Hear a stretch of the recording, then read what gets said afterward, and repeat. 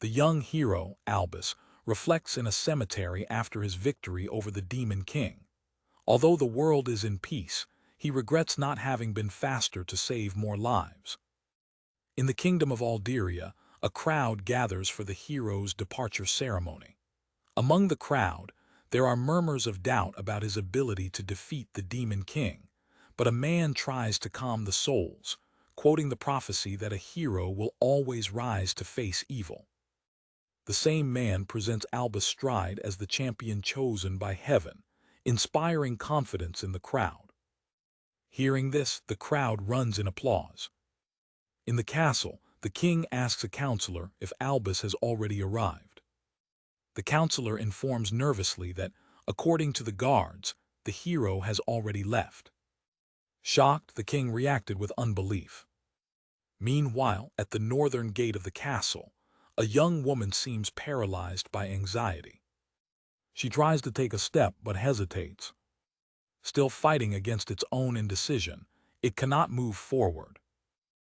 She remains in the same place, unable to continue. Finally, she stops, exhausted by her own anxiety. A guard looks at her with curiosity and a bit of impatience.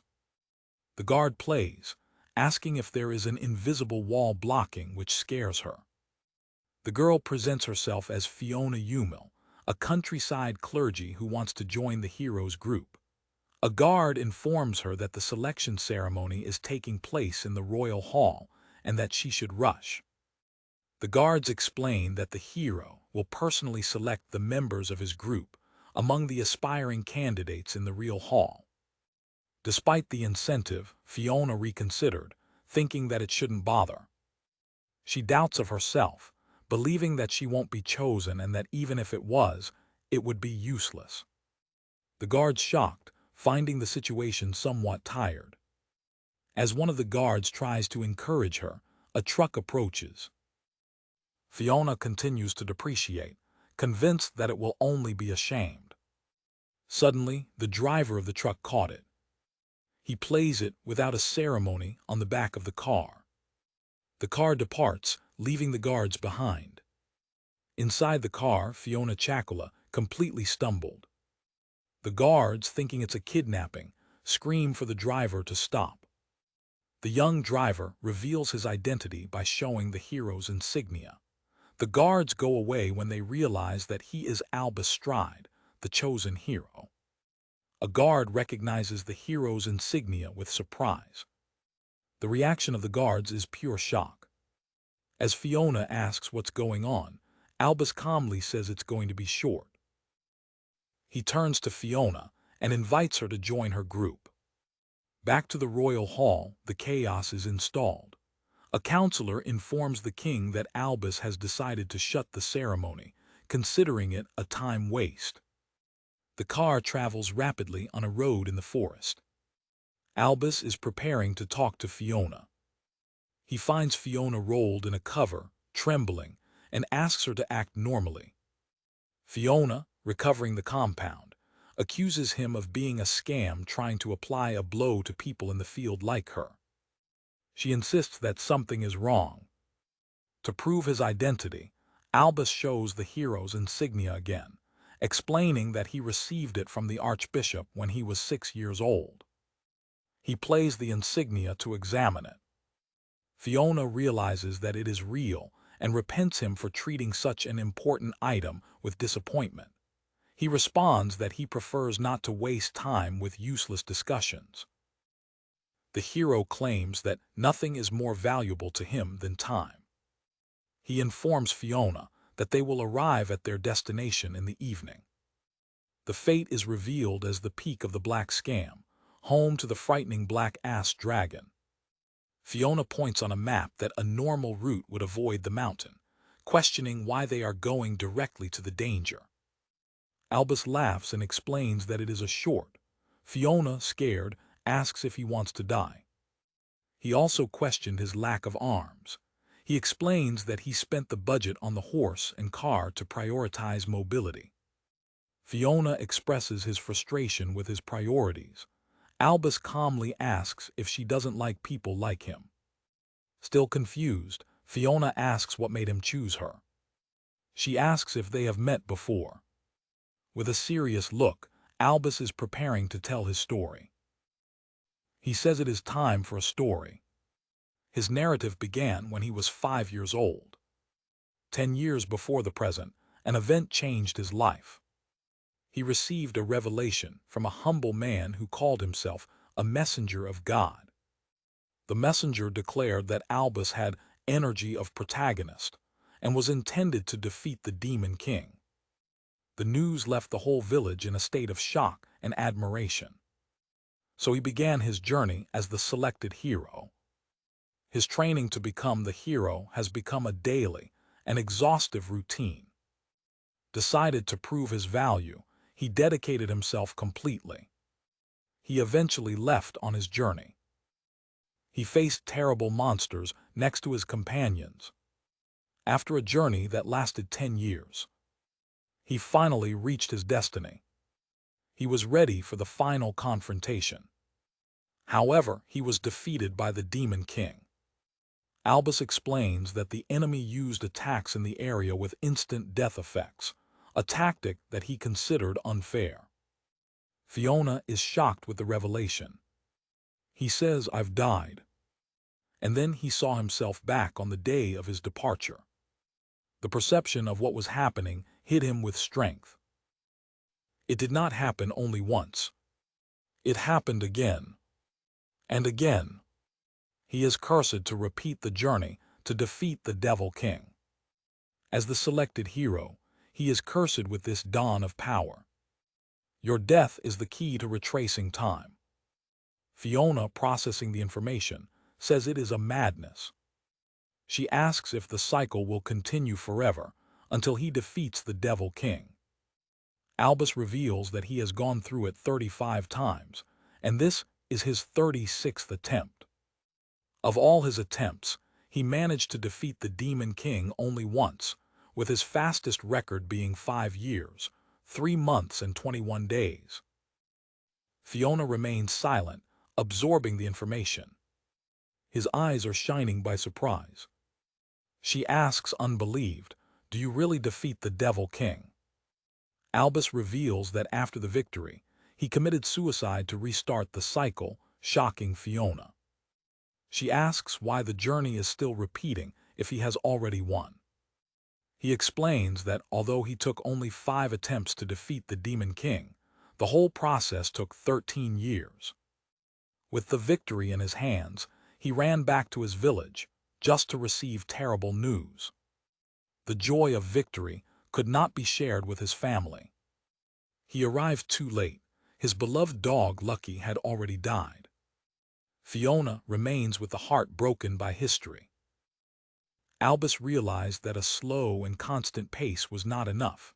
4 years in his journey, and his friend had already gone. He concluded that he had to be fast. It reflects that if it had been faster, the king would still be alive, the tree of the world would not have been burned, and numerous lives would have been saved.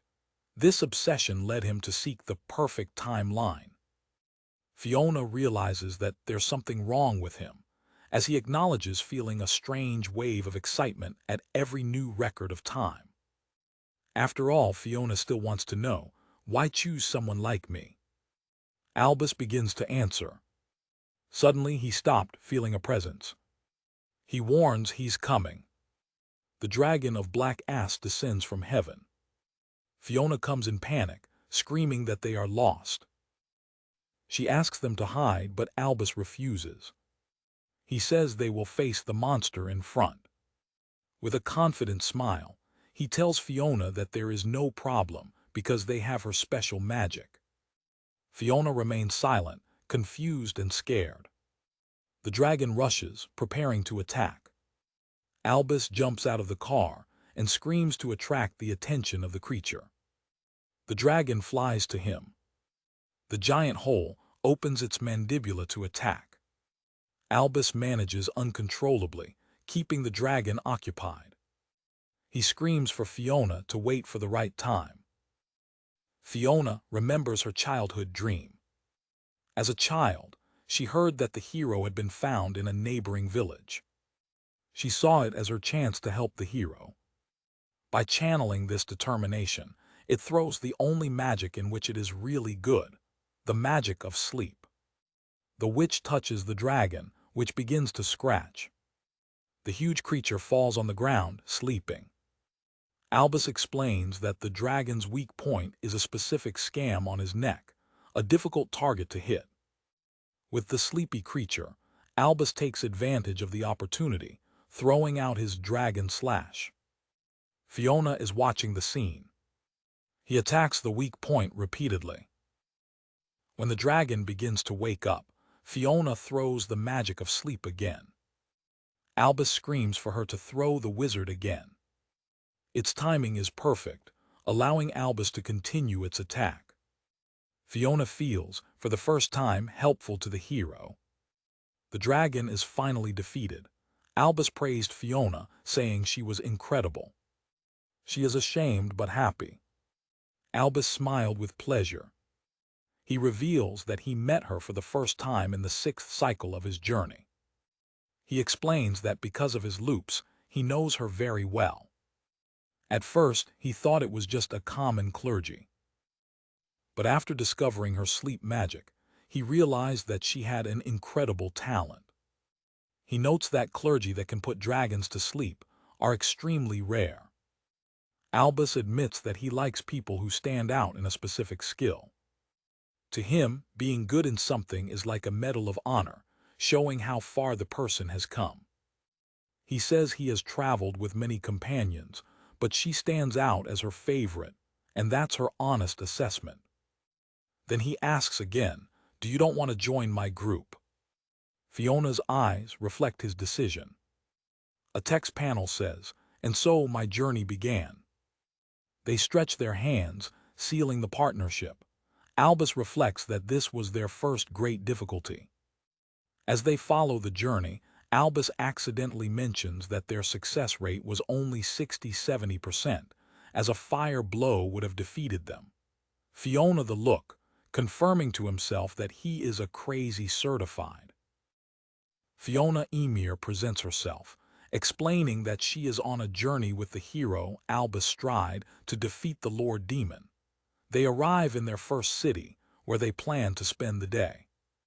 Albus reveals that his personal record to defeat the Demon King is 5 years and 3 months, but he sets a new 3-year goal for this cycle. Fiona reacts with surprise to the ambitious deadline. She asks if achieving that goal will eventually end your cycle of repetitions. The hero turned his eyes away, thoughtful. He acknowledges he doesn't know the answer to Fiona's surprise. The young man announces he will exchange the materials they extracted from the Black Ashad dragon for gold. He estimates that they will get about 5,000 gold, a sum that leaves Fiona open. The clergy becomes radiant, commemorating that you can finally eat something besides potatoes. As they walk, Albus interrupts her, saying she has something important to tell her. He points to a man who seems disturbed, explaining that it is a common tactic to attract the attention of adventurers. Albus observes the scene developing, evaluating the situation. He expresses his frustration with these distractions, which he considers a waste of time. When Fiona tries to approach another person, Albus suddenly stops her. He is preparing to give her an important warning about how they should behave. The hero warns her not to listen to a single word that the inhabitants of the city say. Confused, the clergy asks why he is so inflexible. He explains to Fiona that in order to the goal of ending the journey as quickly as possible, the greatest obstacle are the insignificant demands of the local inhabitants. He declares that people's meaningless requests are the main obstacle to their success. He points several inhabitants of the city with trivial problems, such as a struggle of lovers and a lost cat, explaining that they are traps to waste the time of adventurers. He guides one of the residents as an example. He details how requests, although they seem innocent, are deviations from his main mission. One of the residents they observe seems to make a decision, but Albus remains focused on his own resolution. With conviction, he declares that he has decided to ignore all these requests to focus on his main goal. He instructs her to focus only on defeating the Demon King. Fiona agrees with reluctance, although it still seems uncertain. Albus dismisses, going to the weapons store and warning her not to overload with alien problems. Alone, Fiona seems thoughtful and worried about his approach. Alone, Fiona hears residents commenting on bandit attacks on the route to the west. A boy approaches her, asking if she is an adventurer. The boy's sudden approach scares her. Faithful to Albus' orders, she panics and thinks about how to escape the situation. The boy, crying, tells that the bandits killed his father. He reveals that the thieves have stolen a precious penguin that his father gave him, and implores for her to recover him. Commovida, Fiona promises to help, but is surprised by Albus's sudden and lively return. The boy observes the interaction with curiosity. Albus seems to have a plan in mind, showing a malicious smile. Feared by the appearance of the hero, the boy escapes. Fiona, still trying to prosecute what happened, asks Albus if he found something. She tries to explain the situation, mentioning the bandit group in the vicinity. Albus reaffirms his decision not to engage. Her cold leaves her without words. He asks her, asking if she really thinks it's a good idea to get away from the way. Finish the confrontation, questioning whether it is right to ignore the problems of people, even if defeating the Demon King is the highest priority. Albus hears in silence, without changing his expression. He replies that, although he is the hero, it is impossible for him to be the babber of all and solve all the problems. The next day, the story goes on. They come to the mansion of the local feudal lord. The next day, they visit the local feudal lord, who was already waiting for them. Lord asks if Albus plans to defeat the band of bandits, and for Fiona's surprise, he agrees with enthusiasm. The clergy is shocked by the sudden change of opinion of her companion. Confused, Fiona questions the change of his attitude, but Albus calms her, claiming that everything is part of his plan to save time. He explains that the Lord manages the control position in front.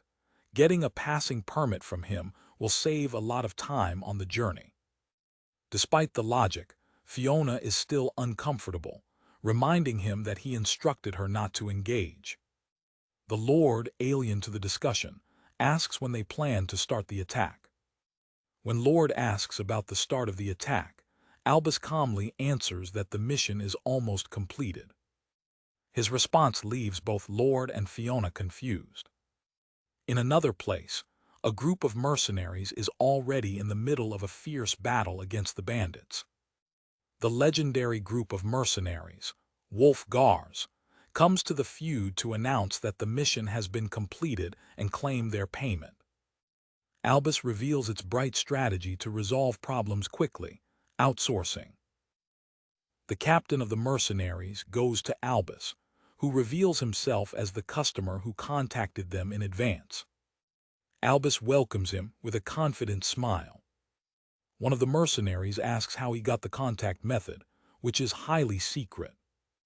Asked about how he got the group's secret contact method, Albus responds enigmatically that a certain person told him a long time ago. He keeps an air of mystery, knowing that the truth comes from one of his past lives. A flashback reveals that, in a previous cycle, Albus had met the mercenaries, and the captain gave him the contact for the case he needed help. In the present, he keeps the same contact, a link with one of his many previous journeys.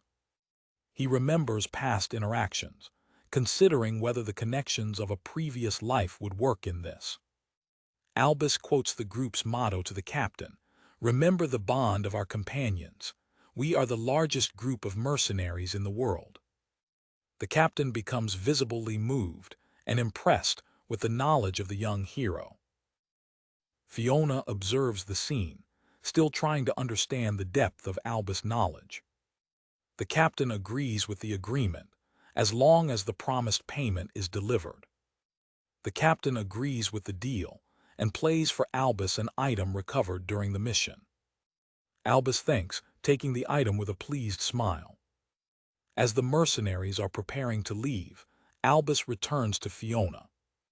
He asks her to return the item he just received. As the mercenaries leave, Albus delivers the penguin to Fiona. She immediately recognizes him as the lost belonging to the boy. Albus confirms with a smile that the mercenaries found him during the mission. Fiona asks why he went to work to look for him, despite his insistency not to engage. He reveals that the group has helped him a lot in the past. Asked by Fiona, he explains that he became close to the group of mercenaries in a previous cycle. It reflects that memories, even of past lives, are something to be valued. Later, Fiona finds the boy to return the penguin. She returns the penguin to the boy, who receives him with a radiant smile of gratitude. Seeing the child's happiness brings a smile to Fiona's face. Observing the scene, Fiona concludes that Albus, despite his pragmatic attitude, is a strange person who in the depth cannot ignore others. She reflects on the complexity of her hero companion. The next day, Albus's hurdle returns, and he hurdles Fiona to make the bags and continue the journey. Fiona, as long as she arranges her things, becomes confused with her urgency. Fiona questioned the lack of supplies, imagining that with the money they earned they could buy a lot more. As he regrets being without money again, the boy who helped calls them. Albus pleasantly acknowledges that he spent all the money hiring the mercenaries, leaving it out. The boy who helped appears with a car full of supplies as thanks. The unexpected generosity leaves Albus and Fiona surprised. Their surprise is evident as they process the gesture. Albus explains that the boy's family was of successful merchants, and that guaranteeing his favor was an investment for the future, which irritates Fiona by his apparent calculation. A memorial of Albus' native town develops, showing the vast golden wheat fields where children and adults work together in the harvest. The memory focuses on a man sweating but smiling, satisfied with the hard work. The scene continues with the radiant smile of young people helping in the harvest. In his youth, the future hero thought with himself that he wanted to protect that peaceful landscape. Years later, after being chosen as the hero, he expresses his deep gratitude to the priests who supported him. Feeling an enormous pride, the young man swears to heaven that by world peace, he will defeat the Lord Demon. Two of the priests observe the statement with impassible expressions. Nevertheless, the congregation runs in applause, praising the noble boy. The church leaders promise their full support to Albus in their mission. The chosen hero humbly thanks for his support. Back to the present, Albus informs a priest that he has heard about a source of blessed water in the church and would like to get a little. The clergy explains that the source is normally kept sealed. A door opens, revealing the passage to the source. The priest gives Albus a special permission to access the sacred water. The present smiled, happy with the decision. With the permission granted, the hero and his assistants run with baris to collect the blessed water. Albus cries to fill all the containers, to the despair of one of the priests with the amount they are carrying. A large amount of beneficial water is collected in barrels and bottles. He explains to Fiona that the legendary blessed water of St. Charles is effective in repelling monsters. The young man explains that, with the good water, they will be able to avoid battles and save a precious time, while Fiona claims the effort that was to get there. The clergy begins to give a little water to the horse. Your companion interrupts it, warning that, in this way, the effect of the water will not last long. With a scream of "do so," he reveals his plan. He skillfully mounted an aspiration system in the cart, using the beneficial water bars. Prideful, Albus presents his invention, the barrel water aspiration system, but his past life companion warns him that he will surely be punished for using the sacred water in this way. As they travel, Albus expresses how moved he was with his own idea. Fiona the praise, commenting that he always had a noble heart, even as a child, leaving him without grace. With a malicious smile he acknowledges, it was all a lie. The revelation leaves your partner completely shocked. He asks if the story was not a convincing drama, and she answers that she can't believe it. The young man then presses him, wanting to know what is the real reason that motivates him to continue. The hero takes a serious expression before he responds. He admits that at first it was just a capriccio, a superficial reason. Albus explains that when an old stranger called him a hero, he thought everyone would mimic him. He continued, saying he thought defeating the Lord Demon would be easy. Fiona commented on how ignorant and childish he is. His companion seems exhausted with his attitude. It reflects that the true hero is coward, selfish, and indifferent to others.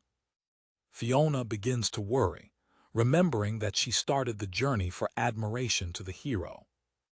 She thinks she might not have to have accompanied him, but Albus adds that this mentality was the reason for her previous failures. He sincerely admitted, "At this moment I feel a lot of regret." Fiona observed him, listening carefully. She murmured his name, intrigued with his change of tone. The clergy asks if there is something else he's hiding. Albus seems to consider her question. At the moment she asks what is the real reason for him to repeat the cycle, sheets fly toward the car. The car suddenly turned away to avoid the surprise attack. They find that they've fallen into an ambuscade of a horde of goblins in the forest. As Fiona gets shocked, her partner seems just irritated with the situation. Completely surrounded, the young man panics, but Albus only calls the situation a irritating standard. He analyzes that the goblins are smart enough to attack at a distance with sheets, avoiding good water. They both seem bored and no reaction to the threat. Fiona insists for them to escape, but he says they can't. A giant troll emerges from the forest, joining the ambuscade. Terrified, Fiona fails to react, while Albus observes that the goblins even got the help of a troll. Prisoned, Fiona panics, saying she can't deal with so many monsters and that the good water will end. Albus, on the other hand, calmly notes that the sun will fall soon. The hero declares that the ideal is to spend the smallest amount of energy possible in difficult situations like this. It deduces that a hoarder of this size should have a leader and identifies the distinctive characteristics of the boss goblin. He claims that there are many of them to find the leader, while the boss goblin throat manic. A close-up of the leader goblin laughing. From a large distance, Albus launches a precise flame. The flame strikes the goblin leader directly in the head. The head of the goblins falls, defeated. The other goblins scream in confusion with the sudden loss of their leader. With a smile, Albus reveals that his previous statement that he didn't know where the leader was a lie. He explains to a confused Fiona, who has already remembered the attack formation of the goblins of his previous cycles. The troll seems confused with the sudden turn of the events. The giant creature emits noise of confusion. The trolls rise from anger. The enormous creature advances towards the car. Albus takes one of the baris of beneficial water. His face shows a ferocious determination. Fiona screams his name in panic when he sees him jumping from the car toward the troll. In a bold movement, Albus throws the barrel of blessed water directly into the troll's open mouth. The creature screams of agony, while the sacred water burns it from inside. Fiona says the water is blessed to see the effect. Enjoying the distraction of the troll, Albus throws out his sword and jumps to the final attack. A breakthrough of movement precedes the decisive coup. With a single and powerful cut, he divides the troll to the middle. The giant creature is defeated spectacularly. Terrorized, the remaining goblins flee disorderly. A flashback shows a previous cycle, where Fiona wakes him to warn about a goblin attack. In this memory, they see themselves surrounded by goblins and a troll. In a past life, a less experienced Albus orders a desperate withdrawal. He screams for his companion to find the leader in the middle of chaos. Another view from the past shows you facing the troll again. The memory shows a promise that the next time they would definitely win. A tragic image of a previous cycle reveals the death of a companion in the hands of the goblins. The memory of defeat is bitter, with Albus watching the bodies of his fellow.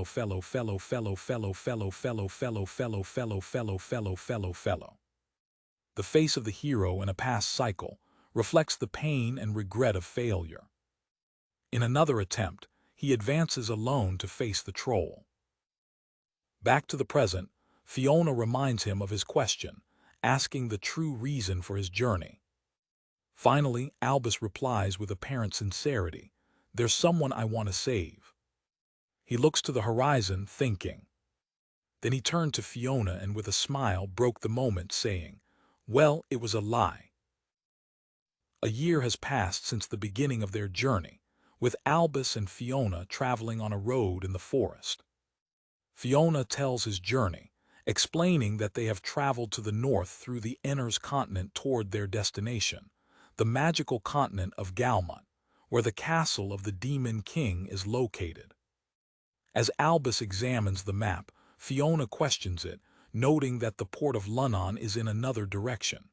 He told her that, this time, they will not take a ship. The hero reveals his plan to use a teletransport gate to reach the destination. Fiona responds with surprise and unbelief to the mention of the teletransport gate. He explains that the gate will allow them to jump directly to the center of Galmut, saving a lot of time. His companion is shocked to know that a relic of an ancient civilization is nearby. The young man warns that the use of the door brings risks and that great difficulties can wait for her, but he hopes she will accompany him even so. The clergy has a bad prediction about the plan, a common feeling for those who begin to understand the imprudent nature of Albus. They travel through a dense forest. Their journey leads them to a set of ancient ruins hidden in the forest. Albus points to the structure ahead, confirming that it is the teletransport gate. He explains that the gate, placed by ancient magicians, has been working for more than 1,000 years with unlimited energy. A reminder of a previous cycle shows their former companions, Gina and Lauro, amazed with the view of the gate.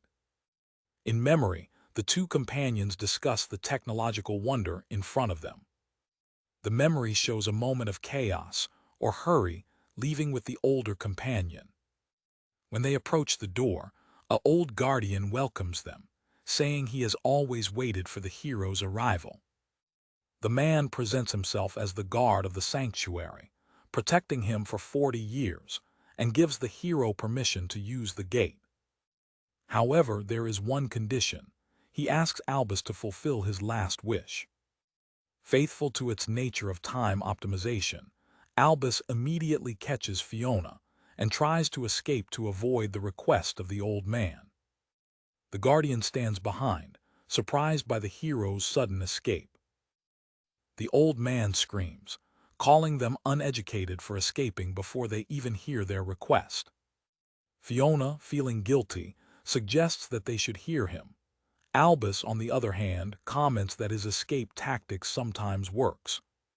Perceiving that there is no escape, Albus prepares to explain to Fiona, based on his past experiences, exactly how the next events will take place. He predicts that the guard will reveal his search for a rare Arcaris gemma, and will ask for help from them to find her. The forecast continues. The Guardian will say that the gem is in a masmer in the west and will insist on accompanying them, to the disanimation of Albus. The hero continues his narration, explaining that, to advance in the masmorra, they will need a magical key.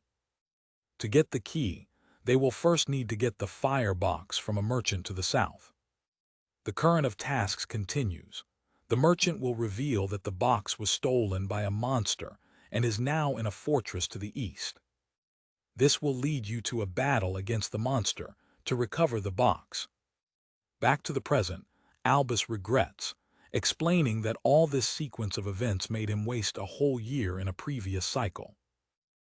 The Guardian, alien to Albus' frustration, expresses his sincere desire to only see the gem once. Albus addresses the old man, calling him by his name, the eremite Marius, also known as the Wise Wizard. Marius becomes confused, wondering how the young man knows his name, since he has not yet presented himself. The hero confronts him directly, questioning whether the gem is really what he is looking for. Albus uses a flower as a metaphor, suggesting that things that really matter are sometimes very close. While Fiona suspects an evasive maneuver, Marius seems intrigued.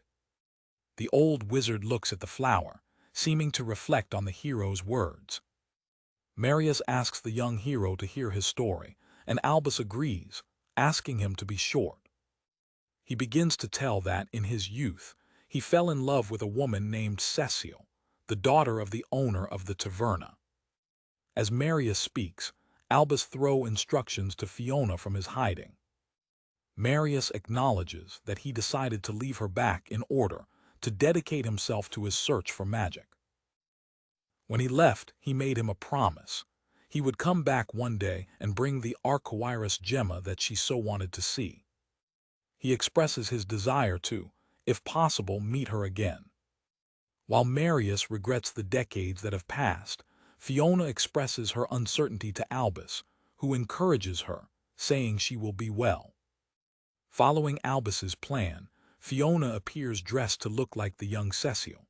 Marius gets troubled with the likeness and calls her by the name of her old love. Watching the scene, the hero smiled satisfied by seeing Marius excited, holding the hand of Cecile. Marius apologizes for not fulfilling his promise and tells her that she no longer needs to look for the Arcoiris gemma. Interpreting his role, Fiona asks him to forget the promise. The old magician looks at it, visibly moved by the re-encounter. Suddenly, Marius's memory fails, and he questions if the promise was actually made to Cecile. He turns back, confused, trying to remember the details of his past. Her memory then returns to another woman, an exotic dancer named Emeralda, leaving Fiona shocked with the reversal. Soon, Fiona changes clothes and reappears as Emerald. Marius is exhausted. She asks Albus about the preparation, and he reminds her of the promise. The wizard expresses his joy when he sees Emeralda in front of him. Marius' confusion continues, and he remembers another woman, Mary the rabbit. For her total shame, Fiona appears in a rabbit dress, while Albus sees the scene fun. Irritated, Fiona, in the role of Mary, catches the old wizard. Albus approaches and asks Marius if he is satisfied. The old magician laughs, apparently satisfied with the experience. Marius thanks, saying he felt as if he was reviving an old dream, although he doesn't know how Albus discovered about his past. Fiona says he had a full life, and he agrees that it was, in fact, very pleasant. He acknowledges that, despite all, he has regrets, but he considers them an important part of his life. Marius reflects that if he had stayed with one person, his life could have been different. The wizard turns to the hero and asks his opinion on the subject. Albus, with a certain expression, is preparing to answer. He strongly declares, "What I wish is the perfect future." With a resolute look he adds, "But yet." Despite the resolution of the subtrauma, Marius now joins them on the journey to the disanimation of Albus. The group hangs for the night, gathered around a fire. Albus seems bored and angry as Marius continues to share his stories. Albus, apparently changing idea, interrupts the old. With a sudden enthusiasm, he approaches Marius. The hero smiled and said he liked Marius' bad stories about the past. He expresses the desire to hear them again one day, leaving the old magician moved. The guards watched him with a surprise. Albus' eyes shine, suggesting the depth of his past life experiences. Feeling a strange familiarity, Marius asks the young man if they have known each other before. Returning at the time of the request, Albus agrees, declaring that the task is easy. Marius asks if he is ready, and Albus confirms, both standing in front of the teletransport gate. The old magician asks Fiona to take care of the horse, while Albus and he prepare to cross the gate. The hero stretches, preparing for the journey through the portal. Marius observes Albus, commenting on the younger's strength and wondering how many cycles he has already passed. The wizard continues his observation, intrigued with the hero. He then turned to Fiona, attracting his attention. Marius asks her if something sad has happened to her. He notices that he can see a deep and overwhelming sadness in his eyes. Observing the pair, the old magician offers words of comfort. With a symbolic gesture, he desires that, in addition to her sadness, there may be light. His words shake her, and a tear runs out of her eyes. After crossing the gate, Fiona finds itself in a desolated landscape, with the king's demon castle at a distance. She calls Albus, confusing about her location. His expression is pure shock and disorientation. Albus appears with his head out of the ground, admitting that it seems to have been a calculation error in teletransport, and asking for help to get out. The clergy reacts with a comic anger to the situation. With a malicious smile, she suggests that it's karma for him to treat people as tools and proposes to leave him there for 10 hours, for his panic. As she ignores him, Albus tries to shut down her, praising how beautiful she was in her clothes and negotiating her punishment for 5 hours. In a flashback, an old companion points out that Albus's sword is stumbled. He responds with a brief expression of recognition. In the past, Albus defends his sword, claiming that he considers it a partner and cannot simply exchange it. He recruits, observing that his companion's coat is also wasted, but this defends him as a legendary item with the hero's spirit. A third companion of a previous cycle expresses her philosophy that more expensive equipment is always of better quality. The flashback ends with Albus smiling, pleased to have arrived so far despite the different philosophies. The old group approaches the imposing castle of the Demon King, ready for the final battle. Back to the present, Fiona uses an elephant light to check her levels, revealing that Albus is at level 36 and she at level 21. The lupa reveals additional personal details such as age and weight, leaving Fiona constrained. Albus encourages them to look closer to the details displayed. Fiona defends himself, blaming the delicious food of Elf Village for its statistics, but Albus ignores the excuse.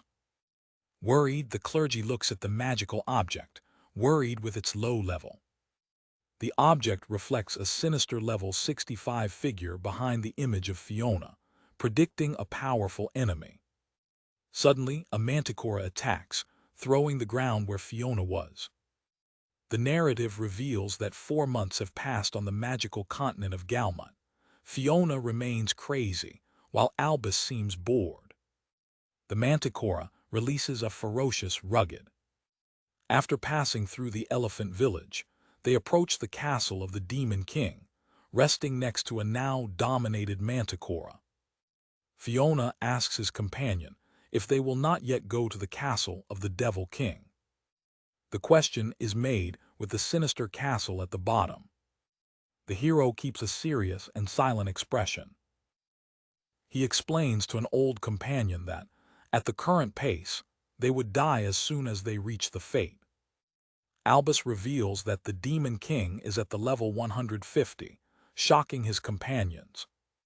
Asked about the possibility of victory, he answers with confidence that yes, because they will also rise of level. Referring to a map, he details the new plan, collecting the best weapons and weapons of the continent. He criticizes Fiona for still using his beginner box and suggests to look for a more powerful in a nearby cave. The young woman looks at her box, reluctant to exchange it. As he goes away, he calls him. Determined, Fiona declares that she wants to keep her current box. Albus looks at her with an expression of dishonesty. She explains her sentimental attachment, believing that the thoughts of her master who gave her the box give her strength. A flashback shows the moment when your master gives you the box as a training gift. Using an assessment item, he classifies the 15th level box as waste for its disanimation. The hero claims coldly that the numbers can be hard. He concludes that, despite all, the numbers provide concrete facts. A memory of a past defeat shows his companions falling, while he tells what desires and feelings. They do not mean anything in the face of a devastating power, reminding their own defeat to the Demon King. Motivated by his failures, Albus declares his pragmatic goal: I want to win. He stretches his sword and apologizes to Fiona, indicating that he needs to ignore her feelings for victory. The clergy observes him, shocked and hurt with his cold logic. With new determination, she decides that she will turn her master's feelings into numerical power. She declares that she will strive to rise from level and prove her value. The sudden resolution of his companion surprises Albus. A slight smile of approval arises on his face as he agrees, saying, "Let's go there." As you walk, the clergy reflects that you are striving not just for your master. She decides that she will also be stronger for Albus. A assembly of their training journey begins with them exploring a crystal cave. The journey continues with the double fighting against a sea monster on a small boat. The assembly ends with them carrying a treasure valley through the stairs of an ancient ruin. 2 years are spent in search of power. They find the Manticora again, now in a rocky walker. A stronger and confident Fiona is preparing to face the whole. The river is ready for the attack. A close-up reveals the threatening face and multiple eyes of the creature. Now at level 52, Fiona demonstrates her power by throwing the magical, chronological currents to capture the monster. With the immobilized creature, Albus advances to defeat the final coup, the gulp of the Millennium Curse. The powerful attack reaches the face of Manticora. The whole is disintegrated. Your skeleton is disintegrating, which surprises Fiona by the force of the coup. Albus presents his supreme weapon, the Morning Star of Rising Resentment, a merger of multiple cursed items. Now at level 86, he explains that the weapon has the greatest attack power possible. Fiona says it still feels mad, as 90% of the equipment was cursed. He remembers that the rabbit that forged her laughed and crazily cried during the trial, but insisted to finish. Totally equipped, the double is prepared and Albus declares, "Beware, Demon King." In front of the castle, Albus raises his monstrous weapon in a final challenge, making Fiona wonder if he is not the real Devil King. A picture of the imposing and sinister castle of the Demon King stands out against a dark sky. There inside, Valgo, a general of the King Demon's army known as the Infinite Darkness, notices the hero's presence, wrathfully calling him a merely insect. Sitting on his throne, the general declares that he will not allow insects to disturb his king and that he will personally take care of the intruders. He sadly thinks about the fate of the heroes, questioning whether he should shake them or burn them. With a cruel smile, Valgo decides that he will dissolve them and show their remains as a warning. He swears that the moment when they step into his room will be their last. Combating the threat, Albus and Fiona suddenly appear behind a cover, entering the room by chance. In a fast and dynamic movement, Albus launches a surprising attack. He hides behind Valgo's throne, taking the disguised general. Albus fills the devil with a despicant hello. Meanwhile, an explosion elsewhere in the castle distracts the guards, allowing the other companions of Albus to take action. Angry with the courage, Valgo rouges Albus and his group run through him, avoiding a direct confrontation. One of the companions joins a ether barrier shield to defend themselves from an imminent attack. The general demon is seen falling, apparently defeated by the coordinated attack. The companion of pink hair observes the scene with a worrying expression. The remaining skeletal lacheys panic when they see their master, Valgo, defeated by a weapon they describe as horrible. The group of heroes navigate through the puzzles and secret passages of the castle with a disconcerting ease, leaving the enemies confused about how they knew the secrets of the place. Albus explains with naturality that he has been there so many times that the castle is virtually his home, for Fiona's surprise. Still processing the situation, Fiona turns to Albus, saying she would like to ask her something. In front of the entrance of the throne room, Albus suggests that they take a break, saying they've already arrived. Fiona's question about the group members seems to surprise you. She wondered why, after so long, the journey is made up of only the two. The young woman expresses her concern, remembering the saying that there is security in numbers. Albus explains that he has already traveled with all kinds of people, but when the goal is speed, a large group can create problems. He begins to remember his first group, composed of 2 veterans, Lauro, an elite warrior, and Gina, a miracle of the Royal Academy of Magic. He describes them as skilled and experienced fighters, in whom he could rely to protect his back. However, he points his faults to a quick mission. Gina constantly claimed the payment, and Lauro acts at his own pace, making them inadequate for the current goal. Albus continues to list a variety of former companions from previous cycles, such as Whirl, the mercenary commander, Toko, the bandit, and Avel, the star observer. The list of former allies expands to include Muriel the Elfa, Marius the Eremite, Roland the Bardo, Nadia the midfield, and Kashira the messenger of the East. A picture of Fiona from a past cycle shows her listening carefully to her stories. Back to the present, Fiona asks why, among all those capable people, he chose her. Albus Linkara, considering the answer. He provokes her, saying she has chosen her because of her low self-esteem and because it's easy to convince, but quickly admits that she's playing. Fiona describes herself as a common adventurer, a no one. She starts adding but, while Albus looks at her. With a serious expression, Albus listened to her carefully. He interrupts her, asking if she has not yet perceived her own value. Albus says she has become an adventurer capable of protecting her back. It gives you a subtle and encouraging smile. Surprisingly, Fiona remembers flashes of her battles, realizing how far she has come. He praises his priesthood skills, capable of healing serious injuries. He also highlights his good judgment and how he supports him with magic. Albus adds that her ability to move forward without losing hope is one of her greatest qualities.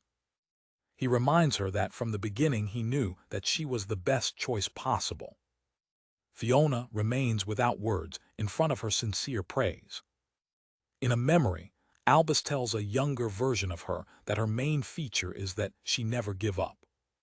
The memory continues, showing her conviction that she would advance and grow.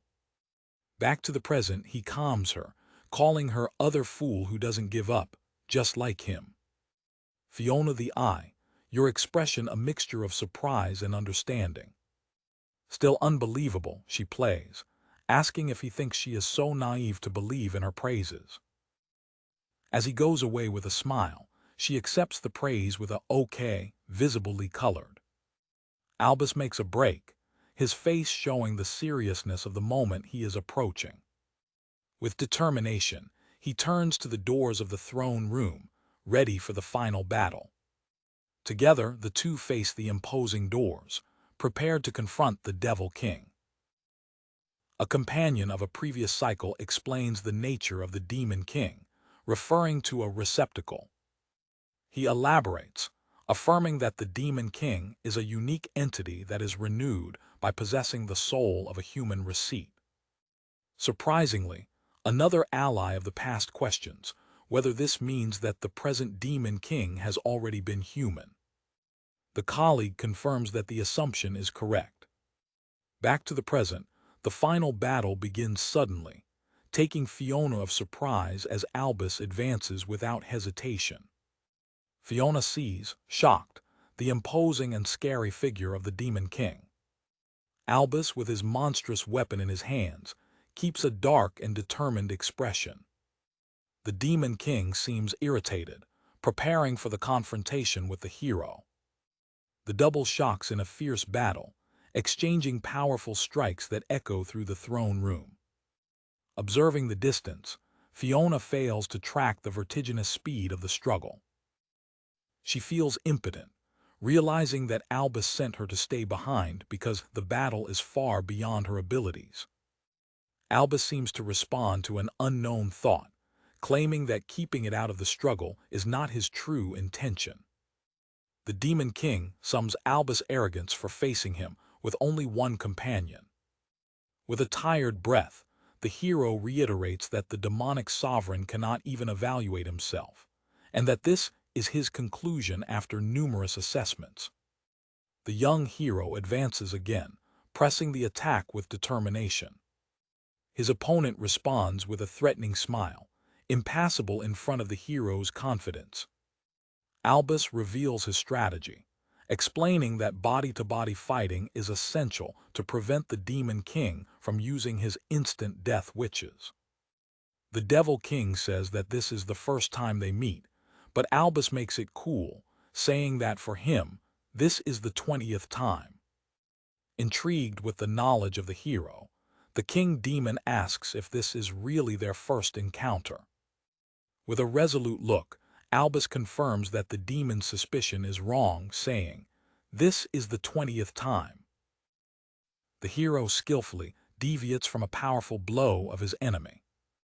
Albus releases a devastating special attack, the barrage of the Amaldisoda Clava. He reaches the Demon King with an overwhelming force, continuing his implacable attack. The hero presses his advantage with a series of continuous strikes. He keeps his implacable offensive against the powerful opponent. Fiona observes, attonite, realizing that Albus is completely dominating the struggle. Despite the attack, the Demon King shows a regrettable and confident smile. Using his past experiences, Albus read perfectly the movements of his opponent. He uses the entire space of the throne room in his favor, overcoming the Demon King himself in his domination. Fully convinced, Fiona now believes that Albus was telling the truth about having fought this battle 20 times. Albus murmurs what problematic, anticipating the next game of his enemy. The Demon King throws out a powerful witch, an unexpected tactic that will damage his own armor and surprise Albus. The scene shifts to a castle corridor. A wounded subordinate hopefully pulls toward the throne room, calling for his master. General Devil Valgo perceives the light of the battle and swears to burial the heroic insets. He sees the bright light coming from the throne room, confused with the quotation. A massive explosion flooded on the side of the castle of the Demon King. In front of the huge crater on the wall, the Demon King commented with a dark mood that he did not intend to make such a large hole. The Demon Lord looks at the hero, declaring that he finally managed to irritate him. Albus is thrown to the ground in the middle of the destroys, visibly shocked by the explosion. The Devil King returns his attention to Fiona. He recognizes her as an ally capable for having managed to raise a protective barrier in the last second. Despite his ability, he threatens with unrighteousness that he can break it without difficulty. The clergy sees him with a determined but remarkable expression. The threatening entity advances towards the priesthood, ready to fulfill his promise. The Devil King stretches his dark hand towards Fiona. His hand is a few centimeters away to catch a terrified Fiona. By being touched, Fiona's appearance changes dramatically, revealing that she has become the recipes of the Demon King. The Devil King stands next to the possessed Fiona, looking at the defeated hero on the ground. Rise up with difficulty, Albus regrets that no matter how many times he tries, the Demon King always acts in an unexpected way. With a dark expression of determination, he refuses to give up. He remembers the numerous times he traveled this battle, strengthening his resolution. The hero calls the Demon King, distracting his attention from Fiona now possessed. Although injured, Albus gathers his forces for a last effort. The possessed Fiona observes, her empty face an alien to the conflict. In a desperate movement, Albus destroys his own cursed weapon. He involves the sharp fragments in his punch, an imprudent attitude that horrors Fiona. Then he pulls out a hidden hole, preparing for a final and decisive blow. He declares that if the Demon King's body is human, he does not intend to seek a clean victory. With a speed explosion, he poses himself behind the Demon King, pressing the shell against a vulnerable point. Following a fatal blow, Albus explains to a past or future version of Fiona that the vital points of the Demon King are the same as a human, while the body possessed of the Fiona of the present time begins to fall. In the throne room, Albus and Fiona watch the defeated body of the Devil King. A close-up reveals the hero's arm, wounded and corrupted by the curse after releasing the final blow.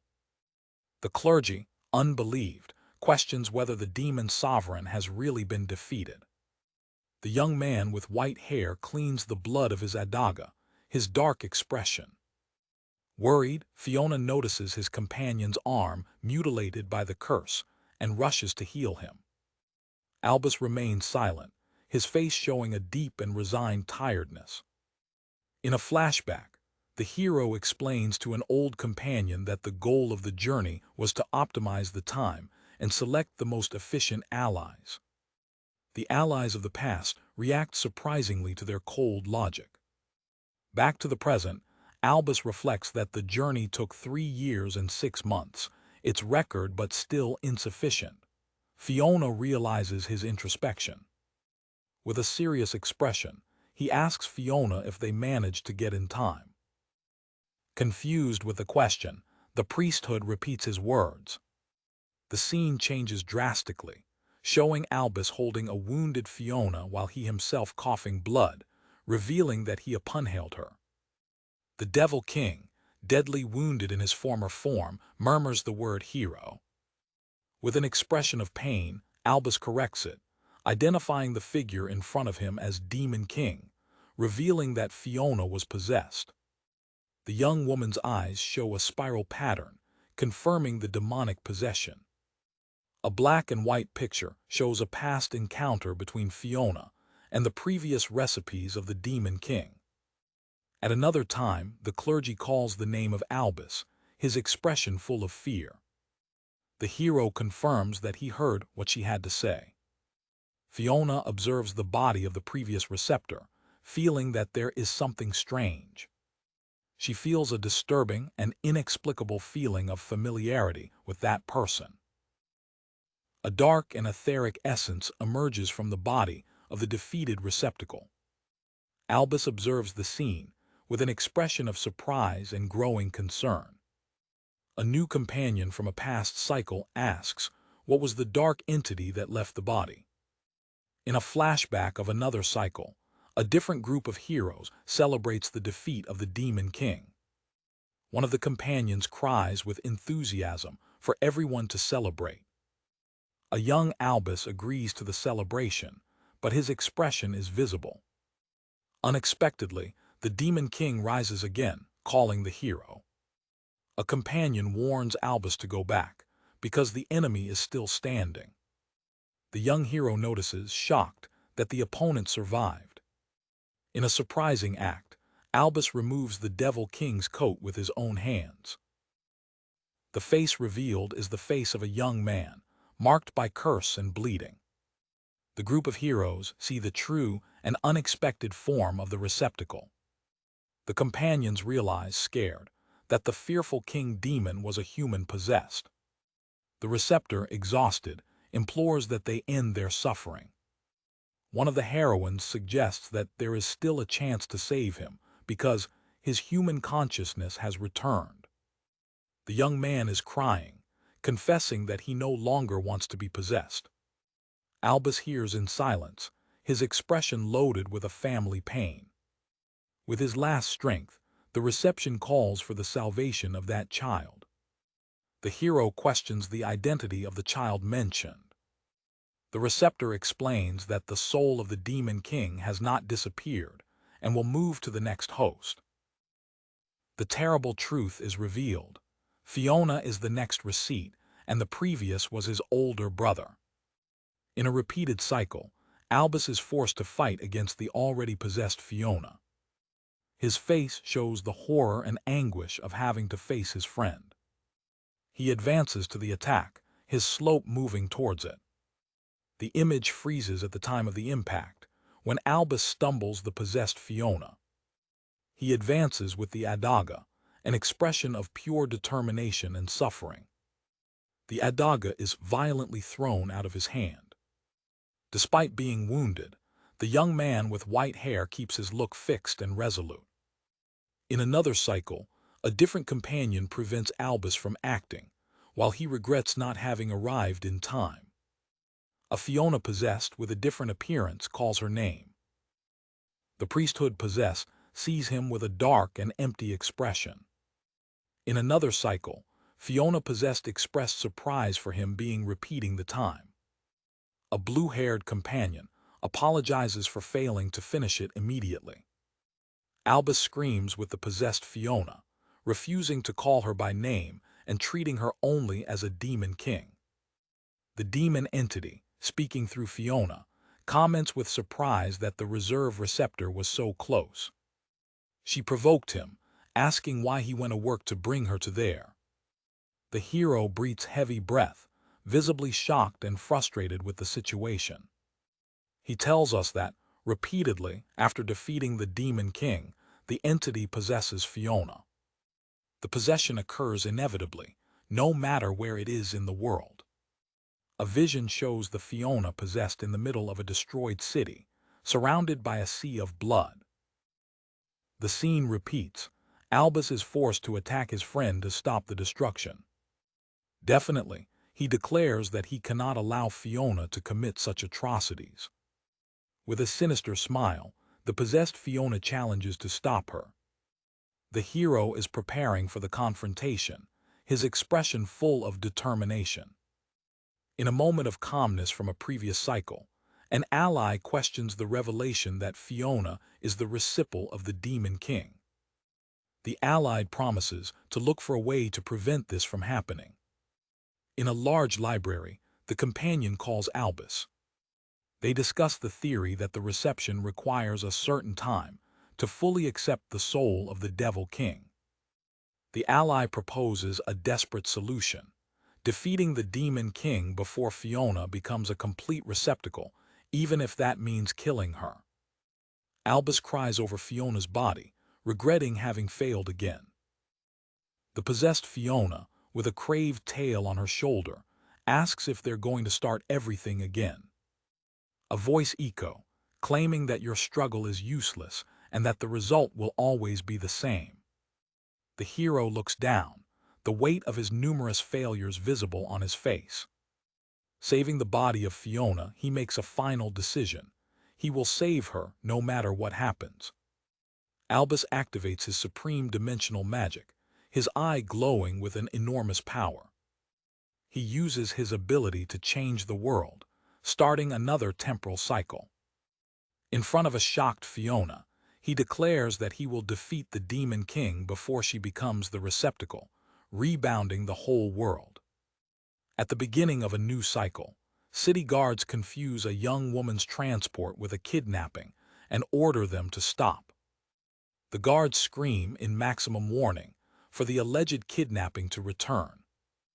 Albus, sitting in the car, calmly shows his identity to the guards to clarify the misunderstanding. The guards and Fiona, now a young adventurer, are shocked when they recognize the hero's insignia and realize their identity. At the beginning of her new journey, Albus formally invites the young Fiona to join her group. In a retrospective, a blonde female figure is surprised by the number of books a 7-year-old Albus, already with his characteristic white hair, is studying. The boy explains with an indifferent air that the books are study materials sent by real capital magic teachers who teach him constantly. He reveals that he has already read most of the books, leading his companion to comment on the difficulties of being the chosen hero. The girl smiled warmly, expressing that everyone should have great hopes deposited in him. Under the night sky, the young hero reflects that he already understands the truth behind the expectations that surround him. Albus confesses he hears people talking badly about him on his back, questioning his origin as an orphan or accusing him of being a fraud. With a determined and somewhat distorted expression, he declares that he will defeat the Demon King, using the voices of those who doubt as his strength, which leads his caregiver to call him Retorst. Her caregiver, Merida, looks at him with a gentle smile. Merida embraces him behind, saying that, despite everything, she is looking forward to seeing what he will do. The scene returns to the present, where an older and tired Albus remembers that distant moment, regretting having failed again to get in time.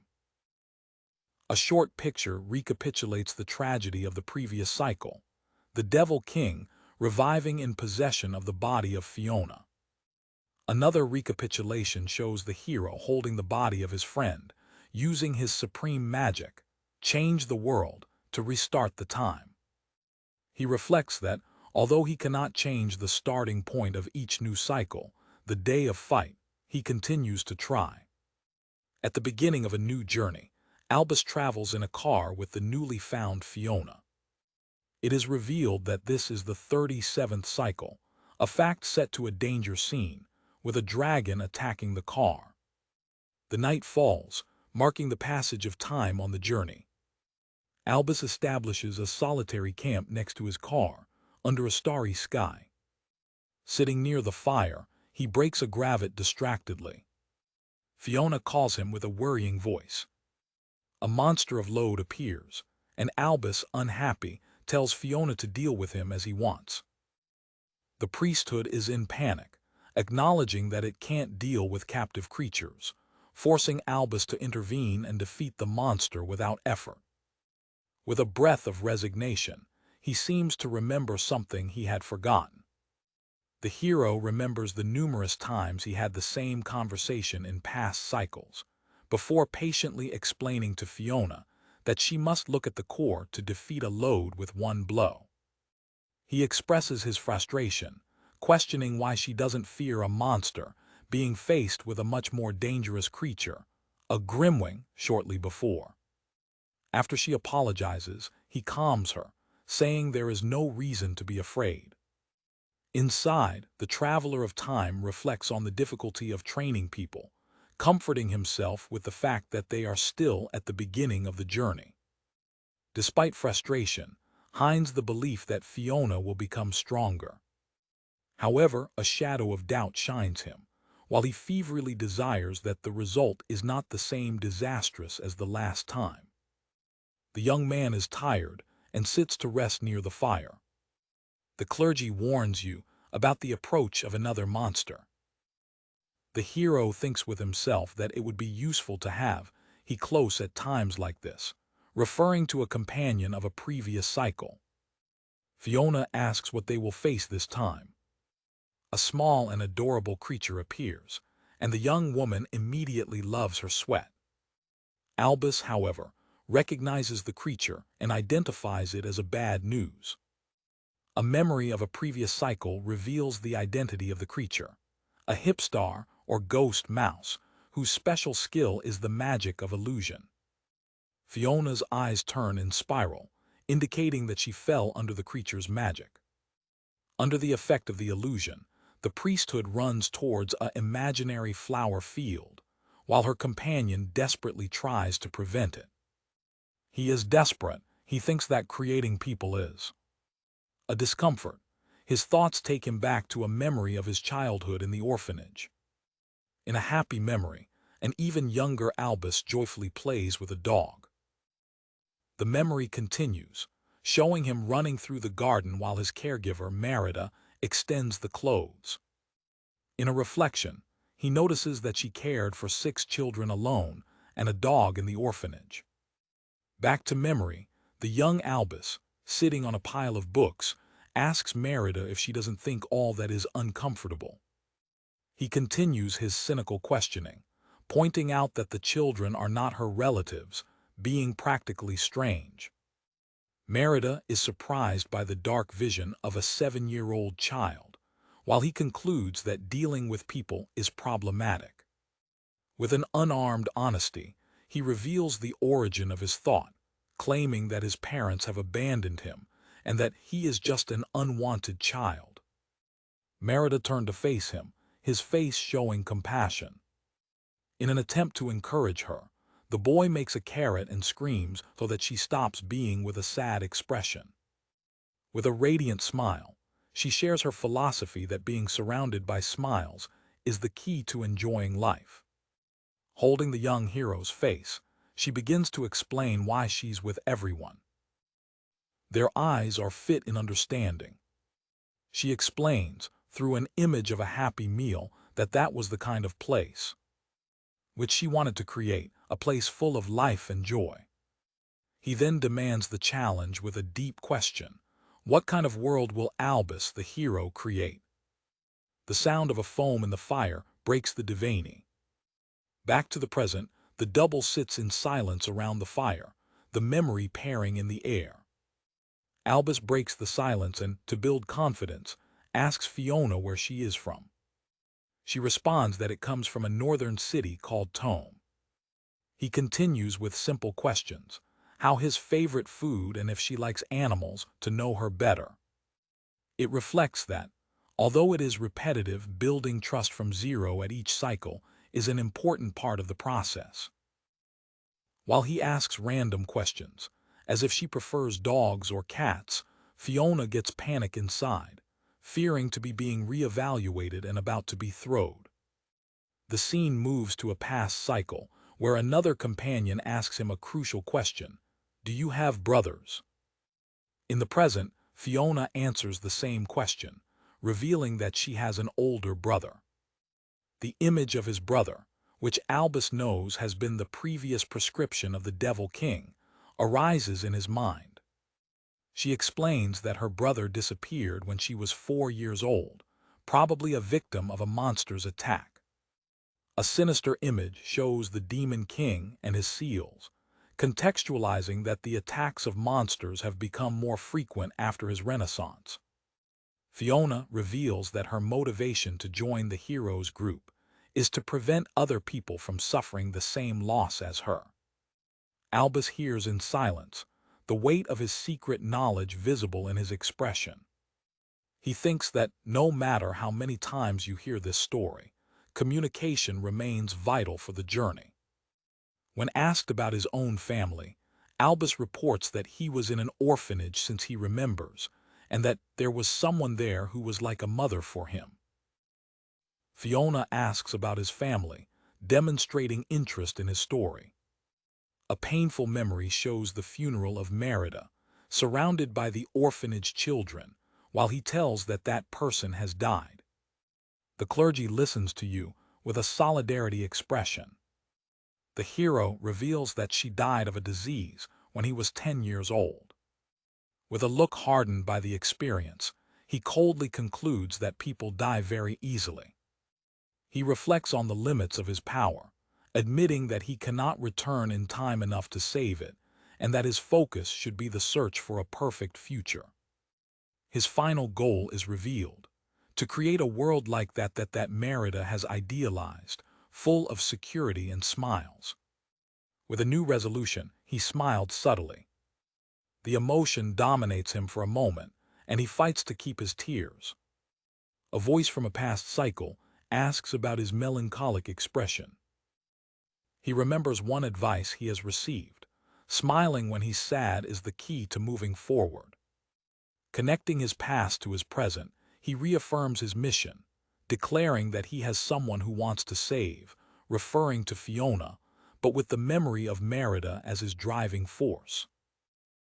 The retrospective begins, setting the scenario in the snowed town of Tome, on the northern continent. In a taverna, a man named Byron, visibly alcoholized, sends someone to silence his mouth and not give him orders. He beat his kanka on the table with strength, emphasizing his irritation. His companions reproach him for drinking too much, questioning his behavior as a clergy. Another person suggests to let him drink, explaining that his beloved pupil, Fiona, has gone on a journey. Byron, smoking his puppy, reflects loudly, wondering if the small Fiona managed to join the hero's group. The narrative advances to the journey in itself, with the aim of defeating the Demon King. It is remembered a previous success, in which the group suppressed a gang rebellion in the mercantile city of Sepata. Then they went to a masmorra known as the Orbel's subterranean tomb. Inside the tomb, they face the monster boss, Castor the Spectre. Albus encourages Fiona to give her best, but she seems confused about her presence there, as this cycle is focused on struggles against bosses. Albus explains that in the previous cycle, they reached the fastest time of all. He details that, although following the shortest path has been perfect at the beginning, this hindered the level rise and the obtaining of equipment in the subsequent stages of the journey. At a comic moment, both Albus and Fiona wonder if the previous strategy was not too conventional. The hero reveals his new plan. This time, they will focus on an efficient leveling, accumulating points of experience in fights against bosses and highlighting the importance of speed in defeating them. With this new strategy in mind, Albus declares that this boss is perfect for Fiona, pushing the terrifying clergy to face the monster alone. Behind a pillar, Albus observes with an intense and demanding expression. He physically pushes Fiona towards the skeletal boss, screaming so that she doesn't stop. As Castor adjugants on her, Albus's voice explains the out-of-scene strategy. He continues his explanation, claiming that Castor is just a dead live monster. A diagram illustrates the main weakness. Dead live monsters suffer massive damage of magic healing, creating an opportunity for a clergy to defeat them with one blow. Despite the simple strategy, Fiona is completely paralyzed by fear, unable to move. From the bottom, Albus hurts her to throw the wizard, calling him an easy boss for her.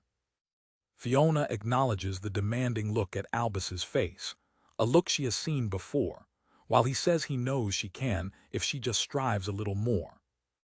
The look triggered a memory of his mentor, Byron, pressing it in the same way during his training. In the flashback, Byron questions her incapacity to deal alone even with low-level spirits. A much younger Fiona apologizes in tears to her sensei. Her mentor repents her for having great dreams of joining the hero's group, while underestimating the hardness of the world. He gives her a severe warning, saying that there are always people like her who end up dying first. The scene returns to the taverna, where Byron describes his ex-student as a student without hope, scary, and with weak memory.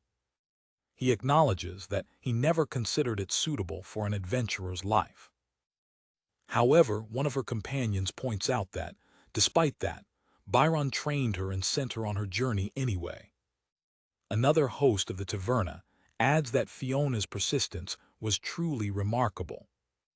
Byron remembers once when she asked why she strived so much, and her expression made him realize that it was probably because of him. A deeper and new memory emerges, starting with a mysterious voice calling. The memory is of a young Fiona in bed, the day her brother disappeared. She remembers that traumatic day. The mysterious voice calls her name, encouraging her to go out. She remembered hearing the voice and going to the door to investigate. Her older brother suddenly appears and stops her, holding her hand and telling her not to go. He seeks it firmly. He calms his younger sister, saying it's okay. Despite his words, he turned his eyes away with a dark expression. He then goes away from her, entering a strange and bright forest that emerged from the outside of his house. Fiona observes, scared, as he disappears in a bright light. The memory strengthens her long-standing belief that her brother sacrificed himself to save her. Back to the taverna, Byron explains that this tragic event is why she feels compelled to live for others. Your friends listen to the story carefully.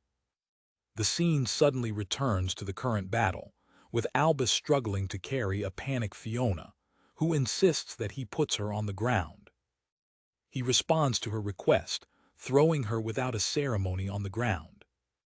Byron concludes his explanation, claiming that Fiona's desire to live for others is probably the reason why she admired the hero so much. The scene shifts to a comic moment when Albus and Fiona climb and fall on. As Fiona finally looks at the monster, Byron's narrative reflects on her personality. She's a gentle girl, but once she decides, she becomes strong. Fiona's expression changes from fear to determination. She holds her box firmly, ready to act. With a powerful scream, she throws a massive healing magic, involving the dead live monster in sacred light. Byron's narrative concludes that while Fiona is struggling for another person, she has the potential to become the strongest clergy. The only thing she lacks is confidence. He reflects that he expects someone to appear to give him that confidence, saying, "You're going to be well." Back to the Masmorra, a wounded Albus, caught in the explosion of the witch, praises his powerful magic of healing. He then gives him a calming smile and says, "I always knew that you'd be well," echoing Byron's exact desire. Fiona looks at him, surprised and thrilled by his words of encouragement. With the renewed confidence, she smiles and thinks about her mentor, wondering if he's okay. The chapter ends with a picture of Fiona, strong next to the hero, in contrast to Byron crying emotionally in the taverna while his friends consolate him. During the journey, the group deals with a handful of large birds that do not fly. Follow the observations of the planes with curiosity, mounted on a car. The clergy expresses her surprise because she has never seen such creatures before. Albus says about the great birds of Kebble. The hero explains that they are native birds of the Kebble Plains, known for their incredible speed. He adds to another companion who, despite the speed, they are not very intelligent. Albus details that, by instinct of manada, if one begins to run, the others follow it without questioning. The companion of Casten Hair sees the adorable creatures, while Albus remains thoughtful. The Traveler of Time says that the incessant and unthinkable race of them reminds you of a certain person. A memorial brings you to the image of a bold and imprudent warrior who advances without hesitation on the enemy lines. He is about to name this warrior. The scene is briefly interrupted by the fat of one of the birds. The group finally arrives to their destination, the city of Kabylia. Albus shows Fiona a map with the fastest and most efficient route through the city. He sends her to perform a task through the moving streets. The hero gives detailed instructions about the path, pointing things to be observed. Following the indicated short, the clergy runs through a residential area, surprising the inhabitants. She arrives in a weapons store, where she is welcomed by a friendly-look logist. The owner greeted him warmly at the entrance. Fiona asks for a silver sword, and the merchant invites her to look at the store. A mental warning from Albus arises, warning her to be careful with the logist. Behind his smile, the man sees it as an easy target for his astute business. The young adventurer nervously observes the angelical smile of the merchant. The door touches, announcing the arrival of another customer. Feeling pressed, Fiona gets anxious as the owner plans to deceive her. A loud voice calls the logist at the entrance of the store. A young warrior, Lauro, enters suddenly, claiming that the sword he bought the previous day broke. The logist comes in panic when he acknowledges him. Surprisingly, Lauro curves and apologizes profusely. The scene is set with the three characters inside the store. Both Fiona and the owner are completely confused with the warrior's attitude. He attributes the breakdown of the laminate to his own lack of fighting skill and technique. Representing himself as Lauro Liberio, he declares he wants to buy another sword. A companion from the outside rejects him, screaming that he is being deceived. She tries to pull him out to prevent him from being crazy again.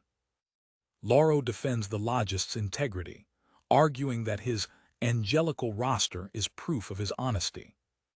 The merchant offers himself to choose another weapon for the naive sword. He catches another low-quality sword, intending to deceive him again.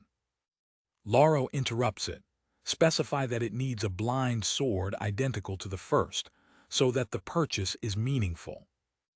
With a smile, the young man reveals that he knew that the sword was defective intentionally.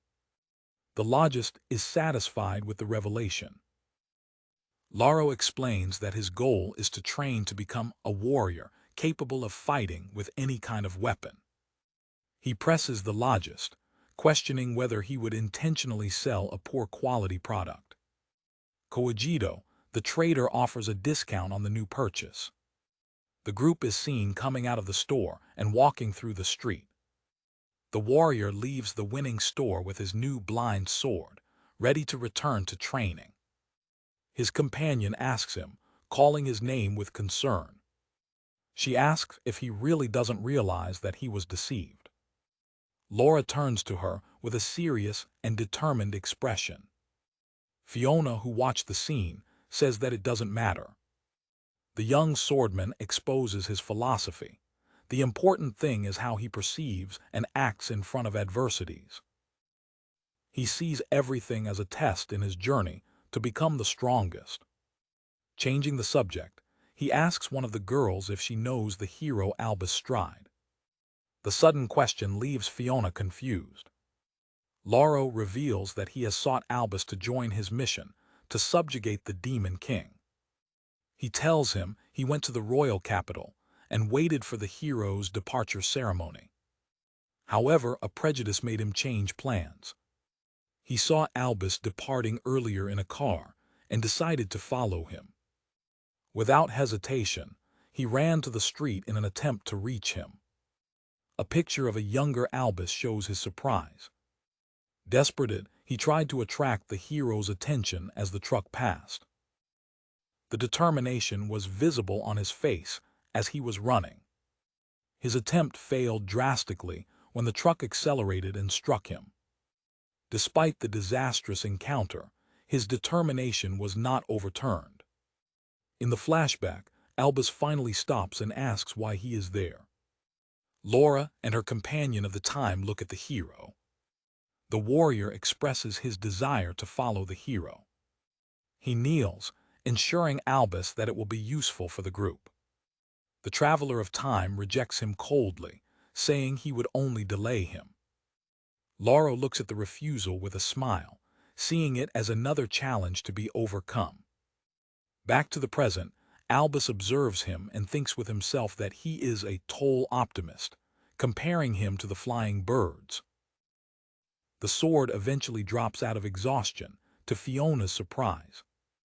Albus concludes his thought, confirming that Lauro is, in fact, exactly like the incessant birds running next to them. A retrospective begins in the sinister castle of the Demon King. In the midst of the ruins of the throne room, warrior Lauro is sitting, exhausted after the final battle. Albus approaches his defeated companion, calling his name with a dark expression. The hero asks if everything is over, and Lauro confirms that yes. With concern in the voice, the sword asks what happened to Fiona. Albus turns, unable to respond, his face marked by the pain of failure. The Traveler of Time observes the devastation with a heavy and resigned look. The tragic truth is revealed. Fiona's body is unleashed on the ground of the throne room. Lauro asks if Albus will start again, and the hero confirms that this is his only choice. The warrior looks at his leader with a tired but comprehensive look. With an unbeatable optimism, he tries to encourage Albus, declaring that the next time they will be able to get in time. Albus's expression reveals the weight of countless repetitions and failures. One hand touches Lauro's shoulder, marking a transition in the conversation. Suddenly, Albus informs his shocked companion, "You are dismissed from the next cycle." The scene returns to the present, where Lauro finally locates Albus and his new group. The hero comments that, although Lauro has sought him, he is being deliberately ignored. The warrior, without shaking, insists that it will be useful again. He greatly presents himself as Lauro Liberio, the future strongest warrior in the world, for the perplexity of Albus's new companions. The group leader explains that Lauro is a warrior with whom he used to travel, admitting that his appearance was not part of the plan. One of the companions asks if Albus doesn't want him in the group. He explains that, to carry out the journey as quickly as possible, the group needs discipline, and coordination directly affects the time spent. Albus concludes his explanation, saying that in this sense, Lauro was the biggest causer of problems. A memory shows the sword accepting with a smile all the secondary missions and requests of the local inhabitants. His impulsivity often dragged the group to unconscious battles, putting everyone in danger. With a manic glow in the eyes, Lauro is described as the berserker positive. Albus reflects that, for his unlimited optimism, some called him positive fool. Back to the present, while the companions seem to understand the situation, Lauro asks about what they are kachaching. The warrior firmly declares that he does not accept to be rejected, without having the chance to prove his value. Albus's head is shaking, frustrated with the family trembling of his ex-companion. With a challenging smile, Lauro offers himself to show his skills there. Before the struggle begins, two men catch the young.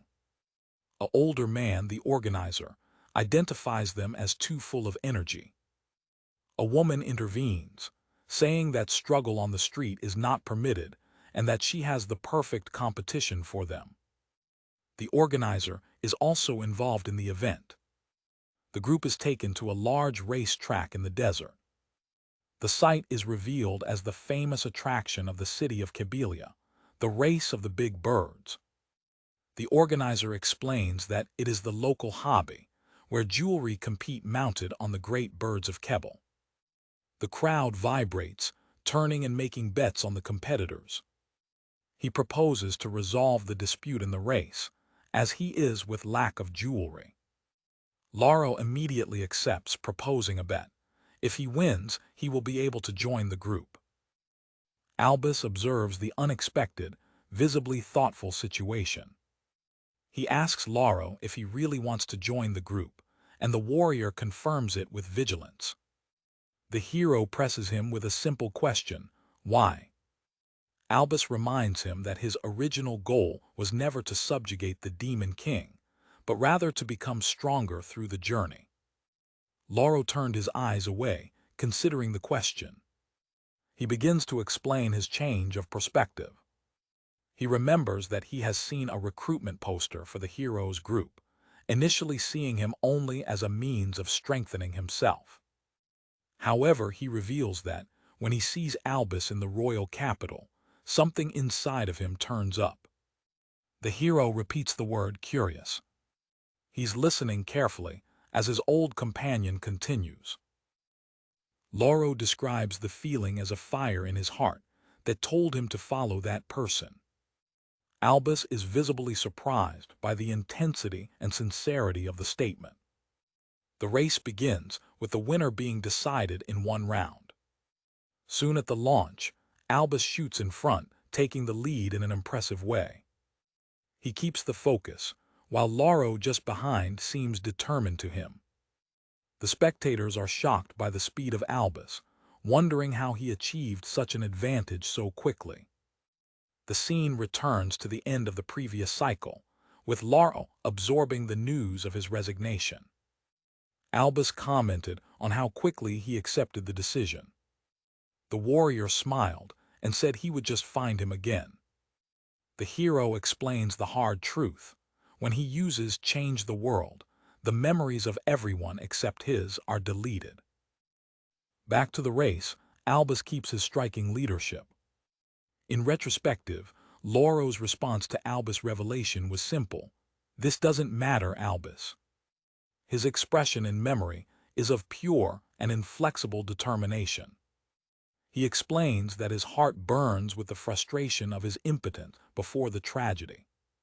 With his eyes shaken, Lauro confesses that he also wanted to have saved Fiona. This burning memory drives Loris into the present, who, feeling that strange feeling again, advances through the outside of the track. He accelerates, gaining ground quickly. The warrior swears to himself that he will not let that flame disappear. He feels something deep burning ferociously inside him. As Lauro crosses the arrival line first, Albus realizes that he had already lost at the time they met, because he couldn't compete with such passion. The hero to his bird after the line, accepting the defeat. With a genuine smile, he recognizes Lauro's victory. The crowd praises the winner with enthusiasm. Lauro approaches and asks if he has now won the hero's approval. Visibly ashamed, Albus tells him to stop because he's leaving him uncomfortable. The hero keeps his expression confused. Despite the joke, they seal the agreement with a punch shot. Lauro smiles and wins. The next day, with Lauro officially reintegrated to the group, Fiona asks if he slept too much, while Albus suggests to leave him behind. A retrospective of Lauro's childhood begins, with him running towards his parents as a narrative reflects that life rarely follows the plan. The young Lauro expresses with enthusiasm his desire to become the strongest warrior, just as his father. His parents observe him, the mother with an expression of surprise and the father with a serious appearance. The mother's surprise turns into a proud and affectionate smile, shared by her husband. The scene suddenly changes to a dark moment, showing Lauro's mother in a box, while he reflects on becoming the strongest version of himself. At a funeral, Lauro's thought reveals his pain.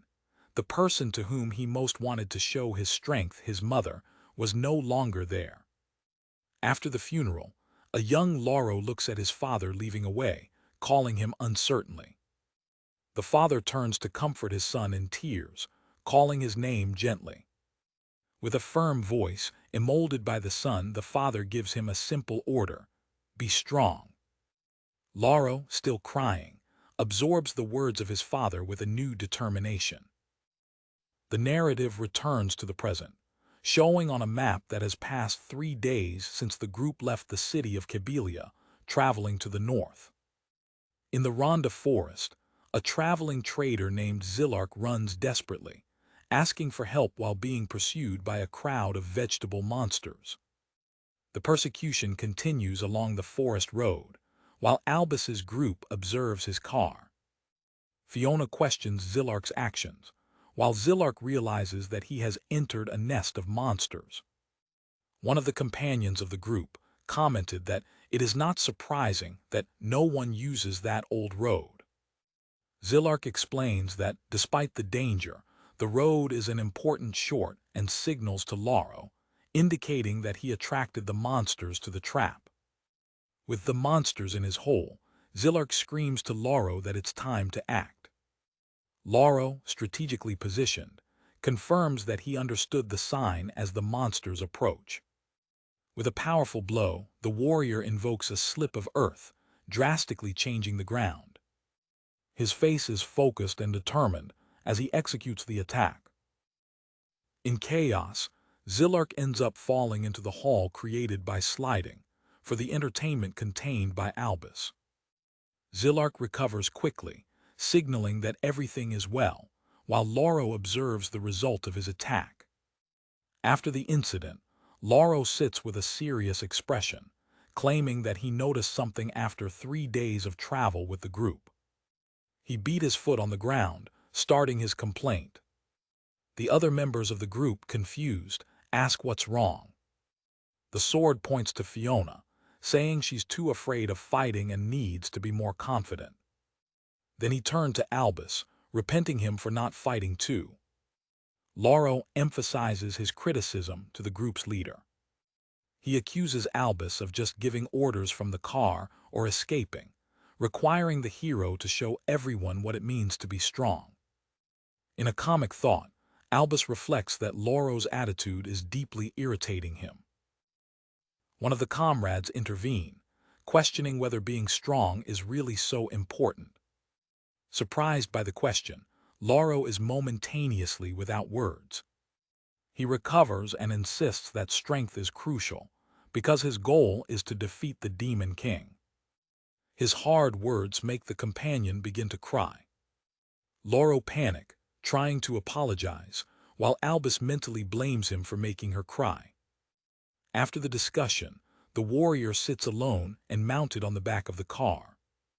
He begins to tell his story, explaining that he was born in the southwest of the kingdom of Ardelia.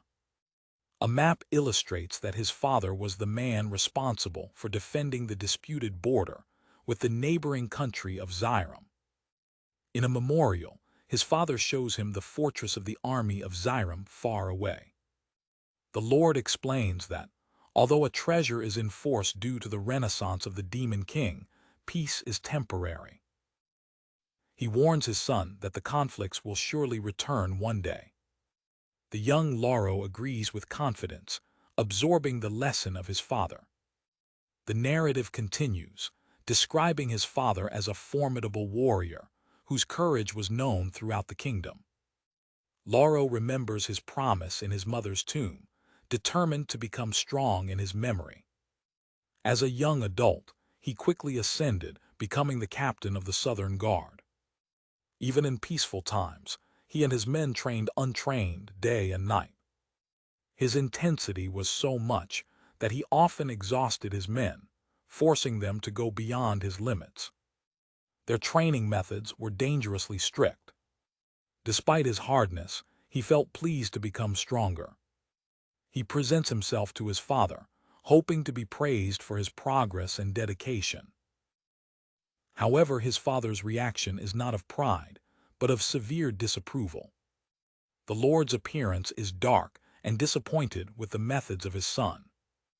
The retrospective shows Laro training aggressively with his men, who failed to accompany him. One of his soldiers is clearly dominated by the force of his captain. The young leader provokes them, questioning their resistance and demanding more effort. His men, exhausted, can only in silence observe his implacable intensity. The scene changes to a moment of break, with one of his subordinates approaching him with caution. A messenger informs that the Lord, His father is calling him. In a formal hearing, his father informs him that, as he is, he cannot inherit the title of lord. For his shock, he is also exempt from his functions as captain. As his father gives him the back, Lauro asks for another chance, promising to become stronger and prove his value. His expression is of total unbelief and despair. His father turns and corrects his perception, telling him that what he really needs to learn is about being weak. The retrospective ends, and Lauro in the present bitterly reflects how life never goes as planned. He concludes his story, explaining that he left his house to vague for years. Suddenly, Albus warns him of a great danger that is approaching. A huge monster tree, a treant, emerges from the forest, threatening the group. Impulsively, Lauro declares with confidence that he can defeat the monster alone. His companions scream of horror when they see the giant creature. As long as some suggest to escape, the warrior remains firm. Albus intervenes, stopping Laurus before he can attack in an imprudent way. The hero screams for his companion to wait and hear his plan. The treant approaches. His impressive presence dominates the scene. Albus quickly explains his strategy for Fiona and Lauro. The expression of the sword changes from confidence to surprise when he hears the plan. The plan begins with Fiona acting as an Iska to attract the treant to a trap. A diagram shows the plan. Attract the monster, make it stumble in a corner, and throw it down in the scratch that Lauro created. The treant, misleading, runs towards his destiny. The creature trips and falls toward a valley with a river in the bottom. It landed precisely in the valve made by Lauro's sliding earth attack. With the immobilized monster, Albus gives Lauro permission to attack with total force. The warrior jumps over the slopes, ready to defeat the final blow. One of the companions explains that Albus's plan was necessary, because the last time Lauro fought in a forest, he caused a devastating fire. It is revealed that the power of Lauro turns his spirit of struggle into flames, but his greatest weakness is the incapacity to contain. Following the plan, the sword releases all his power in a massive new fireball. After the attack, his face shows the concentration and the effort of the coup. He rises victorious in the midst of the smoke and the destruction of the battle. Albus approaches and teaches him a lesson, saying that while strength is important, accepting the weaknesses of others is equally vital, because no one is perfect. Lauro hears the words of Albus. His expression confuses as he processes the new perspective. A memory of your childhood arises in your mind. He remembers how he admired his father, seeing him as the strongest and most perfect being he knew. However, he also remembers the day of his mother's funeral, when he saw that perfect father crying, revealing his own vulnerability. Back to the present, a smile of understanding forms on your face. With a new determination, Lauro declares that his true goal now is, after defeating the Demon King, to have a sincere conversation with his father, looking for a different type of strength. 3 months after the start of the journey and a week after Lauro joined the group, they reached the city of the artists, Brutus, a moving center of guilds. Albus announces its main goal in the city, to improve its weapons and equip the entire group with the best equipment available.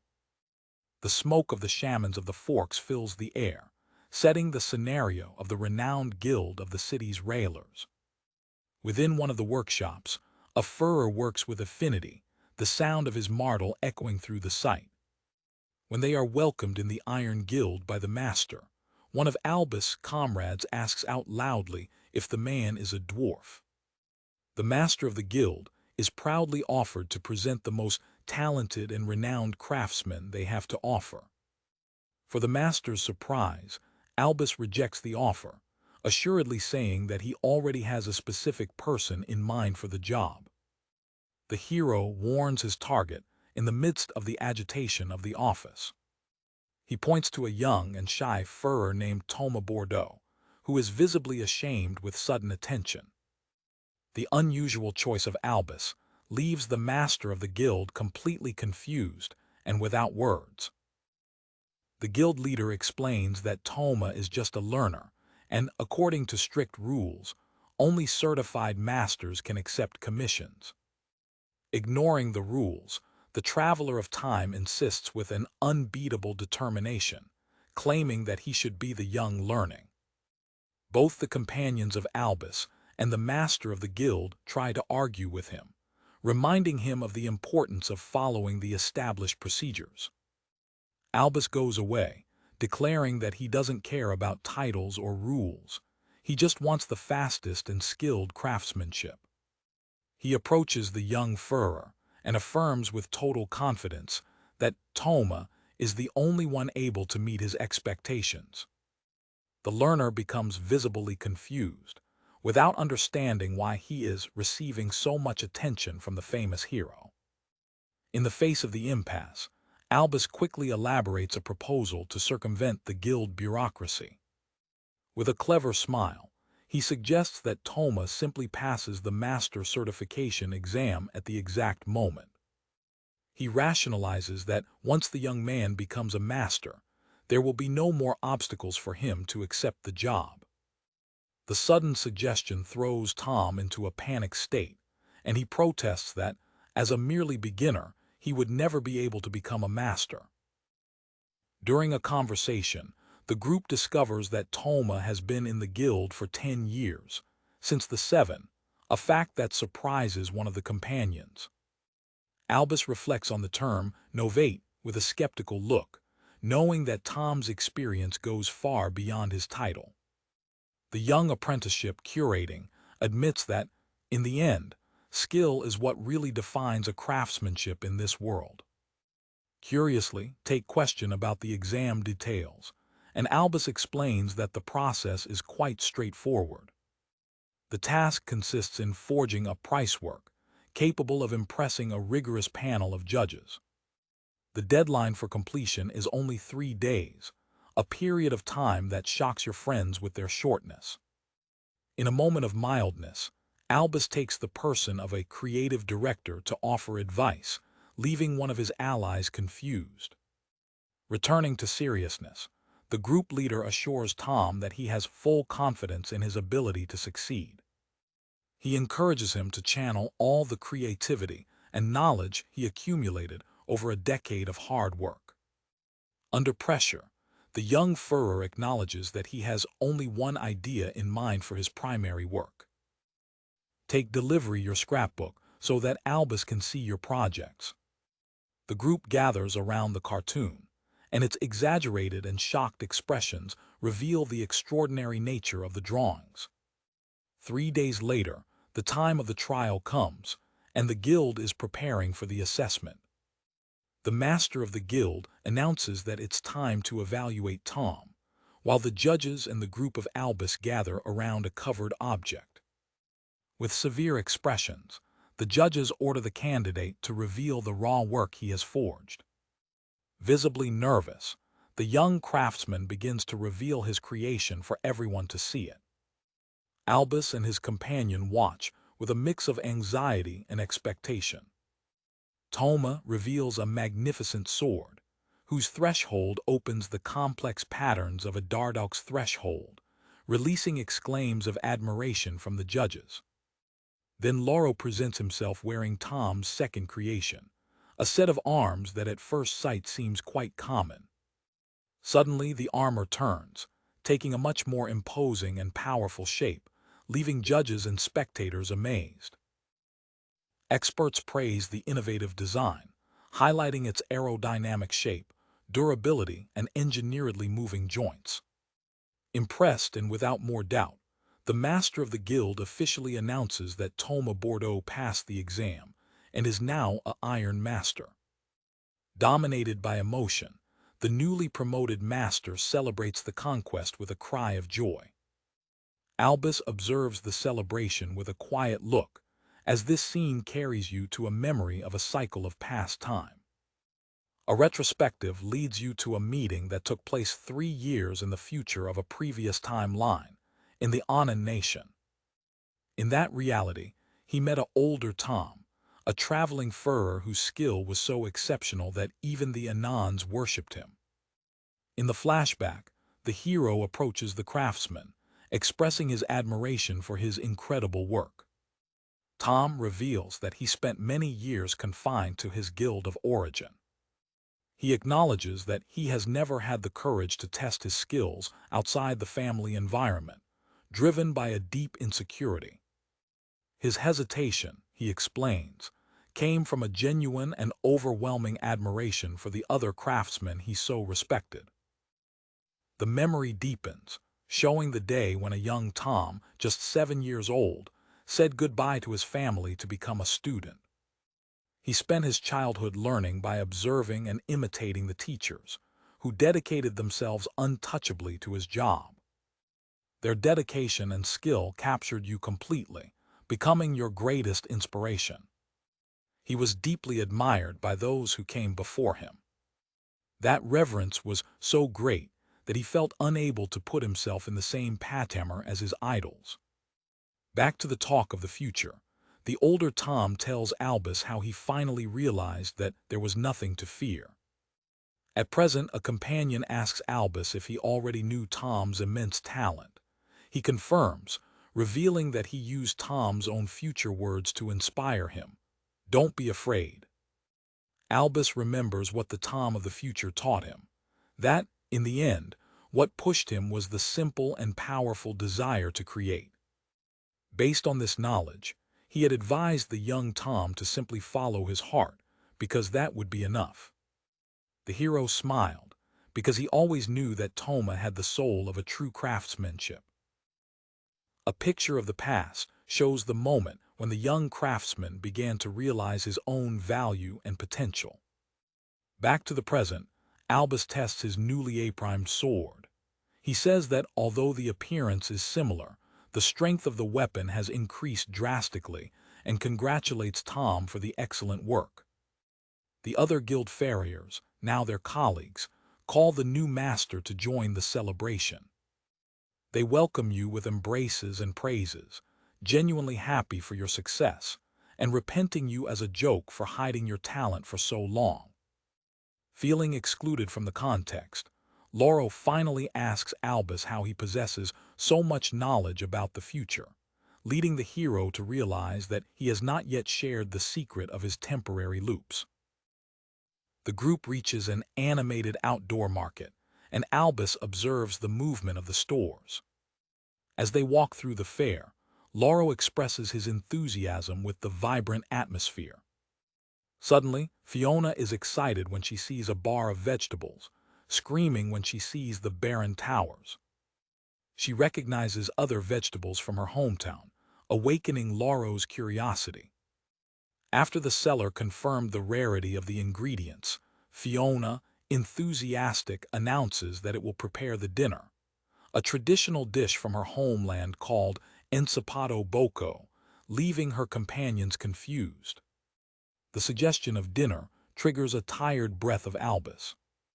Lauro questions the reaction of his leader, who disconverses, claiming that he just remembered something. The warrior, however, connects the strange reaction of the hero to the recent discovery of his temporary loops. His mind imagines a grotesque version of the boko missing, fearing it's a terribly strange dish. Unable to remove the bizarre image of the head, he observes, annoying, Fiona takes away to gather the ingredients. The warrior is behind, worried about the outcome of the meal that is coming. Later, as she begins cooking, Fiona reminds that the snack was a common dish in the monastery where she grew up. She remembers with passion how they cooked together with the brushes and how they always ate together at the table.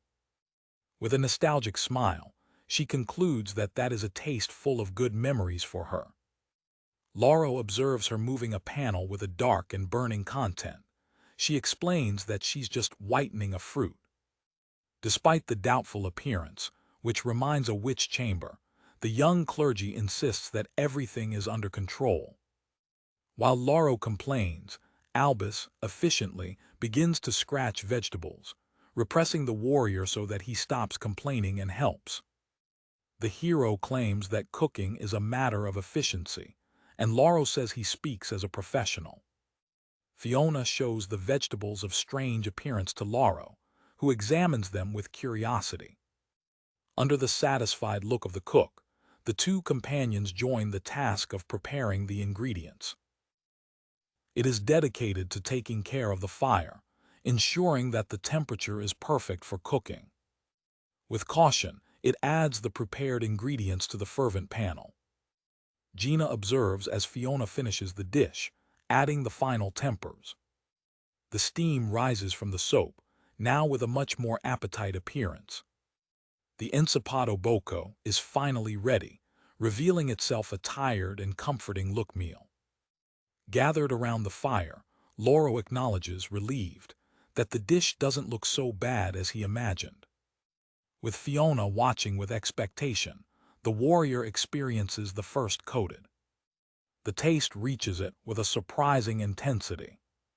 He says it's delicious, and soon the whole group is enjoying the meal with enthusiasm. They praise soft vegetables and well-tempered warmth, describing it as an extremely comforting dish. By proofing his own dish, however, Fiona's expression becomes thoughtful. She stopped eating for a moment, reflecting on the taste. A look of uncertainty arises on your face when you realize that something is different. Albus, who is also eating, perceives the subtle change in her behavior. Despite the concerns of Fiona, the meal continues in a pleasant weather. The night advances, and the full moon illuminates the landscape of the camp. As Lauro sleeps deeply, the young clergy remains awake, lost in her thoughts. Albus approaches her, who is sitting reading, and asks what is disturbing her. She turned her eyes away, hesitating to share her concerns. The young woman acknowledges that, although she thought she remembered the recipe perfectly, the snack didn't have the taste she expected. The uncertainty about where you may have mistaken prevents you from sleeping. The hero listened carefully to his anguish. He comforts her, suggesting that memories can be betrayal and that some little detail was different. The group leader calms her, saying that anyway the dish was great, and she shyly agrees. Nevertheless, she regrets, feeling sad for having the feeling that she has forgotten the true taste of the dish. Her sadness evokes a painful memory in Albus. Your face takes a dark expression when you remember an event from a past cycle. A retrospective leads him to a previous cycle, where he confesses to a mentor that he failed to protect Fiona.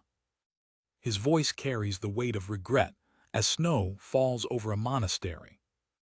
The mentor, holding what seems to be the young woman's box, hears the hero's confession. He thanks Albus for bringing the box back, recognizing himself as the mentor of the church. With a sad but proud look, he claims that the young man has done his duty well. Albus, with a low look, asks if, despite the sacrifice, the demon king was finally defeated. The memory changes to a moment when a fridge serves you a meal. She offers her a bowl of ensopado boko, saying it will warm you from the cold. He recognizes the dish, mentioning that Fiona had already prepared it for him, remembering that she was also not satisfied with the result. With a serious expression, he proves the sunset made by the brick. She asks with expectation, what is her judgment? He hesitates for a moment, processing the familiar taste. The time traveler claims that the taste is exactly the same, confirming that the Fiona recipe was correct all the time. The brother smiled benevolently, commenting that the memories could be empty. She suggests that if the taste in Fiona's memory was even better, it is because the meals they shared in the monastery left in it happy and precious memories, which made everything more delicious. The revelation makes Albus reflect on the nature of memories and feelings. After the conversation, the friar goes away, leaving him with his thoughts. A new determination rises in your eyes. He returns to the mentor, indicating that he has another question to ask. The question, pairing in the cold air, is about Fiona and her brother disappeared. Back to the present, Albus smiled to Fiona and encouraged her, promising that after defeating the Devil King and returning home, they will prove the true taste together. He swears that he will guarantee his safe return. His words restore the confidence of the young woman, who smiles, animated. She then declares that, when that day comes, she will ask to invite him. 4 months after the start of the journey, a young man presents himself as Zelark, a traveling trader. Fiona, with a shy smile, also presents himself to the newly arrived. The short scene to a comic situation, with Fiona and Zelark bound together. She explained that she just went out to seek water to the camp.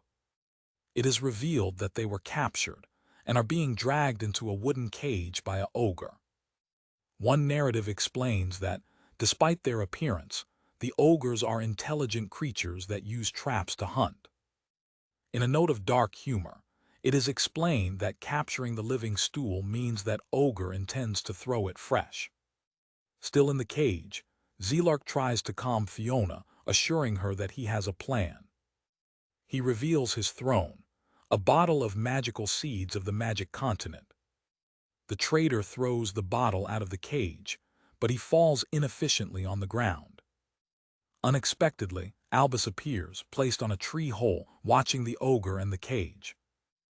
With focus, the hero prepares his arc, looking at the captor of his friends. From the cage, Zelark observes the seed that fell to the ground, panicking when he realizes that his plan failed. A flame shot by Albus touches Ogre's head accurately. The creature rooge of pain, the flame craved on its neck. With the ogre shaken, Albus joins the group and asks what they are doing there. One of the group colleagues commented that the ogre fled quickly, which is very smart from his side.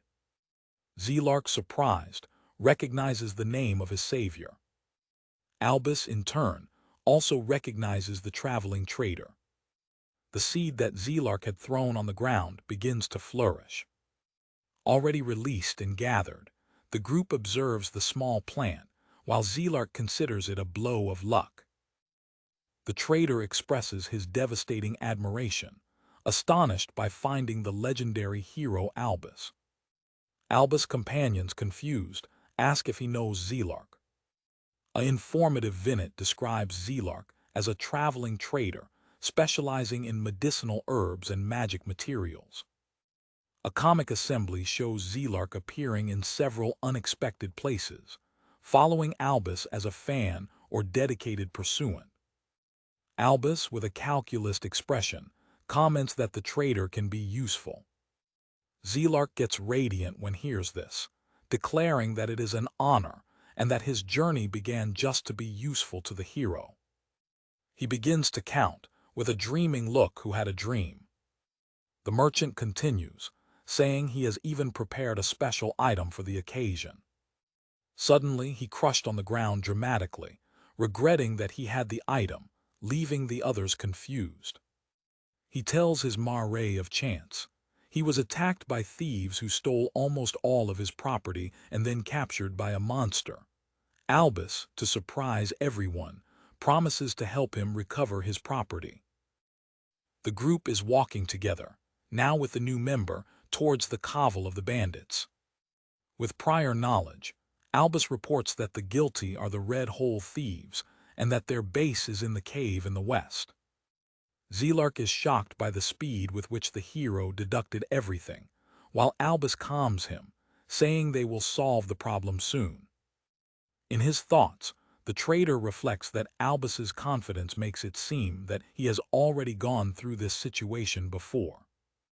As they walk, the companions ask Zelark about the dream he had mentioned before. He turns around with a smile and reveals his passion. He loves histories. The young man explains what heroic stories and adventures inspire and raise his heart. With enthusiasm, he turns to Albus, and declares that the hero's story itself is being fabricated at that exact moment. He continues, saying that because of that he had a wonderful dream. Suddenly, the ogre that Albus had wounded returns, seeking revenge and interrupting the conversation. Lauro is positioned for the battle, confirming that the creature has returned to revenge. This time, Zelark plays a single seed with intention. He planted it on the ground at the exact moment when the ogre advances to attack. The giant creature runs towards them, ready for battle. A monstrous plant immediately runs out of the ground, and Zelark announces its growth. The plant attacks the ogre with a devastating blow, involving it with its calls. The ogre is subjugated and appalled by the magical plant, falling defeated. Albus' companions watch the scene, completely shocked with the power demonstrated. Zelark, next to the defeated monster, says relieved that for a short time he did not die and that he fortunately still had some seeds. The other members of the group express their relief for having escaped for a short time. Lauro, impressed, asks if Zelark is actually very strong. Albus confirms his companion's suspicion with a simple yes. The hero admits, thoughtfully, that he didn't even know of the traitor's real capacity. Unfortunately, Zelark returns to his interrupted speech. He reveals his great dream, to become part of Albus' story. With a confident smile, he curves, asking them to count on him from ahead. In a comic end, the giant plant begins to debate uncontrollably, and Lauro screams for Zelark to do something about it. Albus, at a moment of mildness, comments about the almost supernatural punctuality of Zelark, which always seems to appear at the right time. The traveling trader approaches Albus, who is looking for a map, saying he imagined that his help would be needed at that time. With a seller's smile, Zelark explains that the area is infected with poisonous monsters and offers antidote to the group with a special discount. He tries to attract the attention of Albus, who seems absorbed in his thoughts, resuming to himself.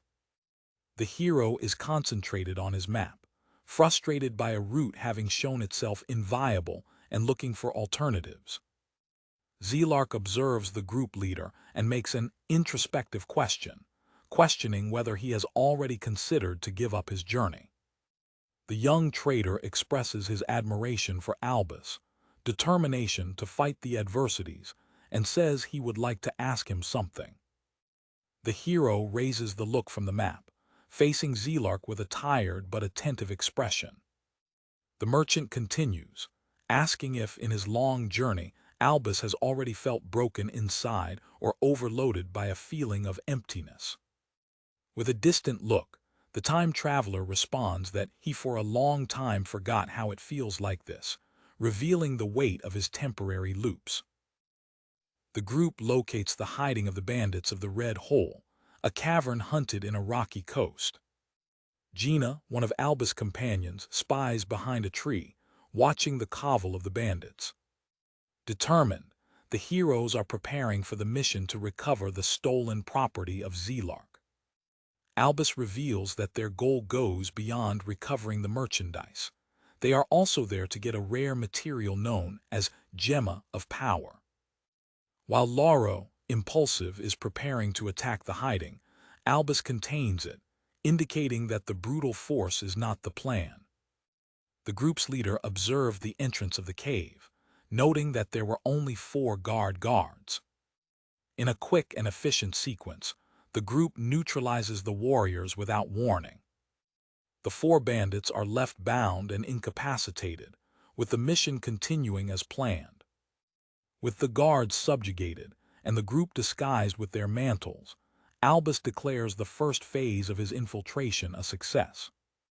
He explains his strategy for a frustrated Lauro. They will infiltrate, catch what they came to look for, and leave without fighting. Albus justifies the robbery approach, informing that there are about 20 bandits in the cave, making a frontal attack very dangerous. The hero notes that, despite the number, The thieves are neglected and their safety is failing, making infiltration the best option. One of his companions asks if this is how he has always been successful, and Albus confirms that he has already done it many times. The leader makes a gesture for the group to wait for the right time to move forward. Lauro argues that it would be more reasonable to crack the bandits once and for all to prevent them from causing more problems. Albus coldly rejects the suggestion, claiming that dealing with bandits is not his main job, to the shock of his companion. With confidence, he explains that local guards will soon take care of the band, and that they should keep their journey as quickly and efficiently as possible. Zelark, hiding behind Loris, agrees with Albus' pragmatic plan. The traitor smiled, claiming that he didn't care about this type of history, appreciating the effectiveness of the approach. Lauro launches a look of disapproval to his leader, still in disagreement with the decision. The warrior releases a breath of frustration, giving up to Albus' plan. With the discussion resolved, the disguised group goes to the entrance of the hiding.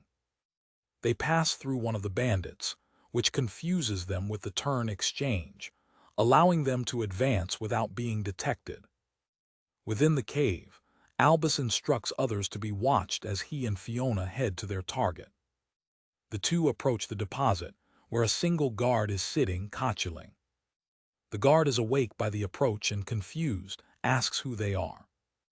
Before he can give the alarm, Fiona acts quickly, throwing out a magical sleep that neutralizes him instantly. With the free way, Albus swallowed into the deposit with a malicious smile, ready to catch the shake. He praises the effectiveness of Fiona's sleep magic, while she questions whether they are not acting like the villain of history. Suddenly, a mangle with spines flies toward Albus, which escapes in the last second. Fiona screams the name of her leader, shocked with the surprise attack. Albus manages to hold the current of the weapon, stopping the attack with a demonstration of strength.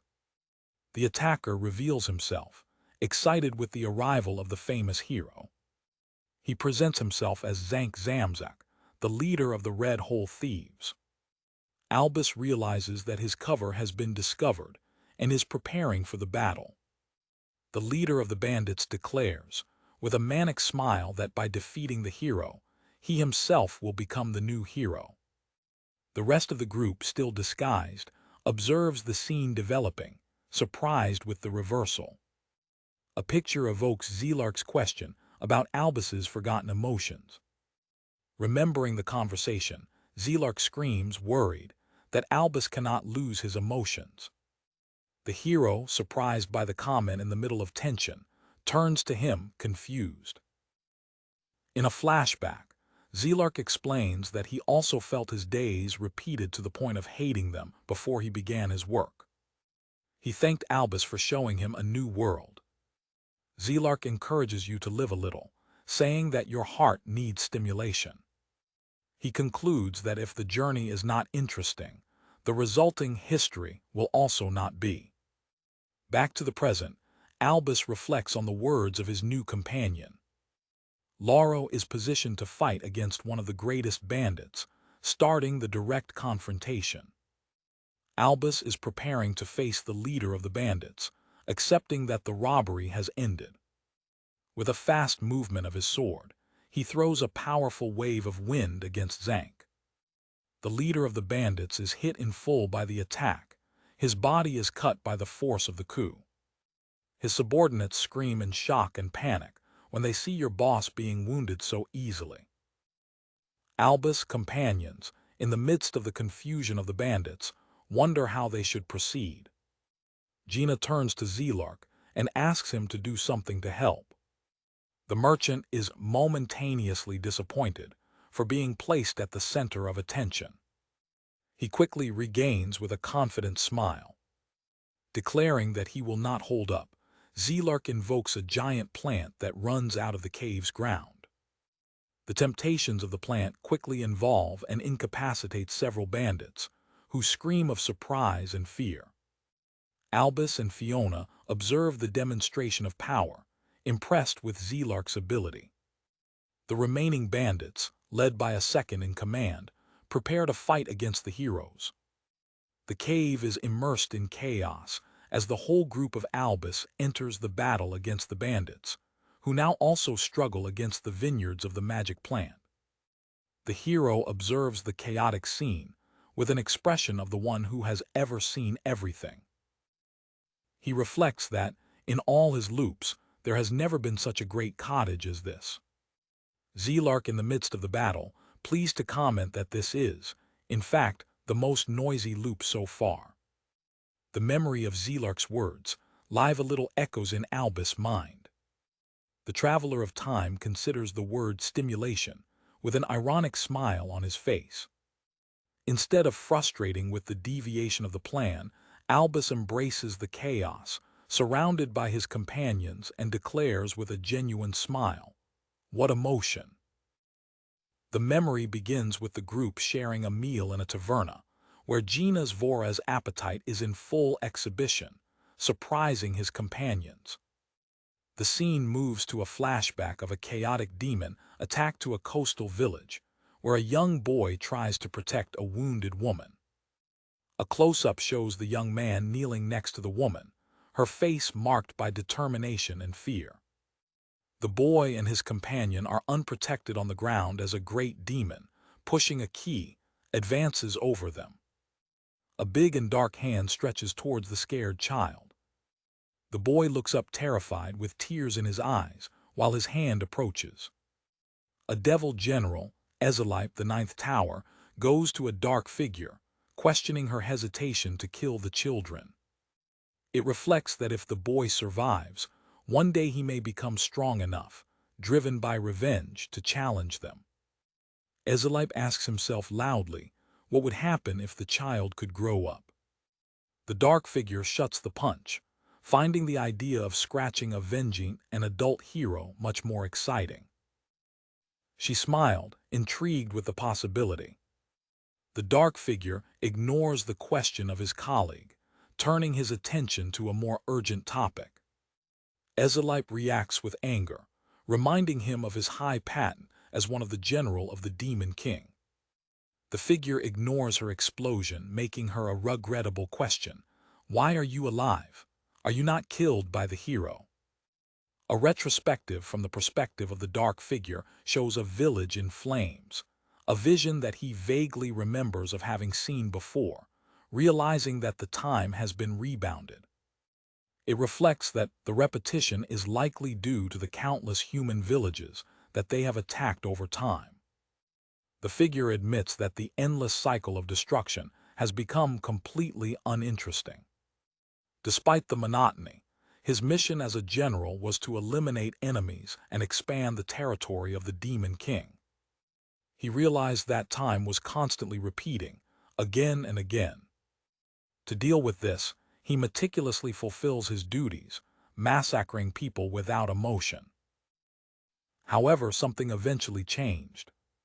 He abandoned his appointed duties and began his own secret investigation on the strange phenomena.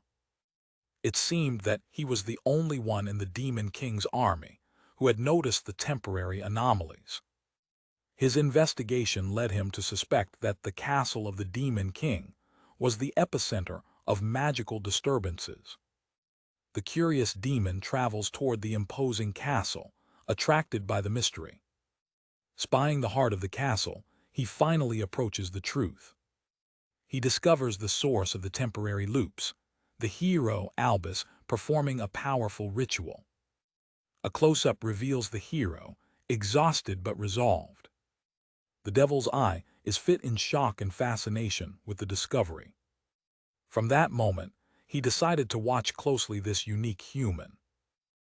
He observed as Albus repeated his journey numerous times, challenging the Demon King, losing until he finally succeeded, just to start everything again. Even after the victory, the hero continued to repeat his search. The devil scratched in the shadows, studying every movement of Albus. His curiosity turned into an obsession. He wanted to understand everything about him. The devil found the endless struggle of the hero absolutely fascinating. Now revealed as Zelark, he appears behind Albus, ready to stop observing and start participating. A flashback presents Zelark as the Fifth Tower, a general of the Demon King, who find comfort and understanding of human emotions through stories in his private library. A servant approaches him respectfully while he reads. He thinks about the emotions and stories hidden behind the expressions of humans that he should destroy. Zelark reflects that, if he could understand them, even the simple act of hunting humans would become a deeper experience. This understanding, he believes, could make his tired duties more pleasant. However, simply understanding through the books is no longer enough for him. He says he was looking for the definitive history and found it in Albus. With a smile, he turns to the hero, marking the beginning of his direct intervention. In a surprising movement, Zelark attacks Albus' companions, declaring that he is no longer satisfied with just listening to stories. He releases a seed, proclaiming his desire to participate actively in the narrative. Sometimes he would offer help, and sometimes it would cause unexpected and dramatic revolts. In order to make the hero's story truly captivating, Zelark believes he needs to irritate Albus' emotions. The seed he planted begins to grow quickly, his temptations turn around. He combines a monster like a plant in front of Fiona, proposing a tragic reversal where one of the hero's precious companions could die. The temptations of the creature catch Loris, while Gina looks shocked. Gina's expression is of pure horror and unbelief, with sudden betrayal. Albus appears instantly behind Zelark, pressing a laminate on his neck and confirming his suspicion. "You're a demon, isn't it?" The hero acknowledges that, although he knew that something was wrong with him, Zelark played well the role of a good traitor. "I take the devil can only offer a joke, oh heaven," in response. Albus warns you to not be too excited with his schemes. In a shocking turn, Albus smiles and offers Zelark a genuine invitation to join his group, claiming that shy measures will not be enough. Lauro and Gina react with stupid incredulity to their leader's decision to recruit the demon who just attacked them. Albus concludes his offer with a cold and pragmatic condition. Zelark can stay, but only as long as it remains utile. In a recapitulation of the journey, the hero Albus defeats the Demon King, who, in turn, revives using the Fiona clergy as his new receipt. To save his companion, the hero rebubins time with magic, rebounding his adventure from zero in the hope of finding a future where she doesn't need to die. The journey to save the world and a girl repeats untouchably, with the group of heroes trilling the same path again. Observing from a distance, a demonic figure considers the band's saga a stupid story, but fascinating. This entity, Zelark, reveals that, in some way, he is able to retain his memories through the temporary loops of the world. He realizes that he has a skill that even the Demon King does not have. With a satisfied smile, the devil concludes that he must be special because he possesses such a unique power. Back to the present, the group of Albus discusses in secret, questioning whether the newly arrived Zelark is actually a devil, while he himself observes at a distance. The leader explains that he allowed the mysterious being to act freely to understand his intentions, but warns his companions to stay in custody. One of the warriors asks how the hero perceived the true nature of Zelark, which looks so much like a human. The traveler of time responds that he has already fought more demons than you can imagine. He elaborates that no matter how well they are hidden, the demons have unmistakable characteristics that they cannot hide. As an example, he quotes their breathing, which is less frequent than that of humans, and their slower heartbeats. The leader continues to list other signs, such as silent steps and strange reactions to certain sounds, making his companion compare him to a scientist. Albus added that there was another detail that disturbed him. In a flashback, the hero remembers the moment when he tried to sun Zelark over his homeland.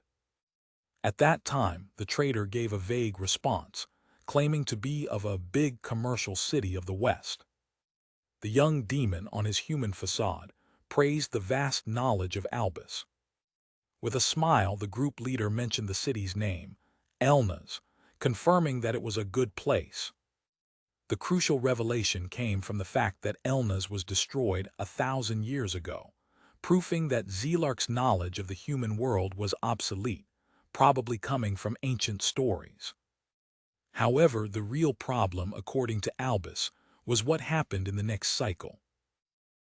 In a flashback from the subsequent loop, Zelark presents himself again to the group. This time, being questioned about his origin, he named the city Elna's, correcting his previous mistake and confirming to Albus that he retained his memories. The scene returns to the confrontation, with Albus pressing the devil, confirming his suspicion about the retention of memories. Zelark's expression is shocking when dismasked, with the hero's linen on his neck. The shock quickly turns into a smile of admiration, recognizing the insight of your opponent. Discovering his horns, the demonic being asks, with a challenging smile, if Albus will still invite him to the group. The leader responds yes, but imposes a condition. The devil can only stay as long as it remains Yumil. Zelark joyfully accepts the agreement, for the complete despair and protest of Laro and Gina. The tension remains in the air, as the group tries to process the newly formed alliance. Albus' companions explode in anger, screaming that he cannot be talking seriously when he allies to a demon. Laro points to the figure of horns, reminding everyone that he had tried to kill Fiona moments before. The devil offers a displicent apology, describing his murder attempt as a stupid and passing impulse. He says he hates conflicts, and that's why he wants to join the group, leaving others even more confused. The scene changes, showing a new situation where a band of thieves was manipulated. The bandit leader, angry, confronts Zelark, who apparently deceived him. The bandit screams that it was not what they combined, and that they followed the demon's instructions at risk, just to be defeated by Albus. He accuses the being of horns of having deceived him, remembering the promise that emboscade to the hero's group would be an easy victory. With a cruel smile, Zelark informs the bandit that someone like him could never win. He reveals that the only purpose of the bandit was to give a little shame to the heroes, and that, with his role fulfilled, he is no longer necessary. With a frightening cold, the devil tells the man that he can die now. A magical wooden stack is shot from the ground towards the bandit. Unexpectedly, Albus intervenes, nicking the leader of the bandits before Zelark's attack reaches him, leaving the demon surprised. The demon being expresses his surprise with the hero's intervention. He questioned the decision of Albus, asking if he opposed to kill, since the thief deserved death for his sins. The traveler of time responds with indifference, claiming that he is not troubled with this kind of thing. He turns to his group and explains that, although he does not preach morality, he will not allow the world to shape the caprices of Zelark. Getting the devil directly, the hero firmly declares that he will not let things happen the way he wants. Albus faces his new and unstable ally, saying he realized that he was manipulating the events for pure fun. Zelark hears with a mysterious smile, without denying the accusation. With an expression of dishonestness, the hero points to the devil and declares that his script is fool. The word reaches Zelark in full, and his eyes fit into genuine shock. The devil is momentaneously without words, surprised by Albus' unexpected criticism. The group leader gives his back, imposing his rules. From now on, Zelark will follow his instructions if he wants to continue in the team. Instead of anger, the devil's face illuminates with a smile of pure excitement with this new reversal. He repeats the word chait to himself, processing the insult. Suddenly, the demonic being explodes in a manic throat, declaring that he doesn't care about what no one says. He says he's just doing what he feels interesting, revealing his chaotic nature. With a nervous tick in the eye, he insists that Albus's opinion doesn't bother him even a little. He seems to be immersed in his own delight, with an ecstasy smile. Suddenly, giant and monstrous winds rise out of the ground, surrounding the group in a demonstration of power. The companions of the hero look around, alarmed with the sudden threat. With a dangerous smile, Zelark continues his inner monologue. Enclosed by his vegetable creations, he confesses that, for a moment, he felt a strange and devastating impulse to kill Albus. The group responds to the disturbing confession, while the leader responds with a dry and uninterruptible, "Is it really?" Lauro, irritated, suggests burning the monstrous wines of Zelark, but it is repressed by Gina, who reminds him that they are in a closed cave and that the plants were strong enough to throw down a agro with a single blow. While Albus also represses Lauro for his impulsivity, Zelark observes the scene with a breath, regretting that he hoped to resolve the situation more peacefully. Sitting on the ruins, the devil goes to Albus with an air of superiority, claiming that he will give him some margin of maneuver for his temporary loop. With a sinister smile, Zelark proposes that they play again at another occasion, revealing his intention to continue interfering in the hero's journey. Albus, without intimidating himself with the provocations, prepares his arc, looking directly to the devil. The expression of the hero is of pure concentration and determination, focused on its opponent. The young traveler of time is forced to escape a violent attack of the vineyards, which rise from the ground with destructive force. Zelark, the target of the attack, commented with admiration on Albus' speed in identifying him as the main threat. The devil reveals his true identity as Zelark, the fifth tower of the 13 towers of heavenly fall, and challenges the hero to survive his vineyard storm, inviting him to enjoy the show. In the midst of chaos, the attention of the demonic being is captured by the appearance of bright light butterflies. The etheric worms begin to agglomerate around the vineyards, and Zelark asks if the plants are moving on their own, intrigued by the phenomenon. Albus reveals its tactical analysis, questioning how plants identify their targets and theorizing that they react to moving objects. The hero then proposes a plan. Use Fiona's light bulbs as a distraction to confuse the senses of the carnivore plants. Fiona quickly conjures her spiritual magic, Papillia, filling the cave with a spoon of magical butterflies. Although she admits that she can only invoke the miners for now, the light butterflies fulfill their purpose, attracting the attention of the vineyards. With the distraction created, Lauro sees the perfect opportunity to attack, his battle aura manifesting itself like a ferocious tiger. The warrior advances with his Pharaoh's Ball, cutting the vineyards and opening the way for Albus to advance towards Zelark. Enjoying the gap, the group leader jumps toward the devil, with the swords ready for the final coup. Zelark, however, remains impassible, questioning Albus' confidence and revealing a new trap. Sharp spines rise from the ground to intercept him. The devil laughs, delighting with the reversal he prepared.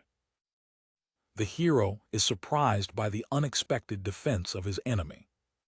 The spines roll around Albus's body, catching him in the air and interrupting his attack. With his face surrounded by pain, the traveler of time struggles to get rid of the spinous vineyards that catch him. His companions, Fiona and Lauro, scream his name in despair when they see him captured. Unable to get free, the hero falls to the ground, apparently defeated. Zelark slowly approaches his prisoner, tasting the moment of victory. With an expression of manic ecstasy, the devil declares that Albus's face of pain and frustration is exactly what he wanted to see. He reveals himself, explaining that his goal was to provoke a genuine emotional reaction of the hero. The demon argues that the repeated temporary loops have made Albus' emotions superficial and predictable. He continues his philosophy, claiming that a world where everything happens as planned is uninteresting and unable to awaken true emotions. For Zelark, living without surprises or contracts is the same as having lost the ability to feel. He insists that Albus's heart needs stimulation to feel alive again. The demon being reveals his desire to add reverses to Albus' journey, believing that an interesting story needs elements such as surprise, anxiety, pain, and despair. Despite his situation, Albus recruits coldly, claiming that Zelark does not understand anything about him. The hero remembers a previous conversation, where his opponent had already expressed similar ideas. The confidence in Albus's response catches Zelark of surprise, momentaneously shaking his composure.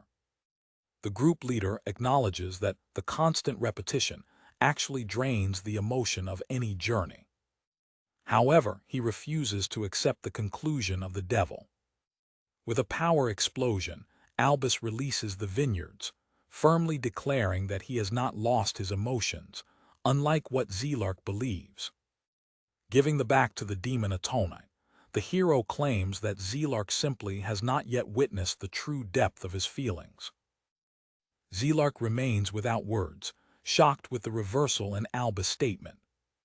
Lauro and Fiona observe the exchange of words, trying to understand the complex dynamics between their leader and the devil. Releasing an enormous power pressure, Albus warns Zelark to get away, revealing the intense emotions that rush within him. With a new and overwhelming confidence, the hero declares that neither a high-level general like Zelark is pair for him when he's serious. It displays a powerful right of wind, a turbulence of air lights that advances directly over the devil. Attacked in full by the attack, Zelark is subjugated, while Albus victoriously claims that he doesn't need the forced reverses of him to make his story interesting. The hero concludes affirming that, unlike what Zelark thinks, documentaries which show the truth of life are more interesting, and that arrogance can be defeated with a single blow. After the confrontation, Zelark is subjugated by Albus's powerful right of wind, confirming the hero's statement that arrogance can be defeated with a single blow. Observing the prothesis of his leader, Lauro begins to believe in the shocking truth that Albus has, in fact, repeated the time, for Fiona's confusion. Lauro reflects that Albus's strength does not come from levels or skills, but from a vast experience accumulated throughout his repeated trips.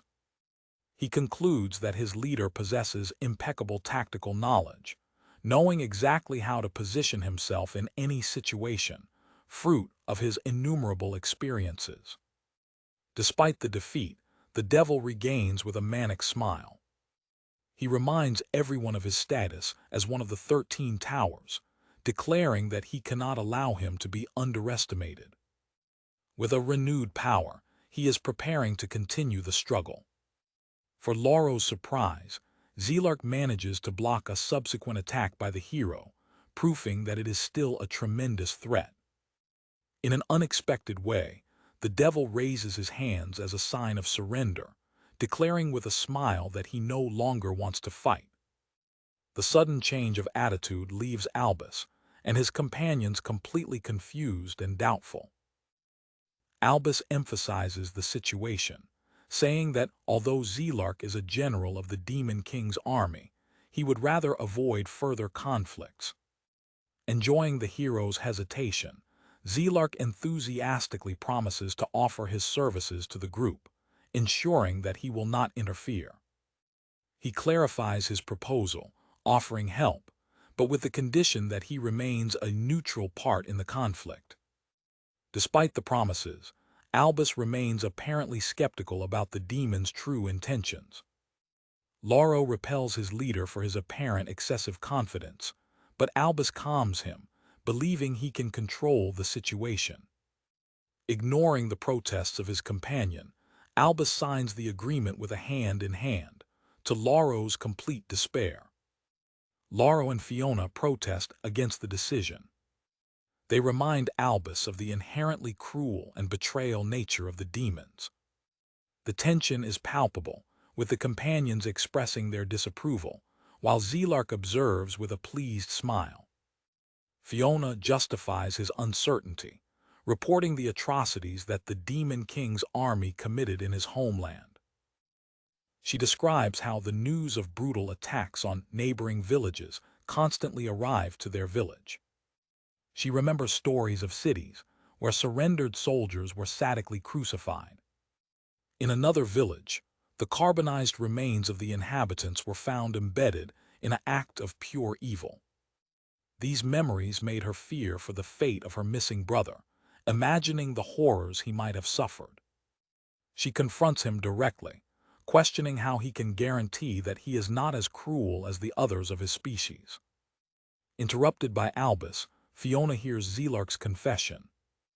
The devil openly acknowledges to be a cruel and wise being, exactly as she suspected. He shrinks his shoulders with indifference, claiming that this is simply the nature of the demons and that there is nothing he can do. Angry with his lack of regret, Fiona is faced with Zelark's cold philosophy. He says he does not seek forgiveness, nor wants to apologize. For him, demons and humans will never be able to truly understand each other. Tired of the devil's attitude, Lauro attacks him with a powerful blow, making him sweep a dark substance. However, it is revealed that the target was just a clone of wood. The clone dissolves with the impact, leaving Lauro and Albus to consider what to do with the real demon. The situation is then re-evaluated by the group. Albus reveals that he has an idea to deal with Zelark's presence. The devil wakes up in a camp in the forest. He is under the attention of the group of heroes. Albus approaches to present his solution to the impasse between them. He draws the attention of the devil being to his neck. Zelark finds, surprised, that a collar was placed in him while he was unconscious. Albus reveals his solution, a collar of jurament, a magical tool that catches Zelark, forcing him to adhere to the terms of a jurament. The hero explains the brutal consequence. If Zelark tries to break the oath, the collar will instantly decapitate him. He says that this is the way he found to impose restrictions on the unpredictable actions of the new member. Albus imposes to him a single and simple oath to be followed: don't lie. The simplicity of the condition surprises Zelark. His new companions are also shocked, expecting something more complex. Albus explains his logic, admitting that although he uses people to his goals, he does not desire a master and slave relationship with the devil. Intrigued, Zelark considers the group's leader's proposal. He decides to add a term to the oath: from now on, I will not hurt humans. The demon's voluntary proposal leaves Albus and Lauro shocked. Fiona is also thrilled with Zelark's unexpected cooperation. He asks if this addition to the oath will be enough to gain their confidence. Instead of answering, Zelark declares that he has decided to trust the words of the hero Albus. He then asks Albus to show him something interesting, to which the hero responds by calling him eccentric before activating the magic. The magic of the oath is sealed in the collar. Fiona ironically comments about Albus calling Zelark of eccentric, suggesting that the hero himself is also peculiar. With the contract formed, the group returns his journey in a car. Despite the deal, the tension between Fiona and her new unwanted companion remains evident. In transit, Lauro questions the origin of the collar, and Albus reveals that he found him in a hidden store, a knowledge of a loop past. During a break, Fiona approaches Zelark for a conversation. She expresses her intention to try to understand him as an individual. The church tries to show empathy for his position. Despite her efforts, she acknowledges that she is still unable to trust him completely. She repeats her will to see beyond her demonic identity. Fiona concludes that, as they will travel together, it is necessary to establish an understanding. As a first step, she decides to treat him with respect, formally calling him Zelark-san. The being of horns accepts its terms, but repeats its position. He says he has no trouble with the arrangement proposed by him. However, he reminds everyone that he does not intend to stay forever and wants to just be a neutral observer of the journey. Albus interrupts, declaring that he does not intend to let him be a merely spectator. He reveals an enormous list of tasks he prepared for the devil. The hero plans to use the power of Zelark to overcome obstacles, such as building bridges and defeating monsters, accelerating the journey. Despite Albus' enthusiasm, the devil ignores him, pretending to appreciate the landscape, predicting a complicated group dynamic. A philosophical narration reflects the inevitability that everyone makes mistakes. The thought continues, claiming that you cannot blame others for their faults. The reflection thinks that, how more careful a person is. Accidents can still happen as a small creature runs on a road in the forest. Back to the group, Fiona realizes the absence of Albus and asks, worried for her parade air. Zelark reports that they are in one of the most dangerous areas in the region, the Golden Entertainment Park. Gina explains that the group leader was ahead to check the route. The devil adds that, although the dead witch Gold is no longer there, his curse still persists on the site. Lauro increases the danger, warning that leaving the road can lead to unknown consequences. The warrior's attention is suddenly captured by a sound in the forest.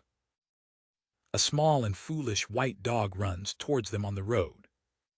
While Zelark doubts that he might be a monster, Lauro approaches friendly the animal, who lacks in response. The attempt of friendship is interrupted when the dog bites Lauro's hand, who screams of pain.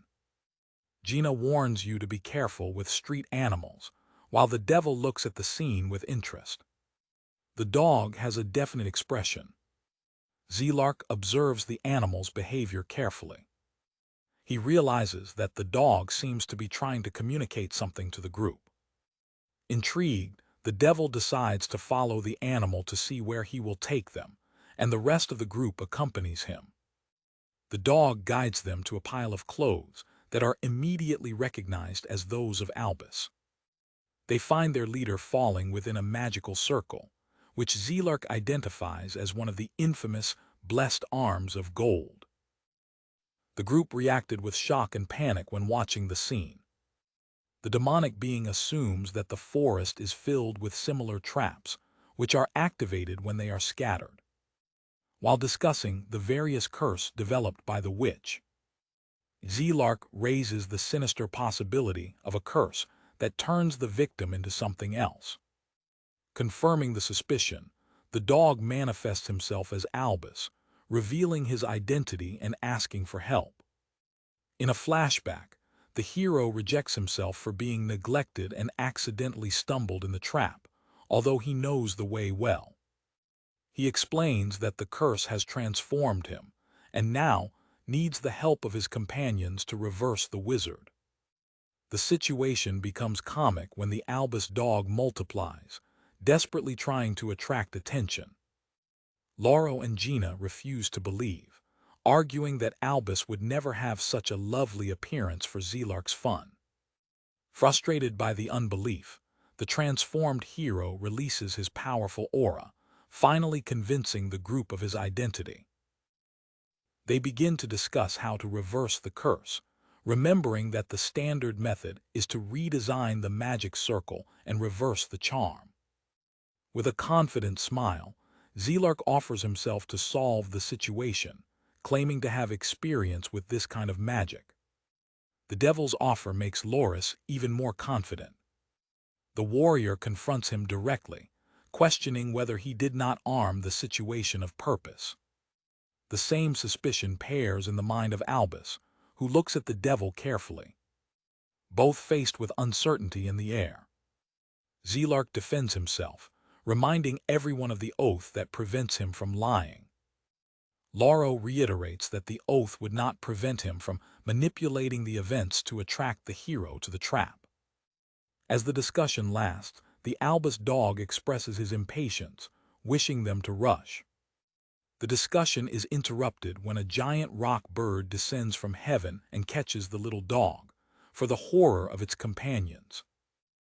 Carried to heaven by the monstrous bird, the hero is desperate, believing that his end has come. Albus's expression is of pure resignation as it is loaded away.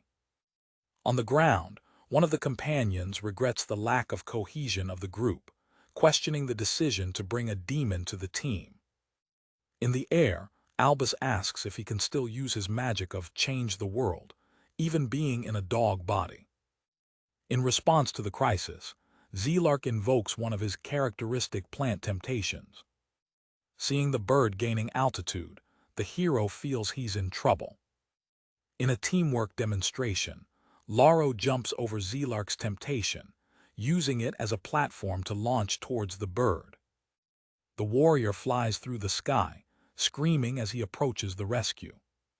He is preparing to intercept the wild creature. From the ground, Zelark and Gina observe the bold rescue attempt. With a powerful air blow called Mortal Remains, Lauro hits the bird rock, rescues Albus and saves his companions in the process. Zelark observes the result of the maneuver with a pleased smile. Gina and Lauro seem surprised by the success of the operation. After the rescue, the curse is broken and Albus returns to his human shape within the magical circle, expressing his relief. His companions react in different ways. Lauro relieved, Zelark smiling and Gina covering his eyes with shame. The tension turns into a comic discussion, with Lauro blaming Albus for the incident. Despite the complaints, the group leader smiled, praising the good teamwork they demonstrated. Lauro and Zelark exchange a view of mutual understanding. The warrior admits that he acted by instinct, while the devil reveals that his help was motivated by the desire to continue entertaining the journey. The tranquility is short because the group realizes that he is no longer alone in the forest. A woman with witch clothes arises in a wardrobe, reproaching them for being in the tent of her teacher. Albus carefully observes the arrival of the mysterious witch. During the night, Albus asks Zelark about how he can keep his memories among the temporary loops. Camped around a fire while his companions sleep, the hero presses the devil for a response. With a presumptive expression, Zelark declares that it is because he was selected by God to Albus's unbelief. The demon being deviates from the question, claiming that the important thing is only that he is special. The group leader concludes, with disdain, that his corner companion also does not understand the reason. Albus reveals that Lauro also seems to have fragments of past Loop's memories. The time traveler reflects that, although the world looks the same, he feels small changes happening gradually. He considers the possibility that his former team colleagues may also have retained their memories. Zelark, intrigued, asks Albus what he would do if that was the truth. The hero looks to the night sky, thoughtful.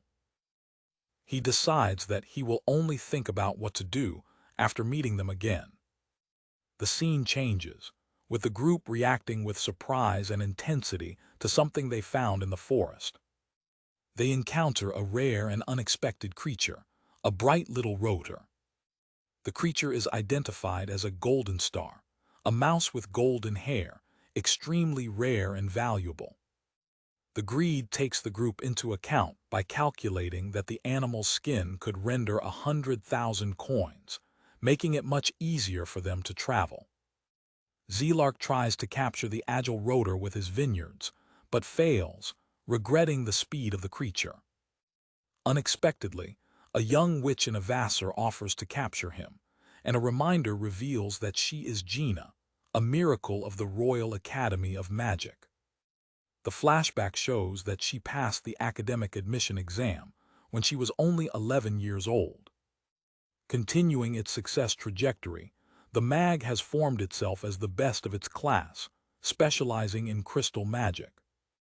Albus's memory confirms that she has already been one of her allies in the struggle against the Demon King in a previous cycle. Back to the present, the witch conjures her magic Crystalia, capturing the golden star in a big crystal. However, the wizard is so powerful that he also catches Albus and his companions in a field of crystals that rise from the ground. The small creature is perfectly encapsulated in the crystal, like a trophy. Gina lands and takes her reward, satisfied with the luck she had when she met the rare animal. Lauro claims to be with his legs stuck, while Zelark observes the dramatic change in the landscape with interest. The witch reports that the crystals, being made of magic, will disappear over time. In front of Lauro's impatience, she asks if they would like she to make them disappear immediately. She then demands a payment of 1,000 coins per person to release them, a proposal that the warrior Vivement rejects. After resolving the situation, Gina joins the group's journey, and she confirms that he is the famous Albus hero. The magician explains that he originally traveled to the capital to join the subjugation of the Demon King, attracted by the prestigious and generous reward. She regrets being left behind in the castle city after Albus chose her limited group, showing a reminder of the many dismissed candidates. Lauro smiles, angry that the witch seems to only care about money. Gina continues to complain about the travel costs and the time she lost for not being chosen. With conviction, the witch declares her philosophy of life: magic costs money. It details the high costs involved, from rare materials and tools to the search of old documents. She thinks about the maintenance expenses of her office and travel, leading Fiona to comment on how hard the world is. Fiona, intrigued, questions Gina, remembering that, as a graduate of the prestigious Royal Academy of Magic, she should receive financial support. The church reveals that it knows the fame of Gina as the miracle of the Academy. Fiona expresses her deep admiration, mentioning the stories of how Gina traveled around the world helping people after graduating. The magician, however, minimizes the praises, claiming that she was just making messages and that she was only interested in the reward. Gina then makes a shocking revelation. She was expelled from the academy 3 years ago. Due to the expulsion, it is no longer eligible to receive any kind of support from the institution. She explains that the academy does not tolerate heretic magic, approving only the magic schools that she herself punishes. Despite the consequences, the witch affirms with determination that there is a magic that she needs to explore, no matter the cost. Albus then extends a formal invitation, asking if, even with her personal goals, she would still be willing to join their group.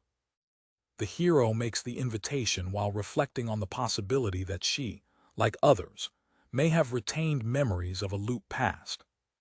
The sudden offer of his leader leaves Lauro and Fiona completely surprised. To surprise everyone, Gina rejects the invitation with indifference. She says she has lost her interest in world peace and prefers to leave that task for them. Zelark takes advantage of the opportunity to shame Albus for being rejected, receiving a rigid response.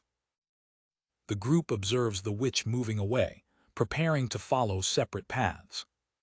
Fiona, with a smile, expresses her certainty that they will meet again one day. The clergy formally apologizes, saying it was an honor to meet the famous mag. Gina, in turn, accepts the farewell with a simple acne of head. Fiona's sincerity seems to leave the witch, usually so calculist, momentaneously confused. Albus calls her last time, asking if her office is near, to which she responds with a spiritual comment on him being very personal. Lauro, hearing the conversation, suggests that she should strengthen the defenses of her office. Based on her knowledge of a previous cycle, Albus warns her with a dark forecast. Her office will soon be attacked and burned. The mag is confused with the strange and sinister statement of the hero. In a flashback, a young woman Gina finds a mysterious woman in the forest, whom she describes as strange. The girl felt that, although the woman was physically present, her essence seemed distant and absent. The woman, who would prove to be the Golden Witch, had a lost look, fixed on something far beyond her immediate environment. The young woman explains that her father left her there with the promise that she would return, a waiting that had been long. With a disappointing simplicity, she reveals that she has been in the same place for 3 days. With a childhood hope, the girl asks if the stranger came to look for her, but Oro replies that she was just passing. The perception that your hope was empty is reflected in your expression of disappointment. The witch, with a cold insight, deduces the hard reality. The child was abandoned. With the low head, the white-haired girl admits the truth of her abandonment. Seeing this as a caprice of fate, Oro invites the untouched girl to accompany her. At this time, a new and uncertain journey begins for the young student. The mysterious woman formally presents herself as Gold, the witch. The scene jumps to the present, in the corridors of the Royal Academy of Magic, where the name of Gina is mentioned. The senior wizard, Enrique Winford, identifies her as the genius that the Academy expelled 3 years earlier. Another official confirms the identity, reminding that she was a disciple of the infamous Travessa witch Gold. Enrique justifies the expulsion, explaining that, when they discovered their connection with Gold, they were forced to remove it, admitting the mistake of not having investigated their past before. Meanwhile, the director and great witchman, Ulzane Drak, begins to tell a story while hears cookies. It reveals that, for a long time, rumors circulated that Gold was searching for a specific type of magic. The director specifies that the witch's research was about dimensional magic, capable of manipulating time and space. Enrique reacts with surprise, highlighting that such magic is an ancient and forbidden art that disturbs the order of the world. He adds that, before the rumors could be confirmed, they received the news of the death of Gold. An officer raises the suspicion that her disciple, Gina, may be giving continuation to this dangerous investigation. Casually, the director offers a cookie and suggests that they verify the veracity of the suspect. Enrique says with conviction that forbidden research cannot be tolerated, regardless of who drives them. With a serious expression, Director Drak gives a clear order: the research must be taken from it. Your subordinate asks, what will happen if you find evidence of heretic research? The director reveals the true intention of the Academy. Every innovative research, by law, belongs to them, and they intend to confiscate it. Back to the Albus group, they continue their journey in a car. Fiona, worried, asks Albus about the decision to leave Gina back. She insists that if the magician is in danger of being attacked, they have the duty to protect her. With a serious look, the hero agrees that they need to act quickly. Using his knowledge of a previous cycle, Albus predicts with accuracy that the attack will occur in the night of the new moon, within 2 months. Zelark comments about how well informed his leader looks, while Lauro emphasizes that they cannot stay in the area until there. In a flashback of a past loop, Albus reminds that during the trip a message came to Gina. The message, sent by a witch colleague, the complete destruction of his workshop by agents of the Academy of Magic. Laurel observes the reaction of his companion by reading the devastating news. In that previous cycle, Gina expressed her pain by knowing that all her research and her home were reduced to ashes. Albus asked the magician if she did not intend to return to check the damage. Taken by the emotion, she covered her face, unable to contain her suffering. The weight of the loss of years of work and of your single home has profoundly shaken her. Despite the pain, the witch demonstrated her strength, declaring that she would finish their mission at any cost, refusing to return back. Back to the present, Albus expresses his confidence in Gina's strength, claiming that she will be well alone and that they also have a role to play. With a soul that confuses Fiona, the hero orders the group to continue forward. Alone, the magician reaches its destination, steering firmly in the grass near its tower. Observing her companions' carrows getting away, she lovingly calls them a band of Syssids. As she is preparing for the imminent attack, she remembers the words of Gold, who told her that the tower would be her home. She remembers her first impression when entering the tower, finding the place dirty and dirty. Another memory takes her to a quiet night, watching the tower next to her mentor. Gold, with a smile, delivered him cleaning tools, starting his learning life. The witch gave her a long list of tasks, from cleaning and preparing meals to taking care of the magical family. Despite the workload, the mentor maintained an air of lightness and fun. Surprised by the young woman's attitude, Oro asked why she didn't complain of the tasks. The girl answered with gratitude, saying she would not complain that she had a roof on her head. With determination, she promised to do all the work needed to reward kindness. From a distance, the witch observed her apprenticeship with approval, calling her good girl.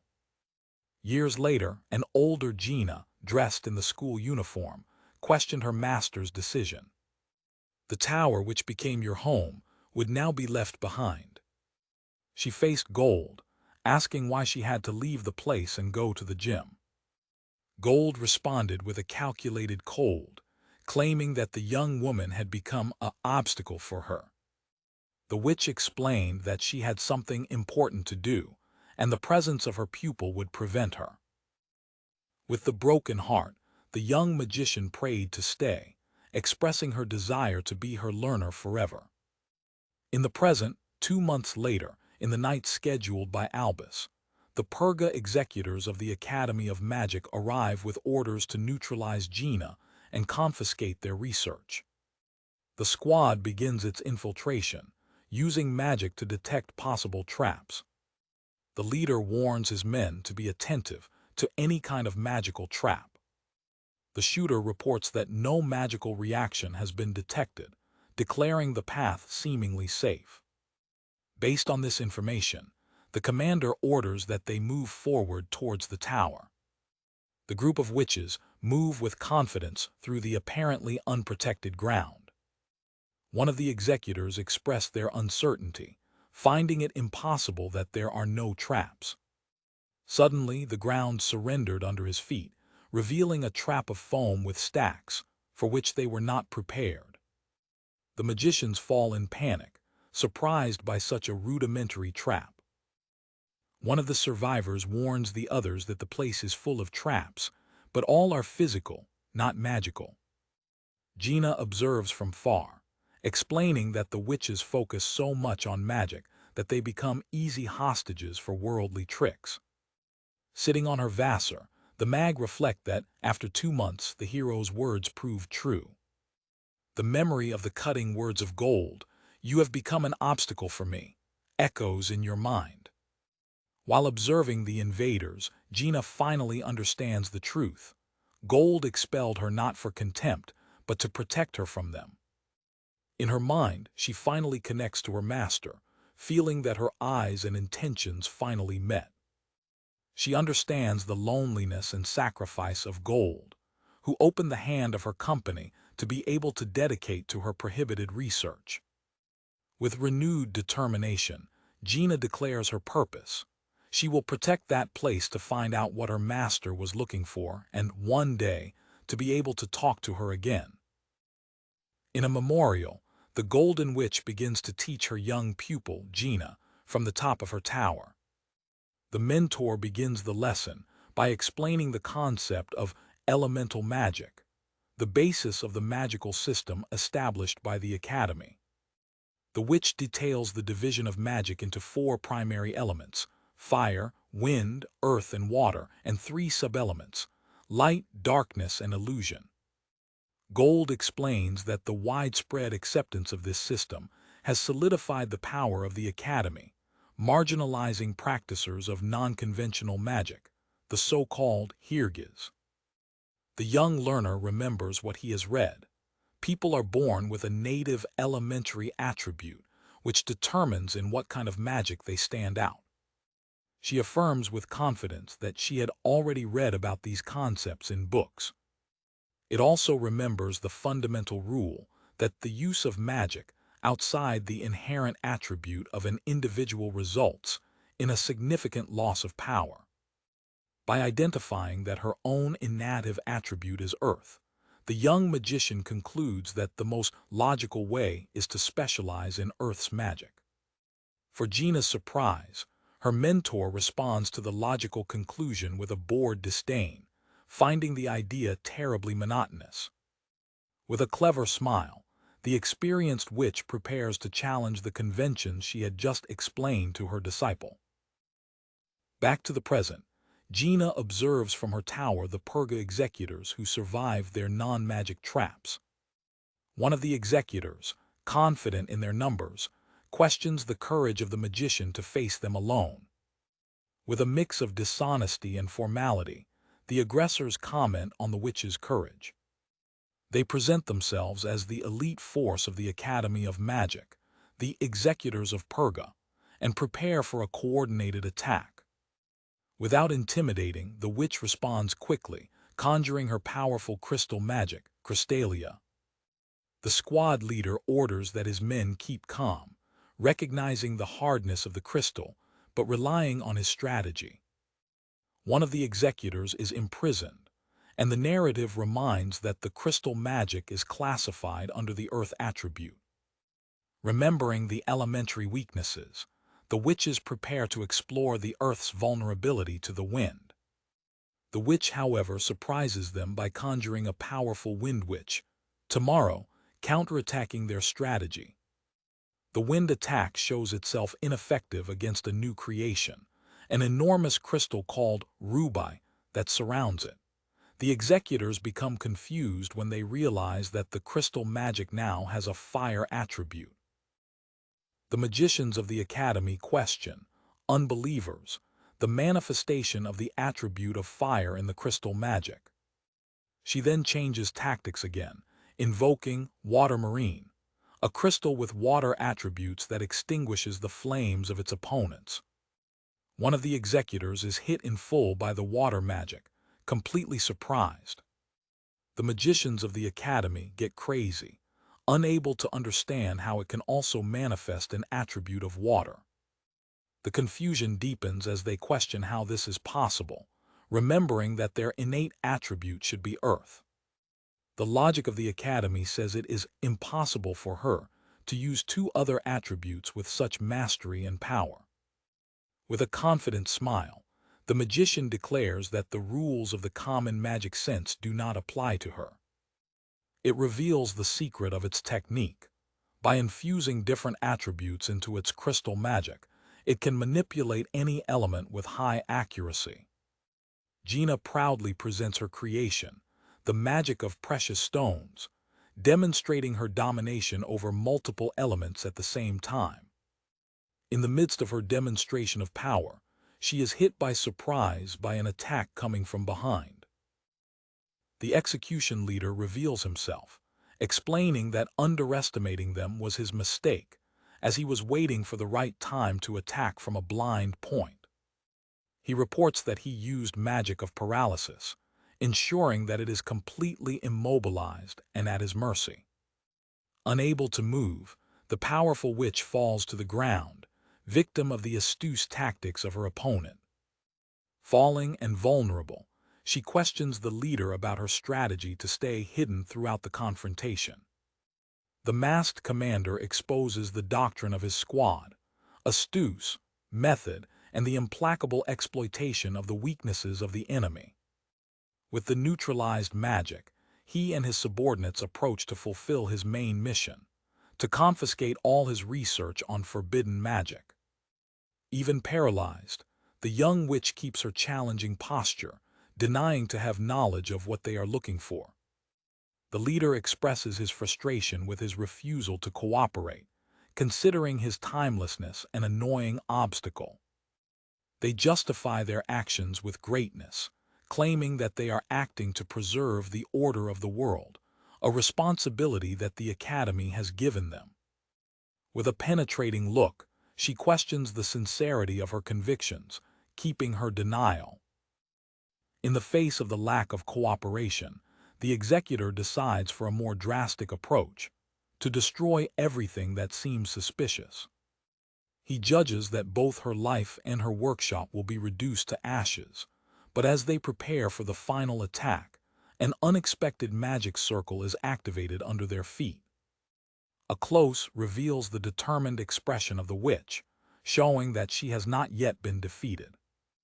The executives react shockfully to the automatic activation puzzle, and the magic reveals that it was prepared for that eventuality.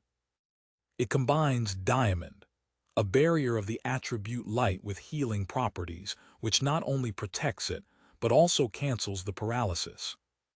At a moment of clarity, the voice of your mentor, Gold, echoes in your mind. The memory brings the fundamental lesson of Gold, questioning the common sense, seeking continuously and taking advantage of the process. For with this mentality, nothing is irresistible with magic. Inspired by her master's memory, Gina declares with renewed determination that it will destroy the common sense of her opponents. The execution leader, impressed with his skill and resilience, finally recognizes her as a worthy opponent and a true miracle. The confrontation is suddenly interrupted by the arrival of Fiona and his Pegasus, who implores that everyone stop fighting. The magicians of the Academy look to heaven, at need with the appearance of the mythical creature. The magician immediately recognizes the newly arrived as Fiona, one of the companions of hero Albus. Fiona announces that it brings direct orders from the director of the Academy of Magic, Ulzane Drak. One of the executives acknowledges the Pegasus, confirming that the mountains belong to the academic director himself. The clergy transmits the official order. Perga executives must stop the mission immediately, as the Academy will no longer interfere with Gina or her research. The witch, surprised by the reversal, questions the meaning of that unexpected intervention. Fiona begins to explain that, after separating, the group of Albus traveled directly to the Academy of Magic. The clergy reports that its leader, Albus, has started direct negotiations with the director of the institution. In a flashback, Director Drak questions Albus' intentions, surprised by the hero's visit.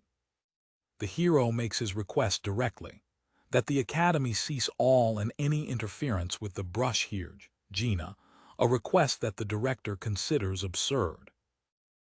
In a flashback, Albus arrives at the impressive Royal Academy of Magic to negotiate directly with his leader.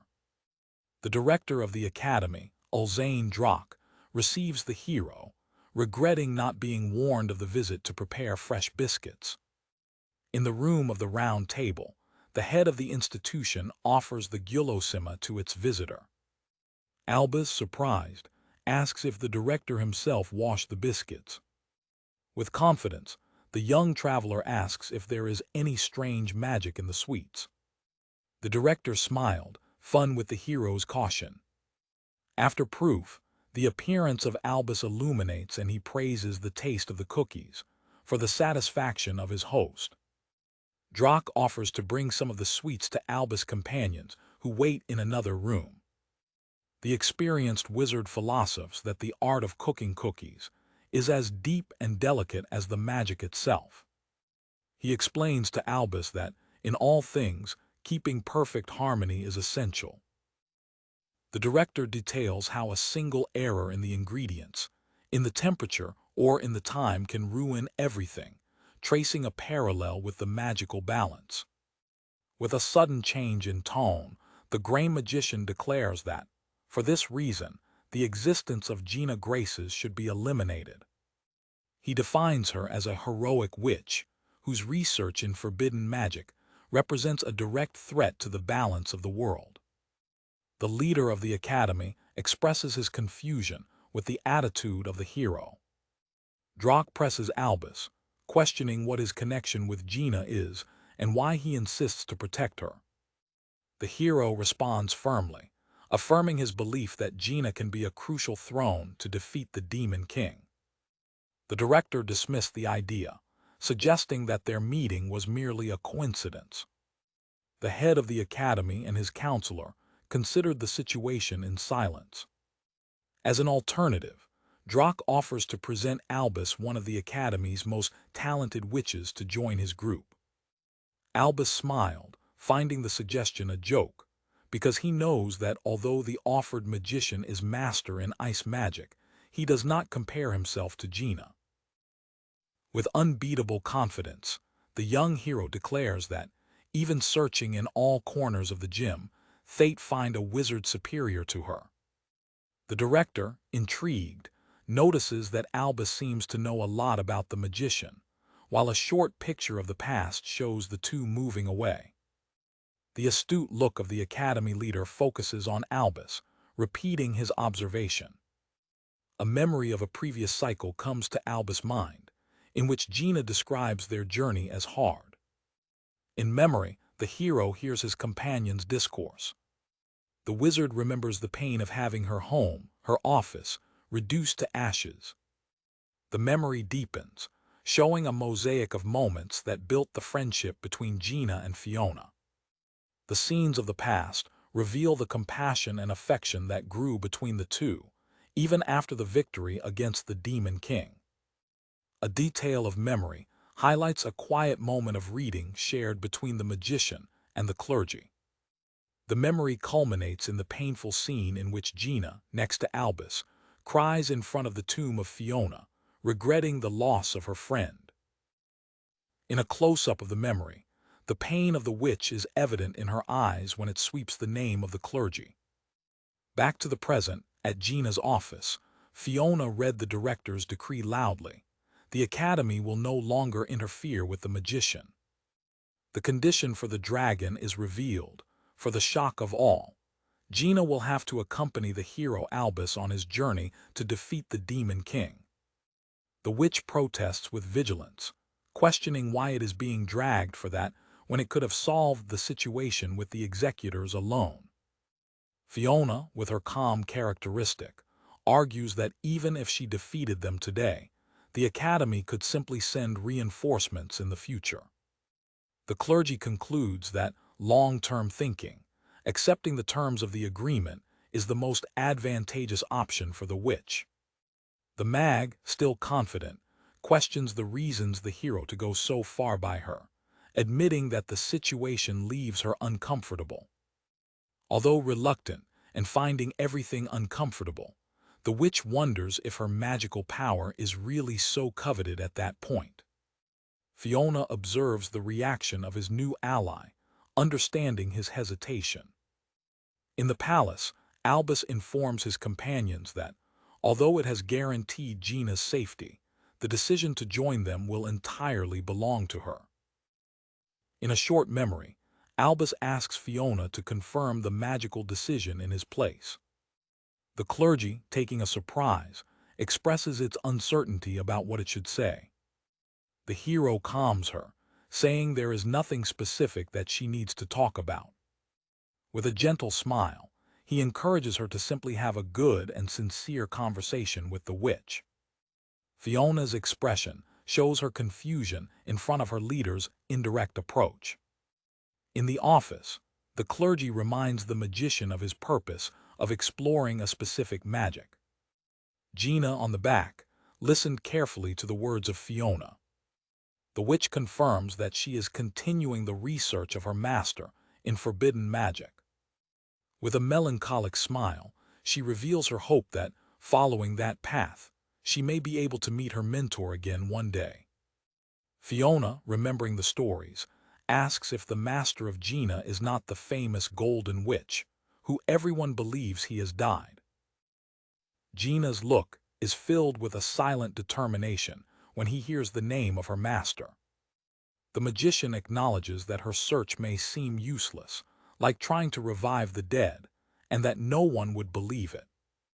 With a surprising conviction, Fiona declares to the witch that she will be able to see her master again.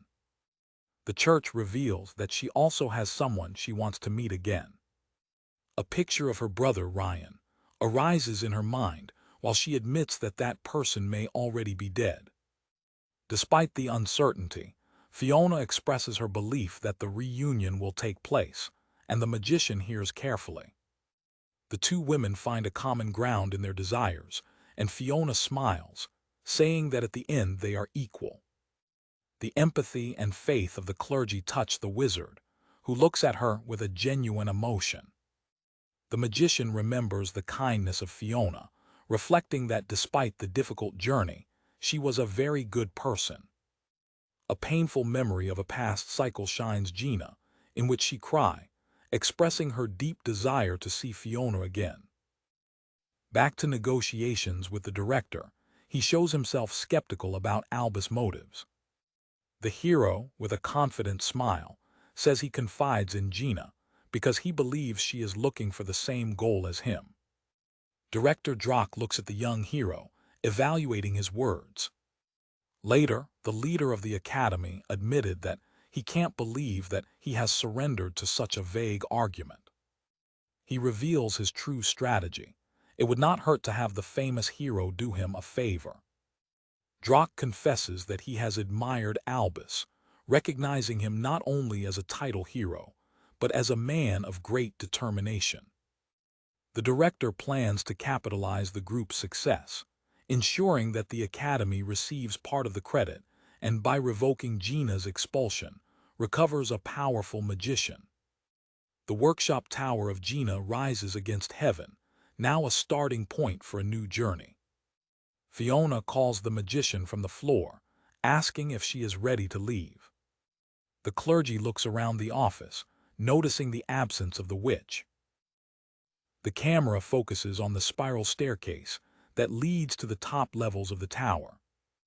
At the top of the tower, Gina apologizes from a mental image of her master, Oro, explaining that she realized she wanted to go with the hero's group.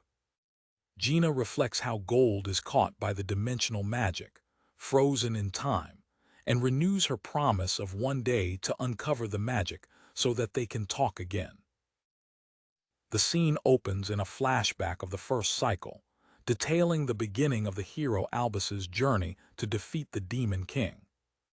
In the royal capital, a great departure ceremony is held for the young hero and his companions, celebrated by the king and the people.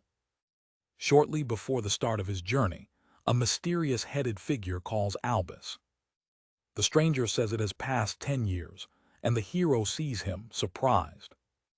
Albus recognizes the figure as the messenger of God, the entity that gave him his powers. The messenger explains that he isolated Albus to be able to talk to him alone. The divine broadcaster makes a shocking revelation. In his current state, the hero is not strong enough to defeat the Devil King. The moment is justified with a memory of the king, declaring that the day of departure finally arrived. The messenger's news leaves the young hero completely shaken. The entity elaborates over the devastating power of the Demon King. He explains that Albus will need to repeat his journey numerous times to accumulate the strength needed for victory. For this purpose, the divine being gives him the supreme dimensional magic, a wizard with the power to change the world. The function of the wizard is revealed. After death, Albus will return to the beginning of his journey, keeping his experiences to start again. The messenger warns that he cannot predict how long it will take. He suggests that it can be a hard mission that will extend for more than a century and question whether the hero is ready for such a burden. Albus accepts without hesitation, with a simple clear. He says he will do what is needed to create a world where everyone can smile. His motivation is clear, realizing the future that his dear friend Merida wanted. Satisfied with his determination, the messenger declares that this is why he has chosen him. With the confirmation, the magic of the temporal cycle is activated on the young. The cycle begins again, and Albus sees himself back to the start ceremony, now with the weight of his destiny. His appearance is visibly altered by the revelation he has just received. Your companions perceive your distant expression and ask if something is wrong. He seems lost in thoughts, watching the crowd that celebrates him. The hero disguises his anguish, dismissing the concerns of his friends. The narrative jumps to the present, in the 37th cycle, 6 months after the start of the journey again. Albus travels with Lauro and Zelark, explaining that Fiona is not with them as he went to Gina's office using the director's Pegasus, which is much faster. He reaffirms with confidence that he will reach them in a short time. His companions wonder the speed of the mythical creature, and Zelark suggests to exchange their horse for one. Albus, in a pragmatic way, explains that a Pegasus is too delicate to pull a car, and that the director would never allow. Zelark commented on all the efforts his leader made to the alliance with Gina. Lauro expresses his hope that Fiona will be able to convince the magician to join them. Your companion asks if all the work to recruit her really was worth it. The hero remains silent, with a thoughtful expression. He finally responds, acknowledging he does not know the answer. However, he claims that, after so many failures, he wants to believe in his companions again. Lauro agrees that it doesn't cost to try new things, reminding him that, thanks to his power, they can always start again. Albus silently reflects on the words of his friend. The voice of the messenger echoes in his mind, warning him that he has no luxury to face things in a Levian way. The hero is seen sitting alone in a moment of quietness. His face assumes an expression of renewed determination. Suddenly the messenger appears, and Albus comments about his habit of arising out of nothing. The entity acknowledges him accidentally, as if he met an old friend. The divine being questions how long the hero has been on his journey since the first match. He speculates about the vast time spent for Albus, estimating something between 150 years. Albus asks the reason for the visit, and the messenger says he came to offer advice and a warning. Without circumstances, the entity tells him that it is time to give up. The hero is shocked and without words with the statement.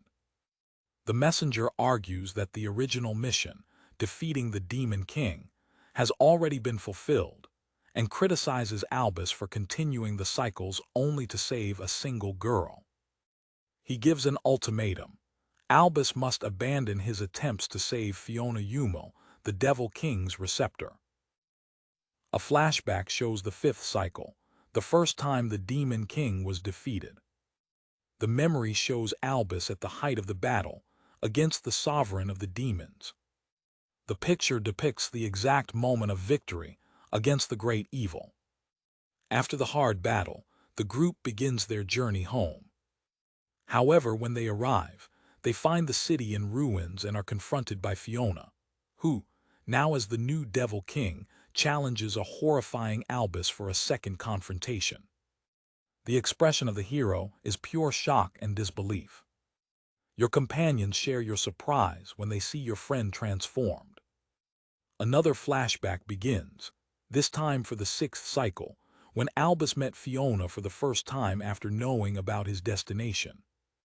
Your eyes are fixed on something or someone at a distance. Lauro notes the strange attitude of his leader and asks what's wrong. Albus observes Fiona praying in an improvised cemetery. A close shows the clergy at a moment of solemn prayer. He immediately recognizes it as the recipes of the Devil King of the previous cycle. The hero is wondering if she would have any connection with the demon army. Determined to discover the truth, he decides to approach it to investigate. He approaches and asks if she is a clergy of the region, but she responds that she is just a traveler.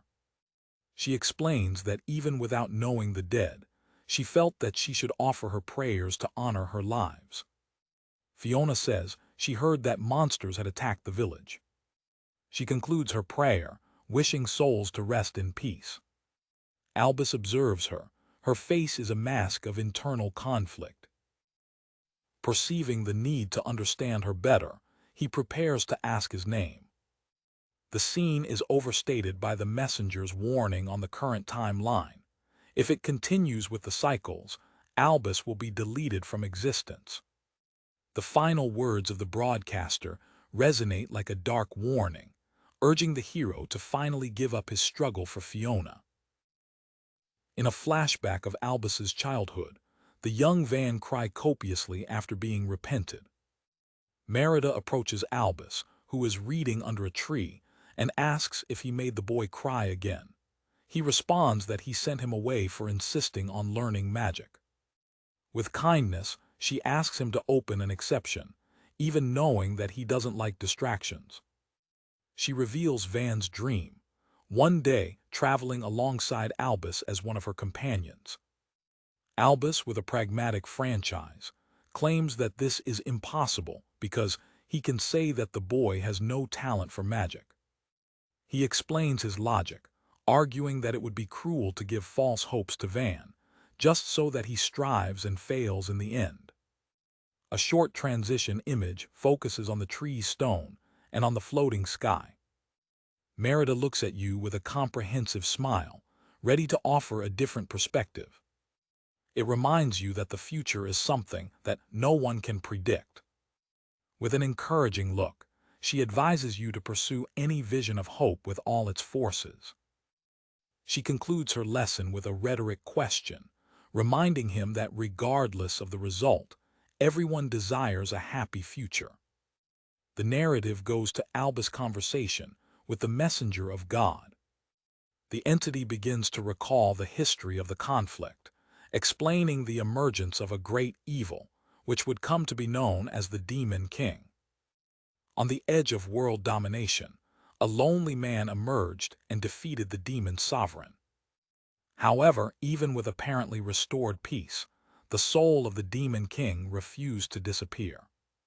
The broadcaster explains that, since then, the Demon King has continued to resurrect throughout the ages, possessing new receivables. To fight this cyclical threat, he chose heroes in each generation, giving them the supreme magic, change the world.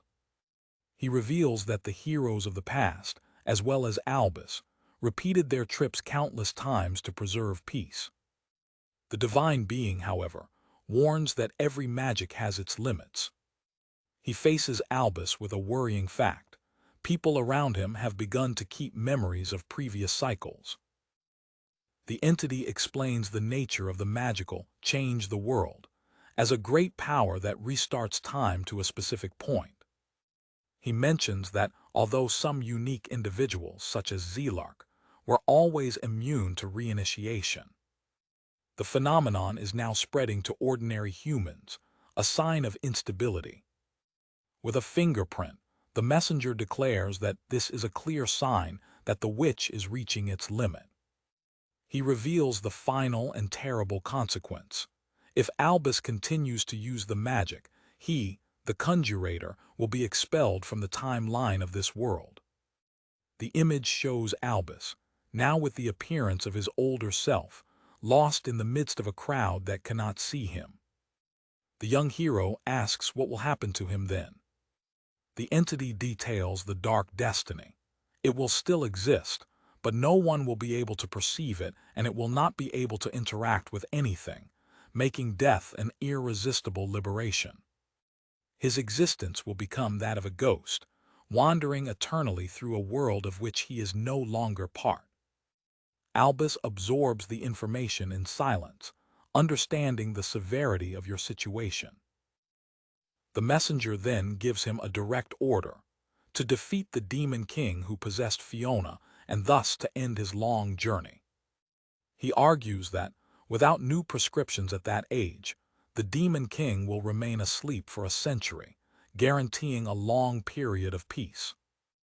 The entity reminds him of the vision of the peaceful future he has already seen, a future that awaits him. A picture of this ideal future is shown, with a hero being celebrated by a happy and secure people. The divine being presses you with a crucial question. Fiona is worth more than that. What is she for you? Albus begins to formulate his answer, his face a mask of seriousness. He makes a break, his thought expression as he gathers his thoughts. He responds with an apparent simplicity, claiming that she is just a travel companion. His mind returns to the fifth cycle, when Fiona, as the Devil King's prescription, transformed the royal capital into a sea of blood.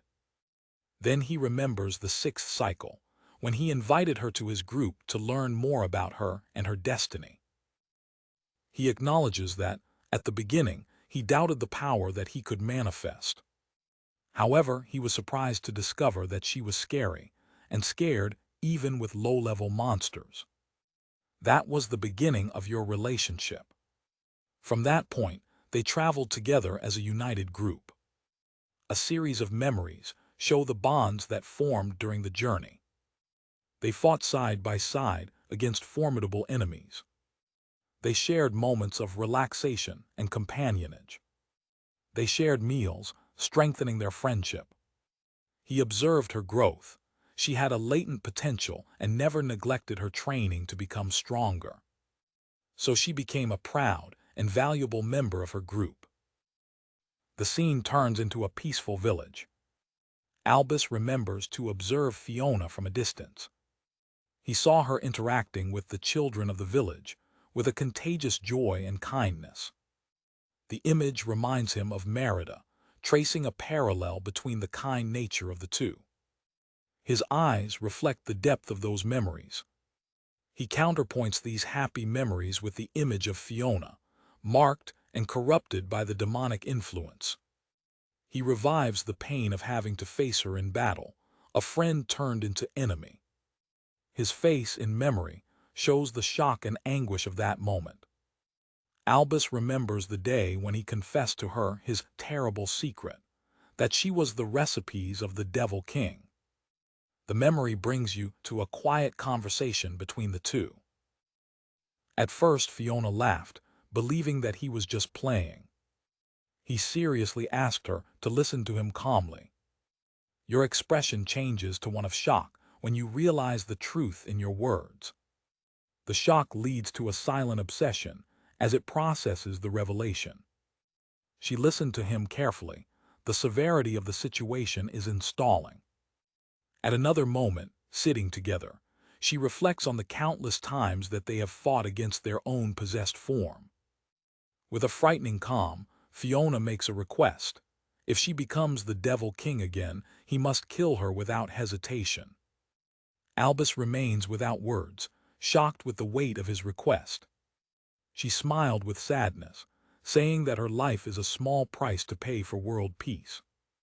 Her resolution is forged in pain and guilt for the loss of her brother, a burden she carries. She concluded, saying she would not tolerate that no one else dies for her cause. The remembrance of his repeated sacrifice amazes Albus, who sees himself in front of a tomb, thinking that it is enough. He admits to himself that he would lie if he said he never thought to give up. His face in memory is marked by the exhaust and suffering of countless lost battles. Nevertheless, despite all despair, he persisted.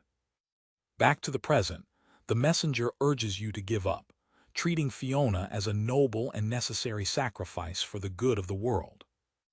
Albus interrupts it, reaffirming with conviction, "You're wrong, she's just a travel companion."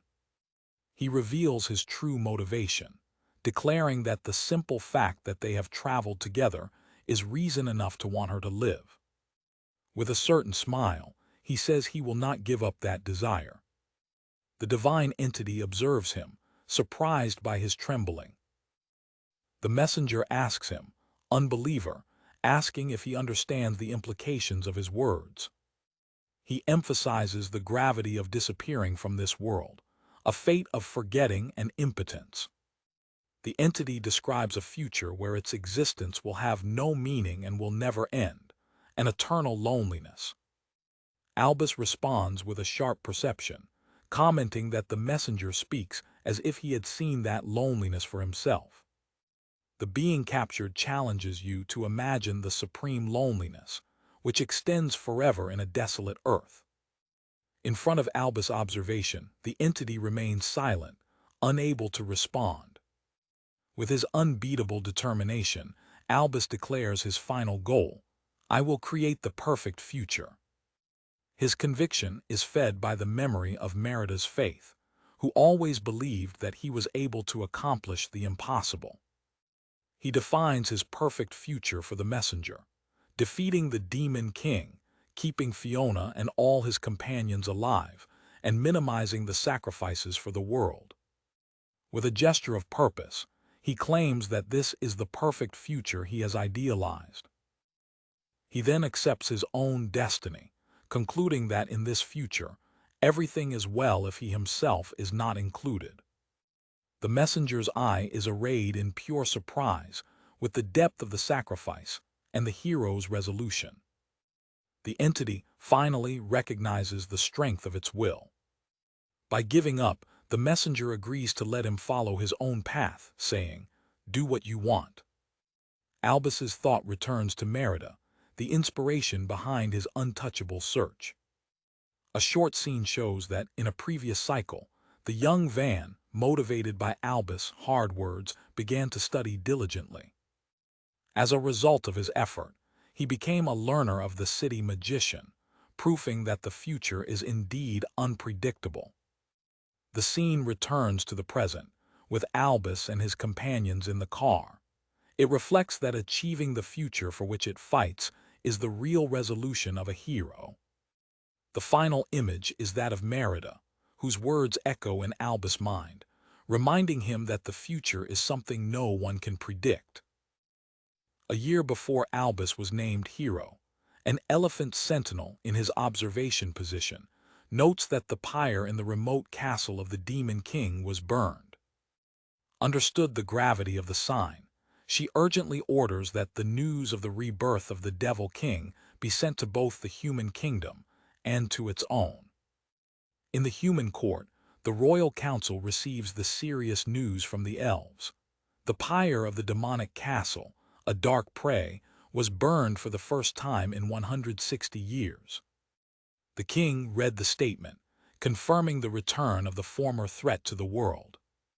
Two counselors regret the end of peace, a hope that has proved passing. An older and experienced monarch calms them, remembering the legend that the awakening of evil always coincides with the emergence of a hero intended to fight him. He warns that the attacks of monsters and demons will intensify, ordering the strengthening of the defenses of the cities. Despite the prophecy, uncertainty pairs over the council, which doubts of the appearance of the legendary hero. Far from there, a young Albus, still alien to his destiny, thinks in his bed about the belief that only the chosen of the gods can defeat the Demon King. The king concludes the meeting with a tired look, admitting that all they can do is have hope.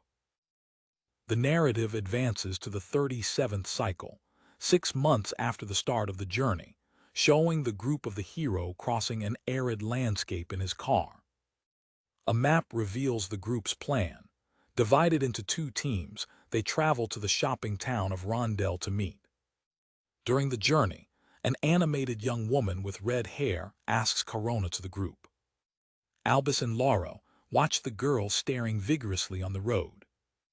On board the car, the passenger thanked relieved, explaining that her feet were exhausted after a day selling goods. She presents herself as Miria and reports that she lives in one of the villages on their way. The hero confirms that his route passes through her village, to the joy of the girl. One of Albus' comrades warns her about the dangers of the road, but she disappears from the concern with a confident smile. To make sure, Miria shows a stick with the basilic poison-covered sheet, claiming that a single blow is enough to overthrow any enemy. The demonstration scares the warrior, which entertains the young traveler. Impressed by the apparent strength of the group, Miria plays, asking if they are the famous group of the hero. She quickly dismisses her own idea, laughing by saying that the hero would never walk in such a precarious car. With a skeptical tone, the girl reveals that she nevertheless believes in the existence of heroes. Her statement causes a silent and thoughtful reaction from Albus and Zelark. Miria continues, criticizing the idea of entrusting the fate of the world to one person, calling it madness. Ignoring the conversation, the group leader accelerates the march, insisting that they need to rush, despite the protests of their friends to decrease the speed. When they arrive in a village, they find it under the attack of monsters. Albus does not hesitate and orders everyone to prepare for the battle. The young hero jumps to the battle, eliminating one of the creatures with a precise hit of his sword. Lauro uses his body and shield to protect the terrorized villages, facing two of the monsters at once. As the struggle intensifies, Miria observes, a Tonite, recognizing the young man who gave her corona as the true hero Albus. Zelark enters one of the houses, jumping through the window to rescue the crushed inhabitants. After repelling the attack, the adventurers are welcomed by an elderly from the village, who thanks them profusely, relieved by everyone being safe. Zelark questioned his leader, asking if he knew of the attack, and so he rushed to get to that place. The hero explains that, with the return of the Demon King, the royal troops were concentrated on strategic points, leaving smaller villages like that unprotected. He acknowledges that he had already planned to visit the village, and that despite the delay with the recruitment of Gina, he is happy that they have arrived in time to intervene. His explanation is interrupted by Miria, who calls him urgently. The young man approaches, with the face surrounded by anguish and anger, and confronts him, asking why he did not come earlier. A villageman explains to Albus that Miria is actually from a neighboring village. Dominated by the pain, the girl screams that if he had been faster, her village could have been saved. A picture reveals the tragic fate of your homeland. A ruined village, completely destroyed by a monster's attack, occurred a year ago. Lauro tries to comfort the young man, explaining that the tragedy happened before Albus began his official journey as a hero. Unable to change the past, Albus only offers a sincere apology for Miria's loss. Observing the scene, Zelark comments about the heavy burden that accompanies the title of hero.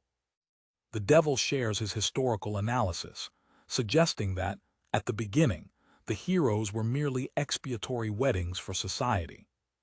He elaborates, saying that the rulers, unable to face the Demon King, transfer all responsibility and guilt to one individual sacrificed. Ironically, Zelark adds that, originally, no one really expected the hero to succeed. Lauro contradicts, claiming that the popular belief in the heroes arose from the incredible fact of the first who managed to defeat the Demon King. Fiona concludes the thought, explaining that victory has become a symbol of hope for all future generations. Albus, however, darkly reflects that, for the chosen hero, that hope becomes a heavy curse. He remembers a conversation in a cemetery when someone asked him why he had accepted such a role. The memory leads him to a previous cycle, where Miria congratulates him for having once again defeated the Demon King. In that memory, the young man identifies himself as the same person who had faced him with anger in the past. She apologizes for her behavior, admitting that the pain prevented her from thinking clearly at the time. Miria tells that after the meeting, she thoroughly investigated the hero's journey, hearing various rumors. Some painted him as a shooter, while others described him as a lunatic who traveled in an ungoverned car. However, she discovered that behind the rumors there was a young man who strived to save as many villages and cities as he could. With genuine gratitude, she thanks for everything he did, promising never to forget her sacrifices. Intrigued, Miria finally asks what motivates her to carry such an immense burden. Back to the present, Albus reminds his answer. Because he was an abandoned child who always felt unwanted, he found happiness by becoming the hope of all. He explains that his main goal was to defeat the Demon King as soon as possible to restore peace. The hero concludes that his hurry, although often misinterpreted, was the only way he found to minimize the number of victims and prevent tragedies like Miria from repeating.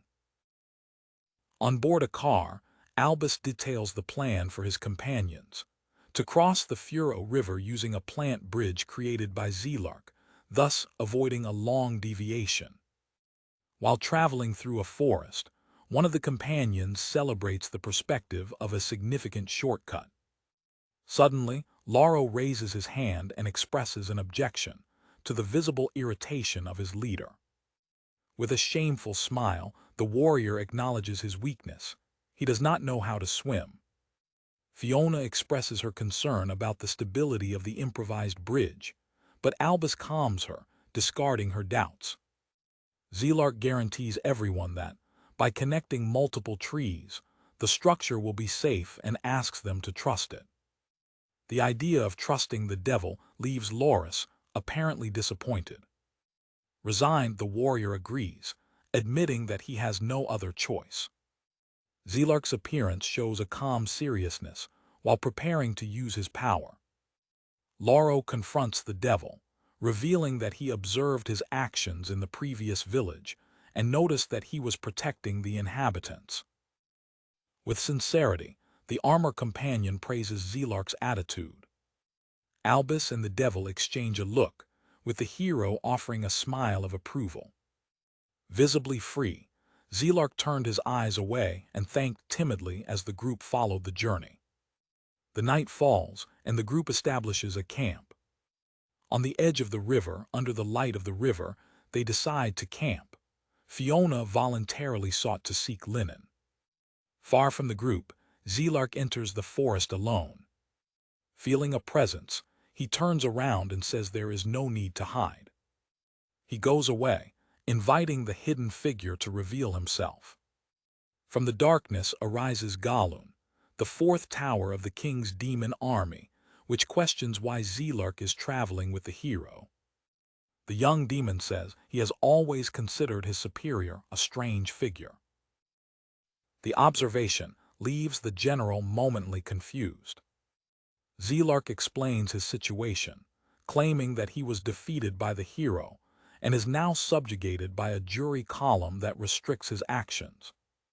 He formally goes to Galun, keeping the appearance of subordination. The general explodes in throat when he knows that his former subordinate cannot lie or hurt humans. With unrighteousness, Galun Zombie from the Five Tower, now reduced to Hero Dog, and suggests that he renounces his title. The young man asks him to speak low, fearing Albus can hear them. The general calms him, revealing that he has created a wave of darkness to ensure the privacy of the conversation. With a fast gesture, Galun's hand approaches the collar on Zelark's neck. He is fooling, claiming that breaking such a simple seal is a child's joke for him. The jury shrink in flames. Released from the wizard, Galun orders his subordinate to take advantage of the opportunity to kill the hero. He declares that the link magic has been deleted and that Zelark is free again. The general presses him, questioning his hesitation and reminding him of his true nature. He insists that the young demon knows exactly what his duty is. Zelark's look is filled with a new and cold determination.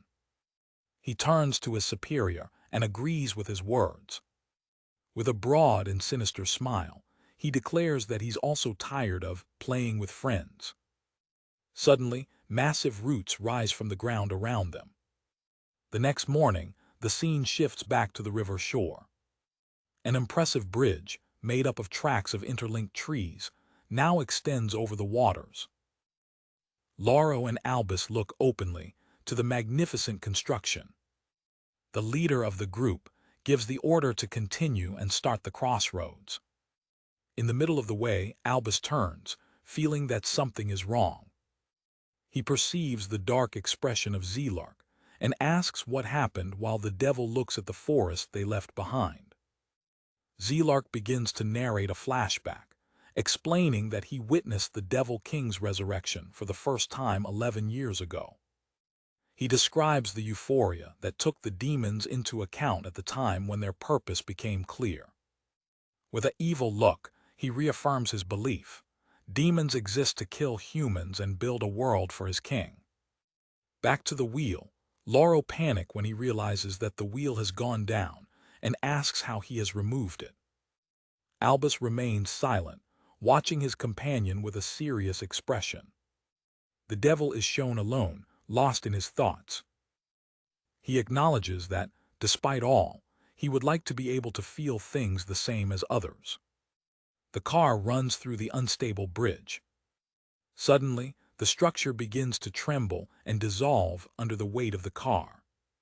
While Lauro screams for Albus to accelerate, a female demonic figure observes Zelark from far, who smiles back. Back the night before, Zelark is seen smiling quietly in the forest. It accidentally falls on a tree. The scene reveals the result of the confrontation.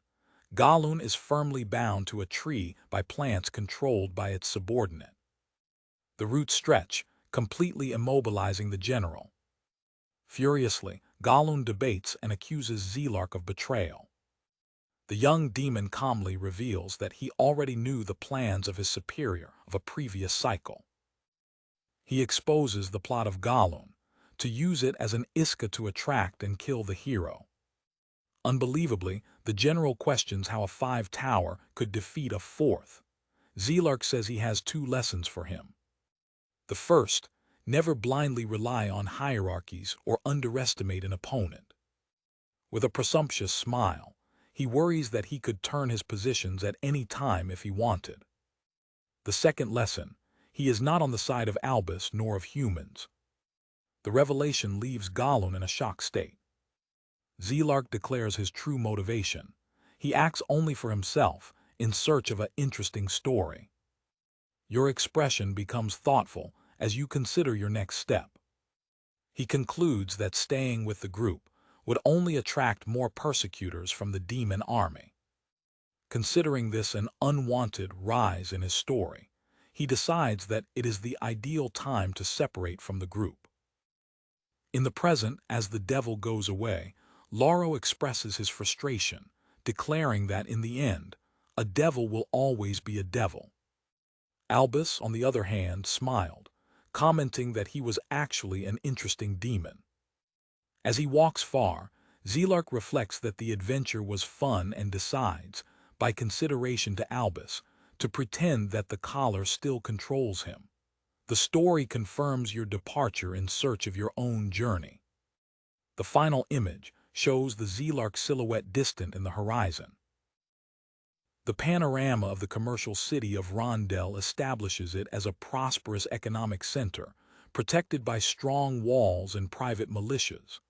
Despite the reign of the Demon King, the city flourished, highlighting by its marks, like the magnificent casino. Inside the luxurious Rondel Grand Casino, the elite deals with games and entertainment. Among the attractions, a large wheel of fortune captures the attention of the gamblers. On another table, a card game advances, with high chips indicating the high bets. A noble young man of distinct appearance approaches a white-haired girl who was alone. With a gallant air, he offers himself to teach her how to play, and she accepts the offer with a pleasant expression of surprise. While the noble seeks to belong to a prestigious family, Albus and Lauro observe another event. A casino visitor repairs the simple costumes of the two, identifying them as merely travelers. The aristocrat expresses his dissatisfaction with the recent flow of aliens, to which he considers an establishment for ridders. When he hears the comment, the young hero responds calmly that, because he has paid his bet, he is a legitimate customer. The group goes to the Golan's arena, where creatures conjured by the casino witches face each other in battle. The rule is simple: bet on the last goal that stays standing. The noble, confident, bet on the goal number 1, while Albus, to surprise everyone, chooses the number 3. With dishonestness, the aristocrat swamps the choice, revealing that the goal number 3 has already lost 15 times in a row and is about to be discarded by its weakness. Albus's bet on a gamble leaves the crowd atonight.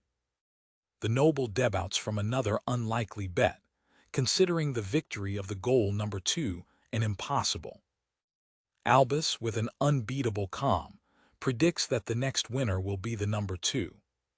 For the shock of all, the goal number 2 triumphs, scattering your opponent into a spectacular victory. The hero then announces the exact order of the remaining winners: 2-3-1. His forecast is perfectly accomplished, with the goals being defeated in the exact sequence he announced. At the end of the betting, Albus and Lauro still stumbled hold tigers overflowing with winning chips. With serenity, Albus informs the spectators that he will exchange his chips. The other gamblers react with unbelief and frustration before the inexplicable results of the day. A young blonde looks at the scene, impressed with the fact of Albus. As they move away, Lauro, perplexed, asks his leader what was the trick behind his success. With a wide smile and somewhat manic, Albus reveals his secret. He already knew the results in advance, thanks to his ability to revive the same events repeatedly. He explains that that day became historic in the casino due to a series of unlikely victories in the Golan's arena, events that were recorded in his memory of a previous cycle. The succession of unexpected victories attracted a multitude of gamblers, resulting in one of the most profitable days in the establishment history. In the midst of the crowd, the same blonde woman from before trips and escapes in Lauro. She acknowledges him and welcomes him with an animated smile. The girl approaches to congratulate them for their impressive victories. Asked by Lauro about the noble's parade air, she answers with indifference that he lost a lot of money and withdrew, disappointed. A small crowd forms around the group, looking forward to knowing what your next bet will be. The appearance of Albus demonstrates tiredness, but also a firm decision. He firmly announces that they have closed for today and are out, for the disappointment of the other players. Albus clarifies that the game was just a strategy to get travel funds while waiting for the other members of the group, who are delayed. Recently, the mysterious woman with white hair is seen watching them from a distance. Albus turns to the young blonde and asks her directly, asking if there is any reason for her to want to prevent him from exchanging the chips. Without answering, the woman simply turns and goes away. Lauro is apparently confused with the strange interaction. The girl is seen exchanging a discreet sign with a man posted on a stick. The man in the shock responds to the sign before he retreats. With a hidden smile, the young woman apologizing for having delayed them. A close reveals the calculus look of the white-haired woman, who observed everything. Lauro expresses his confusion about recent events, but Albus minimizes, saying he has already accustomed to the peculiarities of the trips. As they are preparing to leave, the woman blows and turns back in their direction. She approaches and, noticing that they are travelers, asks how it feels to travel. The hero smiled, seeming touched by the question. He remembers with nostalgia the emotion of arriving in a new city for the first time. With a genuine smile, he concludes that traveling is a fantastic experience. Albus's sincere response seems to surprise her, and she murmurs, thoughtful. Before leaving, she warns them to be careful, because good luck is usually followed by luck. She says goodbye, calling them sortudes. An older patron tells his friends that luck can bend with the appropriate caution. Lauro remains intrigued with the enigmatic behavior of the woman. The narrative presents a dark revelation that would be known later. It is revealed that the series of unlikely victories in the Golan's arena was actually the result of a manipulation. Someone had subtly sabotaged the favorite Golans, using magical items to decrease their resistance. As the casino accumulated a fortune in betting, the money suddenly disappeared. The casino team discovers the completely empty main wallet, with only one visit card left behind, the seal of the Thieves' Guild, Destillo. Lauro panicked when he realized that with the robbery, the chips they won became useless. The noble who had neglected them is shown in full shock with their financial ruins. Desperate, he catches Lauro, recognizing him of the bets. He frenetically asks if they saw where the blonde woman went. In an access of anger and despair, the noble accuses the woman of stealing her wallet. The revelation leaves Lauro pasmo. Then Lauro himself realizes that his currency stock also has risen. In the midst of chaos, Albus calmly declares that he knows the Ladra very well. He reveals that, in a previous cycle, she was one of her travel companions, called Toko Lucid. With a determined look, Albus decides that they'll go behind her. Toko, a member of the Destillo Thieves' Guild, walks through the poorest district of Rondel. She finds a boy who has been wounded at work, and when she knows that he has been punished and left without eating, she gives her a few coins. With a smile, the Ladra tells the boy that he was lucky to find her in good mood. In Destillo's Hidden, leader Amari celebrates the success of the casino theft, the group's first great achievement. However, the celebration climate is broken when he faces a young member, Sonny, for having abandoned his post of vigilance, repressing him severely for putting everyone at risk. As a punishment, another member of the guild immobilizes the boy and threatens to cut one of his fingers. The execution of the punishment is interrupted by the arrival of Toko, which returns to the base. Ignoring the tension, the young woman asks for her part of the profits and, with an agile movement, disarms the man who threatened Sonny, demanding her payment before she returns the knife. After receiving its part, the Ladra expresses its dissatisfaction with the hostile environment. Amari justifies the need for a rigid discipline, arguing that the guild is growing and cannot allow faults. Irritated, Toko says her plans are perfect, and she had planned Sonny's cowardice, creating a strategy that would not put anyone in danger. She accuses him of destroying everything with his unnecessary cruelty.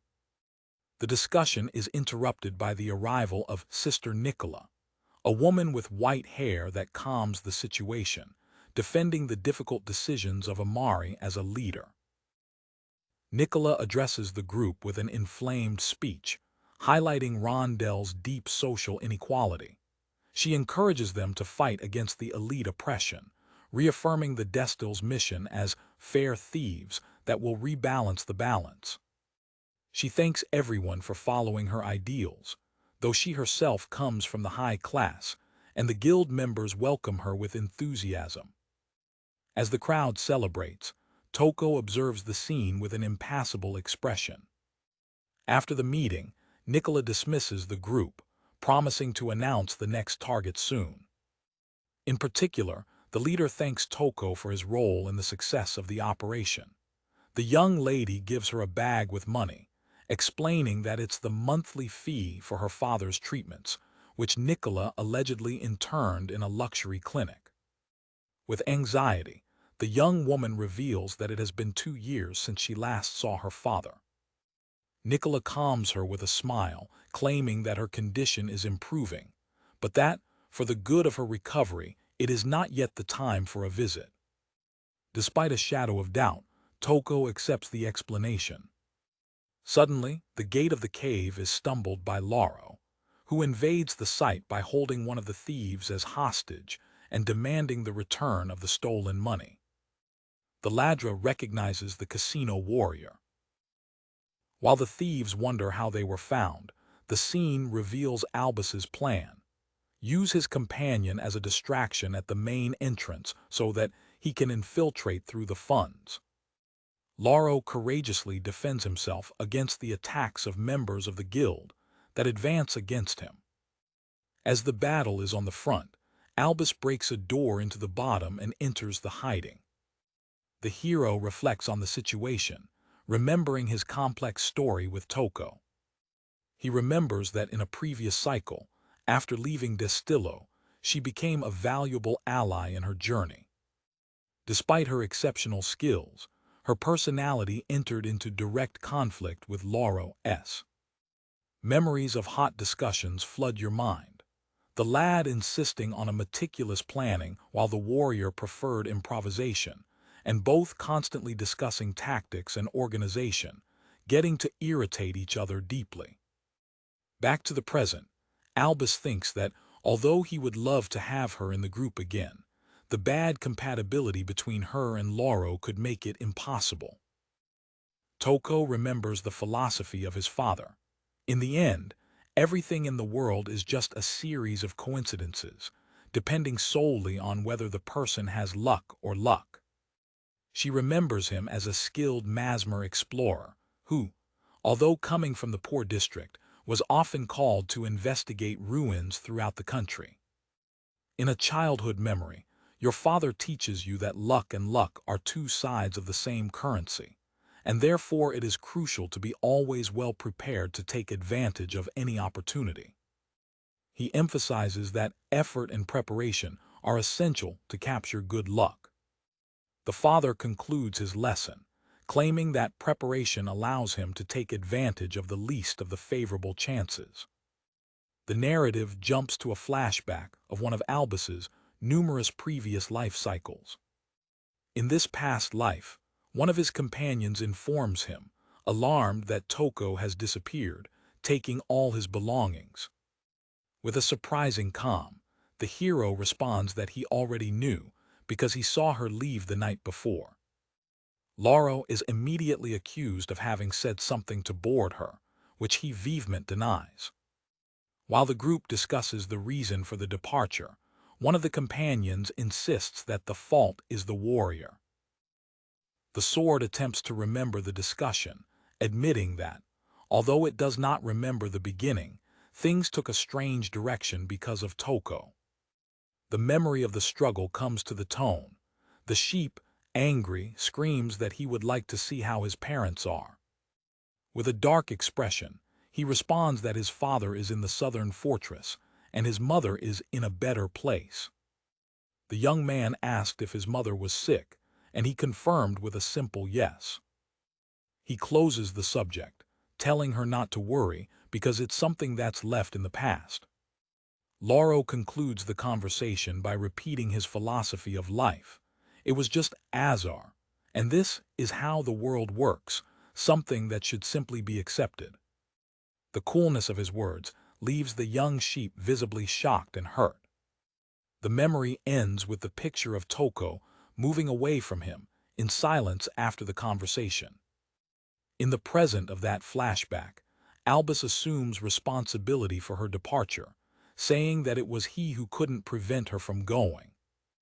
Albus defends his companion, asking others not to blame Laura. The scene returns to the present, focusing on the intense body-to-body fight between Lauro and Toko in the guild's hiding. During the exchange of strikes, the warrior is genuinely impressed with the speed of his opponent. The Ladra, in turn, is surprised that he is able to predict and react to his agile movements. The other thieves watch the struggle, wanting to intervene, but unable to find a gap in the rapid succession of attacks. Toko's expression reveals a fierce determination to defeat his opponent. Lauro, despite recognizing the talent of the Ladra, feels an increasing irritation with the impasse. The battle is suddenly interrupted by the arrival of Albus, who enters quietly through the door of the background. The members of the Destil are shocked by the unexpected appearance of a second invader. The hero addresses directly to Nicola, greeting her and claiming that she has heard a lot about her. The guild leader, keeping the compound, asks who he is. Albus ignores it and announces that the city guard will soon invade the site, declaring that the end of that thieves' guild was inevitable. The news spreads panic among the thieves, including Amari and Toko. Nicola, skeptical, asks how he could have such information. He reveals the imminent betrayal. You will be betrayed by your noble friends of the upper district. Albus exposes the whole plot, explaining that the guild was not more than a pawn in a power struggle between noble factions, used to steal from its rivals. Nicola disdained the accusation, calling it a ridiculous lie, but it is silent when Albus draws into the light a man who was hidden in the Poron. The man, in panic when exposed, turns to Nicola, questioning what is happening. The thieves immediately recognize him as the Viscount Kurtz, an aristocrat of the upper district. The hero reveals that the Viscount was there to meet with the leader and discuss the division of the profits of the casino theft.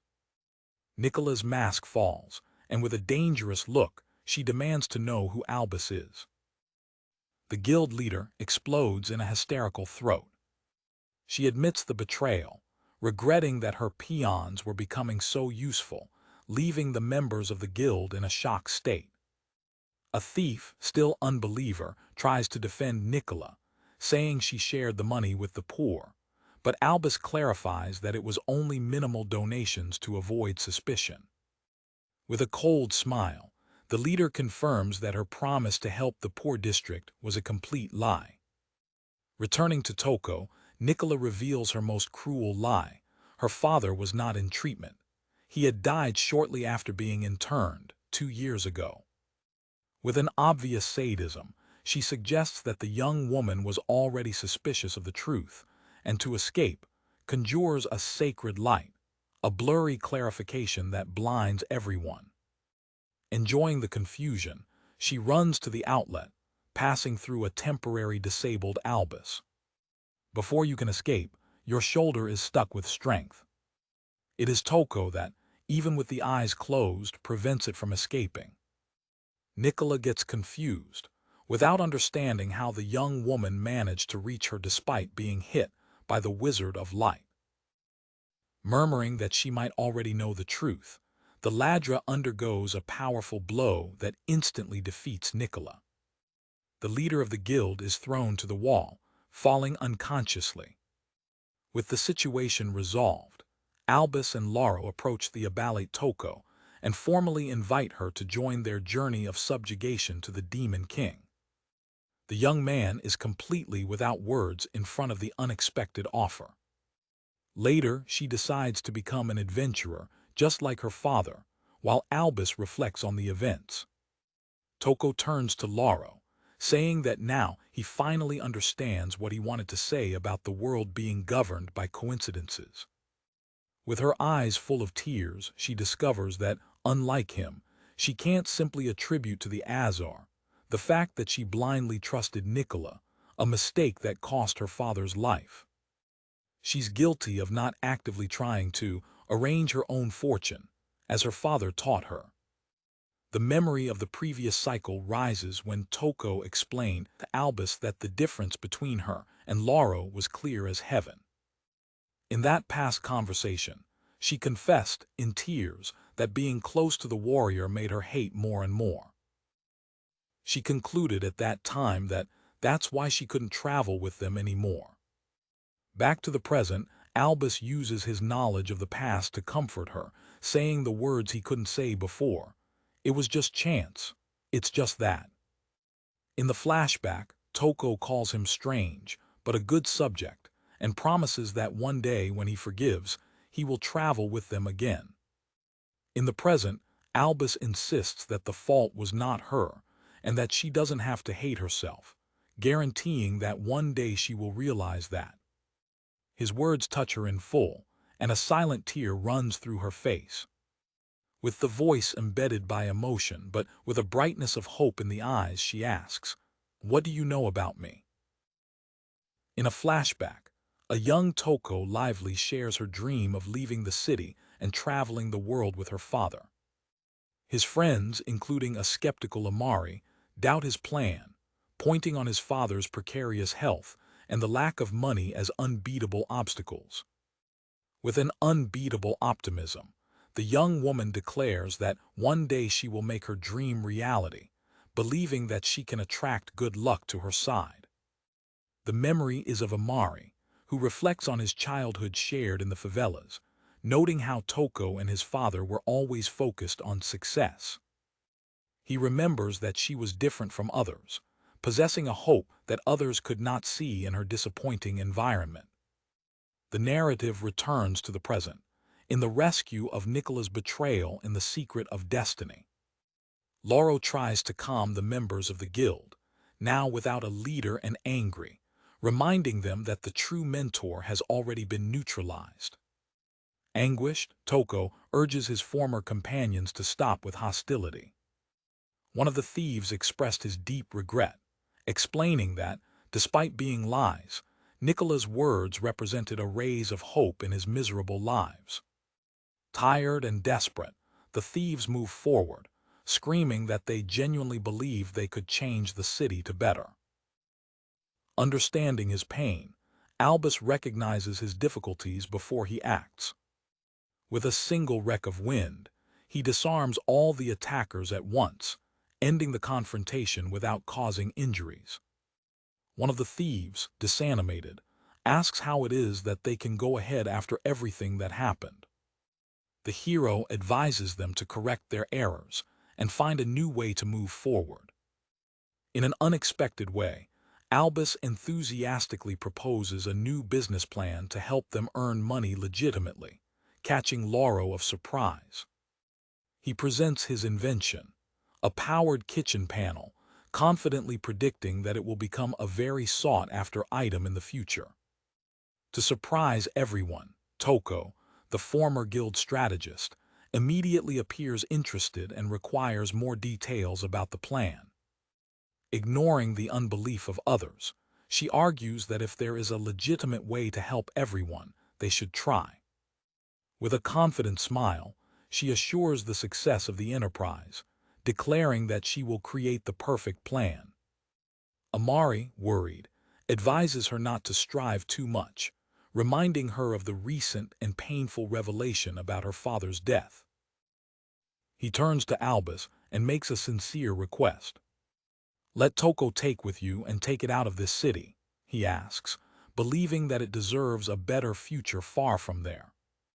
Amari explains to a shocked Toko that although she is bright, she tends to lose calm at critical moments, and that she needs to think about her own future. The other members of the Destil agree, with one of them to declare that they will stay behind to take responsibility for the crimes of the guild.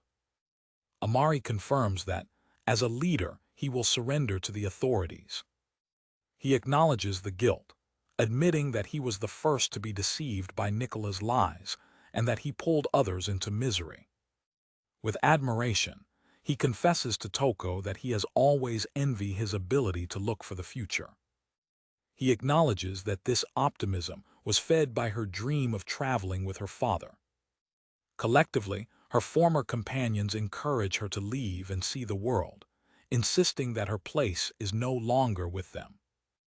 Already on the way with the group, Lauro reflects on Toko's absence and his disturbed relationship, remembering a confrontation of a past life in which he admitted that her presence irritated him. However, in the present, the warrior acknowledges to himself that, despite the attractions, he feels a little lonely without it.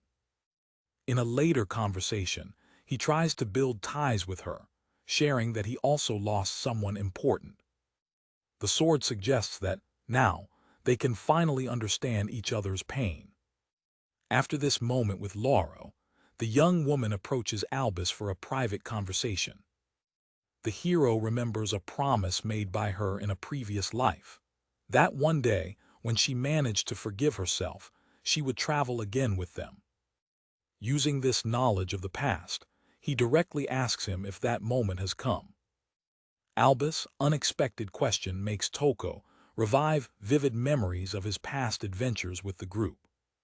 With relief tears in the eyes, she accepts the invitation to join them, confessing that her heart feels a little lighter. The moment is interrupted by the spectacular arrival of two long-awaited companions. Fiona and Gina descend from heaven in a Pegasus, finally gathering together with the group. From his old hiding, Amari and the rest of Destil members observe Toko's departure, wishing him happiness and promising to find his own way to good luck. The meeting is chaotic when Gina gets shocked to know they're without money. They explain that Lauro donated his casino gains to the thieves. While the warrior proudly defends his decision, the newcomers look with curiosity to the new member of the group.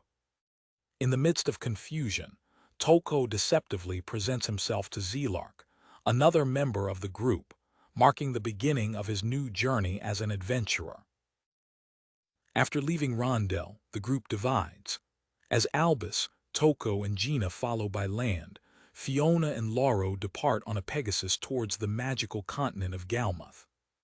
Toko regrets the separation, claiming that he wanted to eat more of Fiona's food, which triggers Gina's comment on her appetite.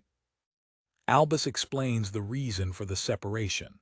The Pegasus, who should have returned to the gym, attached himself to Fiona, making it impossible for the whole group to travel with him. The hero details the plan. While Fiona and Lauro explore the original Masmoras of the magical continent, their group will take a short to accelerate the journey. Albus reveals its short, a teletransport portal. In the place, they are welcomed by an old guardian who was already waiting for the hero's arrival. The guardian allows the use of the portal, but with one condition, that Albus realizes his last wish. Unbelieved, Gina and Toko refuse to do a favor of grace, questioning the intentions of the eremite, which Albus recognizes as the wise magician Marius. Marius' desire is simple. He wants to see the rare gemma of the Archairos.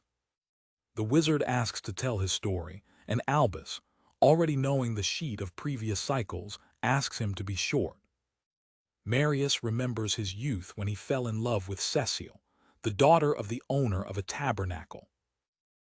He tells us that in his search for magical knowledge, he ended up leaving his beloved behind. At the farewell, he promised that he would come back one day to show him the gemma of the Archairos. Decades have passed, and the wizard, regretted, prays for the chance to see her again. To satisfy the wizard's desire, Toko disguises himself with Cecile. The performance is so convincing that Marius believes to be finding his lost love again. Emotionated, the wizard asks forgiveness for not having fulfilled his promise, but the false Cecile comforts him, saying that meeting is what matters.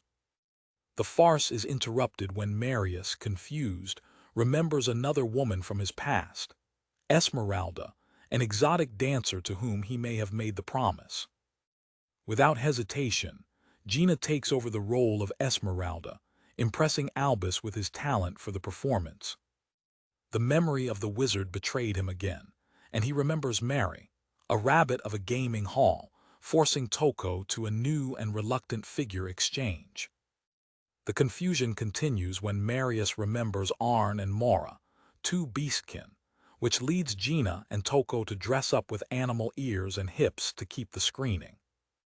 Albus breathes, relieved by having memorized all the confused stories of the magician in previous cycles, which allowed him to prepare the dishes.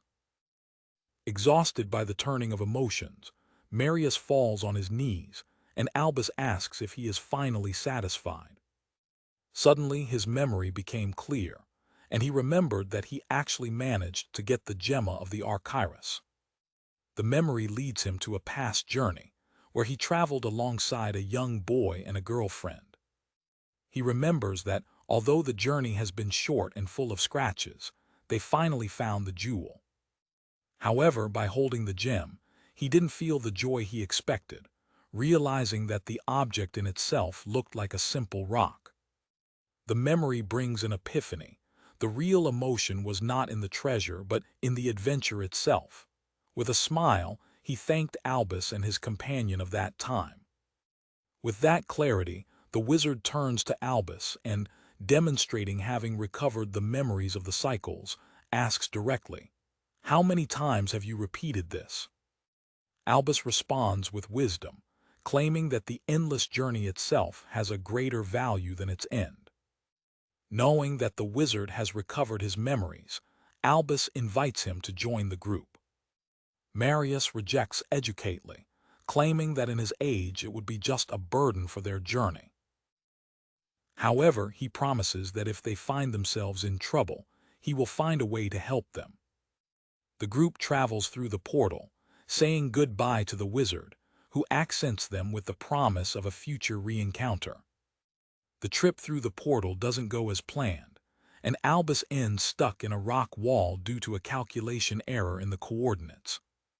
As a vengeance for the constrangement of the costumes, Toko and Gina suggest, in the tone of joke, to leave him there for 10 hours.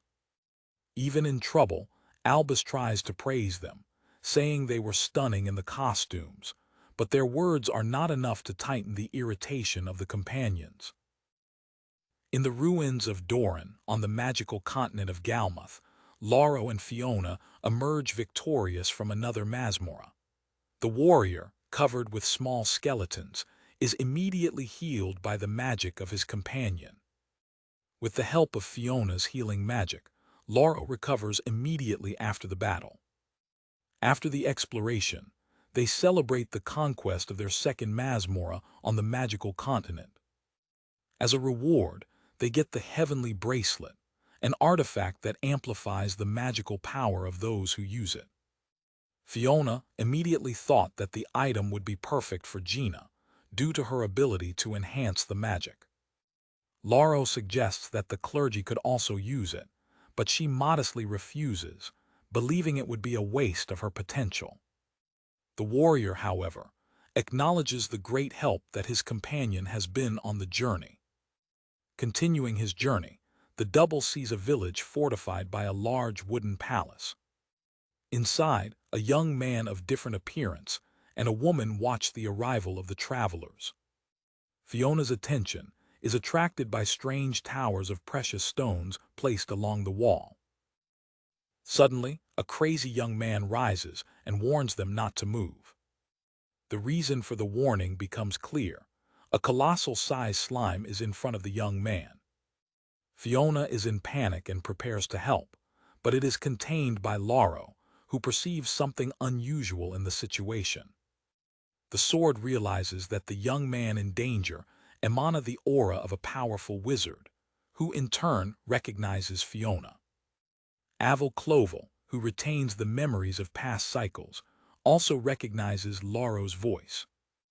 He expresses surprise to find them there, commenting that their arrival is much earlier than expected. Distracted by the conversation, the young witch is caught by surprise and begins to be swallowed by the slime. With Avel completely swallowed by the monster, Fiona and Lauro decide to intervene to rescue him. The double quickly coordinates an attack, looking at the slime core to defeat it. After the rescue, villagers arrive and repent the young man, whom they call young Avel Master, for his imprudence. One of the locals thank the travelers for the help, while Avel seems ashamed with the situation. They insist that he should focus on other responsibilities, because they are able to deal with the monsters on their own. Despite the repentance, one of the villagers reveals that, although the young master is inappropriate for the fight, his insistence in fighting comes from his deep concern for the safety of all. Fiona and Laura are confused with the revelation that the powerful wizard is indeed the master of the village. The identity of the young man is formally revealed. He is Aval Clovel, the heir of the house that governs the village. This is the village of Asteram, a small village governed by the house of Clovel. One of the inhabitants explains that his young master is just a bit shy and is not used to strangers. Fiona, trying to break the ice, begins to formally present himself to the heir. To surprise everyone, Aval interrupts her, correctly identifying them as the companions of the hero Albus. Shocked, Fiona asks how he possesses such knowledge, to which he responds in a mysterious way. Aval's expression becomes serious when preparing to reveal the origin of his knowledge. He then questioned the absence of Albus, deepening the mystery about how he knows so much about the group. He reveals the surprising truth. Unlike others, he is the only one who completely retains his memories from previous cycles. He explains that, one day, memories he shouldn't have about traveling with the hero began to emerge suddenly. These memories included vibrant moments of the struggle against the Demon King in a line of time before. He also remembers the clergy that fought next to them, referring to a past version of Fiona. With these memories, he finally understood the cyclic nature of Albus, suffering, and the journey he repeated. He tells us how, with the beginning of the new cycle, his memories of past life have returned to him. Knowing what would happen, he decided to patiently wait for the arrival of Albus and his companions to invite him to join the journey again. When he sees the double arriving, he realizes that the day of the meeting is finally arrived. He reaffirms his deep admiration for Fiona, whom he considers his Oshi, a term that denotes a special reverence. His veneration makes him keep a respectful distance, which leaves Laro confused with his strange behavior. The clergy, alien to the feelings of Aval, remains confused with the situation. In an impulse, the young wizard suddenly approaches her, invading her personal space and leaving her in panic. Recovering from the sadness, she asks him directly if his knowledge comes from a meeting in a previous cycle. The clergy expresses their concern, feeling insecure about their role in the journey. Aval carefully observes the anguish of his companion. She reflects that the other companions seem to have fragments of past memories, which makes her feel even more moved. With a visible sadness, she wonders why she is the only one who seems to have no memory of past lives. Her lack of memories leads her to doubt her own value, wondering if she is worthy of being a companion to the hero. Aval hears his insecurity with a certain expression. Inside, he admires her sincerity and lack of confidence, considering these qualities as the essence of what makes it so special for him. He faces it with a rhetoric question, questioning whether the presence or absence of memories really defines the value of a person. He comforts her, saying she understands her uncertainty, but she can see the conviction and courage hidden in her heart. The witch concludes that the fact that she has arrived there, despite all, is already reason enough to be praised. Aval's words deeply touch the clergy, bringing it a visible comfort. With a renewed smile, she sincerely thanks for her encouragement. The conversation is interrupted by one of the villagers, who comments that their arrival occurs at a moment of luck and accident simultaneously. Confused with the mysterious statement, Fiona asks for an explanation. With gravity, Aval reveals the dark news. The whole village will be destroyed in just 3 days. He concludes the shocking statement, adding that the destruction will occur by his own hands. It is revealed that the evil dragon Holokius, a servant of the Demon King, is on the way to the village and will arrive in 3 days. Aval explains that the coming of the dragon is a direct order of the Demon King to reduce the village to ashes. The mention to the archenemy leaves Fiona in a shocked state. The group discusses the futility of facing the creature, whose smoke burns everything and whose scales repel any attack. Aval, however, declares with confidence that he can defeat the dragon using the star magic inherited from his father. Their companions become impressed, recognizing star magic as a powerful and ancient art that channels the energy of heaven. Fiona praises the incredible skill of Aval, who gets visibly happy to receive the praise of his favorite person. Lauro, still confused, questions why, if he can defeat the dragon, the village needs to be destroyed in the process. Aval draws their attention to the structure of the village and its crystal towers. The clergy, by observing the architectural disposition, begins to understand the plan. The revelation is done. The whole village was built to function as a giant magic circle for the star magic. Fiona understands the terrible implication. To activate the wizard, the village itself will be the epicenter of the destructive power. The heir confirms that this is the final defense mechanism that his father integrated in the village, a power capable of instantly destroying any monster. He says that the villagers have already made their choice, to sacrifice their home to ensure their own survival. Unconformed, Lauro proposes a direct and imprudent solution. He himself will destroy the dragon, solving the problem without destroying the village.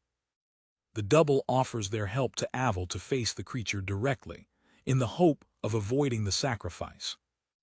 The young wizard smiled, recognizing the warrior's determination and admitting that he is the type of person he could really get. However, he warns them that, in all previous cycles, they should not be there so early and that, in their current state, they have no chance against the whole. Despite the warning, he acknowledges that their presence is comforting. Despite the probability, Fiona's expression shows an unbeatable determination in fighting. Aval invites them to enter their house to discuss the situation. Already within the residence, Fiona asks why the Demon King is specifically targeting that remote village. The reason, he explains, is the continuous refusal of the village to surrender to the demons of the Demon King.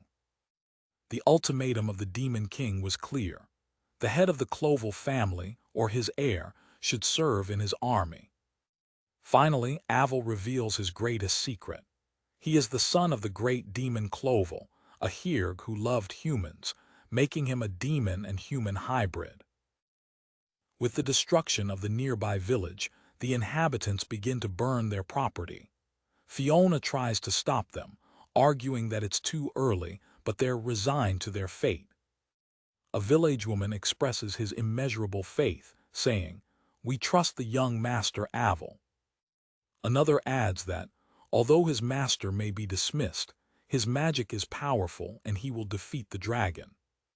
With a fierce determination, a local resident declares that the village has already overcome difficulties before, and that they will survive even if their house is caught in the crossed fire. Aval approaches a disanimated Fiona, explaining that everyone has already made his decision.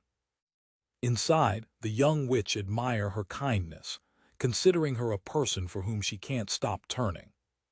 From a watchpoint, Lauro and Fiona watch the scene. The warrior says it is a good village, where the Lord and the people trust each other.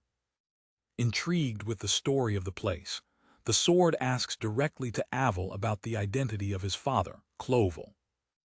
The heir begins his story, explaining that the village was originally a small village on the dangerous continent of Enners, constantly tortured by attacks of monsters and demons. He reveals that one day, a demon appeared and removed the threats. This demon was his father, the great demon Clovel. In a retrospective, it is shown that Clovel only wanted to live a quiet, conflict-free life. Aval notes that, although the villagers were confused at the beginning, they gradually understood and accepted their presence. Finally, a girl from the village fell in love with her father, and from this union he was born. Fiona, curious, asks where his father is now. Aval explains that, with the resurrection of the Demon King, his father was pressed to join his army. However, Clovel resisted, but with time his health began to deteriorate, whether by illness or by age.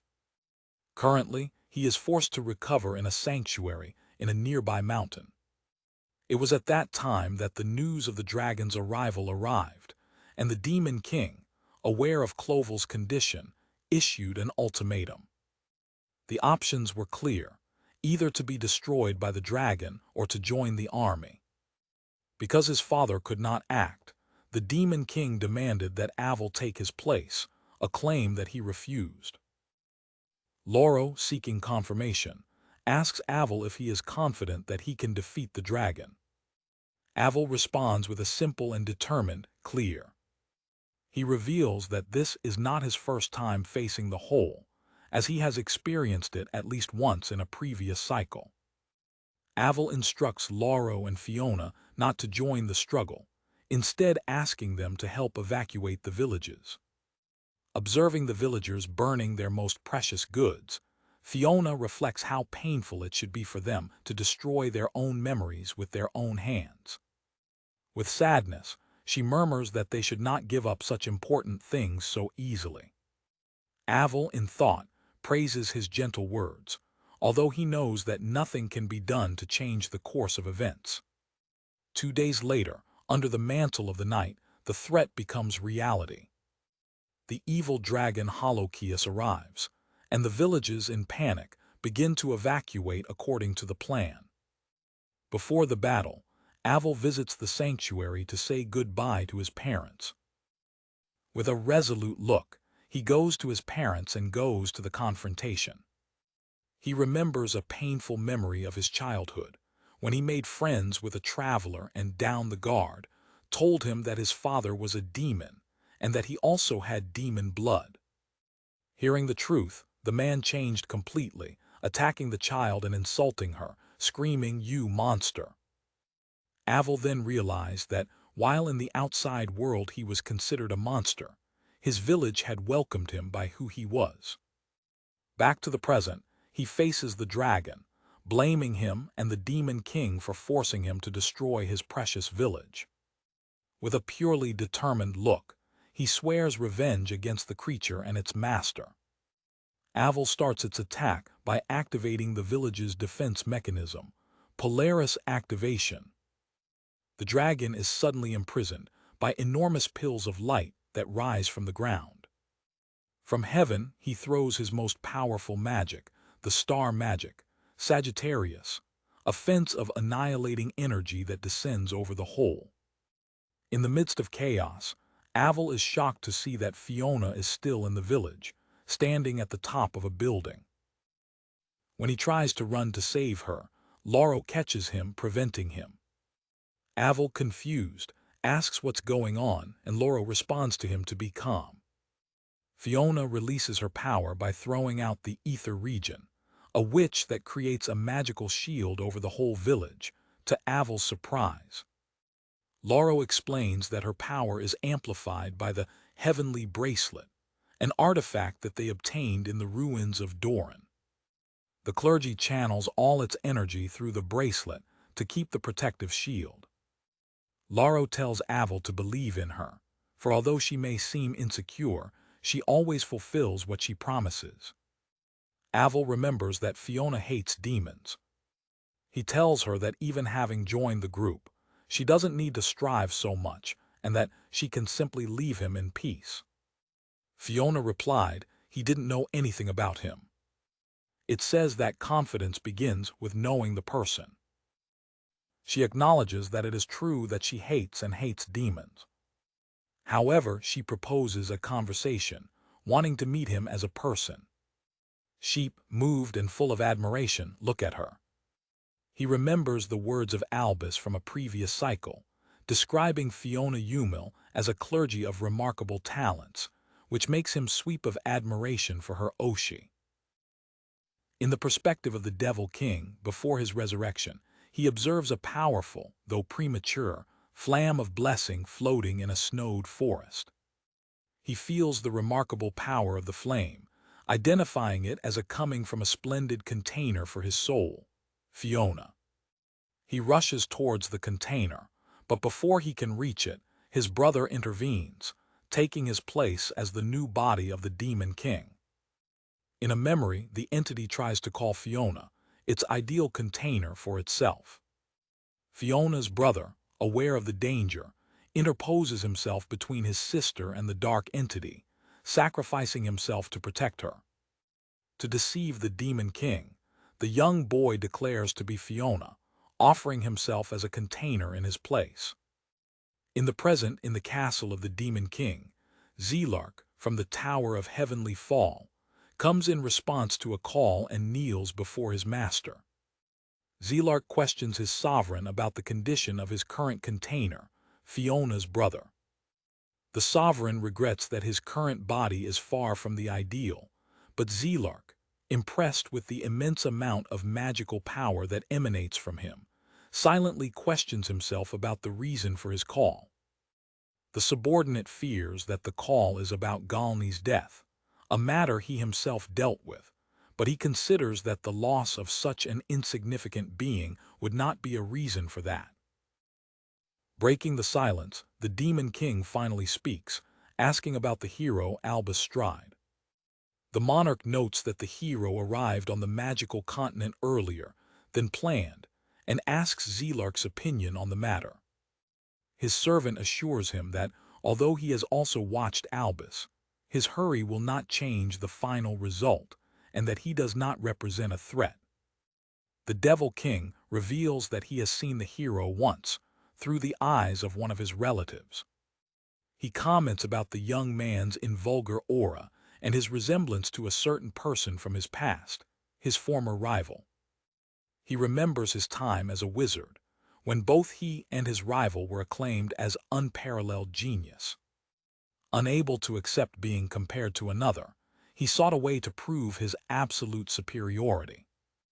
After numerous reflections, he completed his work, a form that transcends everything, with an indestructible body and an immortal soul.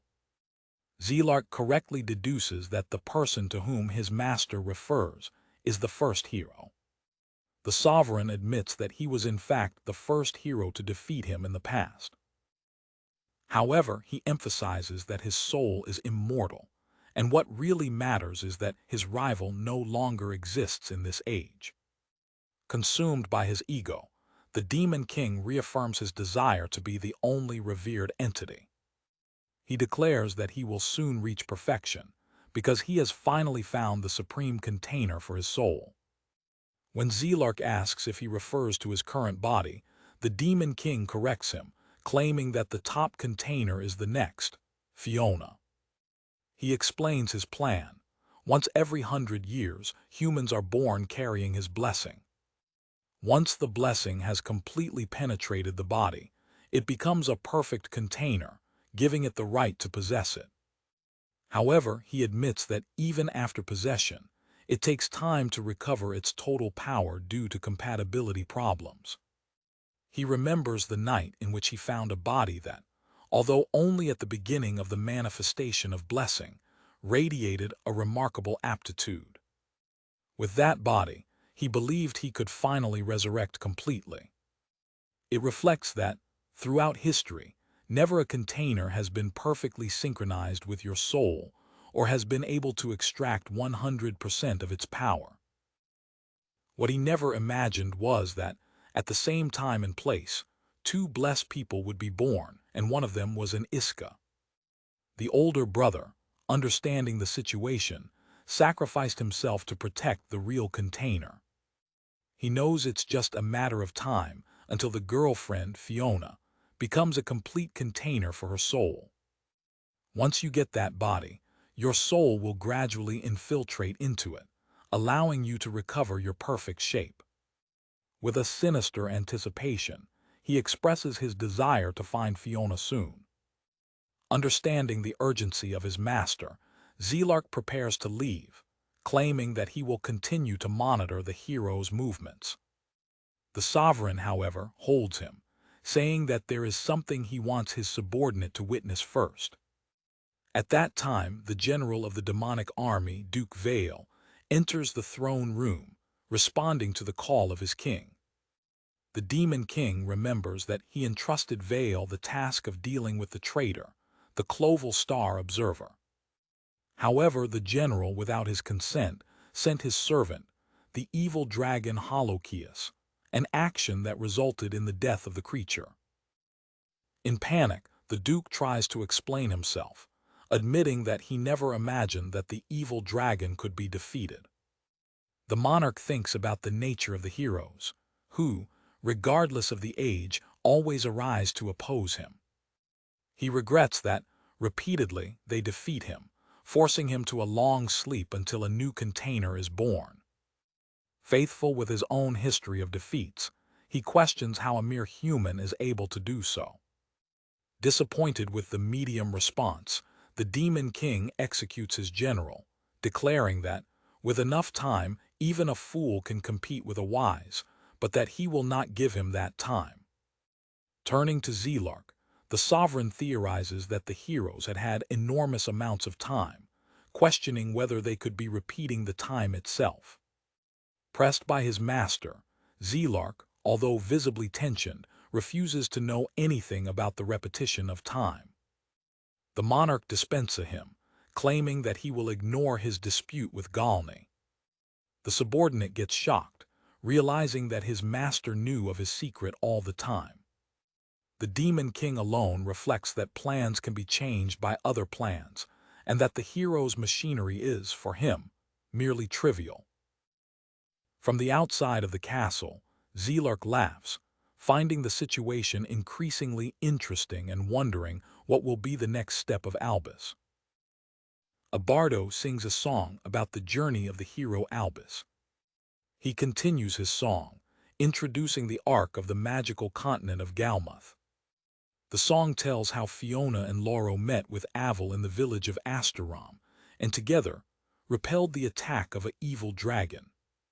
10 months have passed since the start of the journey. Meanwhile, Albus, Gina, and Toko use a teletransport portal to enter the magical continent, gathering together to continue the conquest of Masmoras. The scene moves to the elephant village of Ria Verum, where Fiona, Lauro, and Aval walk. Lauro and Fiona question about the invulgar architecture of the site, hoping to meet Albus there.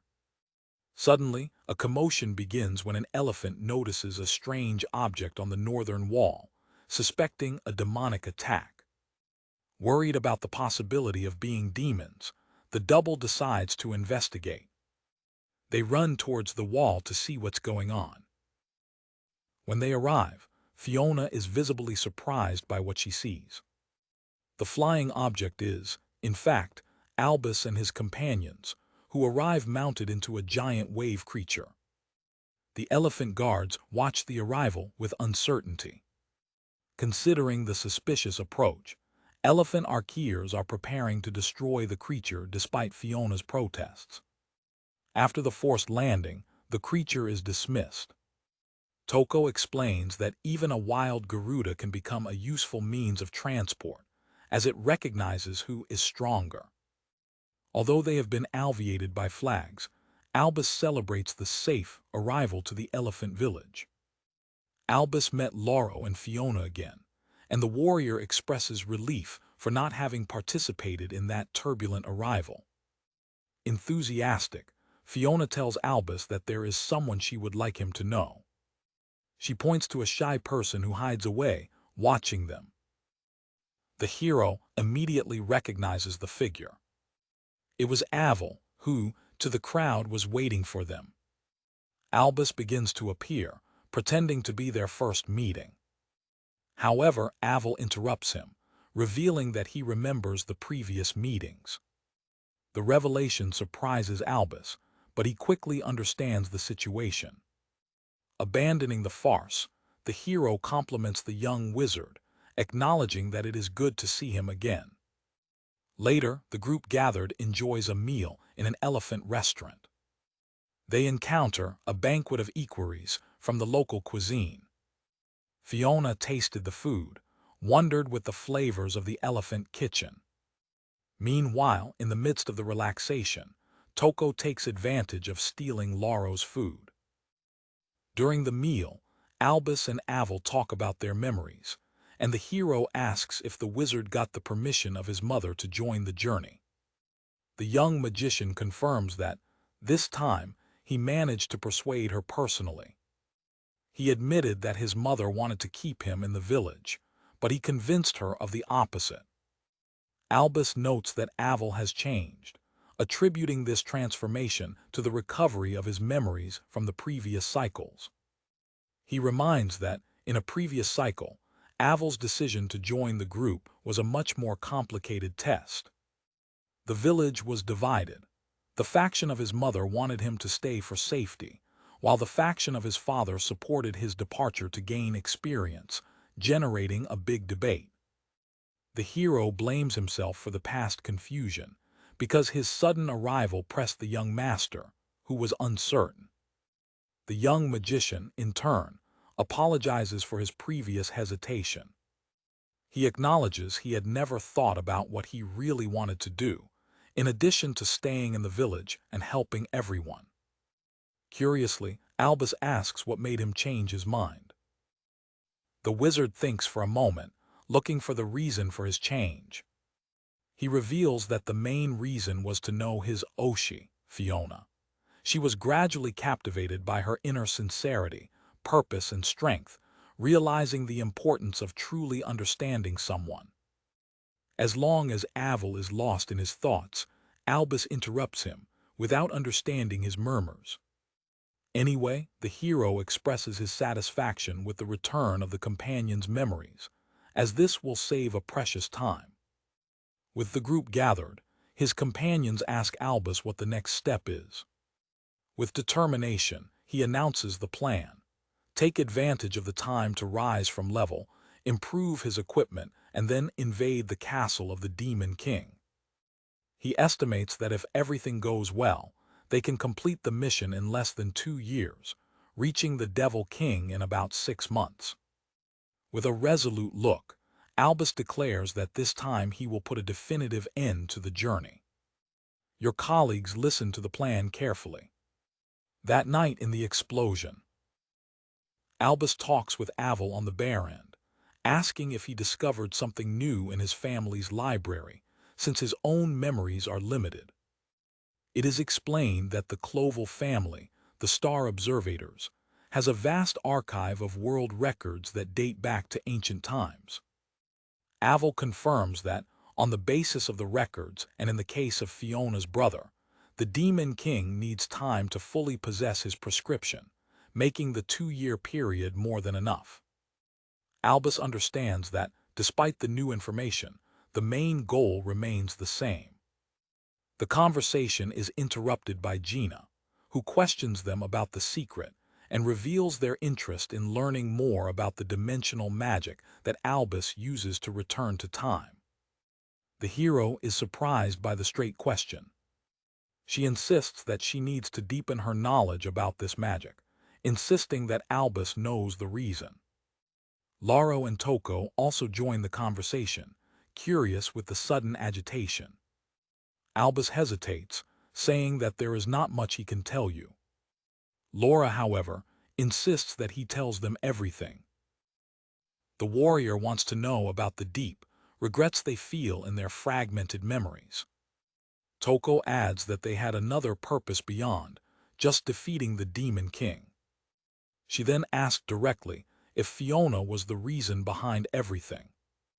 Seeing the friend's hesitation, Laro and Toko encourage him to stop carrying the burden alone, saying they're ready to accept the truth. The words of his companions touch Albus deeply. Aval observes the interaction in silence. The hero regains, making a decision. He agrees to tell you all the truth. However, it imposes a condition. In an isolated room, he asks them not to tell anything of what he is about to reveal to Fiona. He explains that, logically, it would be reasonable to tell her and that, in fact, it has already done it in previous cycles. He knows that, because he is strong, she would act with courage and pretend that everything was well. However, he reminds that he has already suffered more than enough. Albus believes there is no need to overload her with more fear and sadness. He concluded that he had passed too many trials. With firmness, he promises that he will not allow him to suffer the same way again. He acknowledges that it is an egoistic desire, but that's what he wants. Later, in an isolated room, the group gathers to hear Albus' truth about Fiona's connection with the Demon King. The revelation leaves Toko and Gina visibly shocked. The hero seems tormented by reviving the painful memories. Lauro hears with an expression of understanding. Unbelieved, Gina asks if Albus really repeated this journey dozens of times. Albus goes to Aval, reminding him of the question that the wizard made earlier about what made him change of mind. He then apologizes to everyone for having dragged them through this journey so many times. Aval hears with a serious expression. The young magician clarifies that his decision to join the group was not only because of Fiona, but also because of having met Albus. He remembers Albus' apparently foolish goal to a perfect future and how the hero asked him for help and knowledge for it. The hero, by sharing his ideal, questioning it looks like a foolish goal. Back to the present, the other companions express their support, claiming that they can't simply ignore a dog with such a noble goal and that they'll continue to follow it. Albus smiles, relieved by not being the only stupid. He is a hero who makes selfish desires and acts imprudently in search of a perfect future, but is no longer alone. A musician, who seems to have memories of past timelines, introduces a story that may or may not be about the hero Albus. The song presents Muriel, a strong and beautiful elephant general. The song of the bard reveals that, in a previous cycle, she was a companion of the hero. He clarifies that, in the current timeline, this has not yet happened.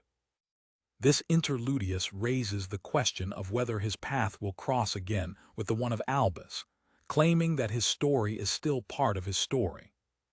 On the front line, Muriel and his army defend a large wall, fighting against demons who intend to break their defenses. The battle intensifies as the elephant army strikes ferociously with the demonic forces to protect its people. Despite the calls of his soldiers to save himself for safety, Muriel advances to the middle of the refresh, throwing down a demon from his mountain. His troops watch with admiration and concern as she leads the attack. She concludes her warriors, encouraging them to follow their example and to fight with pride. With her lifted weapon, she declares that she will show the demons the true strength of the elves. She presents herself as Muriel Orheim, a royal blood elf, while her soldiers behind her comment that she's always so intense. An older elephant explains her lineage, revealing that she is a distant cousin from the queen. Despite the distant connection, she understands the meaningful power and duty that come from her real blood.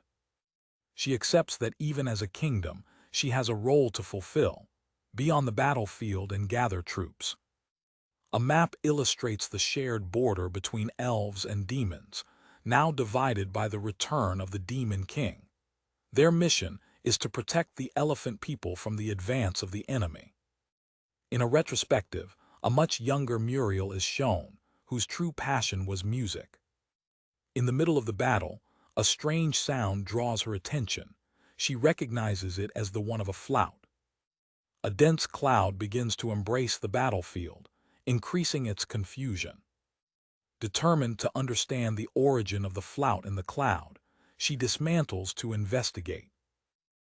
Her soldiers scream in alarm, while she enters alone in the mysterious cloud. They try to stop her, asking where she goes, but she continues ahead. His expression is of determination as he adventures deeper into the unknown. A retrospective reveals a scene of 20 years ago, where a young Muriel, the new princess, is observed by her beauty. The scene takes place in the field of training, 2 decades earlier. Other soldiers move on her back, discarding her as a simple commandant of the facade, and commenting on her invulgar weapon in the form of a harp. They mentioned that it should be a court music, but it was suddenly transferred to the army, considering it an unhappy reverse.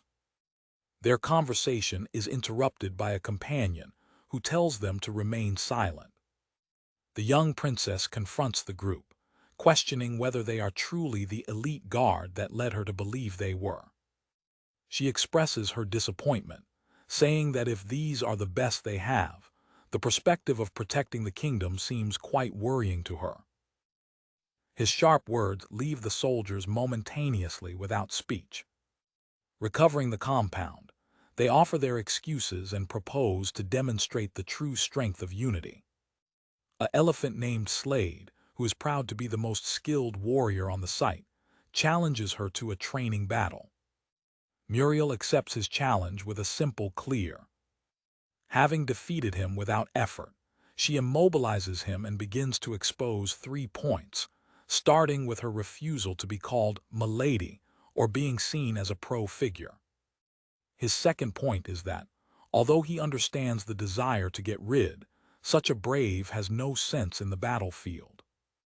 The other soldiers watch in shock, while she strictly tells her strongest warrior to know her place. Standing on her defeated opponent, she exposes her third point. He did not come to be their commander. Instead, she presents herself as a companion of weapons, ready to risk her life next to them to protect the kingdom, asking them to borrow her strength. Their words and actions encourage their new comrades, gaining their respect. The whole unity explodes in applause, fully accepting it as one of its own. Back to the present, she reflects on that memory, acknowledging that she felt genuinely so at the time. However, a seed of doubt remains in your mind. She asks if she can truly say she has no regrets about the way she has taken.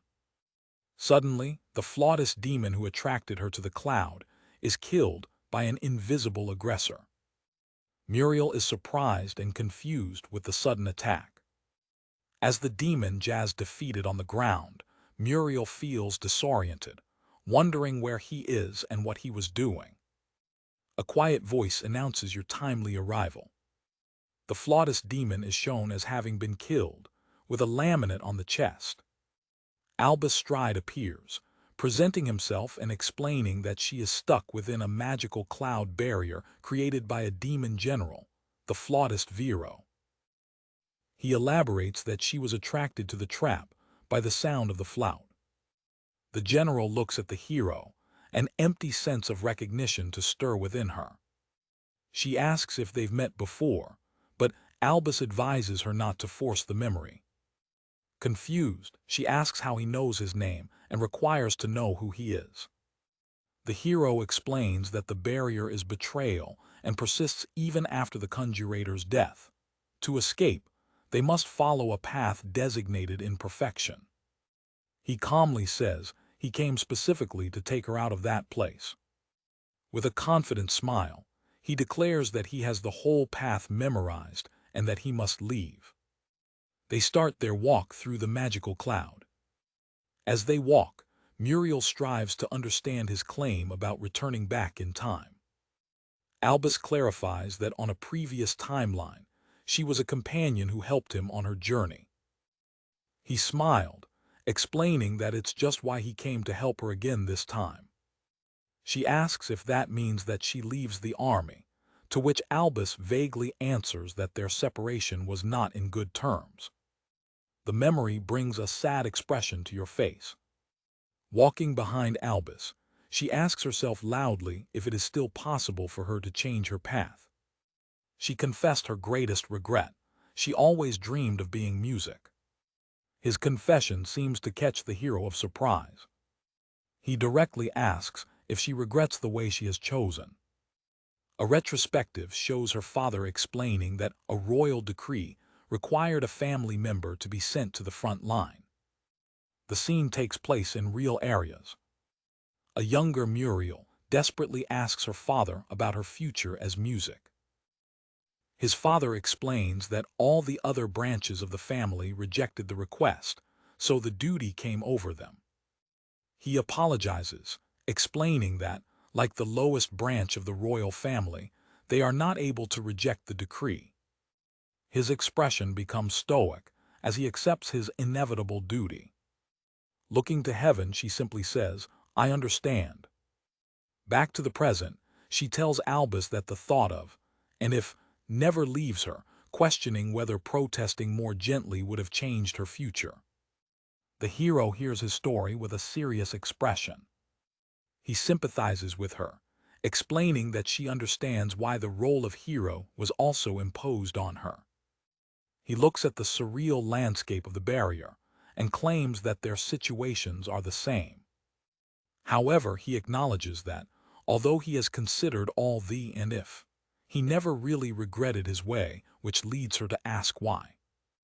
Albus recalls a past cycle in which, after traveling with him, she ended up choosing to return to her army. He explains that she realized that her companions were waiting for her, taking her in high consideration despite her own doubts. She came to the profound conclusion that her people expected her return. Albus says he feels the same way. This way allowed him to meet people that otherwise he would never have met, and even now, by doing this deviation, he knows that his good friends are waiting for him. Following the memorized path, they finally emerge from the magical cloud. Their loyal soldiers watch their return and scream for relief. When asked where he went, a murdered Muriel replied that he didn't know what just happened. With a new sense of clarity and a little smile, she reflects that she may have just witnessed another possible future. With renewed determination, she declares to the now missing Albus that she will not hesitate anymore, leaving her soldier confused. Having helped her former companion, Albus leaves, hoping that she also finds a future for which it is worth fighting. In the highlands of Giran, north of Galmut, the bardo presents the nation of the beast folk, the beast, an isolated kingdom of the human world. His song tells the story of a young beastkin who one day went out of his nation. Along the way, the young man met the hero Albus, and the two began to travel together. Thus, the bardo starts another interlude in the great saga of the hero. In the caves of Kagalith, the young beastkin, Nadia, who self-proclaims himself a brave warrior, is scared with a mere skeleton. In panic, he apologizes. The companion of Albus questions the utility of bringing the fearful young man to the Masmorra. Albus defends Nadia, saying there is no problem in having another person, especially because the group would be separated again soon. He confirms that the other group, composed of Lauro, Gina, and Avel, goes to the Pantano de Morse, while they continue through the highlands. The hero trusts the young beastkin, believing that he has not yet shown his true strength. Nadia agrees enthusiastically, declaring that he is a warrior and that the monsters do not minimally scare him. However, he acknowledges that he appreciates if another person is in front because he is scared with surprises. Their companions find their honesty adorable. A week earlier, Nadia had asked Albus to join his group. He wanted to be helpful, but things didn't go as he expected, leaving him disanimated. Nevertheless, he was truly surprised by the strength of his human companions. It reflects that humans, as a species, lack garras, shells, or hair to defend themselves. Always seeing humans as fragile and worthy of punishment, he realizes that Albus and the others are a remarkable exception. The hero asks Nadia if he has already found what he was looking for, but the young beastkin admits he is uncertain. The young man left his homeland, the nation of the beast, to find something he lacked. One day, Nadia was chosen to become one of the protection warriors of the nation. The honor filled him with pride and joy. However, as the training advanced, he began to have doubts, because his only ability was to escape, refusing to counterattack. Humiliated and called coward, he felt unable to fight. Feeling a coward, he fled his village, determined to find the courage he lacked. Back to the present, the group deals with a giant and excavator. While the others react with shock, Albus identifies the creature as a difficult but controllable opponent.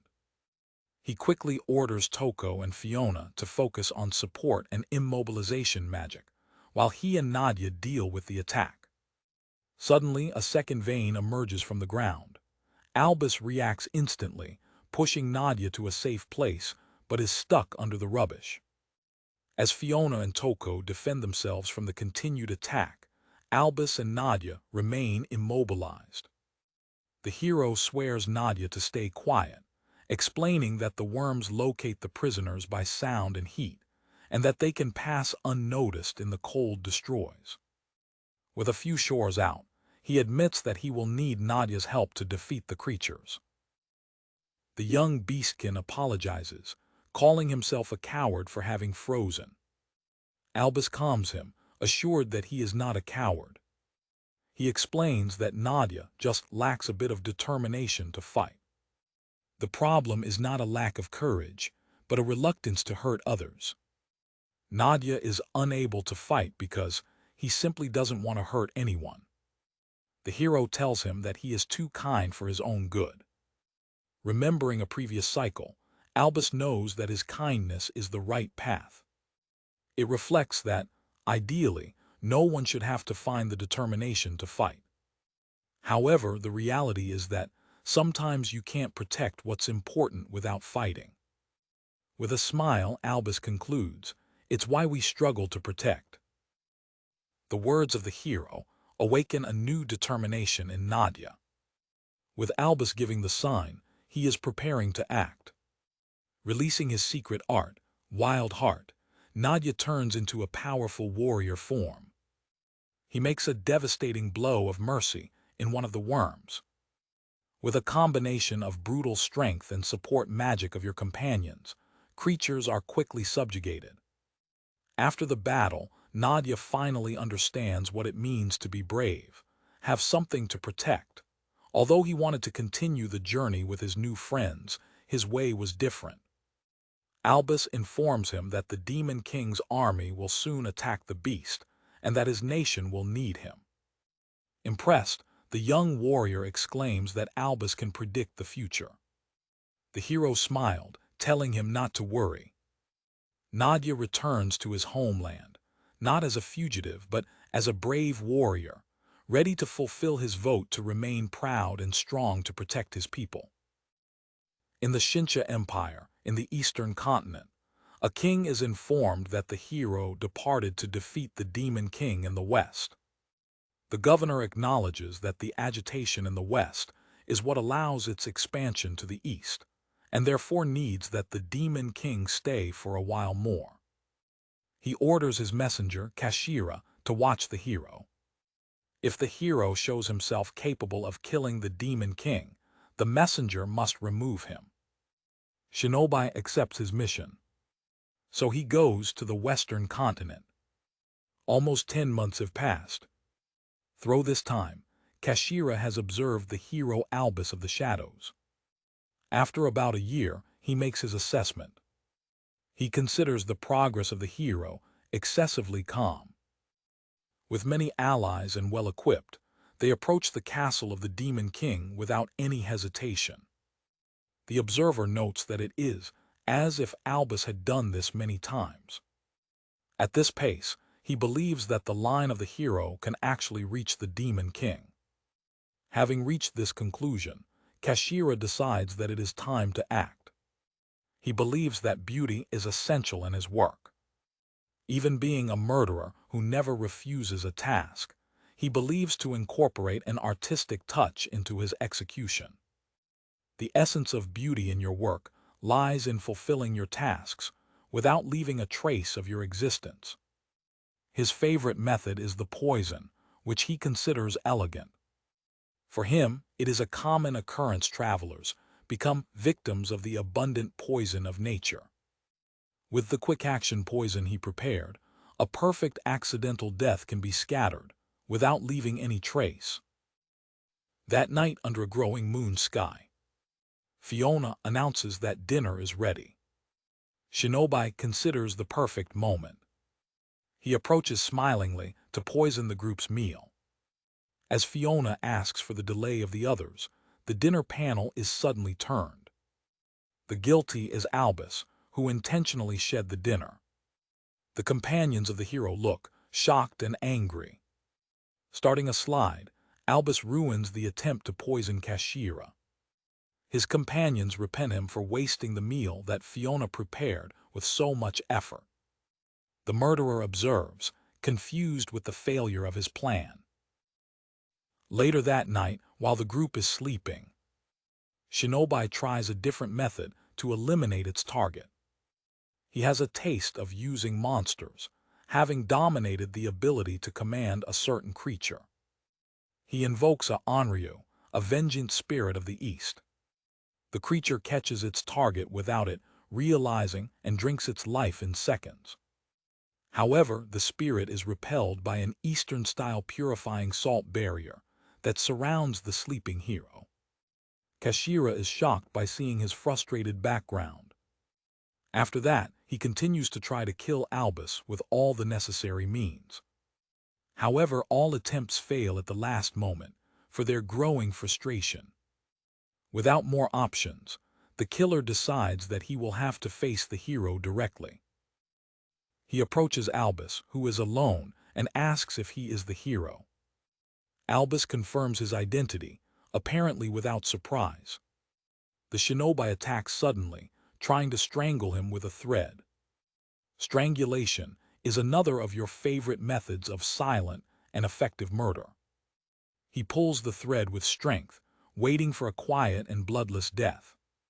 Albus, however, reveals that he was waiting, calling the killer for his name and joking about his indirect approach. Kashira is confused with the unexpected direction of the events. The hero explains that he asked Fiona to throw a magic body strengthening into him, anticipating the attack. He reveals that he remembers the previous cycles, poison attacks and monsters, and that he was waiting for the killer to appear.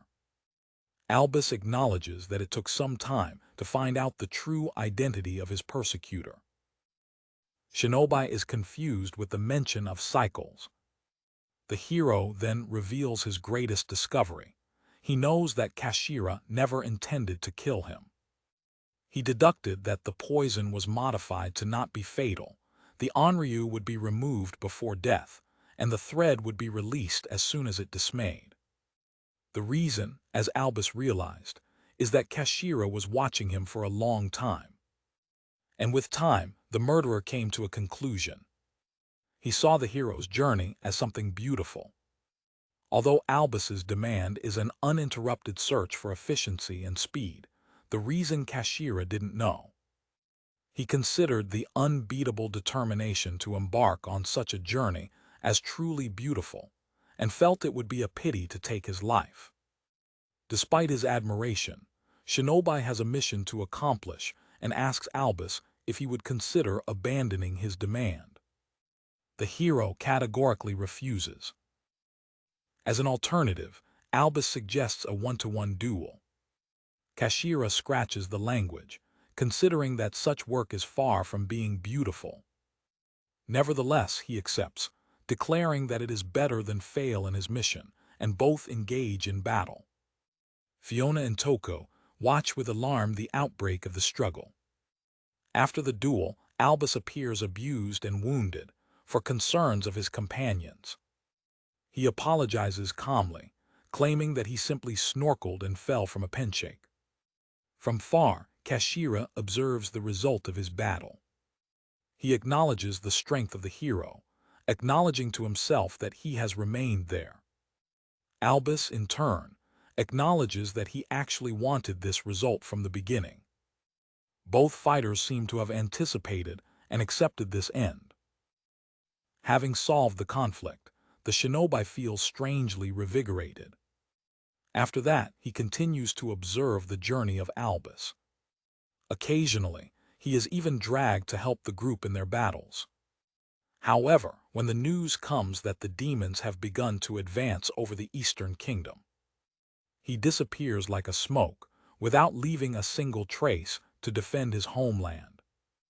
The bardo concludes his song, closing the interludium on the tale of the messenger Kashira. In the forest of Nakoris, in the western magic continent, a solitary mercenary walks, exhausted and regretting his weakened health. He stops, upset and exhausted by his condition. Your body seems heavy while struggling to continue. It reflects that only after losing your health is that you realize its true importance. Suddenly, an acute scream echoes through the forest, attracting your attention. The solitary mercenary identifies the origin of the sound as a scream. The source of the scream is Fiona, who is hunted by a giant reptilian monster. The young woman is paralyzed by terror in front of the threatening creature. They are prepared to face the danger. The solitary mercenary, Wirral, comes into action, rejecting the creature and saving the young woman. Fiona recognizes his savior as the mercenary he knew before. The monster escapes, scared by the warrior's intervention. Fiona is surprised and relieved by recognizing her savior. Wirral, however, seems confused with the situation. Strength has its price. The weakened body of Wirral surrenders and he demeets. Alarmed, Fiona runs to help him. After recovering consciousness, Wirral hears Fiona expressing her surprise that they meet again in such a remote place. He formally presents himself as Wirral, the old leader of the mercenary group Garras de Lobo. The word old leaves Fiona intrigued and confused. He reveals that he had a mysterious illness, which forced him to leave his group. Fiona is worried to know that despite her healing magic, her symptoms persist. He explains that he has already sought several healers and clerics, but no one has managed to heal him. When he tries to leave alone, Fiona stops him. Wirral breathes, resigned with his condition. He turns back, questioning his insistence. She reveals her true mission. Albus sent her to help him. In a retrospective, Albus orders Fiona to find an ancient inscription in the labyrinth forest of Nakoris to learn a secret wizard. Worried about going alone, Fiona questions Albus' decision. The hero explains that she is the right person for the task, especially because it's the solitary wolf. She explains the existence of a powerful healing wizard, Grand Heal, hidden in the depths of the forest. With a certain smile, she suggests that they look for him together. Furiously, the mercenary refuses his help. He goes away, telling him not to follow him. He explains the creed of wolves, to be a proud wolf. According to their code, wolves help each other, but only when the help is mutual. He feels that, in his current state, he can only receive help without being able to pay. He asks if such a situation can be considered mutual. His eyes are firm as he holds his faith. He concludes that a wolf who cannot fight must leave the mattress, the reason for which he left. Determined, Fiona does not give up and pursues him with his Pegasus. Surprised, he hears her saying that, in this case, it won't help him. Instead, she asks him to help her. The warrior is confused with the sudden inversion of papers. With an intelligent approach, she asks to hire him as her guard, arguing that she and her Pegasus are too vulnerable alone. He wondered why she would hire such a weak man. With a smiling smile, she confirms that yes. He is confused with his logic. Empty memories of Fiona, next to Albus, arise in your mind. His determination makes him hesitate.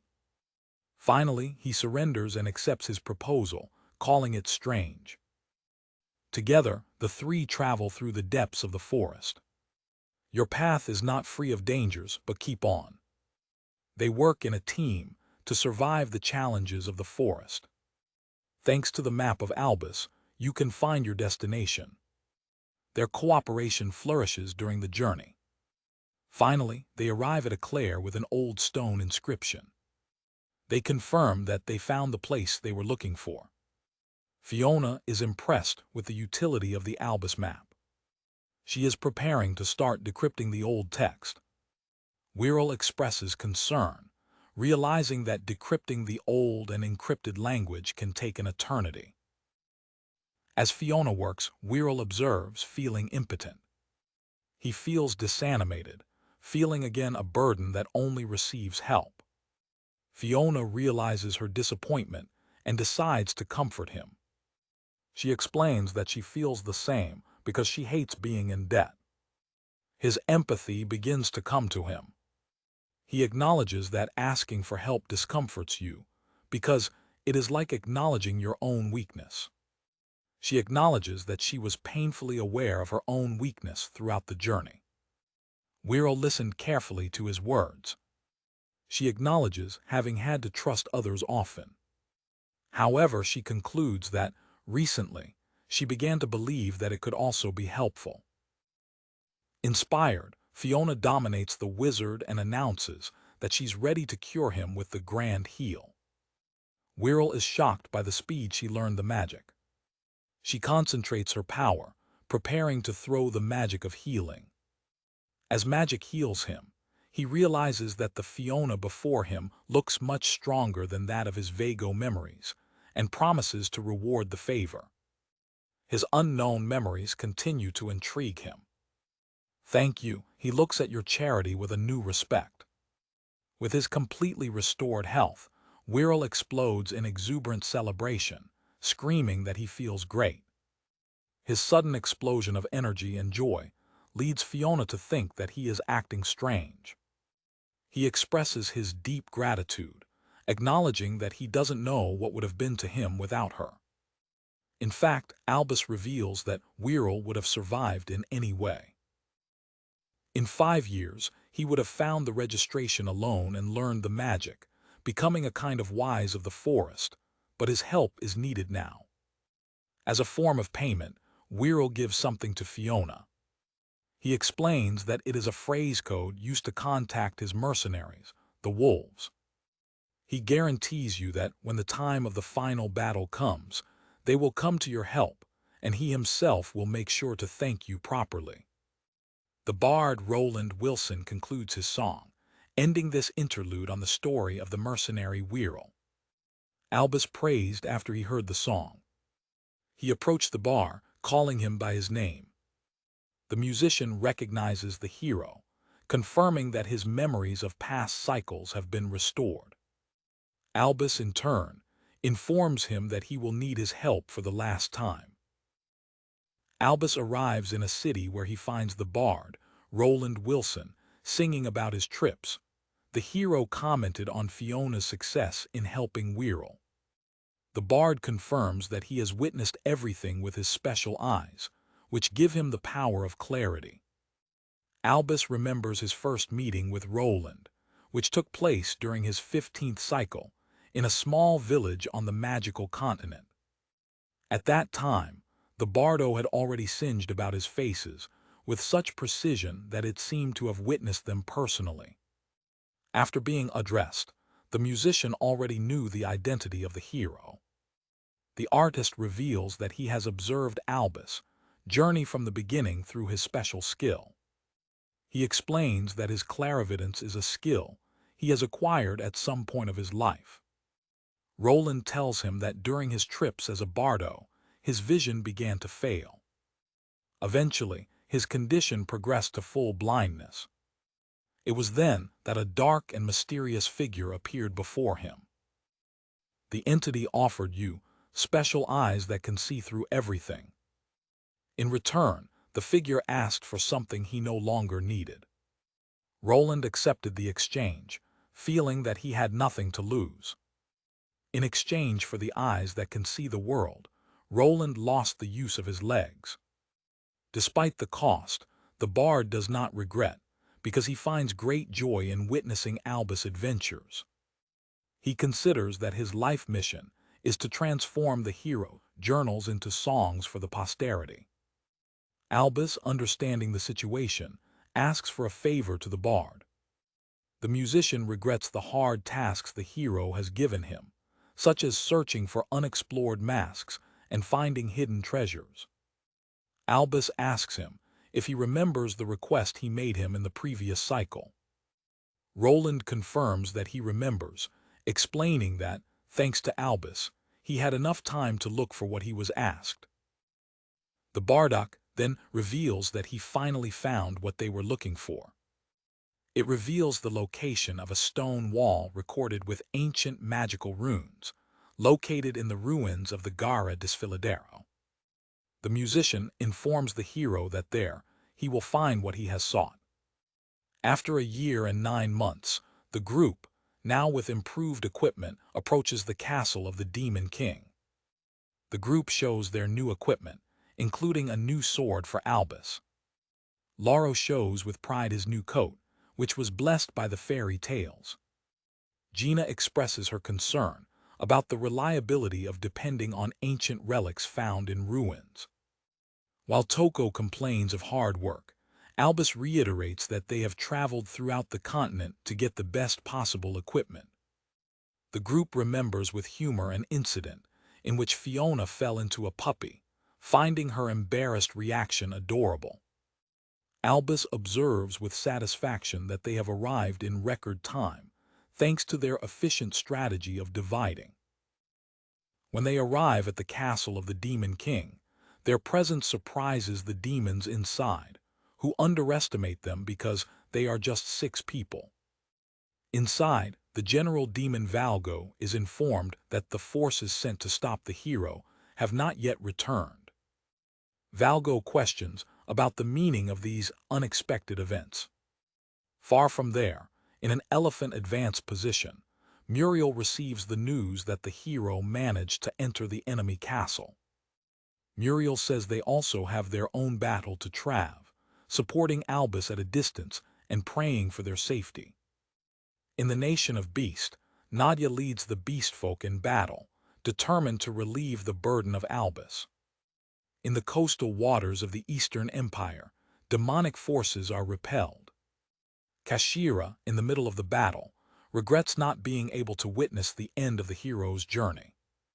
Meanwhile, back to the castle of the Demon King, the group of Albus is preparing to face the enemy hordes.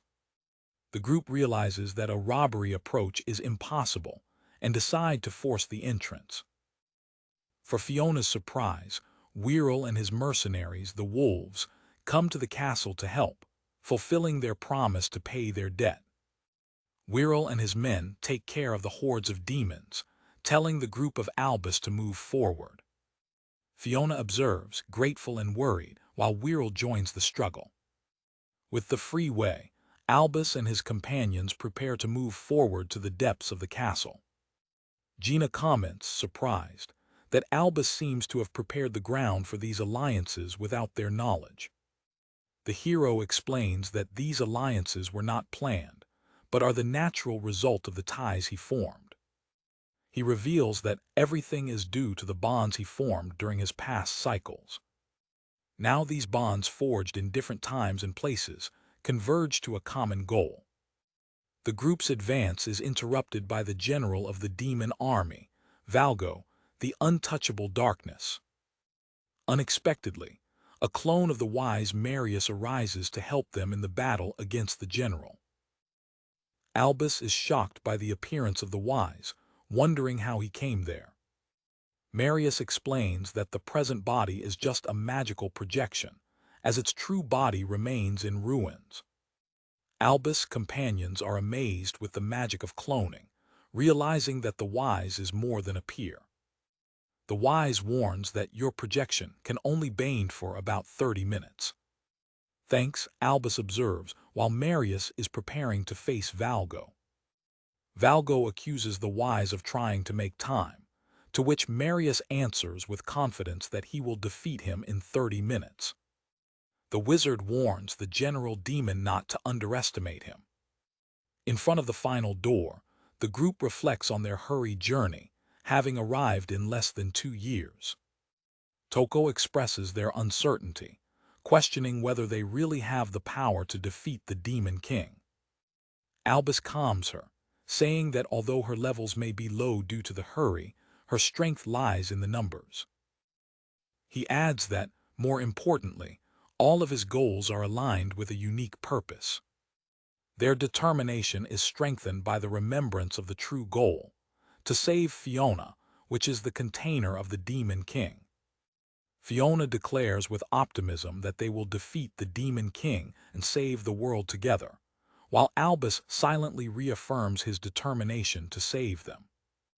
Laro agrees with the determination of all. The group's determination to save both the world and his friend solidifies. With their unified resolution, they open the doors to the throne room, knowing that all past cycles culminated in this decisive moment. In the throne room, the Demon King reveals that he has observed the group's journey through his family members. He acknowledges that he found their journey fascinating, making occasional checks on the group's progress. Albus, without intimidating himself, agrees to move forward with the battle. The Demon King suggests that they dismiss the formalities and begin the battle. With a direct challenge, he invites the group of the hero to attack him. The battle begins, with Fiona throwing a magic of protection light to strengthen her companions. With the body strengthened, Laro attacks, but the Demon King easily deviates and counterattacks with his temptations. Gina throws her crystal magic, but the Demon King considers her too weak, while she hurts Aval to prepare her own magic. Aval explains that his star magic takes time to be prepared. Finally, Aval activates his magic, Star Magic, Libra. The wizard immobilizes the Demon King, who finds himself unable to move. Using the opportunity, Albus advances to attack his immobilized enemy. The hero gets a powerful attack, the Magic Sword Rampage Blast. The attack results in a massive explosion, raising a cloud of dust. When the dust sits, the Demon King arises unleashed, expressing his admiration for the group's teamwork. Gina, frustrated, recognizes the incredible resistance of her opponent. The Demon King reveals that he finally understood Albus' motivation. The hero knows that Fiona is his container and is trying to save her, fully understanding the process of transfer of soul. He theorizes about how Albus obtained this knowledge, questioning whether the hero can predict the future or if he has repeated his journey times without account. From a close pillar, Zelark observes the battle developing with an intense expression. The Demon King regrets that fighting against someone who already knows his movements takes all the emotion of fighting. To make things more interesting, he decides to make a bet and play with the situation.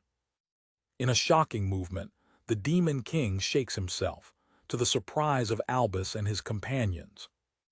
As the Demon King's body disappears, the face of a young man is revealed that Fiona recognizes, as his brother has long been lost. Fiona's brother goes to Albus, asking if the hero thought he'd anticipate this confrontation and would prepare for him.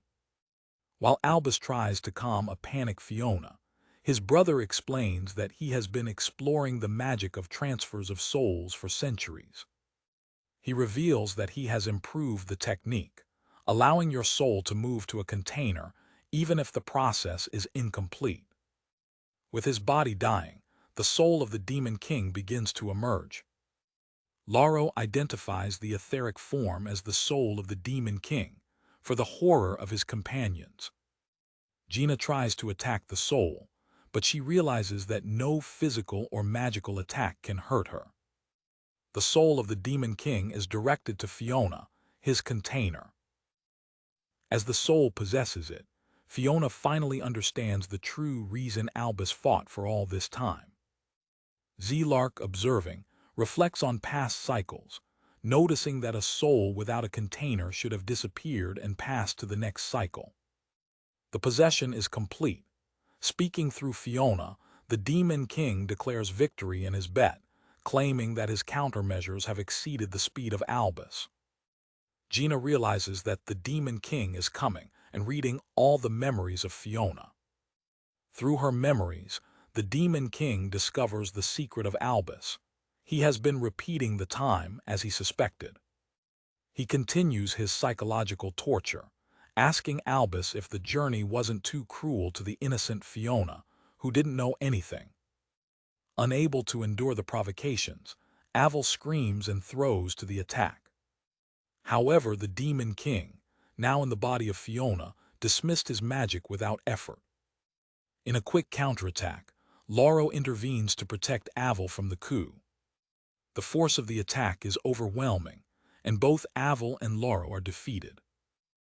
The Demon King acknowledges that his power is not yet at its maximum, attributing it to the accelerated and incomplete transfer of soul. With most of his defeated companions, the Demon King turns to Albus and asks what will be his next step. Will he try to start the cycle again? He points out his own weakness, the incomplete container, and encourages Albus to attack now, while the chances are in his favor. Suddenly, Zelark intervenes, punching the Demon King in the body of Fiona behind, declaring that it should be eliminated before it is too late. Moments before intervention, Zelark observes a pillar, disappointed with the result of the battle, reflecting that Albus underestimated the capabilities of the Demon King. The Demon King, in the body of Fiona, thinks that although Albus has arrived faster than ever, his success was intended to occur only after the container was closed. He deduces that the speed of the hero warned the Demon King, who accelerated the transfer of soul to Fiona, even without transferring memories. For Albus, the hard reality is imposed. All his hurry effort was in vain, a result apparently sealed by destiny. From his point of view, Zelark considers the scene a tragedy or a comedy, given his irony. The Demon King, smiling with disdain through Fiona's face, confesses that he has been entertaining with the group's small adventure. He goes to Albus with a tone of punishment, saying he already knows how the battle will end. Decided to intervene, Zelark jumps out of his pillar, moving to change the course of events. In a shocking movement, he punched the Demon King on his back, to the surprise of Albus and his companions. Albus, the unbeliever, screams the name of the devil, questioning his action. Zelark coldly declares that everything is over, claiming that the container should be removed before the possession becomes irreversible. When Albus requires an explanation, the observer responds that the hero should already understand the need for his drastic action. He explains that speed was not the solution and that despite all his efforts, Albus failed. The devil continues, claiming that the Devil King will be increasingly wise, regardless of how many cycles Albus repeats. His conclusion is dark. Albus's desire will never be fulfilled because he has already lost the battle. Albus, however, does not show disappointment and coolly retorts that he never asked the opinion of Zelark. With an unbeatable determination, the hero declares that he will still try again. Confused with the intervention, Albus questions why Zelark, who should be neutral, is taking his party. With a smile, the observer reveals that his only desire is that Albus draw a new and more interesting story. He explains that he lives on the basis of a good narrative, and that a story with a predetermined end and fated to failure is simply bored. Suddenly the Demon King, still in the body of Fiona, rises. Zelark commented that his trembling was fun, but that this time it was all over. For everyone's surprise, the Demon King uses the magical Grand Heal to heal himself, and ironically thanks Albus for Fiona's acquiring such a powerful healing magic. As a retaliation, the Demon King punishes Zelark with the sword that was craved on his previous body, declaring it a revenge for betrayal. As the demon falls, the Demon King tells him that he is interesting and that maybe he accepts him back, if there is a next time. Lauro and Toko watch, shocked, the body of Zelark impaled, recognizing the sword as the one that should be craved in the previous body of the Demon King. Zelark disappears, regretting the abbreviated end of his story. As Albus's companions see horrored, Laura wants goodbye to the fallen devil, wishing his next story to be good. With Zelark removed, the Demon King turns his attention to Albus, asking what will be his next step. He challenged the hero to try to use his magic to return in time, confident that he can stop him. Despite the challenge, Albus confirms his intention to use the dimensional magic, Revolve. He explains that the use of the wizard will mean its end, but that the world will be rebounded. A memory of the messenger of God echoes, insisting that the wizard may not work as expected. However, Lauro and Aval, although injured, rise and ask him to wait, suggesting that they fight a little more. The warrior argues that there is no guarantee that there will be a next cycle, and that they must try to defeat the Demon King now. Toko and Gina agree, insisting that they can still fight. Albus is thrilled with the unbeatable determination of his companions. The Demon King accepts the challenge, admitting that he is not fully accustomed to his new body yet, and the group begins to attack. Lauro faces the Demon King, but is quickly subjugated by his superior force. Gina attacks with her crystal magic, but her wizards are easily defeated, and she is also defeated. The Demon King provokes the rest, pointing out his hesitation to hurt the body of his friend. With his defeated companions, Albus remains alone. The Devil King decides to tell you an old story. He reveals that when he suspected that Albus was rebounding time, he remembered a conversation he had long ago. In a flashback, two scattered figures discover an ancient magical inscription that describes a wizard capable of rebounding the time of an object. The Demon King describes his acquaintance as someone without talent who, however, tried to be his like, what he considered annoying. The acquaintance expresses its concern for the magic, noting that its cost, the user's life, is too high. Although he considered him a fool, the Demon King admits that the perseverance of his acquaintance was a threat, because he never gave up until he achieved his goals. He reveals that the determination of Albus makes him remember this ancient known. The memory of the warning of the messenger of God returns to Albus. The continuation of the cycles will result in their removal from the timeline. Exhausted and without options, Albus takes its final decision. Albus invokes the supreme dimensional magic, Revolve, but the Demon King reveals a shocking throne. He knows the magic formula because he found himself a friend of his creator and helped in his research. With this knowledge, the Demon King activates a cancel code to cancel Albus's magic. Unable to activate his magic, the Demon King declares the final victory, claiming that this is truly the end for the hero Albus.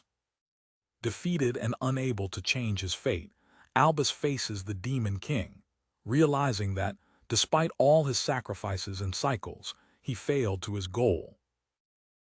In the 16th cycle, Albus, Gina, and Aval visit the underground lab of the Witch Gold, a place that remained intact despite the destruction of the top tower, protected by its magical barrier. In a flashback of the 16th cycle, the group explores the ruins of the Tower of the Academy, the starting point of their research. Gina, examining the books, confirms that the laboratory is the best place to research dimensional magic. Albus and Aval discover that, despite the vast collection of texts about dimensional magic, there is no record of the specific Revolve magic. Aval theorizes that, although Oro studied the manipulation of time and space, she would never have conceived a witch capable of rebounding the whole world. The young witch suggests that the key may be in a witch to bring the gold itself back, instead of rebounding the time. Gina, curious, suggests that Albus tries to activate the magical Revolve, so that they can observe it, causing a shock reaction in the hero. The magician insists, asking him to stop immediately before the magician is fully activated, but Albus terminantly refuses. Aval proposes to explore the ruins again, suggesting that they can find more traces. He expresses particular interest in the messenger of the gods, believing that there may be clues related to that entity. Gina, reading one of the tomes, discovers that the records often mention antique magic and divine religions. Aval adds that during the golden age of the wizards, thousands of years ago, unimaginable witches were created.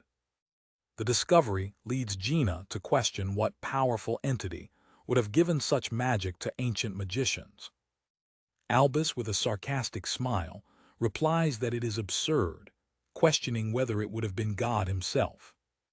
Suddenly, a book falls from a plate, scared Aval. The book opens alone on the ground, emitting a gentle light to surprise Albus and his companion. Albus approaches and examines the book, noticing a magical pattern he had never seen before. The book, written by Gold itself, titles itself Primordial and describes an even older form of dimensional magic. The scene returns to the present, where Albus is on his knees and defeated, with the Demon King in the body of Fiona to pair over him. The hero is injured, with his sword leaving on his side. The young hero coughs blood, exhausted and apparently no more options. Their companions Toko and Gina watch horrored, screaming their name. Aval, also injured, fails to believe that even the powerful wizard of Albus was arrested. The Demon King explains that the formula of a witch carries the unique characteristics of its creator. He reveals that, as he knows the characteristics of the creator of the revolve, he can neutralize it. With a triumphant smile, the antagonist claims that his cancel code, targeting these features, has worked in perfection. Albus sees his imminent defeat with an expression of despair. The Demon King would taste his victory with a look of contempt. A memory of the messenger of God echoes in Albus' mind, reminding him that speculation is crucial to adapt to different situations. Back to reality, the messenger appears in a vision, telling Albus that his long journey has come to an end. The Demon King, with a manic look, orders him to die once and for all. Albus, overwhelmingly, acknowledges that speculation and assumptions are in fact important, recognizing their mistake. The Demon King observes his apparent resignation. The companions of Albus watch impotence. Falling and bleeding, Albus acknowledges that he tried all the possible options to seal him, but that all failed. However, with a thread of hope, he murmured that there was still an option. With a new determination, Albus reveals that there was a last option that only now can finally try. He remembers his conversation with the Roland Bard and the location of the ancient runes, the same pattern he saw in the Book of Gold. The memory of the stone wall recorded with the ancient magical runes, its last resource, becomes clear in your mind. Albus remembers the moment when he met the altar with the primordial dimensional magic. Declaring that this is his final answer, he activates a new magic circle. The hero throws himself into the attack, activating a witch that surprises the Demon King. The antagonist realizes in panic that his cancellation code is not working, questioning whether this is a different magic. Their companions watch, shocked with this unexpected reversal. Albus, with a tear-looking look, confirms that it is a coincidence. He reveals that the wizard he is using is precisely the one he found in the book, Primordial. The Devil King is shocked with the revelation. His expression of confidence breaks down in front of the unknown power. Albus explains that it is the primordial dimensional magic, a magic that precedes even the revolve. In a flashback, the ancient runes reveal that this wizard can rebound the time of a single object. In front of the vision of the messenger of God, Albus argues that dimensional magic can still reach the soul of the Demon King, as the revolve has proven. He declares that the soul of his enemy is, for all purposes, an object that can be rebounded. The flashback shows the inscription that reveals the name of the witch. Albus launches the magical retrograde, involving the Demon King in an explosion of light and power. The soul of the Demon King screams of agony, feeling being thrown out to the force of the body of Fiona. The entity recognizes the nature of the magic that is affecting you. A view of the past shows the two researchers captured to discover that the high cost of the witch is the user's own life. The soul of the Demon King asks Albus if he is aware that the wizard will cost him life, while his friends watch in shock. The entity deceives the small minds that throw out their lives so easily. He declares that, unlike them, he is different and will never die. As long as it dissipates, the soul swears that this is not the end. With his last words, the soul of the Demon King promises that he will continue to return as always, before he disappears completely. With the soul of his enemy expelled, the body of Fiona falls inertly into the arms of Albus. The mark of the Demon King disappears from your body as it recovers consciousness. She wakes up and calls Albus, still in her arms. The true Fiona, back to control of her body, looks at her savior. Albus, deadly wounded by the use of the wizard, smiled faulty. At that moment, the rest of his companions come to the throne room, screaming his name. Laura, watching the scene, asks Toko to check the state of Fiona's brother. The warrior asks if the battle has ended and why they are all so wounded, without understanding the severity of Albus' sacrifice. Albus, supported by Fiona, begins to fail. He eventually deceives, and his friends scream his name in panic. Toko runs to his side and confirms that he is still breathing, though for a little. With his last strength, Albus asks Fiona for a last favor, to use Grand Heal on his brother. Fiona, in tears, protests, asking what will happen to him. The dead hero looks at his fate calmly. Gina asks him if he is sure of his decision. Avel, with anger and sadness, screams, asking if this is the perfect future for which he fought. Albus, looking at his friends, just murmurs that he doesn't know, but with a last quiet smile, Albus declares, "I'm happy," and dies, leaving his companions to cry for his loss. The group of heroes gather in silence and sadness around the body of their fallen friend. 10 years later, the messengers of the royal palace look for the Suma priest in their house. They knock at the door of their home. Fiona's brother, Ryan, now a young adult, asks the messengers what they want. The messengers explain that the king is planning a great celebration for the 10th anniversary of the defeat of the Demon King. Fiona is not present. She is visiting the tomb of old friends to fulfill an important promise.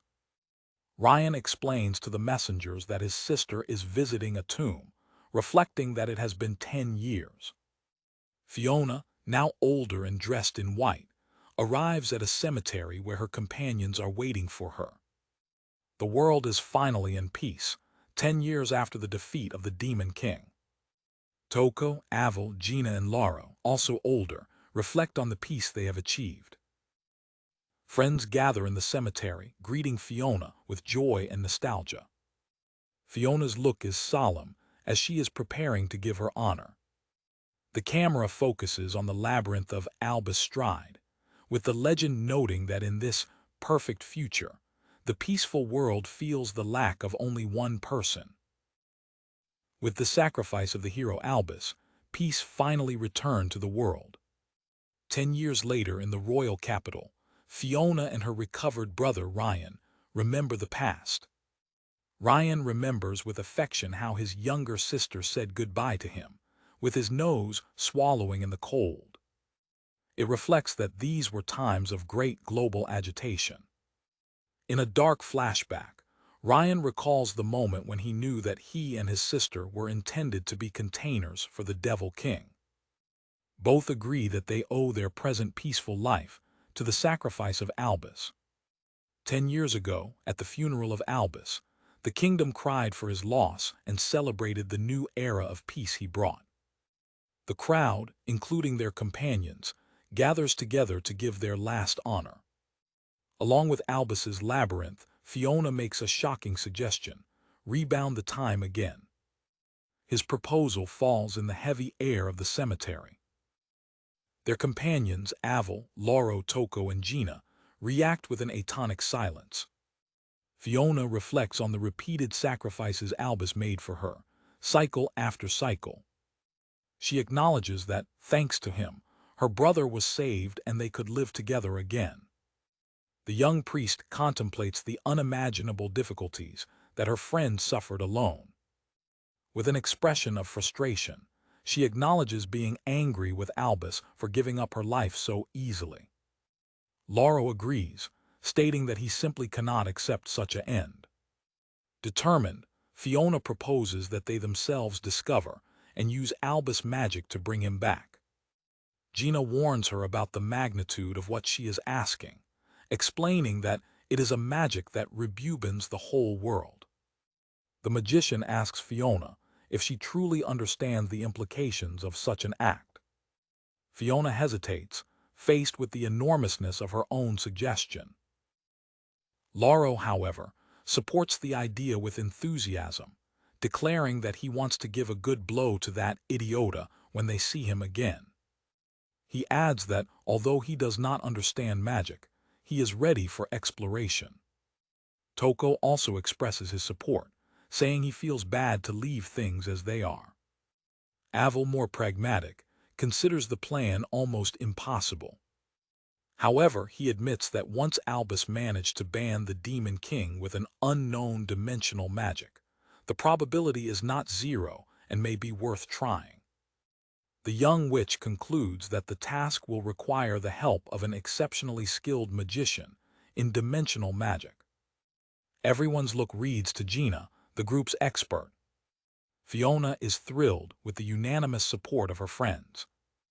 Lauro and Toko, though confused with the details, show an unbeatable determination. Gina, with a fierce trust, tells Fiona not to underestimate her. She declares herself the genius who will uncover the secrets of that dimensional magic.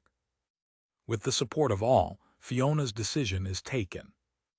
Along with the lapide, Fiona silently thanks everyone for her loyalty. Gina advises her to think well about what it means to rebound the world. She insists that Fiona fully understands the consequences. The magician reminds him that this would mean dissolving the peaceful and joyful world in which they live and returning to chaos. With a serious look, she continues her warning. Gina points to the most painful consequence. Fiona's brother would again be the container of the Demon King. Fiona processes the hard reality of his choice. Over the course of 10 years, the group has been dedicated to research. Gina immerses in old texts and forgotten tomes, looking for the key to Albus's magic. During this time, Fiona continues her life, serving the community. She ascends to the position of a supreme priest. Your friends also build their lives in the era of peace. Lauro and Toko go into adventures, exploring the world now safe. Aval and Gina spend numerous hours in ancient libraries and ruins. Despite their mission, Fiona and Ryan recover the lost time, sharing precious moments. Finally, after 10 years, they complete their investigation. Ryan apologizes to Fiona, encouraging her to follow her decision without hesitation. Goodbye is full of excitement. Ryan remembers how Fiona talked to him about his journey and the hero Albus. In a flashback, Fiona describes Albus to her brother as strong, wise, but sometimes ridiculously selfish, with a mixture of happiness and sadness in the eye. Ryan tells his sister that sometimes it's good to be selfish. He encourages you to follow your own path with determination and conviction. He adds that this is what the hero Albus would have done. Back to the cemetery, Gina announces that With the information they gathered, she managed to reconstruct the supreme dimensional magic, Revolve. She explains that she failed to replicate the energy efficiency of the original, so they'll have to combine their magic to activate it. Avel and Lauro express their enthusiasm, ready to be accomplices in this bold job. Toko smiled, saying that the days of peace were also very fun. With the determination of all renewed, Fiona gives the order to start. The magic ritual begins with the energy that emanates from the group. Gina acknowledges that there are still some uncertainty. She warns that she doesn't know if the wizard will make them go back in time in the same way as Albus, or if their memories will remain intact, but she is confident that their shared determination will guide them. United by a single desire, that Albus deserves to be happy, they release their combined power over the tomb of their friend. The Revolve cycle revised is activated. An intense light shines out of the magic circle, surrounding the cemetery. The tissue of reality begins to dissolve as time is rebounded. The group observes the world collapsing, determined to create an even more perfect future. Their reality dissolves in a torrent of light. In the darkness, a consciousness wakes up, questioning its parade air. Albus's eye opens, wondering if this is paradise. He is lying on a bed, and a familiar and nostalgic smell fills the air. A little white dog jumped on him in a joke. The hero recognizes his childhood dog, Lucky. A young voice calls his name, asking him until he is going to sleep. Albus sits and sees his childhood friend, Merida. Looking into a mirror, he is shocked to see that he has returned to his childhood shape. Albus suddenly wakes up in his homeland, the orphanage where he grew up, disoriented by the sudden change in the scene. He joins his adoptive brothers and sisters, including Merida, for breakfast, a family and animated scene that fills him with nostalgia. The vivacity of the meal contrasts with your inner confusion, while observing the familiar faces of your childhood. The young hero takes a moment to process the situation, concluding that this is not an illusion, since the memories of his long journey remain alive. When he realizes that time has returned more than ever, he tries to evaluate the situation, starting by asking one of his adoptive brothers, Van, what his age is. Your mind runs to understand the implications of this unprecedented temporal jump. Knowing that he is 9 years old, he recalls he has been chosen as a hero at 5, which puts him in the middle of his training in the royal capital, according to the original timeline. A memory of your encounter with the messenger of God and the beginning of your journey as a hero arises in your mind. He remembers the training sessions with the sword and magic, events that, in this new reality, seem to have never happened. With the intact memories, he thinks to optimize his training, but his serious expression concerns Merida, who questions his scary air. His childhood friend observes him with a mix of genuine curiosity and concern. Surprised by your attention, the young traveler of time is momentaneously without words. He quickly disguises his inner turbulence, responding evasively that it's nothing. Later, while the other children play in the garden, Albus remains isolated, immersed in his thoughts. The unconscious joy of his brothers strongly contrasts with the weight of the knowledge he carries. Merida continues with her tasks, but keeps a careful look at her distant friend. He contemplates his new situation, trying to formulate a plan in a world that is simultaneously familiar and strange. His friend approaches, breaking his silence to ask what's disturbing him. She expresses her observation that he looks different from her usual ego. He tries to simplify his complex reality, explaining that he had a very long dream. The young man listened carefully, while he admitted that it was too long to process everything. Inside, the hero recognizes the severity of his situation, feeling the weight of responsibility. He shares the feeling of nostalgia and the desire that this moment of peace with all could last forever. His friend smiled, commenting that he is speaking in a surprisingly adult way. Curiously, she asks her to tell you more about her mysterious dream. Her hopeful expression shows that she is ready to hear her story. In vague terms, he summarizes his journey, fighting the Devil King tens of times to save someone he was loved. He concludes his story saying that, in his opinion, the end was decent. He reveals the climate of his dream, the sacrifice of his own life in exchange for world peace. Merida's expression becomes serious when he processes the dark end of his narrative. She vehemently rejects her end, declaring that it is unacceptable and giving her 0 note. With a ferocious determination, she says she doesn't want a peaceful world without him and requires him to reform the story. Surprised by her hardness, Albus murmurs to himself that she is severe, but that she understands her feelings.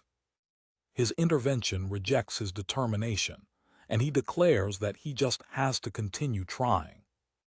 Later, your attention is distorted by an intriguing observation. He replies that, unlike what would be expected, Van is not worrying him to teach him magic. He remembers how his adoptive brother used to always try to imitate him during the training. The casual mention of magic shocks Merida, who questions unbelieves if he is learning magic. His reaction leaves Albus confused, as he assumes that his role as a hero would be common knowledge. He tries to explain that, as the chosen hero, his training to defeat the Demon King should be expected. Another of her adoptive sisters disclaims her affirmation, asking if that is also part of her dream. The hero gets completely unhappy with their ignorance about his mission. The other children reproach him to tell such dark stories, treating the existence of the Demon King as a joke of bad taste. A check in your room confirms your suspicions. There is no hero insignia, no magic books, no training sword. The absence of any evidence of his hero identity leaves him to consider the meaning of this new timeline. He realizes that no one in the village even mentions his status, as if the threat of the Demon King had never existed. Looking to the peaceful landscape, he wonders if this world is truly free of conflicts. Determined to find answers, he adventures out of the village. His exploration leads him to discover a scattered figure on the high grass. With a quiet born of numerous battles, he approaches, wondering whether the person is still alive. He advances cautiously to investigate the condition of the stranger. The man suddenly wakes up, scared Albus. He explains that it's a traveler who turns the turns and remains without food. The traveler, exhausted and desperate, prays for the help of the child. Ignoring the request to look for an adult, Albus uses his healing magic to treat the man's necklace, for his great surprise. He informs the traveler that, although healing is not perfect, it must be enough to allow him to walk. Albus confirms to himself that, despite the strangeness of this timeline, his magical skills remain intact. Impressed, the traveler praises his capabilities, suggesting that he has a bright future as a clergy.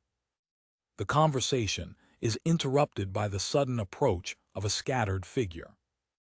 Albus analyzes the traveler, realizing that he has never found him in any of his hundreds of years of travel. Recognizing the family presence of the captured figure, he suddenly sees himself. In an attempt to avoid the encounter, the young hero begins to escape. However, the encapsulated figure lands smoothly in front of you, blocking your way. He confronts the entity, identifying it as the messenger of God and demanding an explanation for the current situation. The messenger reveals that Albus' companions decrypted the revolve and rebounded time on their own. The entity rejects him, explaining that his imprudent use of ancient retrograde magic was the catalyst that led to this chaotic result. He confirms Albus's worst fear. The Demon King has already revived and is just at the moment, waiting for the right moment. The messenger claims that the resurrection of the Demon King is an inevitable constant in these events. Confused with the apparent peace of the world, Albus questions why this cycle is so different from the previous. He insists on knowing why this line of time turned so far away from the pattern he knew. The entity responds enigmatically that responsibility lies on the combined actions of Albus and his friends. He details that, although retrograde has sent the soul of the Demon King back to his seal, it was not a permanent solution. The King Demon's consciousness remained intact, allowing him to plan his revenge if time was rebounded. When Albus' friends activated their own magic to rebound the time, the Devil King returned, this time with his memories and consciousness fully preserved. The messenger belongs to Albus of the mission of defeating the Demon King once and for all, leaving him to discover how to do it. The young hero thinks what could be the new plan of his old enemy. The entity informs him that he will not face this task alone, but along with him. It is revealed that, as this cycle began before Albus recovered consciousness, he is no longer the hero. Another was chosen for his place. At that moment, the traveler who Albus healed reappears, calling the messenger of God. The messenger presents the traveler as Raymond Keysight, the new hero chosen to defeat the Demon King in this world.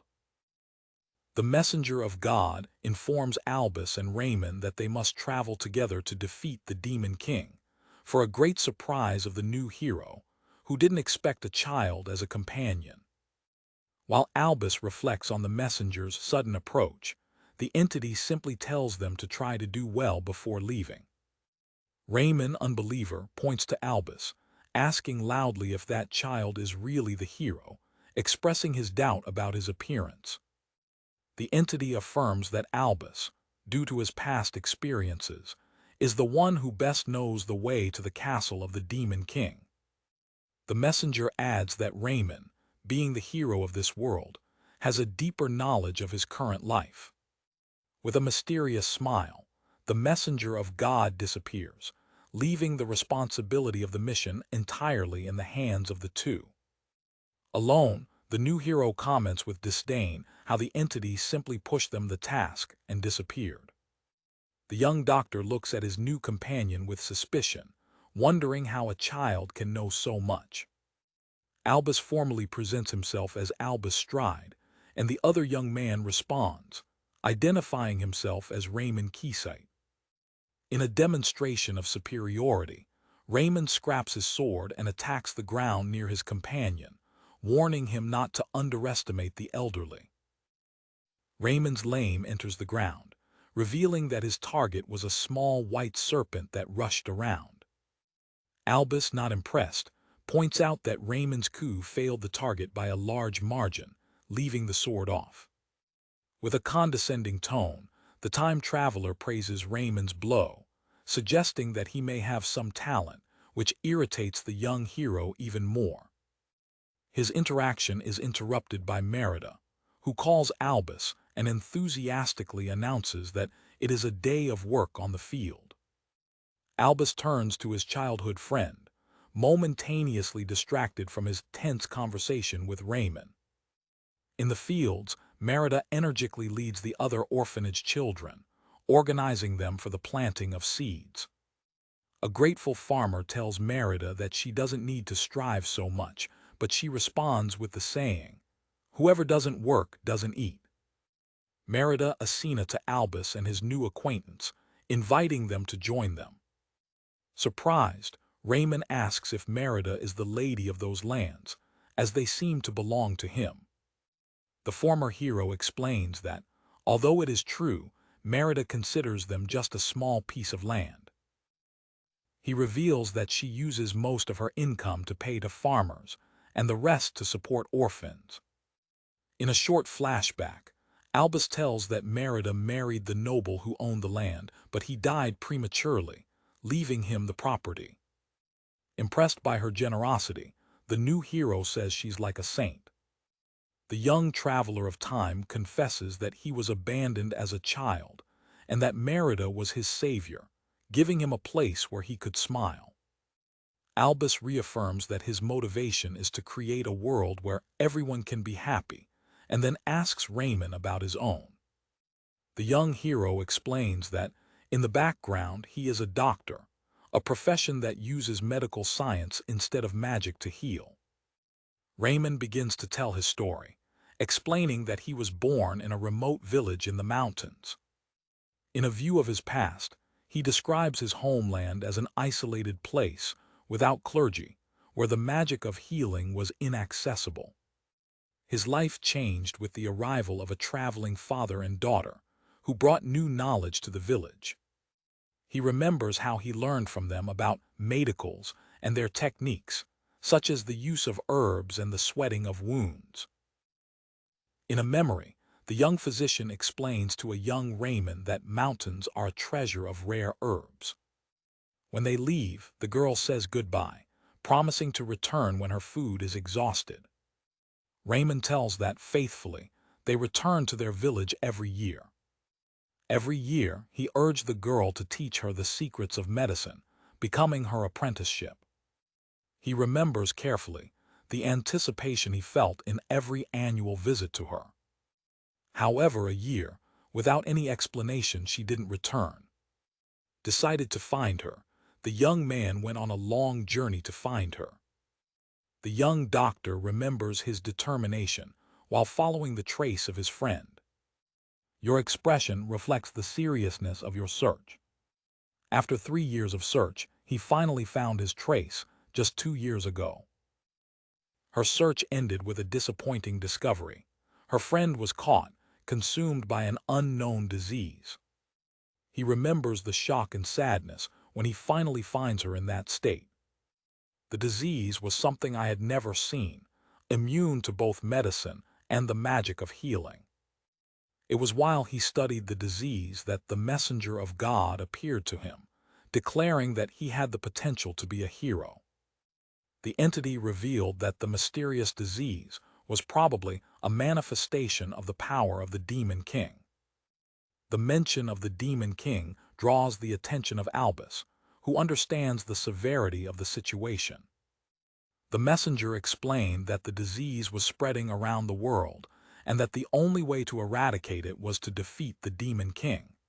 The scene shows Merida toys, insisting that she is also infected.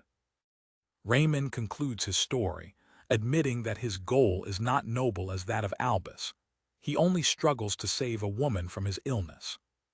Suddenly, an angry turtle releases, and a farmer screams in panic, warning of the danger. The animal advances uncontrollably towards Merida and the children, and Raymond reacts with alarm. Albus, with a surprising calm, is preparing to intervene. Both young people run to protect the innocent, but one is visibly faster. Albus overcomes Raymond without effort, placing himself between the Turo and his friends to surprise everyone. With a force that dismisses its size, the old hero defeats the animal with a single blow, leaving the spectators cracked. The turtle falls unconsciously on the ground, the threat neutralized by Albus' rapid action. Completely shocked with the demonstration of power, Raymond faces the boy, demanding to know who he really is. The new hero remains without words, unable to process what he has just witnessed. With a quiet smile, Albus reveals his past identity. Think or not, I've also been a hero. Confession leaves Raymond attonite, his expression a mixture of shock and unbelief. The time traveler assures his companion that you don't need a great goal to be a hero. He praises Raymond's courage, claiming that his instinct to jump to help without hesitation is, by itself, a sufficient proof of his value. A family female voice echoed in the vicinity, announcing that she finally found who she was looking for. Albus and Raymond met, surprised by the unexpected arrival. It is Fiona, who approaches and expresses how difficult things have been since his departure. With an expression loaded with emotion and frustration, she blames him directly for his situation. Despite her hard words, Fiona smiled with tears in the eyes, happy to meet with Albus-sama over time. Your tender smile reflects the complexity of your feelings, ending the re-encounter with an acrid note. Fiona finally finds Albus and Raymond. Without hesitation, she makes a powerful blow on the face of her former companion, releasing her repressed frustration. With an angry expression, she makes it clear how angry she is with him for her sacrifice. The Traveler of Time tries to calm his friend, who repents him for having abandoned her. She expresses her frustration, explaining how difficult it was for everyone after her disappearance. The young priest reveals that he went on a hard search, with only the name of his village as a track, until he finally found him. The old hero hears in silence, absorbing the weight of his words. With the heavy heart, she asks him if he has notion of the pain that has caused him. He remains silent, understanding the depth of his sorrow. The conversation strikes in the air. Despite the tension, Albus smiles and says he's happy to have met again. Fiona, moved, agrees that the feeling is mutual. However, the discussion begins again when he refuses to apologize, arguing that her actions of rebounding time put him in this complicated situation. The white-haired boy firmly declares that both are guilty of the current confusion. Fiona reflects, realizing that there is something strange in this new world. He agrees, pointing out that although the world is in peace, the Demon King has not yet revived. The priesthood remembers with relief that, in this temporary line, her brother is at home, living a normal life. Albus processes this new information in silence. She adds that the brother seems to remember the past, as if it was a strange dream. Your conversation is interrupted by a familiar voice. Merida and the other children of the orphanage approach, curious about the new visitor. Surprised, the young priest does not know what to say. Albus quickly invents a lie about how they met each other, to the obvious confusion of Fiona. He formally presented the two. The priesthood observes Merida, the person of whom she so much heard. Fiona is radiant to finally meet Albus' childhood friend. She expressed how much she heard of her through Albus-sama. She smiled with warm greetings. Friendly, Merida invites Fiona to dinner with them, and she accepts with enthusiasm. Albus is coming to present the world's hero, Raymond. But he finds that he has already disappeared. That night, the orphanage house is illuminated and welcoming. A fat meal is prepared for everyone. Everyone gathers at the table for a fun dinner. Merida and Fiona quickly go well, talking like old friends. The other children are surprised to hear the stories about the young hero. The two share stories about the peculiarities of Albus, such as their disappointment by mushrooms. The boy is ashamed to see them, becoming so friendly at his expense. Feeling overloaded, the time traveler decides to go out to catch a little fresh air. Outdoors under the hole he breathes, trying to organize his thoughts. He finds Raymond, who had mysteriously disappeared before dinner.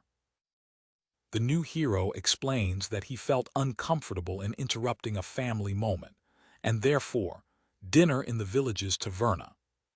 He added that he came back because he had something to ask. Still skeptical, Raymond requires a complete explanation about Albus' claim that he was a hero. The white-haired boy agrees, preparing to share the long way he went to defeat the Demon King. Their conversation continues outside, while life continues inside the house. Meanwhile, Merida expresses her happiness for Albus, having found someone like Fiona. The priesthood is surprised by his observation. Albus's childhood friend explains that he normally doesn't feel good with people. She notices that, when she sees them together, she realizes the depth of the confidence he deposits in his travel companion. Fiona hears, driven by Merida's perception. A little disturbed, she commented that they seemed to know each other for a long time. Merida asks him to continue to be his friend, but his phrase is interrupted by a sudden cough. Fiona immediately agrees. Despite his momentary illness, Merida continues to reflect. She notes that Albus looks mysteriously mature since she returned. With a melancholic smile, she acknowledges a thought that happens to her often. She acknowledges that she always felt that he was destined to go out to accomplish something great. Suddenly, your cough worsened violently. She tries to disguise with a smile, wondering if she'll not be just a mother worried. Fiona looks at her, understanding the depth of her affection. In a vision, Merida imagines to see Albus departing to his destination, waiting for his return. She expresses the desire to be the person to receive you back when that day comes. Fiona's expression is filled with concern. Suddenly, Merida sinks on the chair, to the shock of Fiona. Alerted by the noise, Albus goes into running, screaming the name of his friend when he sees her fall on the ground. Merida's face is pale and sweat, revealing the severity of her condition. It is immobile on the floor of the kitchen. Fiona tries to use healing magic in her new unconscious friend, while the other children watch, scared. Albus is paralyzed by shock and pain. His expression is of pure horror when he sees the story repeating. Raymond arrives at that moment, attracted by the compound. Albus takes control and asks Van to take the other children to their room. The oldest boy agrees, although visibly shocked. Next to Merida's bed, Raymond presents Fiona. He calmly explains that he is a doctor and that he treats people. The young doctor approaches to examine his patient. He starts his evaluation while others wait anxiously. Albus observes with a dark expression, afraid of the worst. After a brief examination, Raymond confirms Merida contracted the disease caused by the Demon King. He reveals the name he has given him, the Red Prague disease. The former hero remembers with sorrow that in a previous cycle, Merida also sick and died when he was 10 years old. He realizes that if the timeline is the same, that means that it has only about a year of life. The doctor asks Albus if he remembers the strange symptoms of that time. The painful memory returns to the mind of the young traveler of time. A picture of his past sadness amazes him. Raymond describes the progression of the disease. It begins as a constipation, but evolves into fever and turmoil that leave the victim unconscious. Then red spots begin to appear on the skin. The spots spread from the ends until they cover the whole body, leading to death. His eyes reveal how terrible this affliction is. He details the horrible end. The spots break and dissolve in red cloud, leaving behind a body without life, like an empty helmet. Albus's memory exceeds the description, visualizing the portrait of Merida. The traveler of time confirms that the description corresponds exactly to the way he remembers her death. The determination returns to Raymond's face. The revelation reaches Albus with strength. The death of his childhood friend was, from the beginning, caused by the Demon King. Fiona is shocked with this terrible connection. Raymond, with a fierce smile, expresses his hatred for the disease, asking Albus if he feels the same. With the determination renewed by the pain, Albus agrees to start a new journey to save the world and defeat the Devil King again. In a flashback, a young Raymond remembers his hard childhood in a remote mountain village, where he was forced to do forced work to survive. The other villages observe it, cynically commenting on its utility as a small little to be explored. His guardian plans to explore him to the bones to pay the debt left by his father, while the young boy supports his fate in silence. It is revealed that his mother disappeared and his father died, leaving him orphan and overloaded with a scattering debt. His experience taught him a hard lesson about the world. The boy interiorizes the belief that he lives in an egoistic world, where taking care of himself is the only rule. His routine is interrupted when he hears rumors about some squests that have camped in the forest.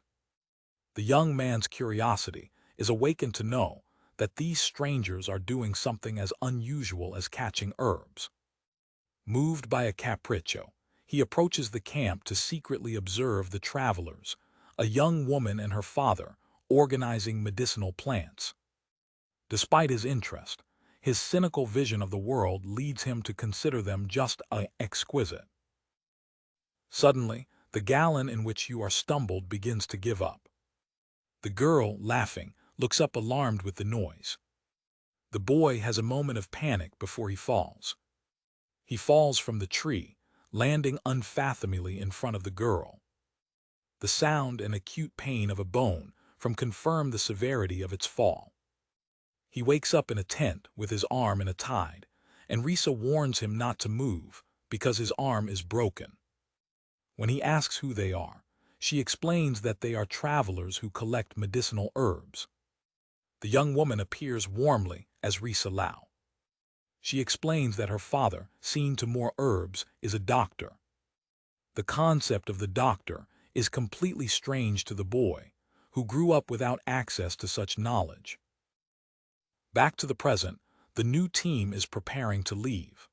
Albus informs Raymond that he told the orphans that they were looking for a cure for Merida, leaving Van to take care of everything. The two young heroes exchange a look before starting their journey. In a comic reflection, Albus acknowledges that he had to lease the old man's sword because the direct request would have been rejected. Raymond agrees that his true mission to defeat the Demon King is too fantastic to be credible. Fiona turns to formally address the hero of this temporary line. She presents herself as Fiona Yumil, explaining that Albus has already put her to the situation. The priesthood launches a skeptical look at Raymond, silently evaluating the boy who was chosen as a hero. Exhausted, the young doctor acknowledges that he himself believes badly in his new role. As the trio walks, Albus reflects on the strange fate that put the world's salvation in the hands of two children. Raymond summarizes his precarious situation. The world believes to live in peace, ignoring that the Demon King has already returned and is spreading a plague. Albus reaffirms their goal, declaring that their mission is to defeat the Demon King to end the Red Prague disease. He emphasizes the urgency of his task, emphasizing that time is crucial to save as many victims as possible. With a renewed determination, the time traveler announces that they'll have to accelerate the journey again, mainly because of Merida shocking Fiona. Her companion reacts with shock and agitation to the idea of another hurry and dangerous campaign. As they go into a forest, Raymond observes the absence of monsters, a sign of the world's deceiving peace. The hero cuts his head, considering the fragile nature of this apparent tranquility. Peace is broken when a group of bandits catch them, catching Albus and Fiona. The jumpers evaluate the equipment of their young children, planning to ask for a crying rescue. Albus and Fiona share an ironic thought about how, instead of monsters, they found human jealousy. When they realize that Raymond has disappeared, Albus explains that the hero fled to the first sign of danger. Hidden in the busts, Raymond swears that, for now, he will only observe the situation. From his hiding, the young doctor reflects on the human nature, claiming that people are fundamentally selfish. He gesticulates towards the bandits as proof of his theory. Albus is not impressed with the philosophy lesson of his coward companion. The old hero notices a touch that seems familiar to him with an earlier timeline. With a plan in mind, he frees himself easily and runs towards the touch. To surprise everyone, He begins to jump repeatedly over the touch entrance, provoking whatever is there inside. He knows that although the power of the Demon King is weak, the monsters still hide, waiting. The ground begins to tremble, filling the bandits with fear and confusion. A giant King Pardo emerges furiously from his touch. The bandits are paralyzed by terror in front of the colossal beast. Albus recognizes the creature of a past life, while his companions react with an understandable fear. In panic, the bandits leave their prisoners and flee to save their lives. Hidden in safety, the time traveler comments with pleasure that his maneuver has worked. He thinks in silence the next step, now that the bandits have gone. Raymond reappears, relieved by being safe and rushing them out of the dangerous forest. Ignoring Raymond's hurry, Albus turns to his friend. As the bandits flee the bear, he asks Fiona if she wants to help them. The priest answered her question with a comprehensive smile. With a funny gesture, she throws a magic of Soon of Dreams in the direction of the angry monster. Your magic flies toward the target, ready to neutralize the threat. The King Pardo collapses in a deep sleep, to great surprise of the bandits who escaped for a short time. One of the men, the unbeliever, asks if they have just been saved by their supposed victims. Albus calmly confirms their act of mercy. He warns men to behave and live honest lives from that moment. With a malicious smile, he adds the threat that if they do not, he personally will send the bear behind them. Terrified with the abnormal child, the thieves quickly agree and flee. As they go away, Raymond questions whether it was worth saving those men, but Albus says it only helped them by believing that they were not inherently evil. The Traveler of Time then reveals that he recognized the men of a previous timeline. In a vision of the past, he explains that those bandits have already been members of the local defense forces, protecting villages from monsters. Chetik, the new hero, asks if he really believes that people can change so easily. The white-haired boy smiled, admitting that it is just a capriccio, a desire to believe in goodness. The philosophy of his companion makes Raymond think.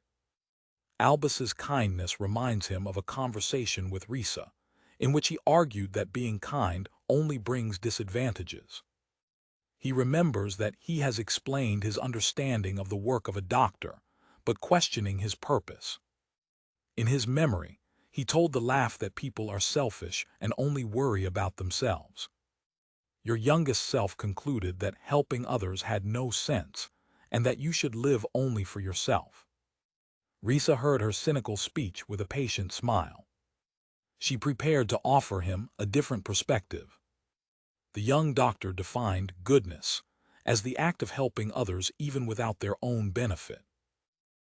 She argued that, by this logic, good people are also egoists, because they satisfy their own desire to help. With a gentle smile, Risa told her that she believed that he also had the ability to be a good person. Back to the present, Raymond looks to his companion with a new understanding and acknowledges that Albus is also good.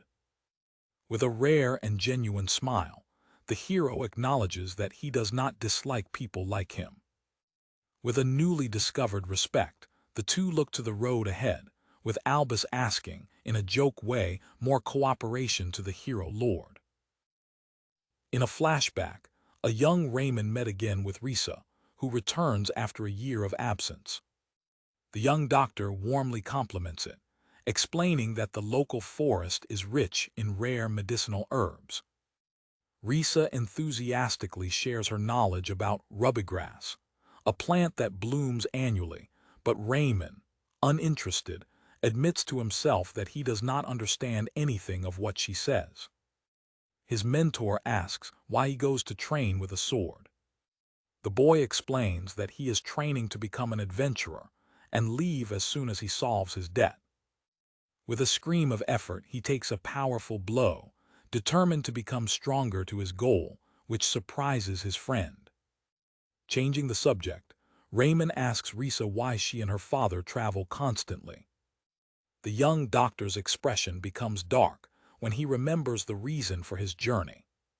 She reveals that the main reason is the death of her mother, a loss that started her search for knowledge. Back to the present, the trio reaches the imposing royal capital, marking a new point in its journey. Raymond expresses his surprise for having managed to reach the capital in just a month, a remarkable fact. Fiona complains about the long week they have passed through a dark tunnel to get there. The new hero reminds them that they need to refuel and buy a horse, but they lack the necessary money. With a plan in mind, Albus points to the city, declaring with confidence that they will arrange a way to make the money they need. The group faces a predictor to attract a crowd in the middle of the street. The man announces a challenge against a masked gladiator who, according to him, has already defeated more than 100 opponents. He presents the magnificent fighter as Grainas, from the Arena Lars of the South. A prize of 10,000 G is offered to those who succeed in defeating you in a training battle. Albus tries to push Raymond to the challenge, but the young doctor suddenly finds a crab in the stomach to escape. As his companion turns around on the ground, the other two look at him, nothing convinced with his weak excuse. Understood that he has no other choice, the traveler of time decides to accept the challenge himself. The pregoer dishonors the child, telling him that a small boy like him is not worth even for bets. The crowd laughs and sends him away, fun with his courage. The boy with white hair remains firm, with a certain expression. Suddenly, a voice intervenes, agreeing that Albus's body is not sufficiently trained for the battle. A young man named Laro offers himself to struggle in his place, for great boredness of prejudice. The man deceives the Southern Guard uniform of Laro, treating him like a merely disguise. The gladiator Grainas observes the new challenge with an intense look. Laro defends his honor, claiming that the South Guard is an elite force led by his father, General Liberio. Another fighter intervenes, declaring that a punk like him has no right to wear that uniform. With a confident smile, Laro reveals that he knows the fighter's father, suggesting an unexpected connection. The two young people are preparing for the duel with training swords. Raymond observes, worried, that even training swords can cause serious injuries. One of Laro's companions, coming from the future, assures that he will be well. Laro easily blocks the first attack, while his opponent causes it, telling him to fight seriously. Gray observes the course of the battle with attention. The young guard counterattacks with speed and accuracy. With a devastating final blow, the Ratchacranios, Laro wins the battle, winning the prize for the group and leaving Albus to comment on his skill. Immediately after the victory, the young guard approaches Albus with a surprising intensity. The tension is interrupted by one of his companions, who sends them to stop. Laro reveals that he remembers the previous timeline, admitting that although Albus has saved the world, he was angry because he tried to stay with all the glory. He enthusiastically celebrates the success of the dimensional magic that allowed them to rebound, to Fiona's confusion. Another past companion, Shirley, approaches and asks what Laro is doing there. The young man explains that he came with his father for a meeting with the king on the tensions on the borders after the disappearance of the Demon King.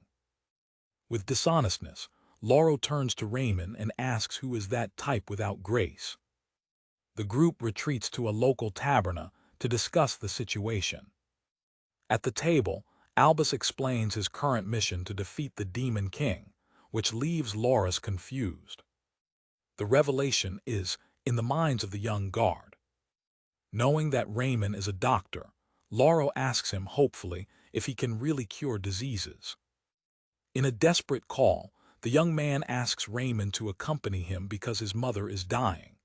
The scene evokes a memory on Raymond, in which Risa told her that her mother died of a disease that her father, a doctor, failed to cure.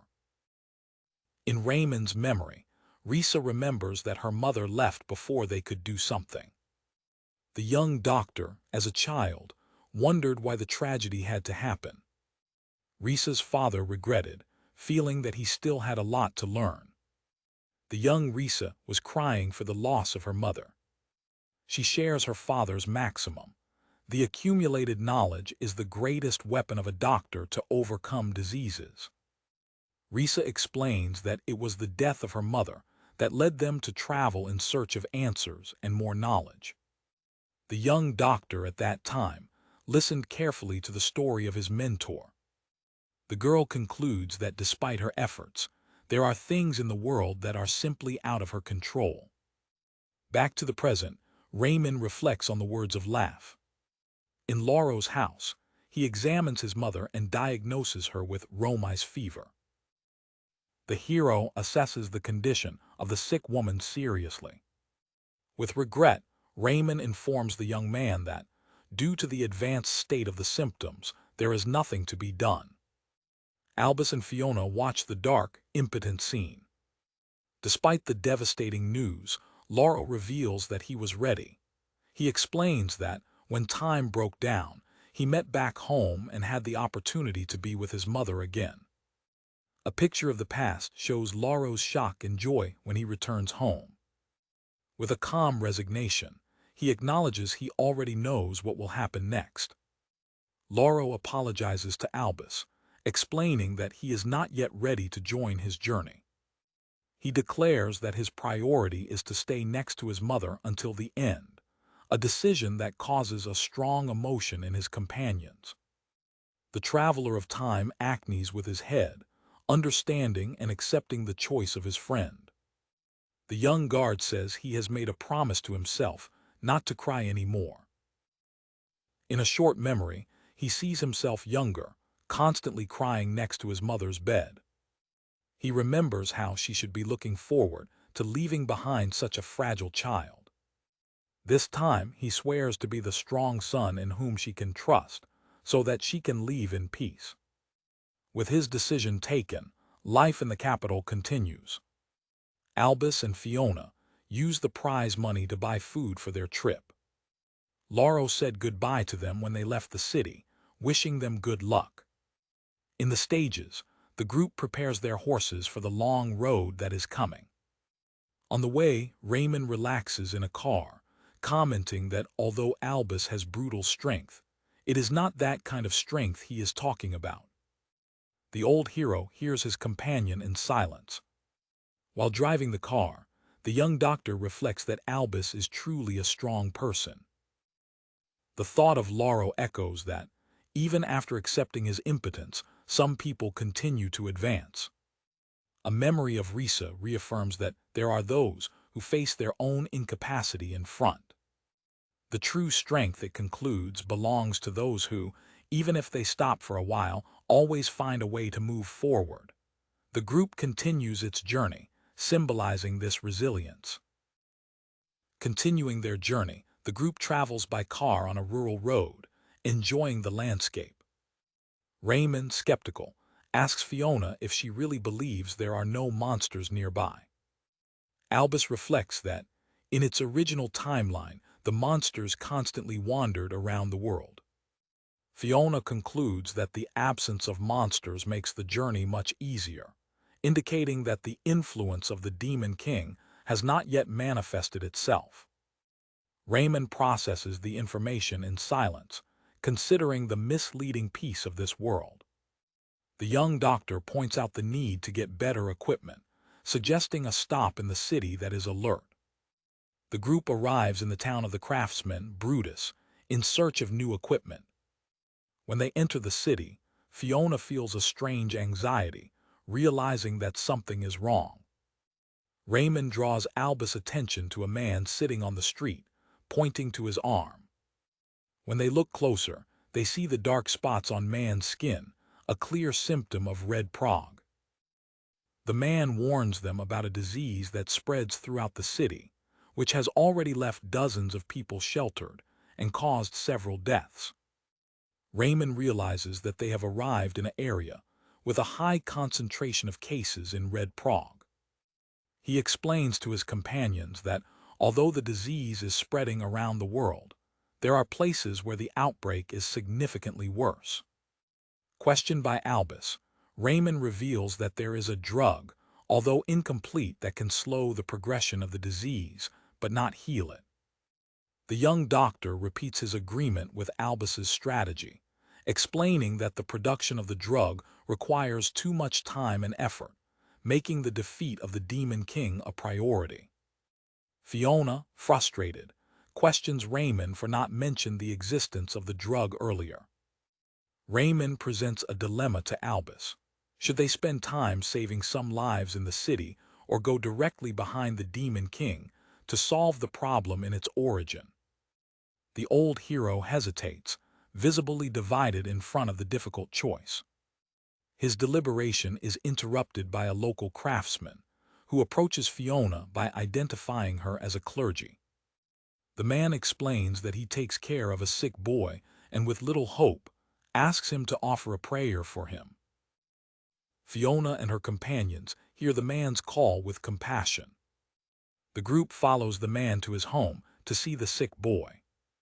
They find a young boy shaken, breathing hard, with the advanced symptoms of Red Prague. Surprised, Fiona recognizes the craftsmanship, calling him Tomasan. Albus turns to Raymond, asking for his medical assessment on the boy's condition. The young doctor gives a dark forecast, saying that the boy remains a maximum of 3 months of life.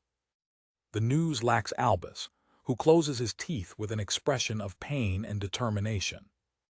Raymond notes that the disease has already progressed considerably.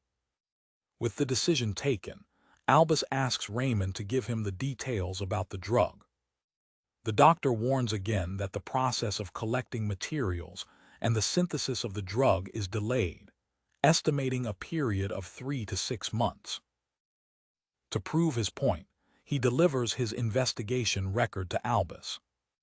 Albus begins to fold the book. Fiona and the craftsman watch with expectation. After a short reading, the old hero closes the book with his signed decision. Challenging all expectations, Albus declares with confidence that they will produce the drug in just 2 weeks. The bold statement leaves Raymond completely stupid. The group moves to a nearby lake, the first place for the collection of ingredients.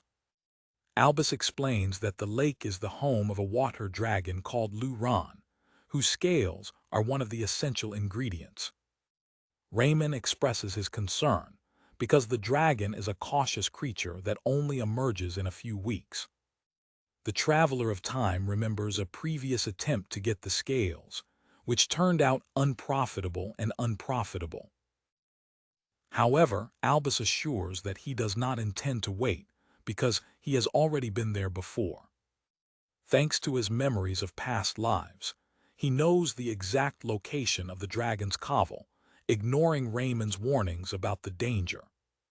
With a confident smile, the white-hair boy guarantees that everything will go well. His unconscious confidence leaves the young doctor visibly worried. Raymond faces him, questioning whether he is giving up the reason and acting in an imprudent manner just for the possibility of losing someone he knows. He insists that they should evaluate the situation calmly, rather than rush. Albus smiles, admitting that his impulsive nature is simply who he is.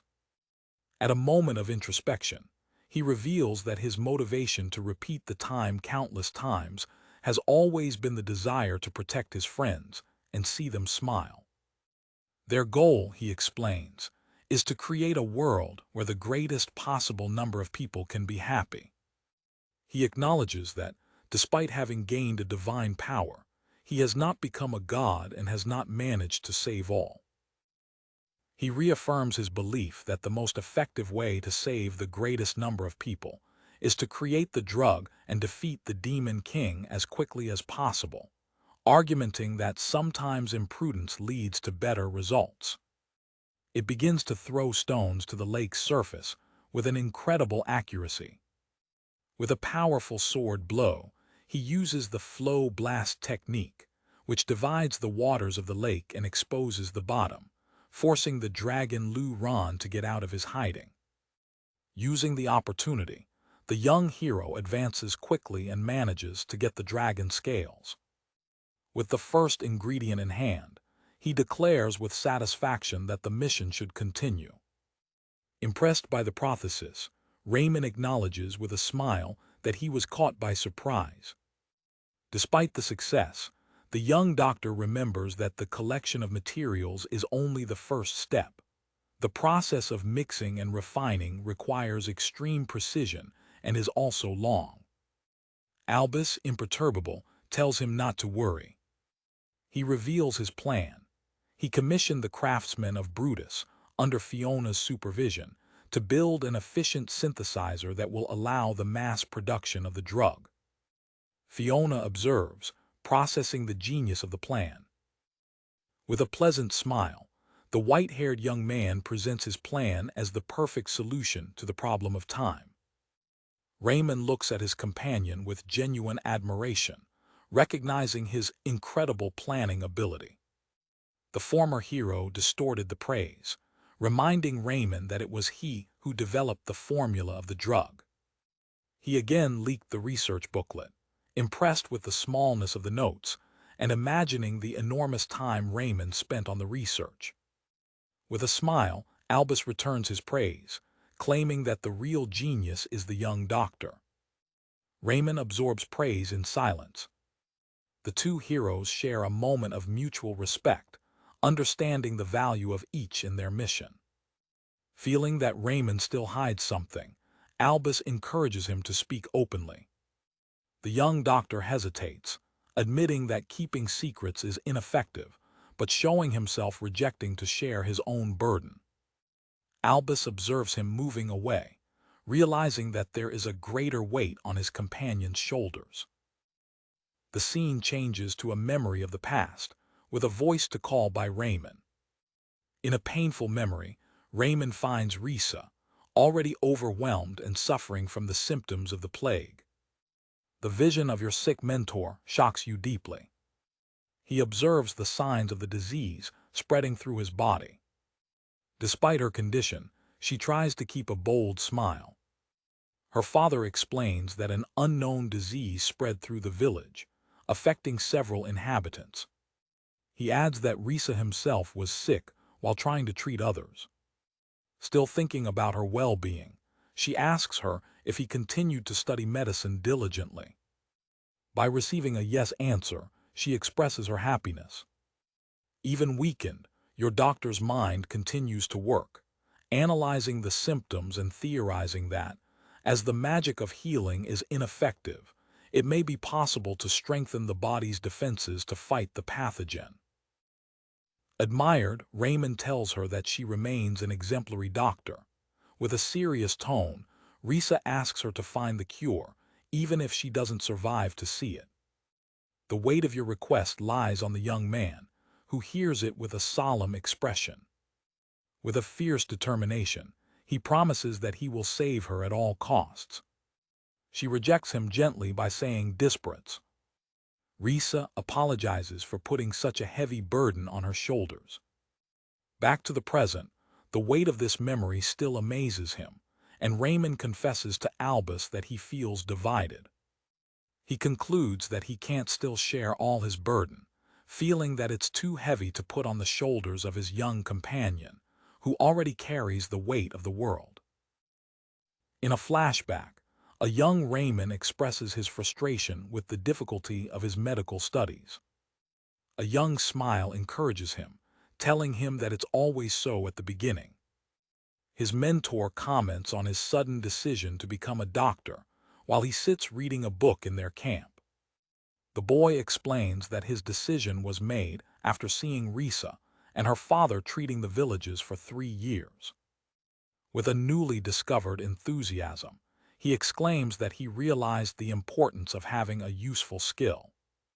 He reflects on his initial plan to become a mercenary to ensure his own survival in the world. The young student concludes that the doctor's career would be more rewarding, especially because they never charged for their services. Impressed by her determination, Risa declares that she won't stay in her training, with her father watching around. The couple of mentors take an intimidating aura, warning him to prepare for his great nervousness. An intense study period begins under the strict guarantee of Risa's father.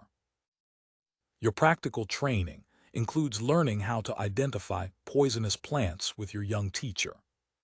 His education continues with lessons on how to examine and treat sick patients. When he says goodbye for his annual journey, Risa leaves him with a mountain of books to memorize, leaving the young pupil in despair. Back to the present, the group is seen escalating a dangerous failure in search of ingredients. Fiona looks anxiously down, asking Albus to be careful. The Traveler of Time carefully rises through the angry rocky face. He achieves his goal, successfully removing a rare flower from the rock. Suddenly, the white-haired boy is surprised by an unexpected arrival.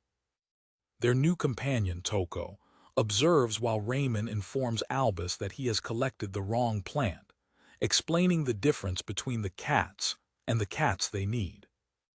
The young doctor points to the subtle difference in the shape of the sheet, to the great boring of his companion. With the right ingredient finally guaranteed, your collection of medicinal herbs is complete. Raymond praises Albus for its incredible effectiveness, noting that at this pace, you can even finish the drug in 2 weeks. Toko joins the praise, adding that Raymond himself is also incredible. Shameful, the hero of this era turned his eyes away, while his new friend praised his incomparable knowledge of medicine and herbs. The pink-hair girl wondered, how he has acquired such expertise, recognizing the enormous work he must have required. The doctor acknowledges that it was a hard way, and that he sometimes regretted his impulsive decision. With a smile, he adds that, fortunately, he had an excellent teacher. The time traveler asks if that teacher is the person he wants to save from Red Prague. The young woman confirms, revealing her name, Risa Lau.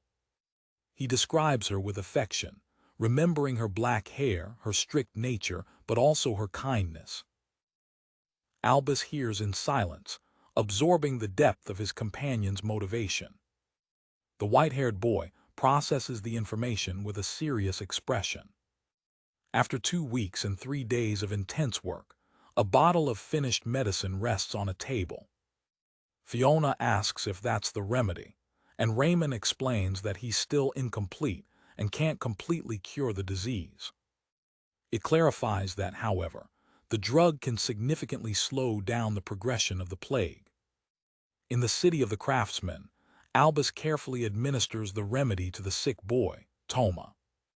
The young patient begins to breathe more calmly, almost immediately. The craftsmen who observe are surprised, noticing that their skin is already improving. Take awake, confused, and ask the white-haired boy who he is and what is happening. There outside, the news spreads quickly among the craftsmen, who celebrate the fact that the red spots are going to disappear, for the relief of Raymond and Fiona. The recovered boy asks Albus how he knows his name. With a familiar smile, the old hero tells him that it's because he's destined to become the world's greatest craftsmanship. Toma remains without words with this bold forecast. One of the older craftsmen laughs of the idea, while the young patient expresses his confusion. The community gathers around Tom's bed, expressing his relief and joy for his recovery, while Albus and his companions watch the commovant scene. Raymond reflects that helping others rarely brings tangible rewards. An elderly craftsman looks carefully to the boy to recover. The young doctor concludes to himself that there are moments like this that remind him, because it is that he cannot give up his vocation. Fiona looks at the scene with a warm and compassionate smile. Raymond reminds the group that his mission has not yet ended, as there are still many patients suffering. Albus hears with a dark and determined expression. In one memory, Risa remembers that when she met Raymond, Her philosophy was that helping others has no sense. She continues her reflection, noticing that, over time, he abandoned that cynical vision and developed a genuine desire to save others. Her mentor acknowledges that he has become a better doctor than she, willing to endure difficulties to treat others with her skills. She proudly identifies this altruistic individual as Raymond Keysight. In Raymond's vision, her former teacher declares that, in her perspective, he is the only person she would call a hero. In a surreal scene, Albus hears Risa saying that he may not have to say such a thing in front of Albus, the hero. The Traveler of Time is visibly surprised by this revelation. 2 days later, the news spreads that the drug is coming to other patients in the city. The craftsmen inform the group that mass production is running well, despite the difficulty in obtaining the ingredients. A new crazy ally joins them, declaring with enthusiasm that their next step is to build a distribution network to bring the remedy to the whole world, an idea that Albus had already. Their journey leads them to an abrupt stop when they are faced by a captured figure. At the doors of the Royal Academy of Magic, 2 masked guards bar them the passage, declaring that the place is prohibited to strangers. Albus announces that they came in the name of the hero, while others notice that Raymond has disappeared. Hidden in the car, the companions are scared by the rumors that the Academy uses foreigners as cowboys. The guard rejects Albus' request to open an exception, claiming not to have any record of the arrival of a hero. An authoritarian voice intervenes, ordering the tolls of the guards to move away and let them pass. The voice belongs to Gina, a young blonde who is transported in an elaborate throne, to the great shock of Albus and Fiona, who recognize her. One of his assistants repents the guard for not knowing who she is. Gina is presented as Lady Gina Graces, a genius of one in a millennium. She goes to the group, saying that her arrival saved her from work to go searching for them. After greeting Albus and Fiona, their attention turns back to the figure stuck in the car, questioning the identity of their shy companion. In an improvised cemetery, a carved pad on the ground symbolizes failure, while a voice tells that, in the end, the medicine failed. 2 survivors watch the tombs, one commenting how terrible the red prog is and how late it was for the victims. As they observe Raymond getting away, one of the men regrets the uselessness of the doctor, but the other recognizes his untouchable effort, despite finding him scary.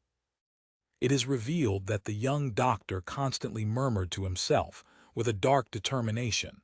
This time, of course. The scene moves to Gina, who remembers to have awakened in the Magical Academy's bedroom. In the loneliness of her room, surrounded by books, the young magician reflects her deep contempt for the institution. She remembers how the students and teachers, obsessed with lineages, disregarded her for being a stranger without connections. In the present, with Albus and the others watching her, she reflects that, although in the past she silenced her detractors with pure skill, now, with all her knowledge and experience, she may have exaggerated a little. Her popularity exploded, with a crowd of students praying and praying to be her disciples, leading Albus to comment that she definitely exaggerated. Despite her new status, she informs the group that, before joining them, she needs to investigate something important in the academy. Albus deduces that his investigation is related to his adoptive mother, the Golden Witch, which surprises the young magician. The Traveler of Time remembers that gold had been frozen in time by dimensional magic. Worried, the young man asks what the current situation of his mentor is. In an empty and dustful room, Gina reveals that gold has disappeared without leaving a trace. With a desolate expression, she adds that no one in this world seems to even remember the existence of gold.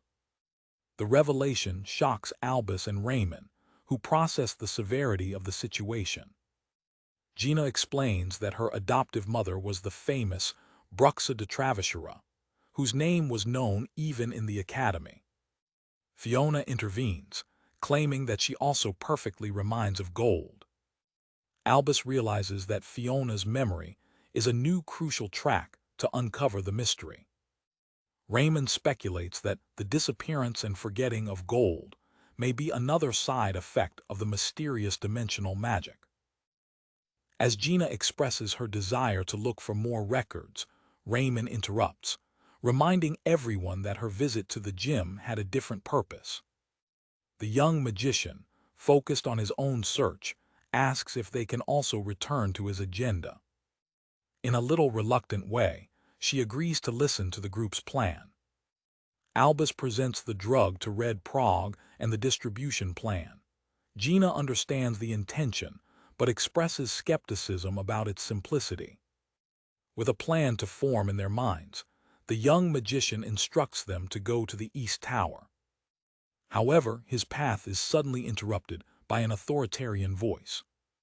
A group of witches, led by senior wizard Lord Enrique Winford, confronts them, accusing Gina of finally revealing his true intentions. The young prodigious questioned the meaning of his accusation. Enrique deceives his reputation as a genius, criticizing his plan to distribute a ridiculous medicine. The witches raise their varices, and their leader declares that Gina will be subjected to an inquisition. He dogmatically claims that healing is the domination of magic, and that those who rely on medics are heretics.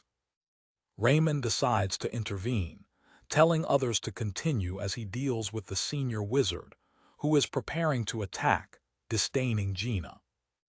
The wizard repeats his contempt for the young woman, calling her a mimic child and without understanding of reality.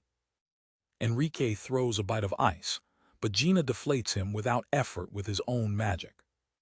The senior wizard is completely stupid with the ease with which his attack was rejected.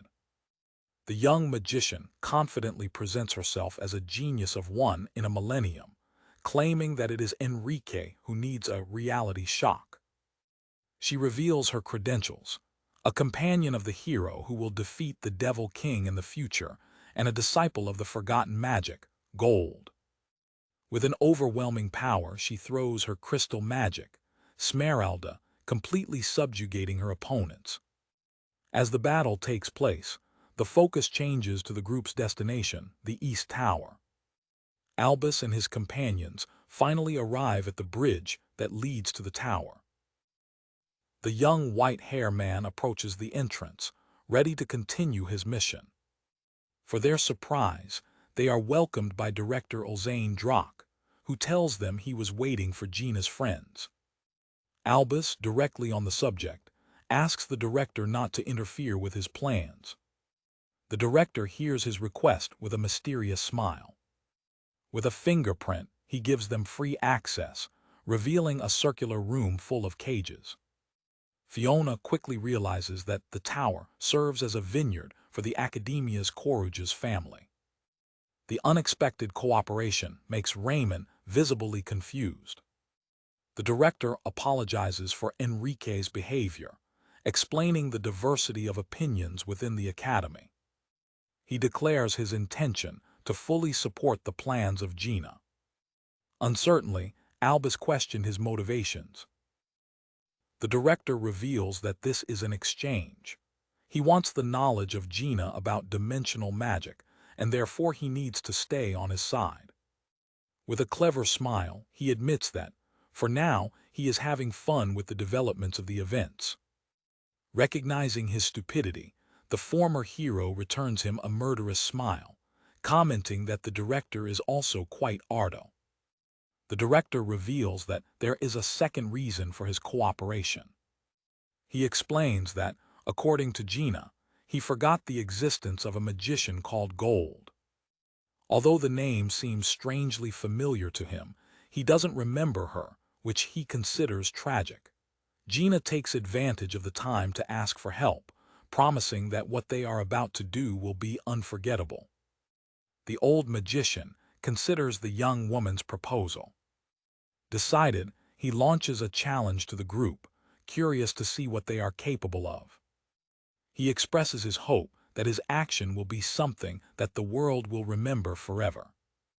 The great plan is revealed. Use the Academy of Magic as a distribution center for the drug produced in Brutus, creating a wide supply network. The tower curves will be used as messengers to transport the medicine and instruction to the various regions. The group plans to collaborate with the local academy magicians to optimize distribution and ensure maximum efficiency. The trio of heroes listen carefully while the logistics strategy is delineated. Despite the promising plan, Raymond seems concerned. The weight of his personal mission is still visible on his face. A memory amazes you, showing you to work hardly in your laboratory, frustrated by another failure in your research. The image of your mentor, laughing, sick and suffering, is the driving force behind your anguish. He remembers his desperate search for better ingredients, convinced that the answer was somewhere out. The painful discovery that the drug itself was not enough continues to pursue it. Back to the cemetery, he regrets the lost time, thinking that if the remedy had arrived earlier, the result could have been different. In the present, determination and pain are mixed in their expression. The plan is put into action, and a rebound of white curves lifts flight from the tower, carrying hope in the form of medicine to the world. From the top of the tower, the group observes the beginning of their ambitious operation. Wondered by the scale of the operation, Albus confesses to Raymond that he never imagined that something like that would be possible. The former hero gives the right credit to his companion, claiming that nothing of this would exist without him. Raymond, still tormented by his past failures, receives praise with a melancholic humility. The traveler of time observes him with an insightful look, perceiving the weight he carries. Finally, Albus faces him directly, deducting that the doctor has used revolve, the same magic of regression in time. Followed, Raymond admitted the truth. Under the night sky, with his secret revealed, Raymond prepares to reveal the whole truth of his journey. In a memory of the past, a young Raymond walks through a bazaar when a seller offers him a ring. The street seller offers the ring to the young man, asking if he would like to stay with one. The boy with two-colored hair hears sedatively as the seller praises the object, claiming that the legend says that the promises made with him can become reality. The seller, which is revealed to be an earlier version of Albus, fills Raymond with a tragistic smile. Irritated by the meeting, Raymond sends him to silence. The traveler of time provokes it, suggesting that the ring would be the perfect gift for your medical friend. Back to the present, at the Academy of Magic, Gina informs Albus that it will stay to investigate the records on dimensional magic. She added that she also intends to watch the director, in case he again has a strange behavior. The young magician offers your help for the future, if necessary. Before they leave, she asks Albus to keep her informed about the other dimensional magic user. The Traveler of Time agrees with the request. With his allies listening to him, Raymond finally reveals his secret. He has also been traveling in time, using the magic revolve. While traveling by car, he begins to tell his story. Albus and Toko listen carefully as the journey continues. The young doctor explains that, in his past, a divine messenger addressed him with a proposal. In a vision of the past, the embroidered messenger reveals that Red Prague will end with the defeat of the Demon King and offer him the power to it. He gives him the supreme magic, revolve, sentencing him to repeat his journey until he succeeds. The mysterious figure questions whether the hero Raymond Keysight is ready for the burden. Back to the present, the boy confirms that he has accepted the mission. Their companions process the shocking revelation. Albus and Raymond share a glimpse about the bizarre side effects of time regression, a bond of comrades that leaves Fiona confused. When Toko asks him why he didn't tell before, he explains that he already knew about Albus's existence, remembering the moment when the messenger showed him. The young woman with pink hair repeats her question, curious with secretism. In another memory, the messenger points to a young Albus and declares, as a fact, that that child is the hero that one day will defeat the Demon King. The revelation leaves Raymond of the past completely shocked. The messenger informs him that he can expect the hero to wake up, although he doesn't know when it will happen. The weight of this prophecy falls over the young doctor. He explains that, seeing only an innocent child, he first wanted to make sure he could trust Albus before revealing the truth. Announcing that they have reached the destination, he invites them to continue the conversation there inside. The group arrives in the village where Risa is recovering. He adds that his master, the father of Risa, also lives there. The boy with bicolor hair points to the clinic that his mentor opened, and where he continues to treat patients. Toko, full of optimism, can hardly wait to deliver the medicine to Risa, sure that it will make her happy. Recognizing the village, Albus murmurs to himself, awakening Raymond's curiosity. The traveler of time reveals that a memory has been awakened. He reminds himself of having visited the same village in one of his past lives. The boy with white hair remembers that he met a woman in that place. In his flashback, he finds Risa, who presents himself as a doctor and greeted him as the hero. He explains that he is investigating the disease that causes red spots on the skin, the same that victimed a member of his family, to which she expresses her condolences. Kamuvada, she reveals that she also suffers from the disease, showing her hand affected and asking if the symptoms are the same. Shocked, Albus confirms that yes. She explains that the disease is called red prog, and that although its case is mild, it can become severe and even fatal. The memory of your family's loss affects you visibly. Risa tells her that she took the investigation to find a cure from another doctor, who was very close to discovering it. Albus asks him curiously what happened to that doctor. With sadness, she informs him that he was killed by monsters while looking for ingredients. The young doctor keeps a melancholic smile. The old hero processes the tragic news in silence. His eyes turned away for a moment, lost in memories. The traveler of time repairs the ring he uses. His face takes a serious and thoughtful expression. He asks him to tell him everything he knows about the deceased doctor. Still thinking whether to share the story, she ends up agreeing, while Albus is waiting, feeling that she is close to an important revelation. Back to the present, Fiona hears the end of Albus' story. Raymond comes to a conclusion. At the timeline of his companion, Risa was safe.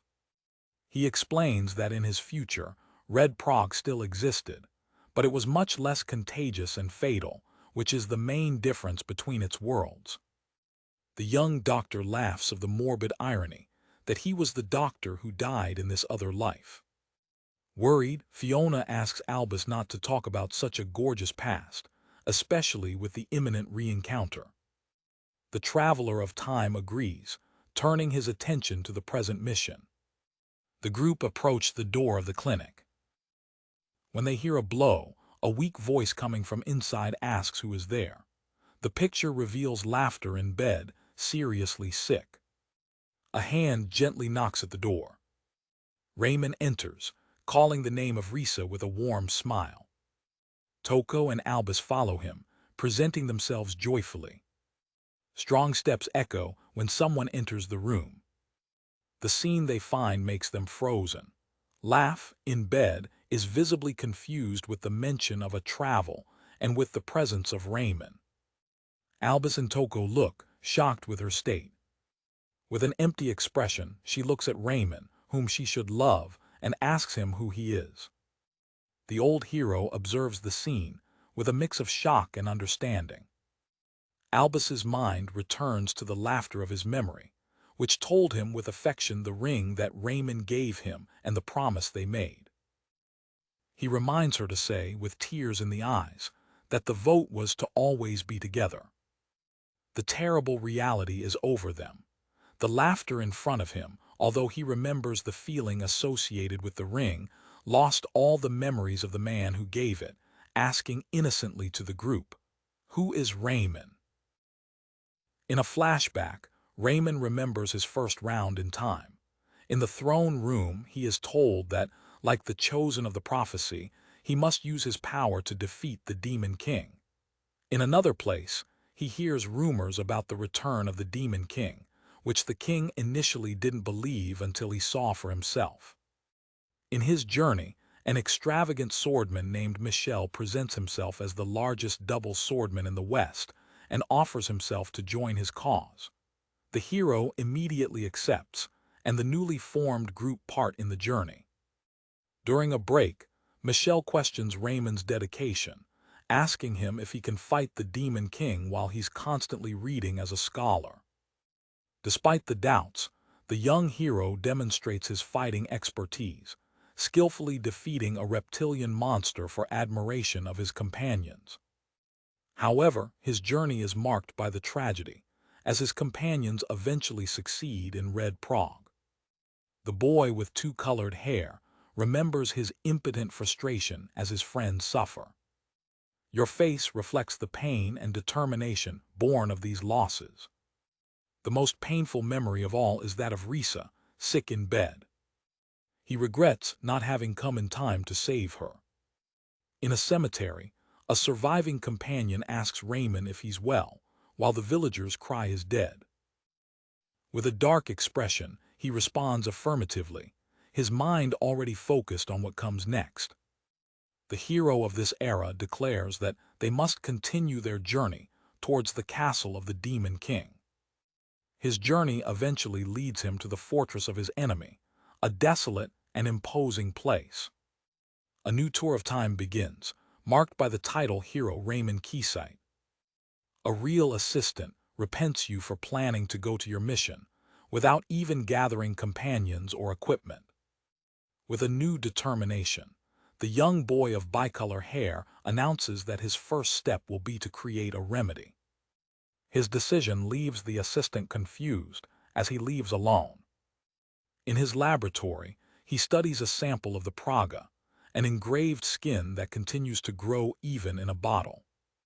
Rounded by books and diagrams, he untruly seeks a way to eradicate the disease. The doctor thinks his approach, discussing between finding anti-emulsion ingredients and first stabilizing the patient's condition. The eighth time begins. Their research results in another failure, symbolized by a steeped sample bottle. Unhappy, he regrets his continued failure. The 10th is back in time. He remembers the moment when the divine messenger showed him a young Albus, revealing his identity as the real hero. The weight of this revelation and its repeated failures is evident in its expression. Despite the contracts, his determination does not vacillate, and he returns to his meticulous work. Finally, there is a vision of hope, as a sample of the plague begins to reverse, leading him to question whether it is finally working. His progress is confirmed when a companion tells him with joy that a patient's fever has dropped, wondered with his discovery. Despite success, his expression remains dark because he knows it is not enough yet. In a cemetery, he reflects that his remedy was just a small step forward, arriving too late for many. Back to the current timeline with Albus, Raymond feels that something is terribly wrong in the village. He desperately tries to interact with the villagers, but his screams are ignored. Your worst fear occurs when people begin to pass through you, completely unconscious of your presence. The divine messenger appears, confirming his futility. The scattered figure reminds him of the warning that he was given about the price of his magic. The messenger explains the terrible consequence. He has been removed from the time of this world, and although his consciousness remains for all others, he no longer exists. In his 33rd return in time, the entity declares that his journey has come to an end. Raymond explains his situation to Albus and Fiona, revealing that only they can see him. The former hero acknowledges he's already suspicious because his companion never talked to anyone else. The group wonder why the reason are the exception to this cruel rule. The young physician theorizes that, as they all use dimensional magic, they exist in an intermediate state between their plan of existence and the real world. Fiona asks anxiously about the state of laughter. With heavy heart, he confirms that she no longer remembers him, as they saw with her own eyes. Dominated by the sadness of the situation, Fiona runs to the room of Risa, unable to accept such a cruel reality. She faces the sick girl, asking her if she really forgot the man who fought so much to save her. Confused with the passionate appeal, Risa apologizes, acknowledging that she has no idea of who she is talking about. Albus intervenes, pointing to the ring on the finger of Risa. She explains that the ring makes her remember someone she used to know, but the man's identity escapes her, for great discomfort of Raymond. As she looks at the jewelry, tears flow through her face, although she doesn't understand why. Albus remembers a conversation from another line of time, where she told her about the vote she made with that ring. In a shared memory, it reminds Raymond's vote that they would always be together. Invisible to her, the young hero embraces the crying Risa, asking for apology for her sacrifice. With a renewed determination, he returns to Albus, asking him to do what he failed, to save the world. He officially confesses the mission to his successor, Hero Albus. The time traveler refuses to let him give up, insisting that he still has a role to play. Albus stretches his hand to a defeated Raymond, offering him hope and a path to follow, ready to revive the fallen hero. In a retrospective, Raymond Keysight is presented as the hero chosen by a divine messenger, intended to face a great threat. He remembers that at the end of numerous turns in time, he found a boy named Albus, who claimed to be a hero coming from the future. As they traveled together, the hero of this era passed to know the strength, wisdom, and the unbeatable convictions of the young traveler of time. He concludes his summary, explaining that, because he abused the revolve magic, he was removed from this world and now confesses Albus the mission to save Risa, because he is someone in whom he can trust. Currently, Risa's father administered the medicine.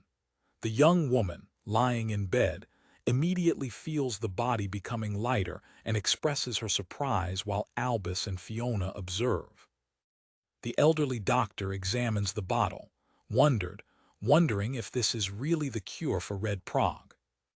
Curiously, Risa's father asks the white-haired young man where he got such a miraculous medicine. The former hero explains that a certain doctor asked them to bring him. He elaborates, saying that person knew of the fight of laughter against the disease, and having himself fought against it for years, he wanted to help in any way possible. Albus reveals the name of the benefactor, Raymond Keysight, to whom Risa reacts with a murmur of recognition. The village doctor, thank you, asks who they are, and the boy assures you that more remedies will come soon, advising them to take care because the healing is not yet perfected. With a confident smile, the traveler of time declares that they are just messengers and that Raymond will undoubtedly defeat Red Prog, while the falling hero himself observes, invisible to them. From the outside side, the boy of bicolor hair apologizes to Albus. His companion hears him with a serious expression. Albus is internally questioning whether he will not exaggerate by painting his companion as a magnificent figure, which causes the irritation of the invisible hero. The time traveler strongly tells Raymond not to apologize again. He explains that he understood the message that the other was trying to transmit, and instead of leaving him with all the burden, he proposes that they fight together. The hero of this was accepted, thankful.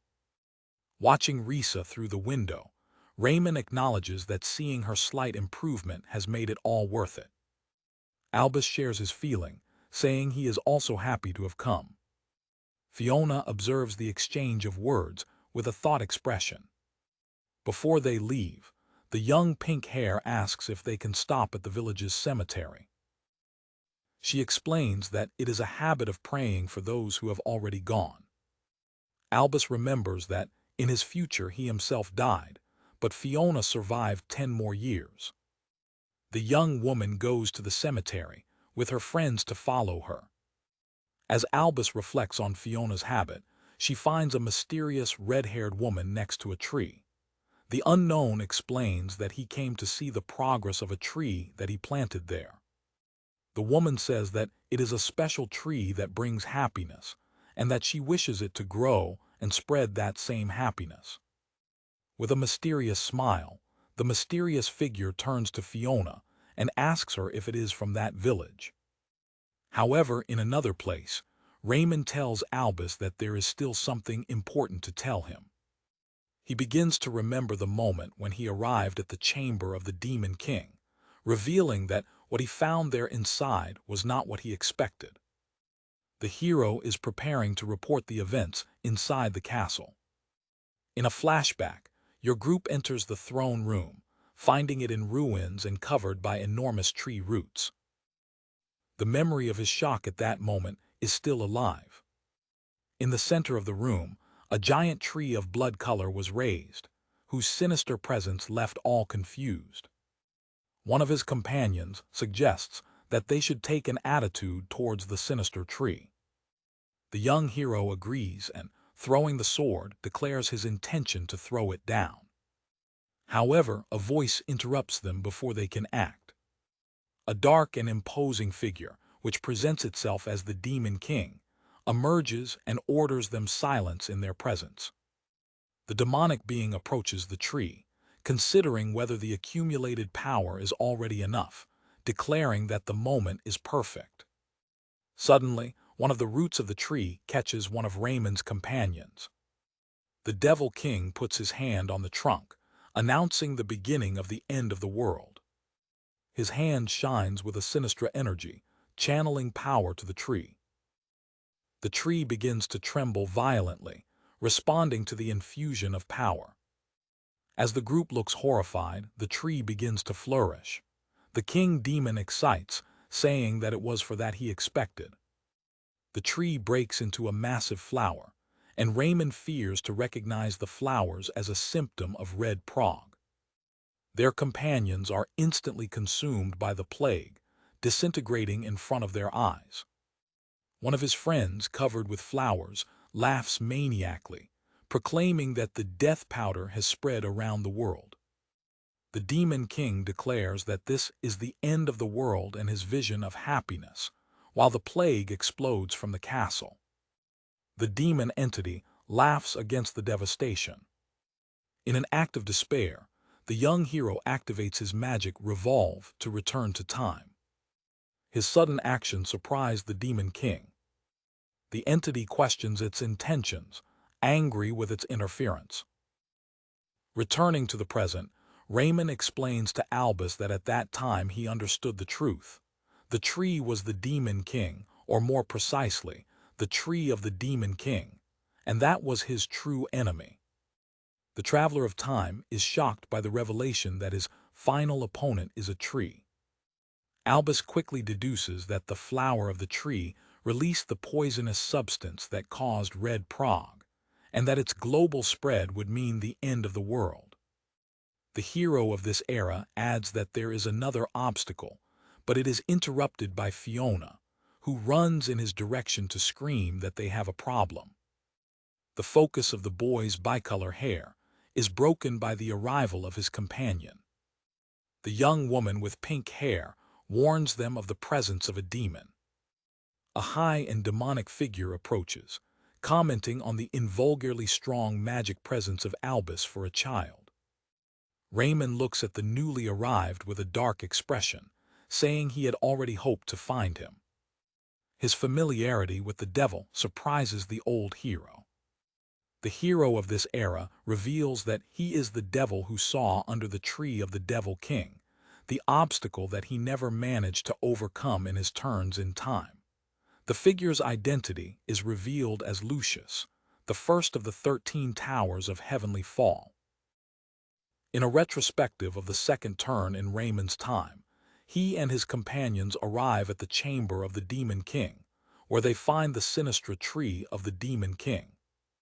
A dark figure, Lucius, descends from the roots of the tree, preparing to confront them. The young hero reacts shocked when he sees the demon guardian. The demon attacks suddenly, throwing down the companions of Raymond, Michelle, and Shirley in an instant. One of the survivors of the group cries furiously to the attacker, requiring to know what he just did. Lucius looks at the fallen heroes with contempt, commenting how pathetic the group of the hero is. The memory continues, showing the devil using teletransport to appear behind another companion.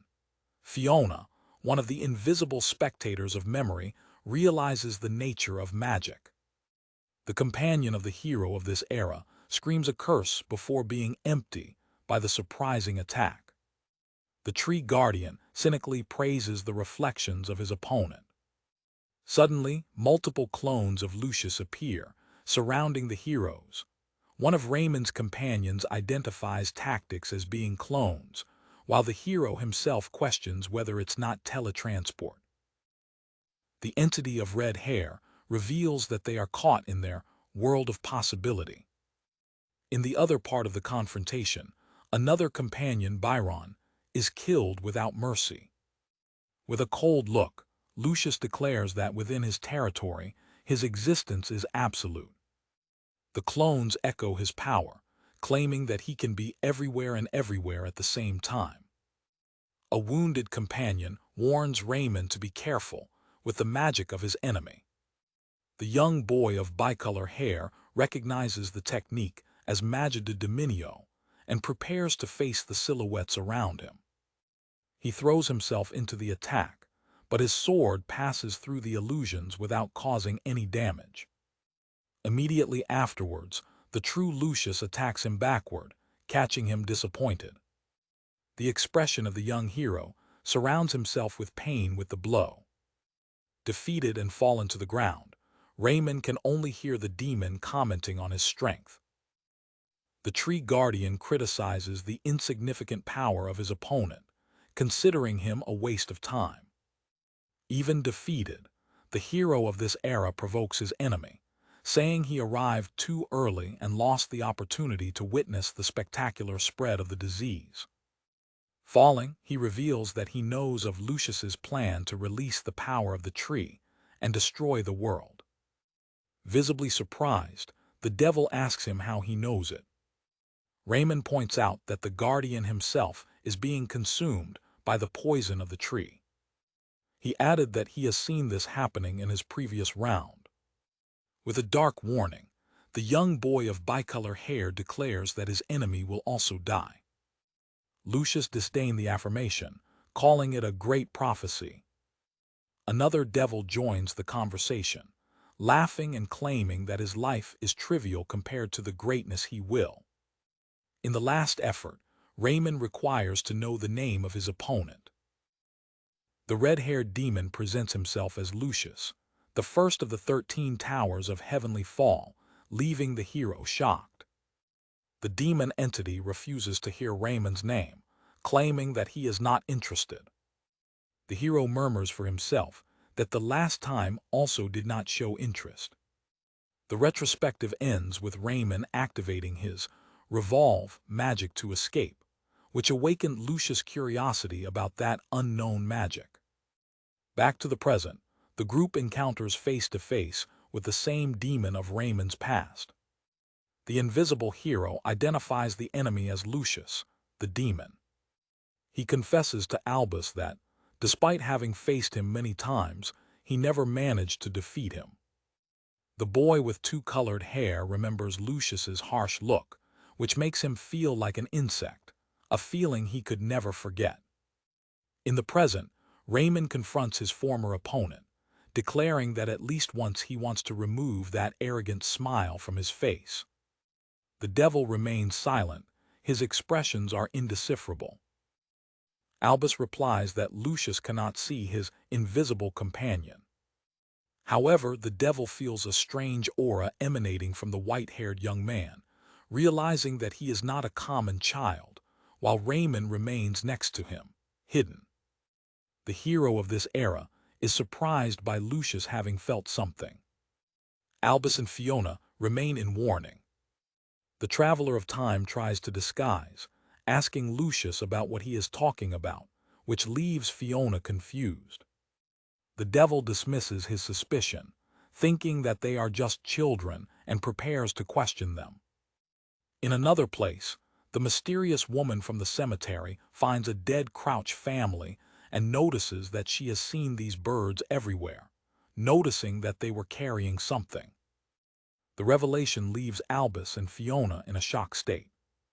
The woman with red hair asks if one of these birds also came to that village. She continues her research with a thoughtful look. Back to the confrontation, Lucius considers the meeting a waste of time. Albus reveals what one of the relatives carried, the remedy. The young hero and the devil face each other, the tension to increase. The expression of Albus is of pure determination. The revelation of the medicine makes Lucius visibly surprised. The Traveler of Time explains that they have created a medicine for Red Prague, and that family members have distributed it everywhere. The white-haired boy continues, saying that although Lucius was an unbeatable obstacle, the clues in his words allowed him to come to a conclusion. He exposes his theory. Lucius was channeling the energy of Red Prague to make the king's tree flourish and thus initiate the end of the world. Raymond reflects that, in the past, even if he managed to create the remedy, he had no way to distribute it throughout the world. Thanks to family members, this time the drug is circulating, which at least began to slow down the number of deaths. The hero of this era explains that it is why Lucius felt something of invulgar. Albus confronts the devil directly, asking if the amount of energy to flow to the Devil King tree has decreased. The time traveler presses you even more, claiming that your visit to the village to check the situation is a sign that you're starting to get nervous. Angry, Lucius begins to question the identity of Albus. His composition is overwhelmed by the accuracy of the boy's deductions. Raymond, invisible, appears symbolically behind Lucius, rejoicing for his stone mask has finally broken. Albus serves as a spokesman to his companion, adding, "or so he says," which leaves the devil even more confused. Recovering the composture, Lucius releases his threatening aura and declares Albus his enemy, preparing to activate his magic of domination. With a serious expression, he recognizes the boy as a threat. Raymond screams a warning, warning that the enemy is expanding his territory with magic of domain. Albus throws his sword, ready for the battle.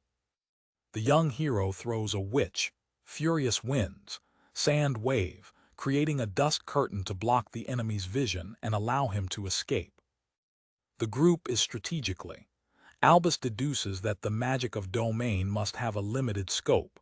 Lucius, intrigued, observes them from, deciding that he will ask their names at the next meeting before teletransporting to far. Hidden in the bushes after their strategic withdrawal, the group observes the sight. Raymond expresses his frustration for having to hide, but Albus confirms that the demon, Lucius, seems to have gone. The time traveler reminds his companion that fighting against an enemy of that caliber, without a plan, would be suicide. The hero of this era agrees reluctantly, admitting that Lucius is strong and that they need to proceed with caution. Suddenly, a red-haired woman that the group had previously found at the cemetery approaches, claiming that there is something she wants to confirm. She takes them to a small tree, revealing that it was Lucius who planted it there. Raymond notes that the tree looks like a common shift, wondering if the demon would have come just to check its growth. A new voice interrupts them, calling them neglected because they do not recognize the true nature of the tree. A young demon with a bag, who presents himself as Zelark, appears and warmly praises Albus. He comments that the boy is pretty charming and explains that demons age much slower than humans. Zelark shortly reminds of a controversial previous meeting with Fiona, mentioning that things were complicated at the time. With a smile, he recalls that her hatred for demons has not changed. Despite the conflicting past, the newly arrived suggests that they try to get well this time. Fiona seems confused because she doesn't remember the meeting, which leaves Albus thoughtful. The young demon seems momentaneously lost, questioning his own identity before discarding the subject. Albus confirms his suspicion that Zelark, like him, retains his memories from other lines of time. The newly arrived asks if Lucius was there. While Raymond confirms the enemy's presence, Albus questions Zelark about his relationship with Lucius, to which the young demon answers he has never met him personally.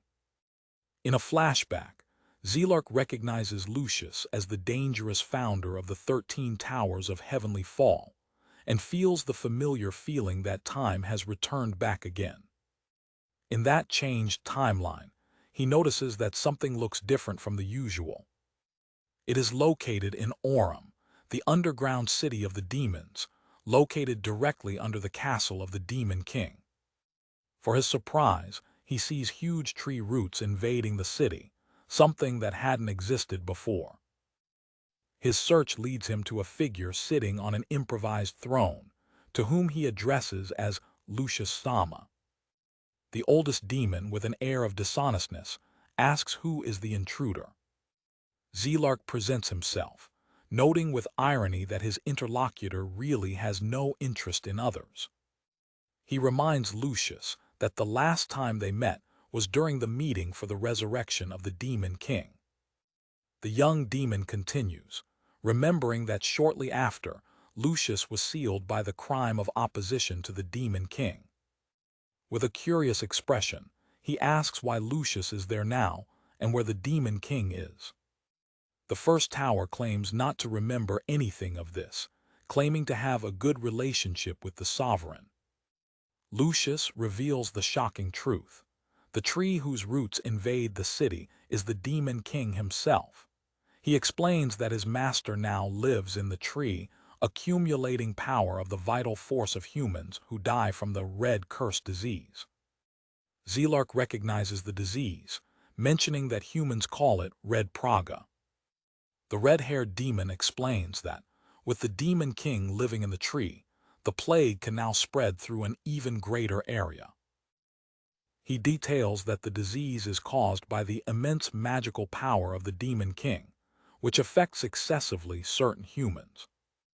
The red marks that appear on the victims' bodies gradually drain their vital force, and when they die, that energy is released. All this energy flows to the Demon King, serving as food for his growing power. Impressed by the magnificent system, Zelark asks what is the ultimate goal of the Demon King. Lucius reveals the apocalyptic plan. The accumulated energy will turn into its own ruin, reigning over all living beings and bringing the world to its end.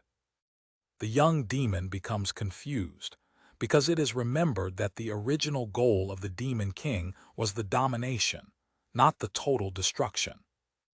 He faces the first tower, reminding him that he was sealed precisely by opposition to this destruction plan. Zelark demands to know why they are now following the same path. Lucius asks if his visitor is also his enemy, revealing he has already eliminated other high-patent demons who have opposed. The blue-haired boy rejects, claiming to be just an observer. Back to the present, Zelark explains to the group of Albus that the Demon King is, in essence, a weapon of mass destruction and that the catch is in the hands of Lucius. he dissolves the magic of camouflage of the tree shift, revealing his true sinister shape, to the shock of Raymond and Fiona. Albus deduces that Lucius has been planting these muds everywhere to spread the red prog and increase the number of infected. Raymond understands with horror that these changes are the foundation of the disease, and that allowing its growth will only accelerate the destruction of the world. The Traveler of Time agrees that they will also have to deal with the changes. The hero of this era thanks Zelark for the crucial information. Albus calms a worried Fiona, assuring him that he will be able to deal with the new demon if necessary. The white-haired boy recalls that Zelark's only desire was to watch an interesting story. With a confident smile, Albus promises to the devil that he will not get bored. He asks if the newly arrived is planning to stay only watching again. Zelark admits that he also hates Lucius, and for now declares himself an ally of Albus. With enthusiasm, the young hero immediately starts preparing a list of tasks for his new ally, who claims that he will be explored to the limit again. The invisible hero, Raymond, begins to explain his peculiar condition to his new ally, the demon Zelark. He demonstrates that, as others can't realize it, he can't touch them and vice versa, to the devil's great surprise. Albus confirms the theory, touching his companion to prove that he is solid for himself and Fiona, while the boy with two-colored hair explains that only those who use dimensional magic can realize it. This list includes his future companions, Lauro and Gina. Zelark understands that this is a side effect of dimensional magic, commenting with disdain that others, in addition to Albus, were stupid enough to use it. Albus questions the young demon about his own memories. In a comic word exchange, Zelark Kuduka Toko only to test its tangibility. The demon explains that he has no memory of his invisible companion's time cycles, theorizing that his memories have been deleted along with Raymond's existence. He reveals that he was attracted to the place when he felt Albus's wake up. The scene moves to the orphanage, where Albus' friends are recovering. Zelark reveals that he already knew the orphanage's location, to surprise the young Traveler of Time. Inside, a visibly better Merida asks his friend Van to open the window to feel the breeze. Suddenly, a strange plant with an eye in the center appears on the window's parapet. They come back in a shocked state with the bizarre appearance. Zelark calmly acknowledges that he planted a Peeping Mary, a demonic spy plant, to be able to watch Albus, which angers the boy. Leaving his anger away for a moment, the Traveler of Time asks about the state of Merida. The demon uses his spy plant to observe the interior of the orphanage. In the room, Van is surprised by the sudden arrival of someone. For her surprise, Merida is standing and looks much healthier, a sign that the drug is making effect. Zelark confirms that his condition has improved significantly. They're outside. The group shares a moment of relief with the good news, with Toko commenting that Merida seems to now have a trusted guard in Van. Despite the relief, Albus knows they can't relax. He turns his attention to the devil and asks him to share everything he knows about his common enemy, Lucius. Zelark begins his story, taking the group 50 years to the past. He explains that, about 100 years after the Demon King slept, his general, Lucius, founded an elite organization. This independent attack force was composed of the strongest warriors of the demon army. The group, known as the Three Towers of Heavenly Fall, was gathered to prepare their master's return and turn the world head to down. However, Lucius' actions began to raise suspicions. In a flashback to the court of the Demon King, an official reports that Lucius' imprudent campaign against the elves resulted in the loss of 5,000 soldiers. The officer confronted the general, accusing him of knowing that the attack was suicide. He requires to know the reason behind such an insensate sacrifice. Another general defends Lucius, coolly claiming that losses are simply the nature of war. Lucius explains his nihilistic philosophy, declaring that war is a shock of pure madness, and that victory belongs to the one who embraces that madness in a more complete way. He believes that the struggle must continue until everything, both enemies and allies, is reduced to nothing. Their supporters agree, questioning whether this desire for total destruction is not what they all secretly desire. The Demon King himself begins to question the intentions of his general. Lucius subtly challenged the authority of his master, questioning whether he, once the world was conquered, would seek order instead of the chaos that the war brings. Understood the hostility and thirst of unfinished destruction of Lucius, the Demon King asks him if he has become his enemy. His suspicion is confirmed, and the Demon King attacks his subordinate rebel, realizing that his head was filled only with a desire of chaos that threatened his own plans. Zelark concludes his story, revealing that, in the timeline he remembers, the Demon King himself was forced to seal Lucius. The young demon acknowledges that his story may seem doubtful. He warns the group that Lucius's magia of domination is enormously powerful, and that, without a way to counter it, it can be an even greater threat than the Demon King. While the group absorbs the terrible truth, Zelark questions whether they can really prevent the end of the world. Fiona and Albus considered their chances, the time they had and the allies they had. The devil directly asks, what are his chances of victory?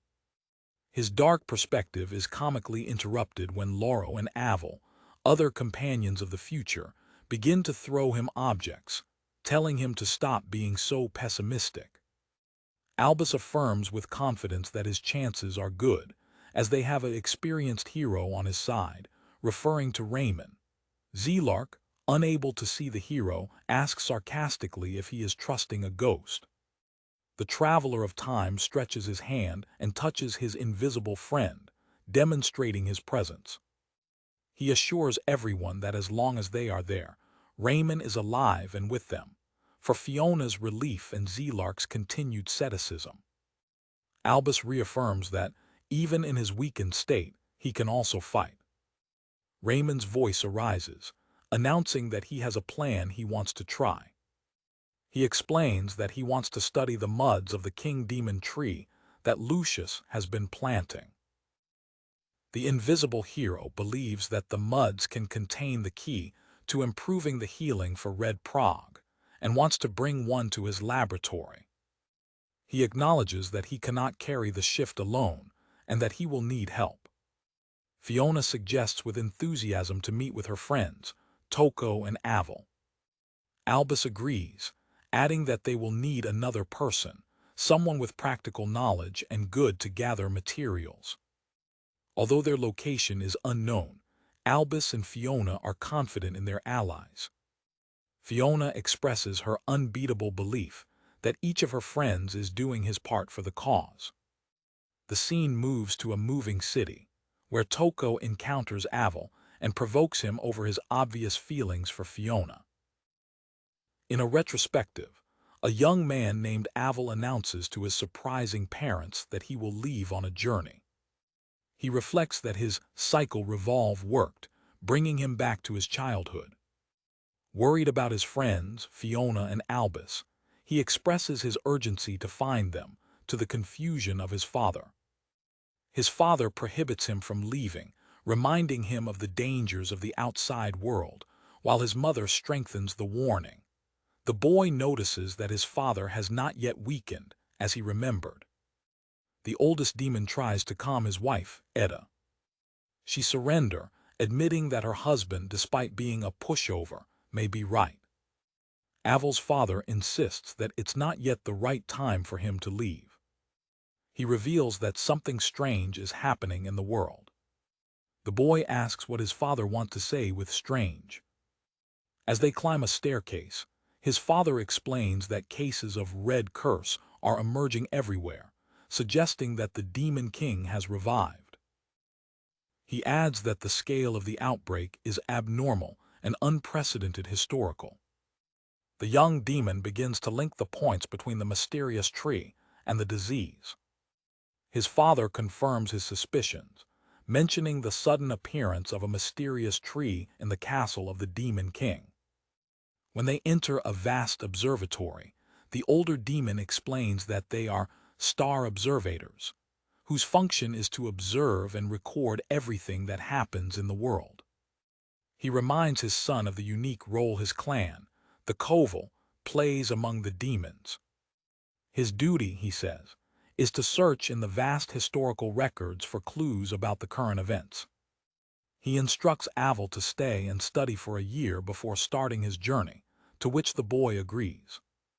However, with an apology, Aval insists that he needs to leave immediately. The scene changes to the present, where Aval met with Toko in the Rondell shopping center. She wondered how he managed to leave in less than a year. The black-haired girl expresses her concern about Albus's parade air.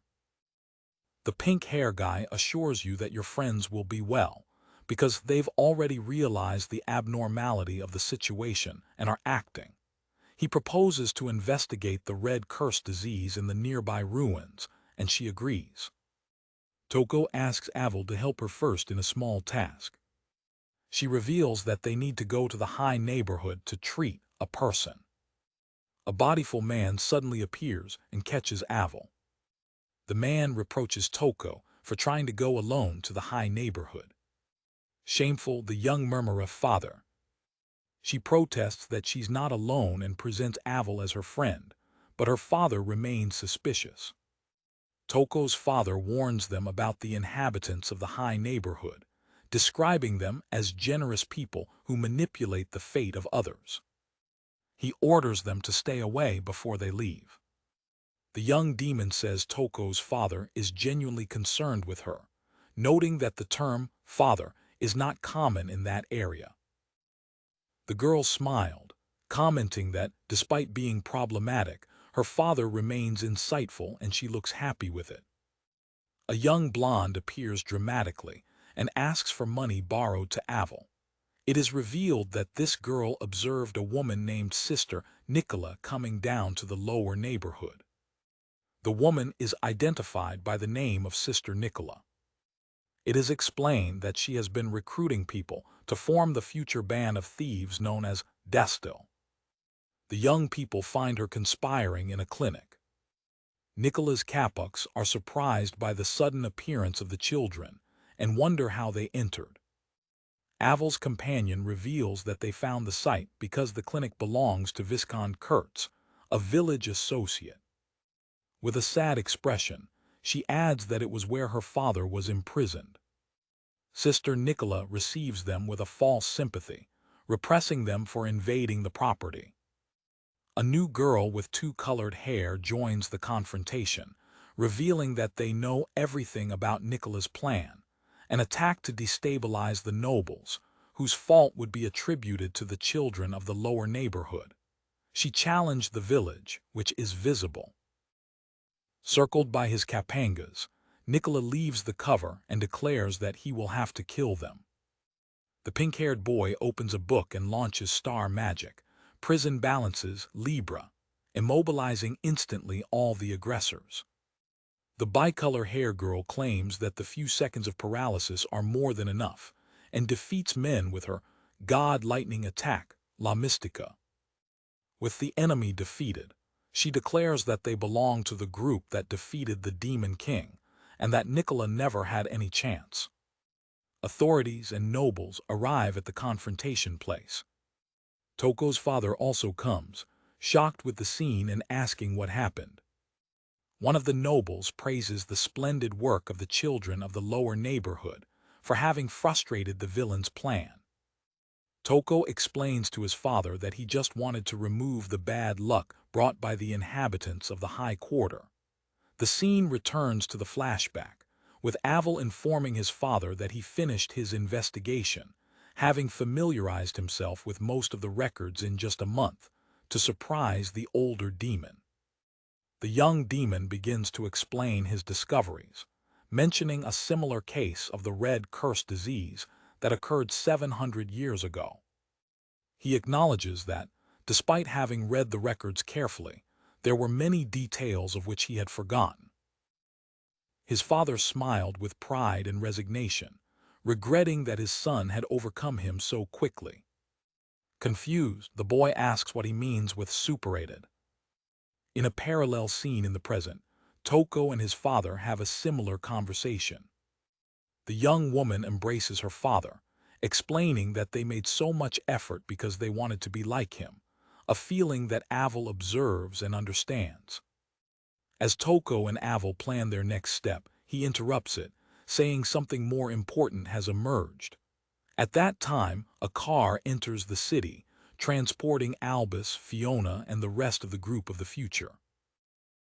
The scene opens in Raymond's research cabin, an isolated place surrounded by a dense forest. A young woman observes, carefully, the events that take place in the laboratory. Inside the laboratory, the group observes a shift from the king demon tree. Aval notes that, despite having passed a day since the injection of the reagent, there is no visible effect.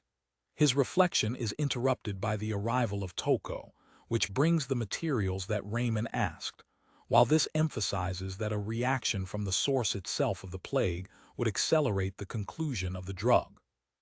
Toko expresses his gratitude and the reason for his dedicated help, reminding that Raymond treated his father's disease. The young doctor, slightly embarrassed, asks Toko to stop calling him doctor, but she refuses, insisting that he is an incredible doctor. In a short memory, Toko's father expresses his surprise for Raymond's contracting red prog, thanking him for having detected his own disease in time to treat it. Back to the present, the boy of bicolor hair strengthens his determination, aware that Albus and the others are also giving his best. Toko repeats his full willingness to help, enough that he asks. The scene moves to Albus, who feels overwhelmed by a crowd of people. In a flashback, a month ago, the group is in a church in the neighborhood of Rondell. The traveler of time complains of the inefficiency of traveling in such a large group, to discomfort of his companions. Fiona and Toko reproach him for their bad mood, reminding him that they've just met, while he insists he prefers a smaller group. Aval intervenes, arguing that certain things can only be achieved with a full group. Toko provoked him in a joke way, pointing out that he was the one who sought them. The white-haired boy surrenders with a smile, admitting that she's right while her friend shakes her collar. Undertaking the leadership, the young hero declares that it is time to organize his action plan. He reaffirms his main goal, to get to the castle of the Demon King and destroy the evil tree. Raymond informs the group that, according to their estimates, they have about a year to complete their mission. Albus proposes to divide the tasks to prepare for the final confrontation with the tree of the Demon King. In the ruins of Guntes, Lauro finds the king's box of the forest, an artifact that enlarges the magic of plants. Albus delivers him, recognizing the limits of his child's body and the need to equip the group and train. Lauro, impressed with the ease with which Albus defeated a guardian, accepts his place on the front line, aware that a confrontation with Lucius is inevitable to his goal. The Traveler of Time delivers to Lauro an additional equipment, counting with him for the main combat force. As they walk, Lauro expresses his concern about facing the magic of domination of Lucius. Albus, in turn, asks if they can rely on the strategy team to find a solution. With a confident smile, he expresses his faith in Aval and others. Meanwhile, at the Academy of Magic, Gina and Aval dive into the books, with the young magician questioning about the real monstrous nature of Lucius. Gina reflects the legendary magia of domination of the Chief General of the 13 Towers of Heavenly Fall. Aval explains the nature of his magic, an omnipresent power that allows him to manifest himself instantly at any point of his territory. The two strategists analyze the technique, noting that although it is powerful both in attack and in defense, its main weakness is its limited scope. They discuss possible tactics, such as attack at a distance, but Gina quickly dismisses the idea, as it would be useless if the attacks didn't fit the target. The suggestion of using the Aval star magic to delete the domain is also rejected. Accumulating the necessary power would take years. The two genes are momentaneously without solutions. Gina weighs intensely, seeking a failure in the apparently impenetrating defense of the enemy. She turns to Zelark, seeking to confirm her theory based on the story he told, that the Demon King had already fought against Lucius and defeated. The young magician asks him how it is that the sovereign of the demons got such a proceeding. On the other stage, Toko and another companion feel the lack of Lauro. Back to the investigation cabin, the team continues its work. Fiona informs the group that Lauro is absent to take care of his mother, who suffers from Romai's fever, which draws Raymond's attention. The young doctor reflects on this other unhealing disease, feeling the impulse to find a solution for it too. Fiona prepares to administer the 18th reagent in the mud, under Raymond's careful look and with Toko's help.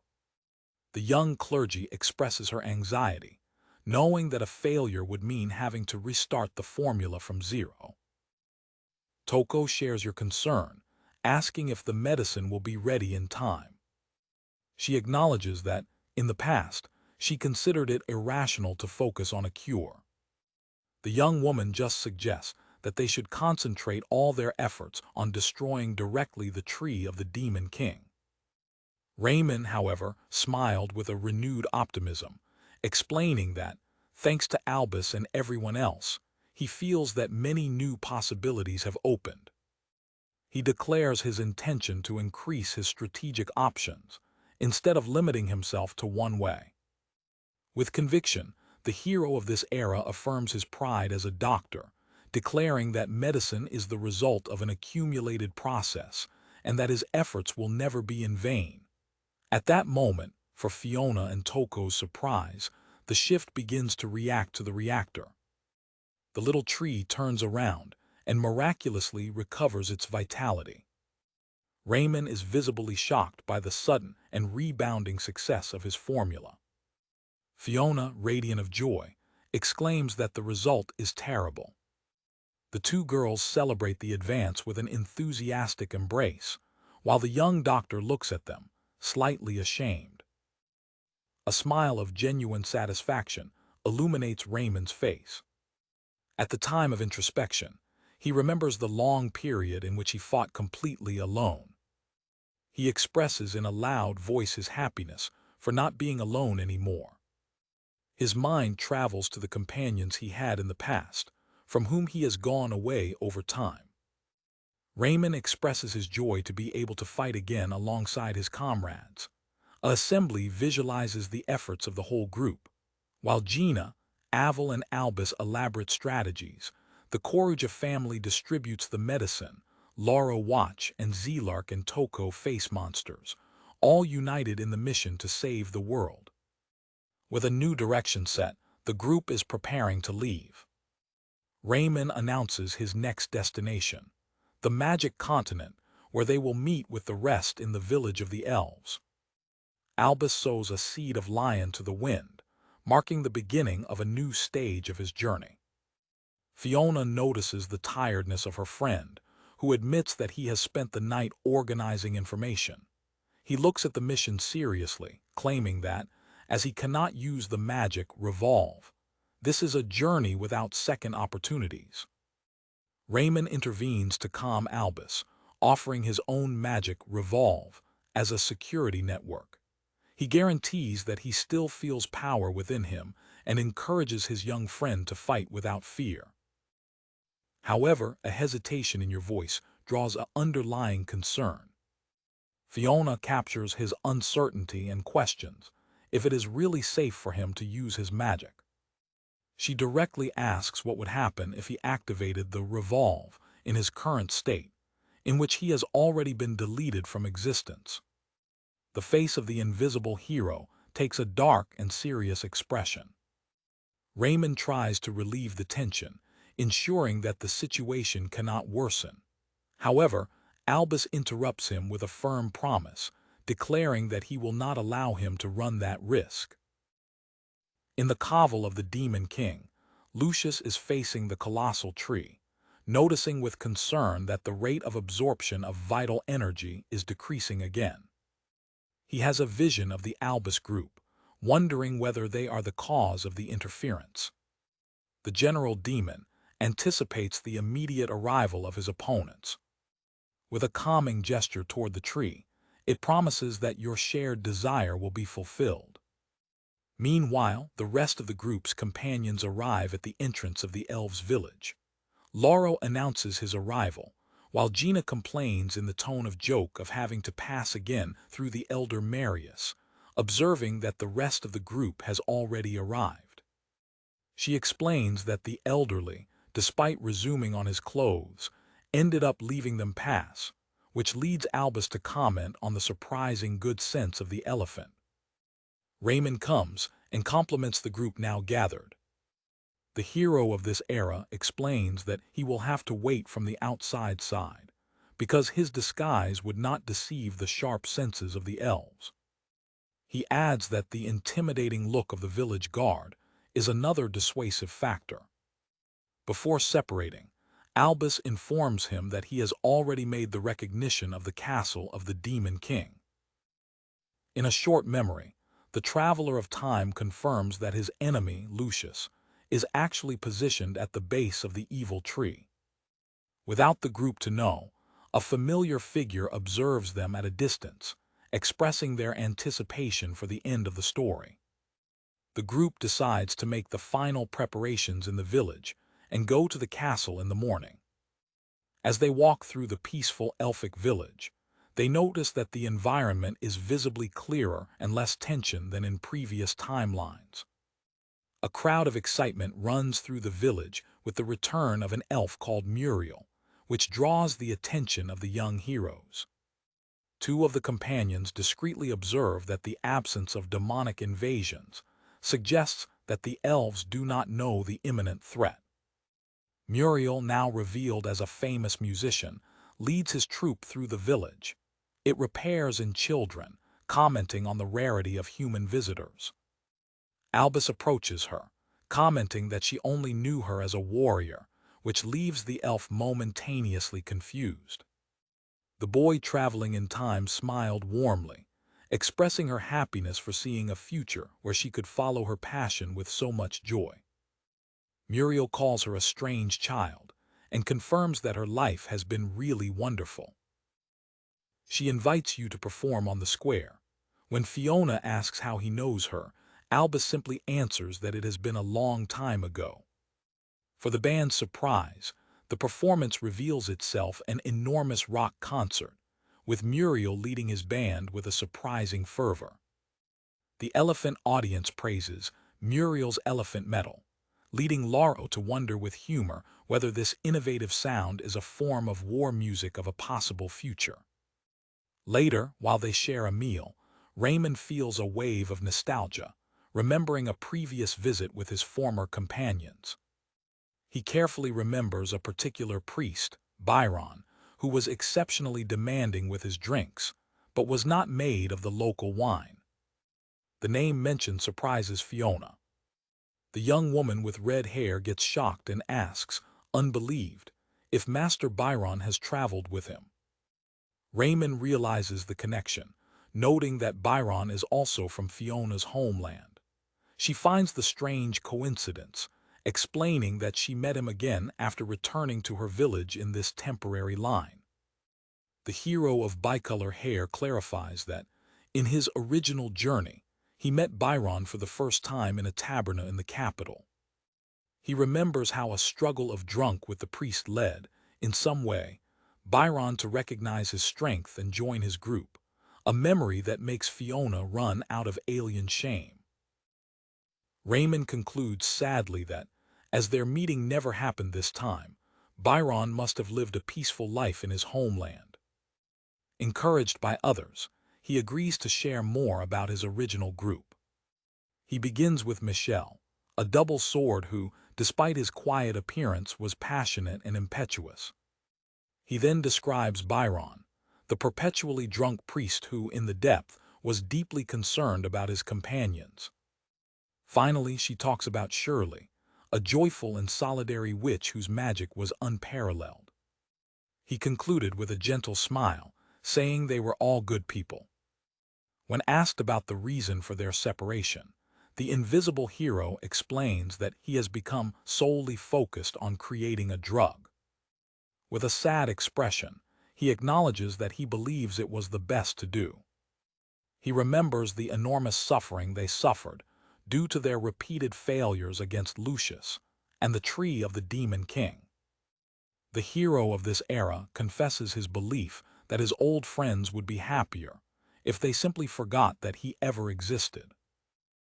Their current companions vehemently reject this notion, arguing that their former allies followed him because they believed in his immeasurable determination. Lauro insists that Raymond's regrets were shared by his comrades. Gina adds a strong repentance, claiming that her wrong attempt to be attentive only causes more problems for everyone. Fiona gently encourages him to meet them again, even if they don't remember him, sure that Master Byron would desire him. With renewed strength, Albus declares his new goal, to find a way to restore Raymond as soon as peace is achieved.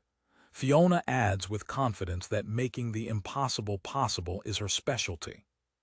Touched by their loyalty, Raymond asks if such a proceeding is possible, to which Fiona answers with absolute certainty that yes. A few days later, the group reaches the corrupt castle of the Demon King. Albus delineates the plan. A small team will infiltrate, because a larger group would be a disadvantage against the enemy's Magia of Domination. Gina and the support team agree to prepare from the outside side, as the main attack force enters. The infiltration team, composed of Albus, Raymond, Fiona, and Zelark, is preparing for the mission that is coming. Using a secret passage, Albus commented on the advantage that its small statues provide for the furtivity. As they walk through the quiet corridors, the young traveler of time notices the anxious quietness of the fortress. They finally arrive at the throne room, where Lucius awaits them at the base of the Devil King's tree, announcing that he was waiting for them. The old demon examines the intruders, their eyes passing directly through the invisible Raymond while asking with disdain if they are just the three. He repairs in the presence of two children before his eyes fix on Zelark, whom he recognizes. The first tower requires to know why the young Semideus has allied with humans against his own species. Zelark presents himself coldly, pretending formality. He explains his motivation with a shoulder, claiming that he simply has no desire to die impotent due to the strange disease that spreads throughout the earth. The young Semideus confronts Lucius, emphasizing that no other demon supports him, his silence born of fear, not of loyalty. In a bold statement, Zelark proclaims that only the true king demon can unite his people, insinuating that Lucius is an usurpator. Immutable, Lucius puts a hand on the tree, reversing that he acts solely according to the will of the Demon King. Albus expresses his skepticism, questioning what this will really implies. Lucius releases his power, declaring that the Demon King ordered his deaths, giving start to the final battle. In the throne room, Lucius, the guardian of the king's demon tree, prepares to face the group of Albus, who came to the final confrontation. The battle begins with Raymond's warning, which anticipates the enemy's imminent attack. The group observes carefully as Lucius' power materializes itself before them, preparing for his first invested. In a glance, the devil throws himself to the attack, targeting one of the members of the group. Lucius suddenly appears behind Fiona, ready to take a fatal blow, but the young clergy remains firm. The young woman with red hair can block the initial attack, but an opponent's clone arises behind her, revealing her ability to be in several locations at the same time. Zelark takes action, launching a counterattack to repel the immediate threat. Albus carefully observes the enemy's tactics, analyzing his patterns of movement. The general demon takes a break, evaluating the unexpected resistance of his young opponents. Invisible, Raymond shares his knowledge of past battles, explaining to Albus that Lucius always attacks the witches in the back with a blow to his back. Albus and his two-colored hair companion confirm that the enemy's strategy is exactly as they had planned. Zelark comments with sarcasm that, although attacking indefensive children is the logical choice, the appearances can elude. With a cold determination, Lucius declares that anyone who interposes in his way is his enemy. The young Semideus reveals the group's plan, saying that if the opponent can appear anywhere, the solution is simple. With a sinister smile, Zelark proposes to destroy the space itself where they are. He invokes a torrent of vineyards that rise from the ground, in an attempt to overload the enemy's domination. However, the vineyards are instantly destroyed by Lucius' omnipresent magic. The general demon remains impassible before the counterattack attempt. Despite the initial failure, Albus calmly observes as the next phase of his plan develops, with another attack to throw the enemy back. The time traveler launches his magic Iron Gale Flash, creating a vortex that catches and wounds Lucius, demonstrating that he knows his skills well. With an atmosphere of superiority, the white-haired boy comments that the opponent seems to know his capabilities, while the demon Jazz defeated in the bottom. Lucius reiterates that their knowledge is useless, because their speed will never be enough to it. Albus returns the provocation with a confident smile, simply answering, "I say the same." The group's defense strategy is revealed. Laro's vineyards and Fiona's barriers create an impenetrable fortress, forcing an impasse. Zelark provokes his opponent, asking if they intend to fight until the magic of both is exhausted.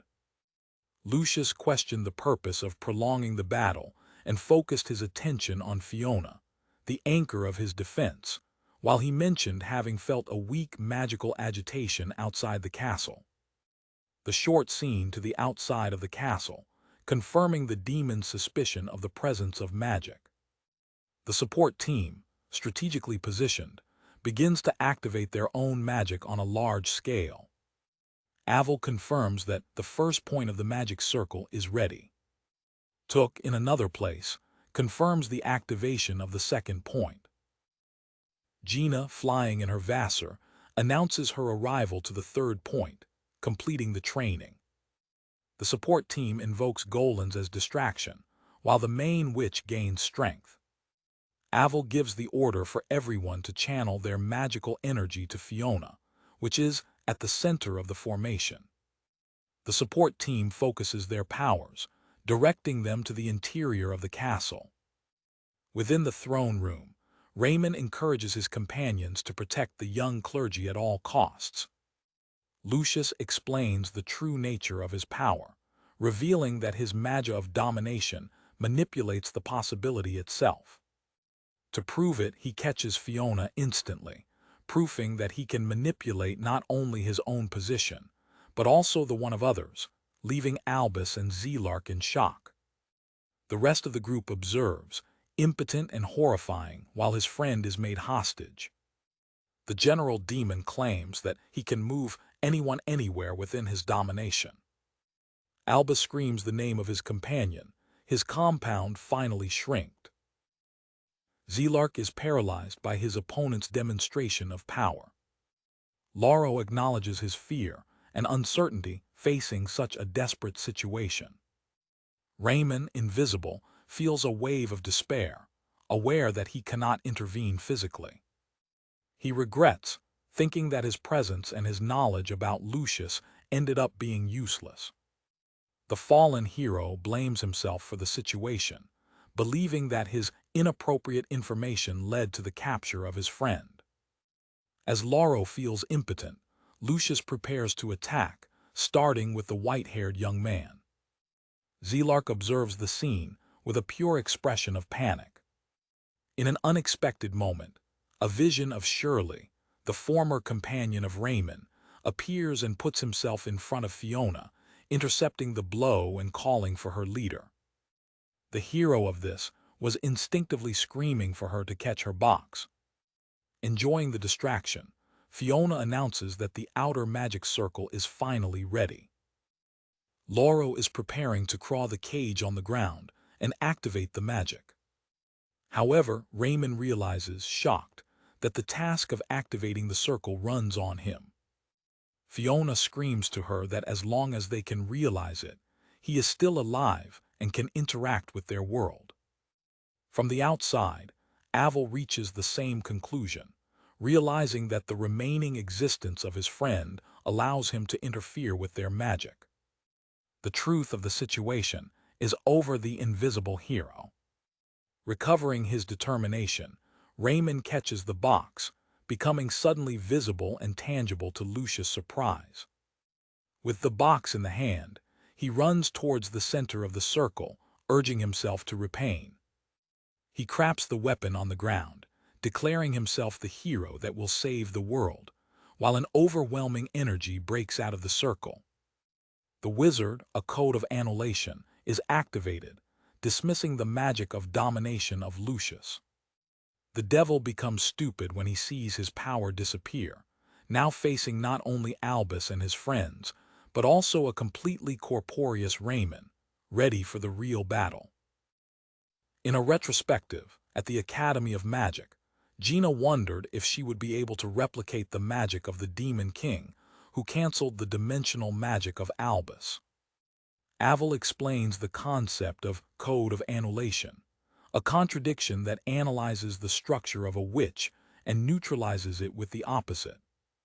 The young magician considers the difficulty of applying such code to the magic of domain. His strategic colleague agrees, claiming that even with Raymond's report, they still lack information about the enemy's technique. The director of the academy appears suddenly, having heard the conversation about invulgar magic. Despite Gina's cold receipt, the director repents her in a joke way. He reveals his throne, a golden key to the forbidden file, suggesting that you may find their records about the magic of domain. The director gives the key to the group. Surprised and confident, Gina asks why he is helping them. It responds evasively, treating the offer as a simple exchange of information. Before leaving, the director asks them who is the opponent they intend to face. Back to the present, the support team, composed of Gina, Aval, and Toko, celebrates the success of their mission. After discharging forbidden tones, they manage to complete the magical transfer of mana. Gina is confused with her genius, while Aval, exhausted, says that the combination with her star magic seems to have worked. With a serious expression, the young magician confirms that the magic of domination has been neutralized. In the throne room, Lucius is repelled by the force of the wizard. Raymond, now corporean, tells Albus that the rest depends on him. The general demon Cambalea, his body to break out visibly due to the power of the Contramagia. His face reflects the shock and unbelief in the face of the cancellation of his absolute power. Angry, Lucius swears revenge, while Albus and Fiona prepare for the attack. Zelark warns the wounded demon not to move. The young traveler of time carefully observes his opponent, evaluating the situation. In front of the Devil King's colossal tree, Albus coldly declares that the battle has ended.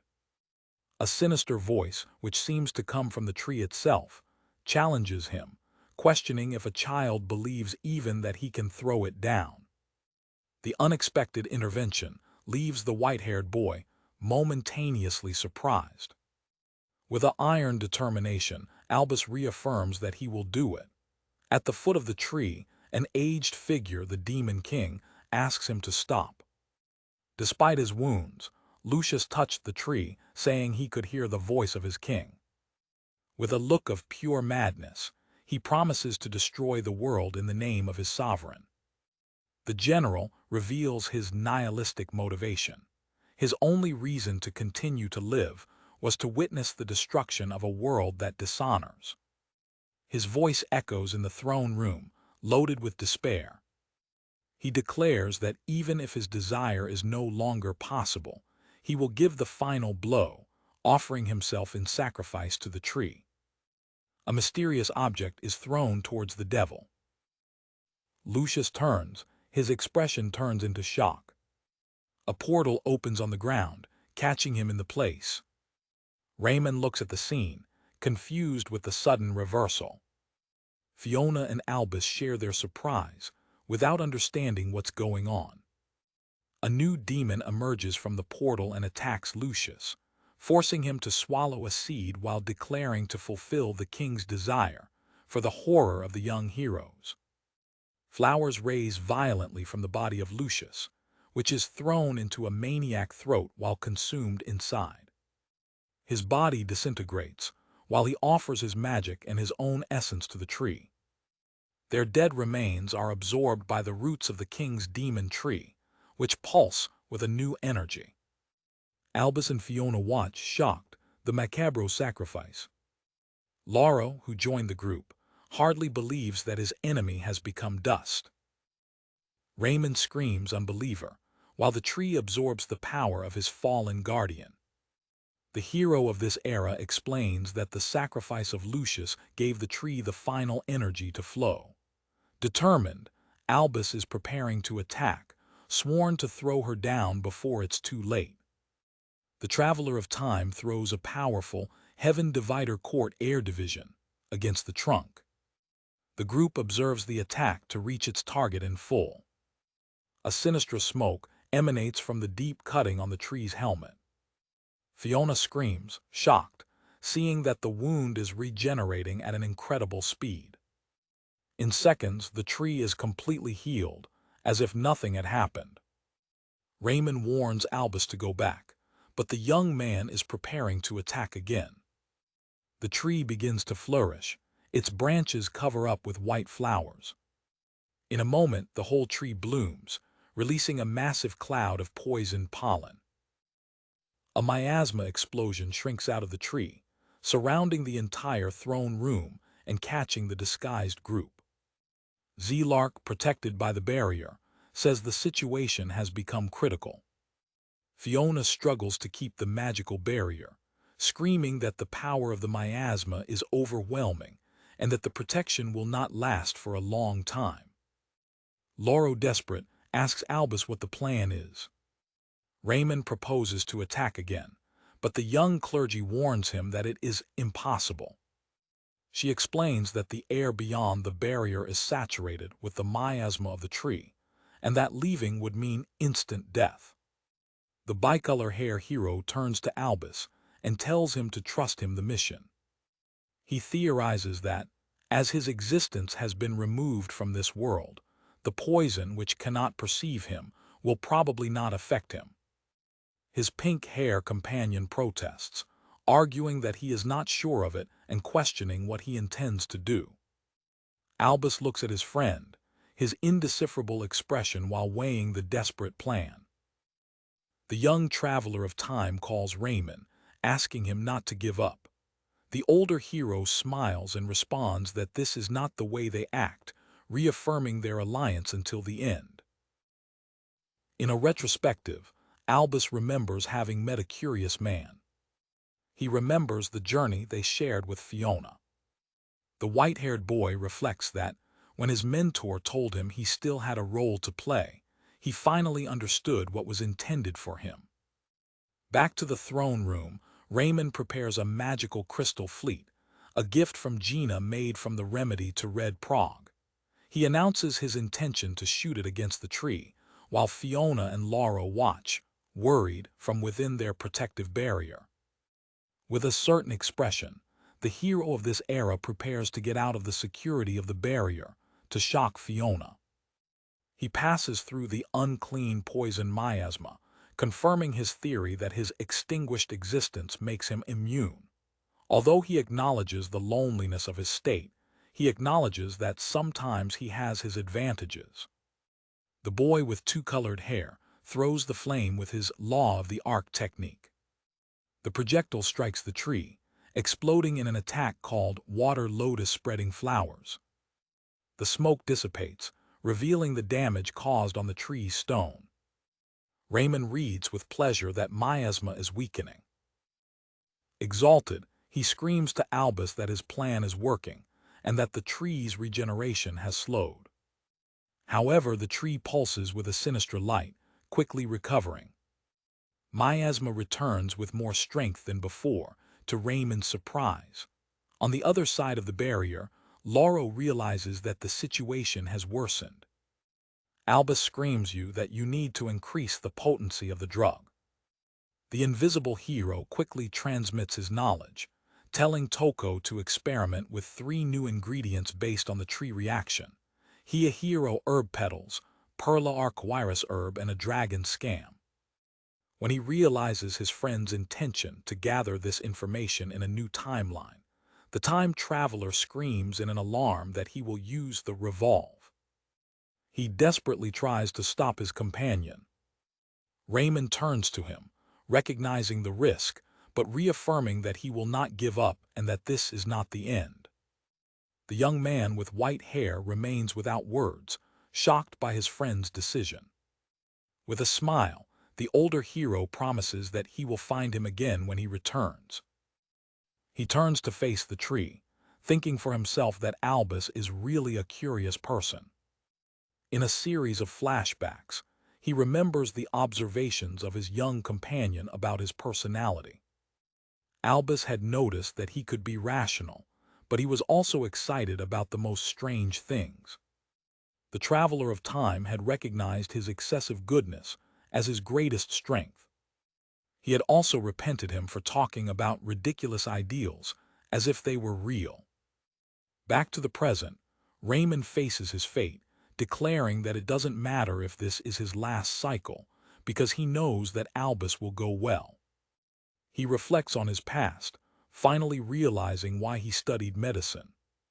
He understands the purpose behind the dozens of turns in the time he suffered. The hero of this era now understands why Reason dedicated himself untouchably to the research of a cure for Red Prague. He looks at Albus, explaining that all he did was to be able to transmit his knowledge, his medical science. Fiona screams that the protective barrier is about to surrender. The bicolor hair boy throws a last challenge to his enemies, declaring that he will not allow things to go as they want. Her thoughts turn back to Risa, remembering her promise to save her, although she couldn't stay next to her. With an unbeatable determination, he swears to fulfill that promise. He invokes his power by activating the supreme dimensional magic, Revolve. Prisoned behind the barrier that dissolves, Albus and his friends watch, scared, the beginning of the collapse of time. As his consciousness disappears, Raymond has a last epiphany. He has a fugitive vision of Smile to Smile, desiring to be able to see her once. A deep regret burns him because he has not told him the truth. In the last thought, he confesses his love for her. The scene moves to a peaceful orphanage in a new timeline. Albus wakes up, screaming the name of Raymond. A healthy Merida enters your room, repressing him as a joke to sleep until late. Confused, the Traveler of Time looks around his childhood room. He fulfills his friend, the reality of his situation to install slowly. The divine messenger appears, informing him that the hero Raymond Keysight failed.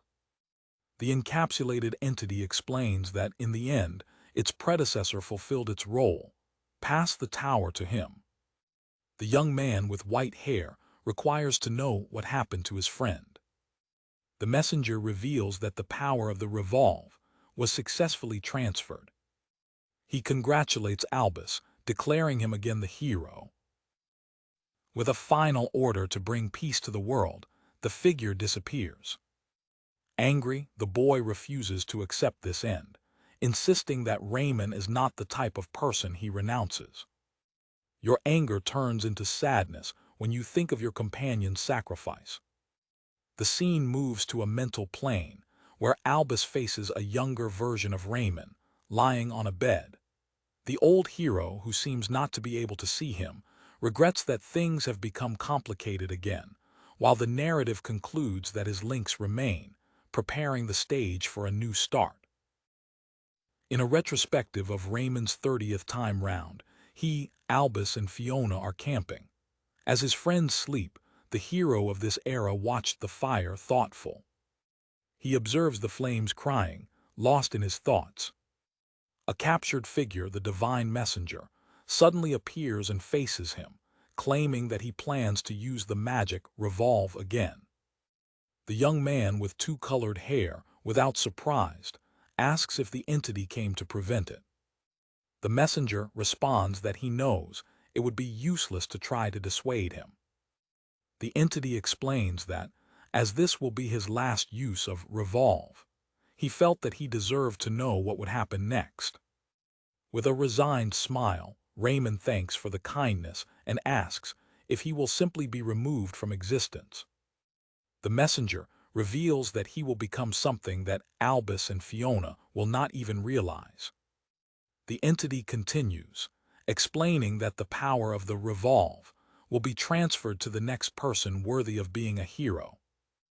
The hero of this era begins to understand the implications. The divine being confirms that power will be transferred to Albus. Raymond accepts his fate with a sad smile, regretting the heavy burden he's leaving to his friend. The messenger assures you that you don't have to worry. Because of all the heroes you've already chosen, Albus is the one that highlights most. The entity adds that the real potential of the young traveler of time is still a mystery. The boy with two-colored hair hears, seeming to find some comfort in the messenger's words. He expresses verbally that it is comforting to hear this. In a short vision of the future, the messenger observes the destruction of the Devil King's tree, confirming that Raymond used his last revolve, while Albus observes, frustrated. The divine entity repeats its observation. The traveler of time screams that they were just a step away from victory. The messenger, standing on the remains of the tree, regrets the miserable way in which the Demon King has become. It is a dark resolution. The entity declares that, although it no longer understands the intentions of its enemy, its duty remains the same: pass the touch to the next hero. With a mysterious smile, the divine being claims that things won't end so easily. The famous figure says that his long dispute has not yet ended. Back to the new timeline in the orphanage, Albus is already planning his route to collect the necessary ingredients for healing, for Van's surprise. Asked about a sword, the young hero calmly explains that he asked to borrow it to the old man's house. He also reveals that he thrown out a flower of strange appearance because he realized that it was being used to spy them. With his initial preparations completed, he patiently awaits the arrival of Fiona. His waiting is interrupted by Fiona's arrival, who, for Van's confusion, announces that it's a fieldwork day. Merida enthusiastically leads the orphanage children, including Albus, to the fields for a day of agricultural work.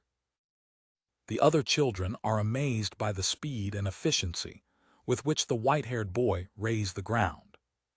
He smiled to himself, knowing that there is a technique to do it efficiently. To be surprised by his friends, he explains that he learned from the legendary science of agriculture. Fiona observed him with an expression of shock and suspicion. Merida and another girl comment on how incredible he is, wondering what will have taken over him. The other orphans notice their behavior change, observing that he looks more animated than usual. Suddenly, a lavery turtle comes into anger, scared his elderly owner. The angry animal invests in the direction of Albus. The farmer screams a warning for the boy to get away. The eye of the turtle is injected with anger.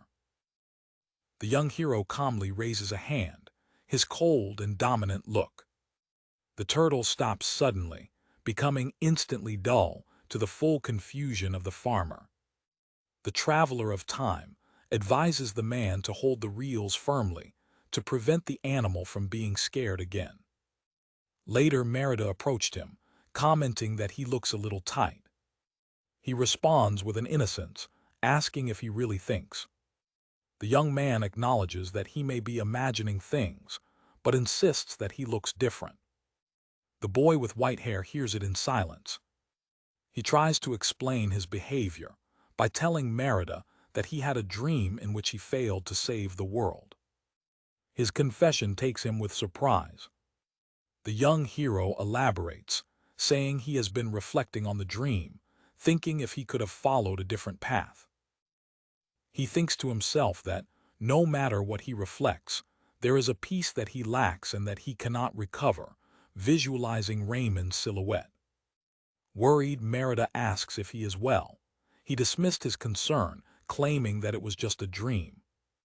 With a steel determination, he promises to himself that this time he will do things as it should be. Fiona finally arrives in the orphanage. Albus welcomes her, wondering anxiously if she still remembers Raymond. He smiled when he saw her, happy to meet again. For her surprise, the young red-haired girl catches him frenetically, asking if Raymond is safe. The white-haired boy is shocked when he realizes that her memories remain intact. She confirms that, in some way, she still remembers everything that happened before. He hears the relief spreads through his face. Exhausted by not being alone with her burden, the young hero catches her hands, screaming that it's great. He pulls her, insisting that they don't have time to lose and that they need to start acting, leaving Merida confused back. The young red hair, still processing the situation, asks him to wait. With a dark expression, Albus informs her that they will probably not see Raymond again. He explains that the divine messenger told him that the title of hero was passed to him, leaving his friend attonite. The traveler of time declares that he will not let Raymond's will be empty, and that together they will improve the medicine using his last words as a guide. Suddenly, the young pink hair embraces him behind. The pain of loss dominates her. Crying, she reminds her that they just lost someone loved. His pain affects the young hero, who remains silent. Fiona explains that loss is not something that is easily overcome, and that he, from all people, should know that, suggesting that he has forgotten that feeling. She holds his hand with kindness, asking him to be calm and not to rush his sadness.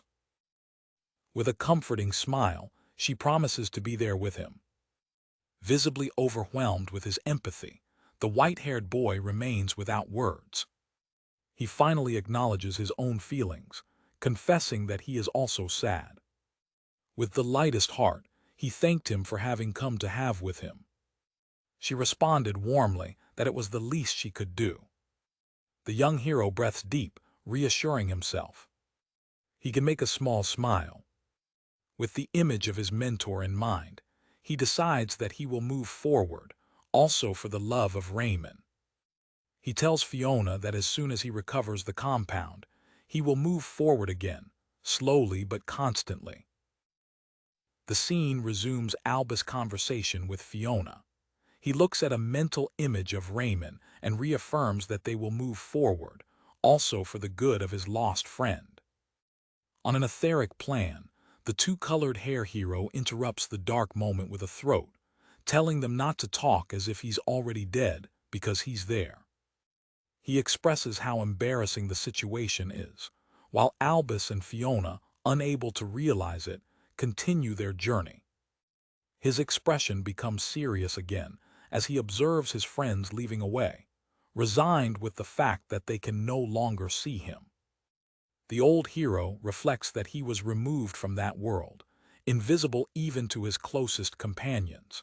He silently apologizes to Albus, reminding him of the promise they made and entrusting him the future. His reflection is interrupted by the sudden appearance of the divine messenger, who asks him if he feels better. The boy of bicolor hair rejects the entity for appearing without warning, but the beings react with an uncharged familiarity. The messenger informs Raymond that his role as a hero has come to an end. The entity explains that, from now on, he has all the time of the world to simply observe the journey of Albus. The divine being elaborates on his new condition. Free from the flow of time and space, he will not age or die. The messenger concludes that instead of disappearing, he will simply continue to exist. The young hero requires to know the true identity of his interlocutor. The entity responds enigmatically that it's just someone who has been observing this world for a long time. The divine being asks Raymond what he plans to do now that he is free of his responsibilities. The old hero contemplates his new state, feeling his body strange and sharp, as if he was at the debris. He realizes that if he neglected, the time itself seems to escape him in an instant, but he accepts his new reality. With his own journey finished, Raymond expresses one desire: to see Risa again. To help him, the messenger Asobia and invokes a mystical creature like a vein, explaining that he is an old friend and that he will take him where he wants to go. The entity, now with a red cap, praises him for his good work. The divine being suggests that he could visit a certain missing lady before portraying himself quickly. With a final farewell, the messenger disappears. The boy of bicolor hair mounted the creature, ready to leave. The creature starts at an astonishing speed, catching its passenger by surprise. In a moment, he reaches his destination, immediately recognizing him as the village of Risa. He wondered with his new freedom of the laws of space. The young hero scratches into a room and finds Risa sleeping, visibly sick. The woman sleeps agitated, tears flowing through her face. Alongside her bed, Raymond encourages her quietly, promising that Albus will soon complete the healing. Suddenly, the old hero gets shocked when he sees a younger and healthier laughter entering the room, while the sick laughter looks at her from the bed. The healthy laugh welcomes a young visitor named Ruri, who came to see how she was. Worried, the black-haired woman asks Ruri if her headache has returned, and if she has already eaten, to which the child responds yes. Laugh calms Ruri, telling him that it's natural to feel insecure when you're sick, and that being a doctor means always being available. The young visitor asks him how he can continue. The sick laughter explains that sometimes he remembers someone of his past. She vaguely remembers a man who always puts others first. He also believed he wanted to be a doctor. The healthy laugh adds that he admired him and is sure that he continues to save people somewhere.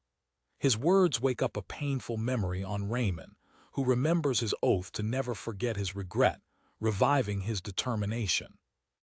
With a new resolution, he declares to himself that his struggle has not yet ended. The mystical creature appears again, seeming to invite him to climb on board again. The animal takes him to an isolated and mysterious tower. For his surprise, a woman with a big hat in the tower is able to see him and asks how he has come there. The woman presents herself as Gold, the witch of the Passover. She explains that while investigating the dimensional magic, she ended up leaving the world. Perceiving that Raymond shares the same fate, she invites him to join her in her investigation, a proposal that comes in the perfect moment for the lost hero.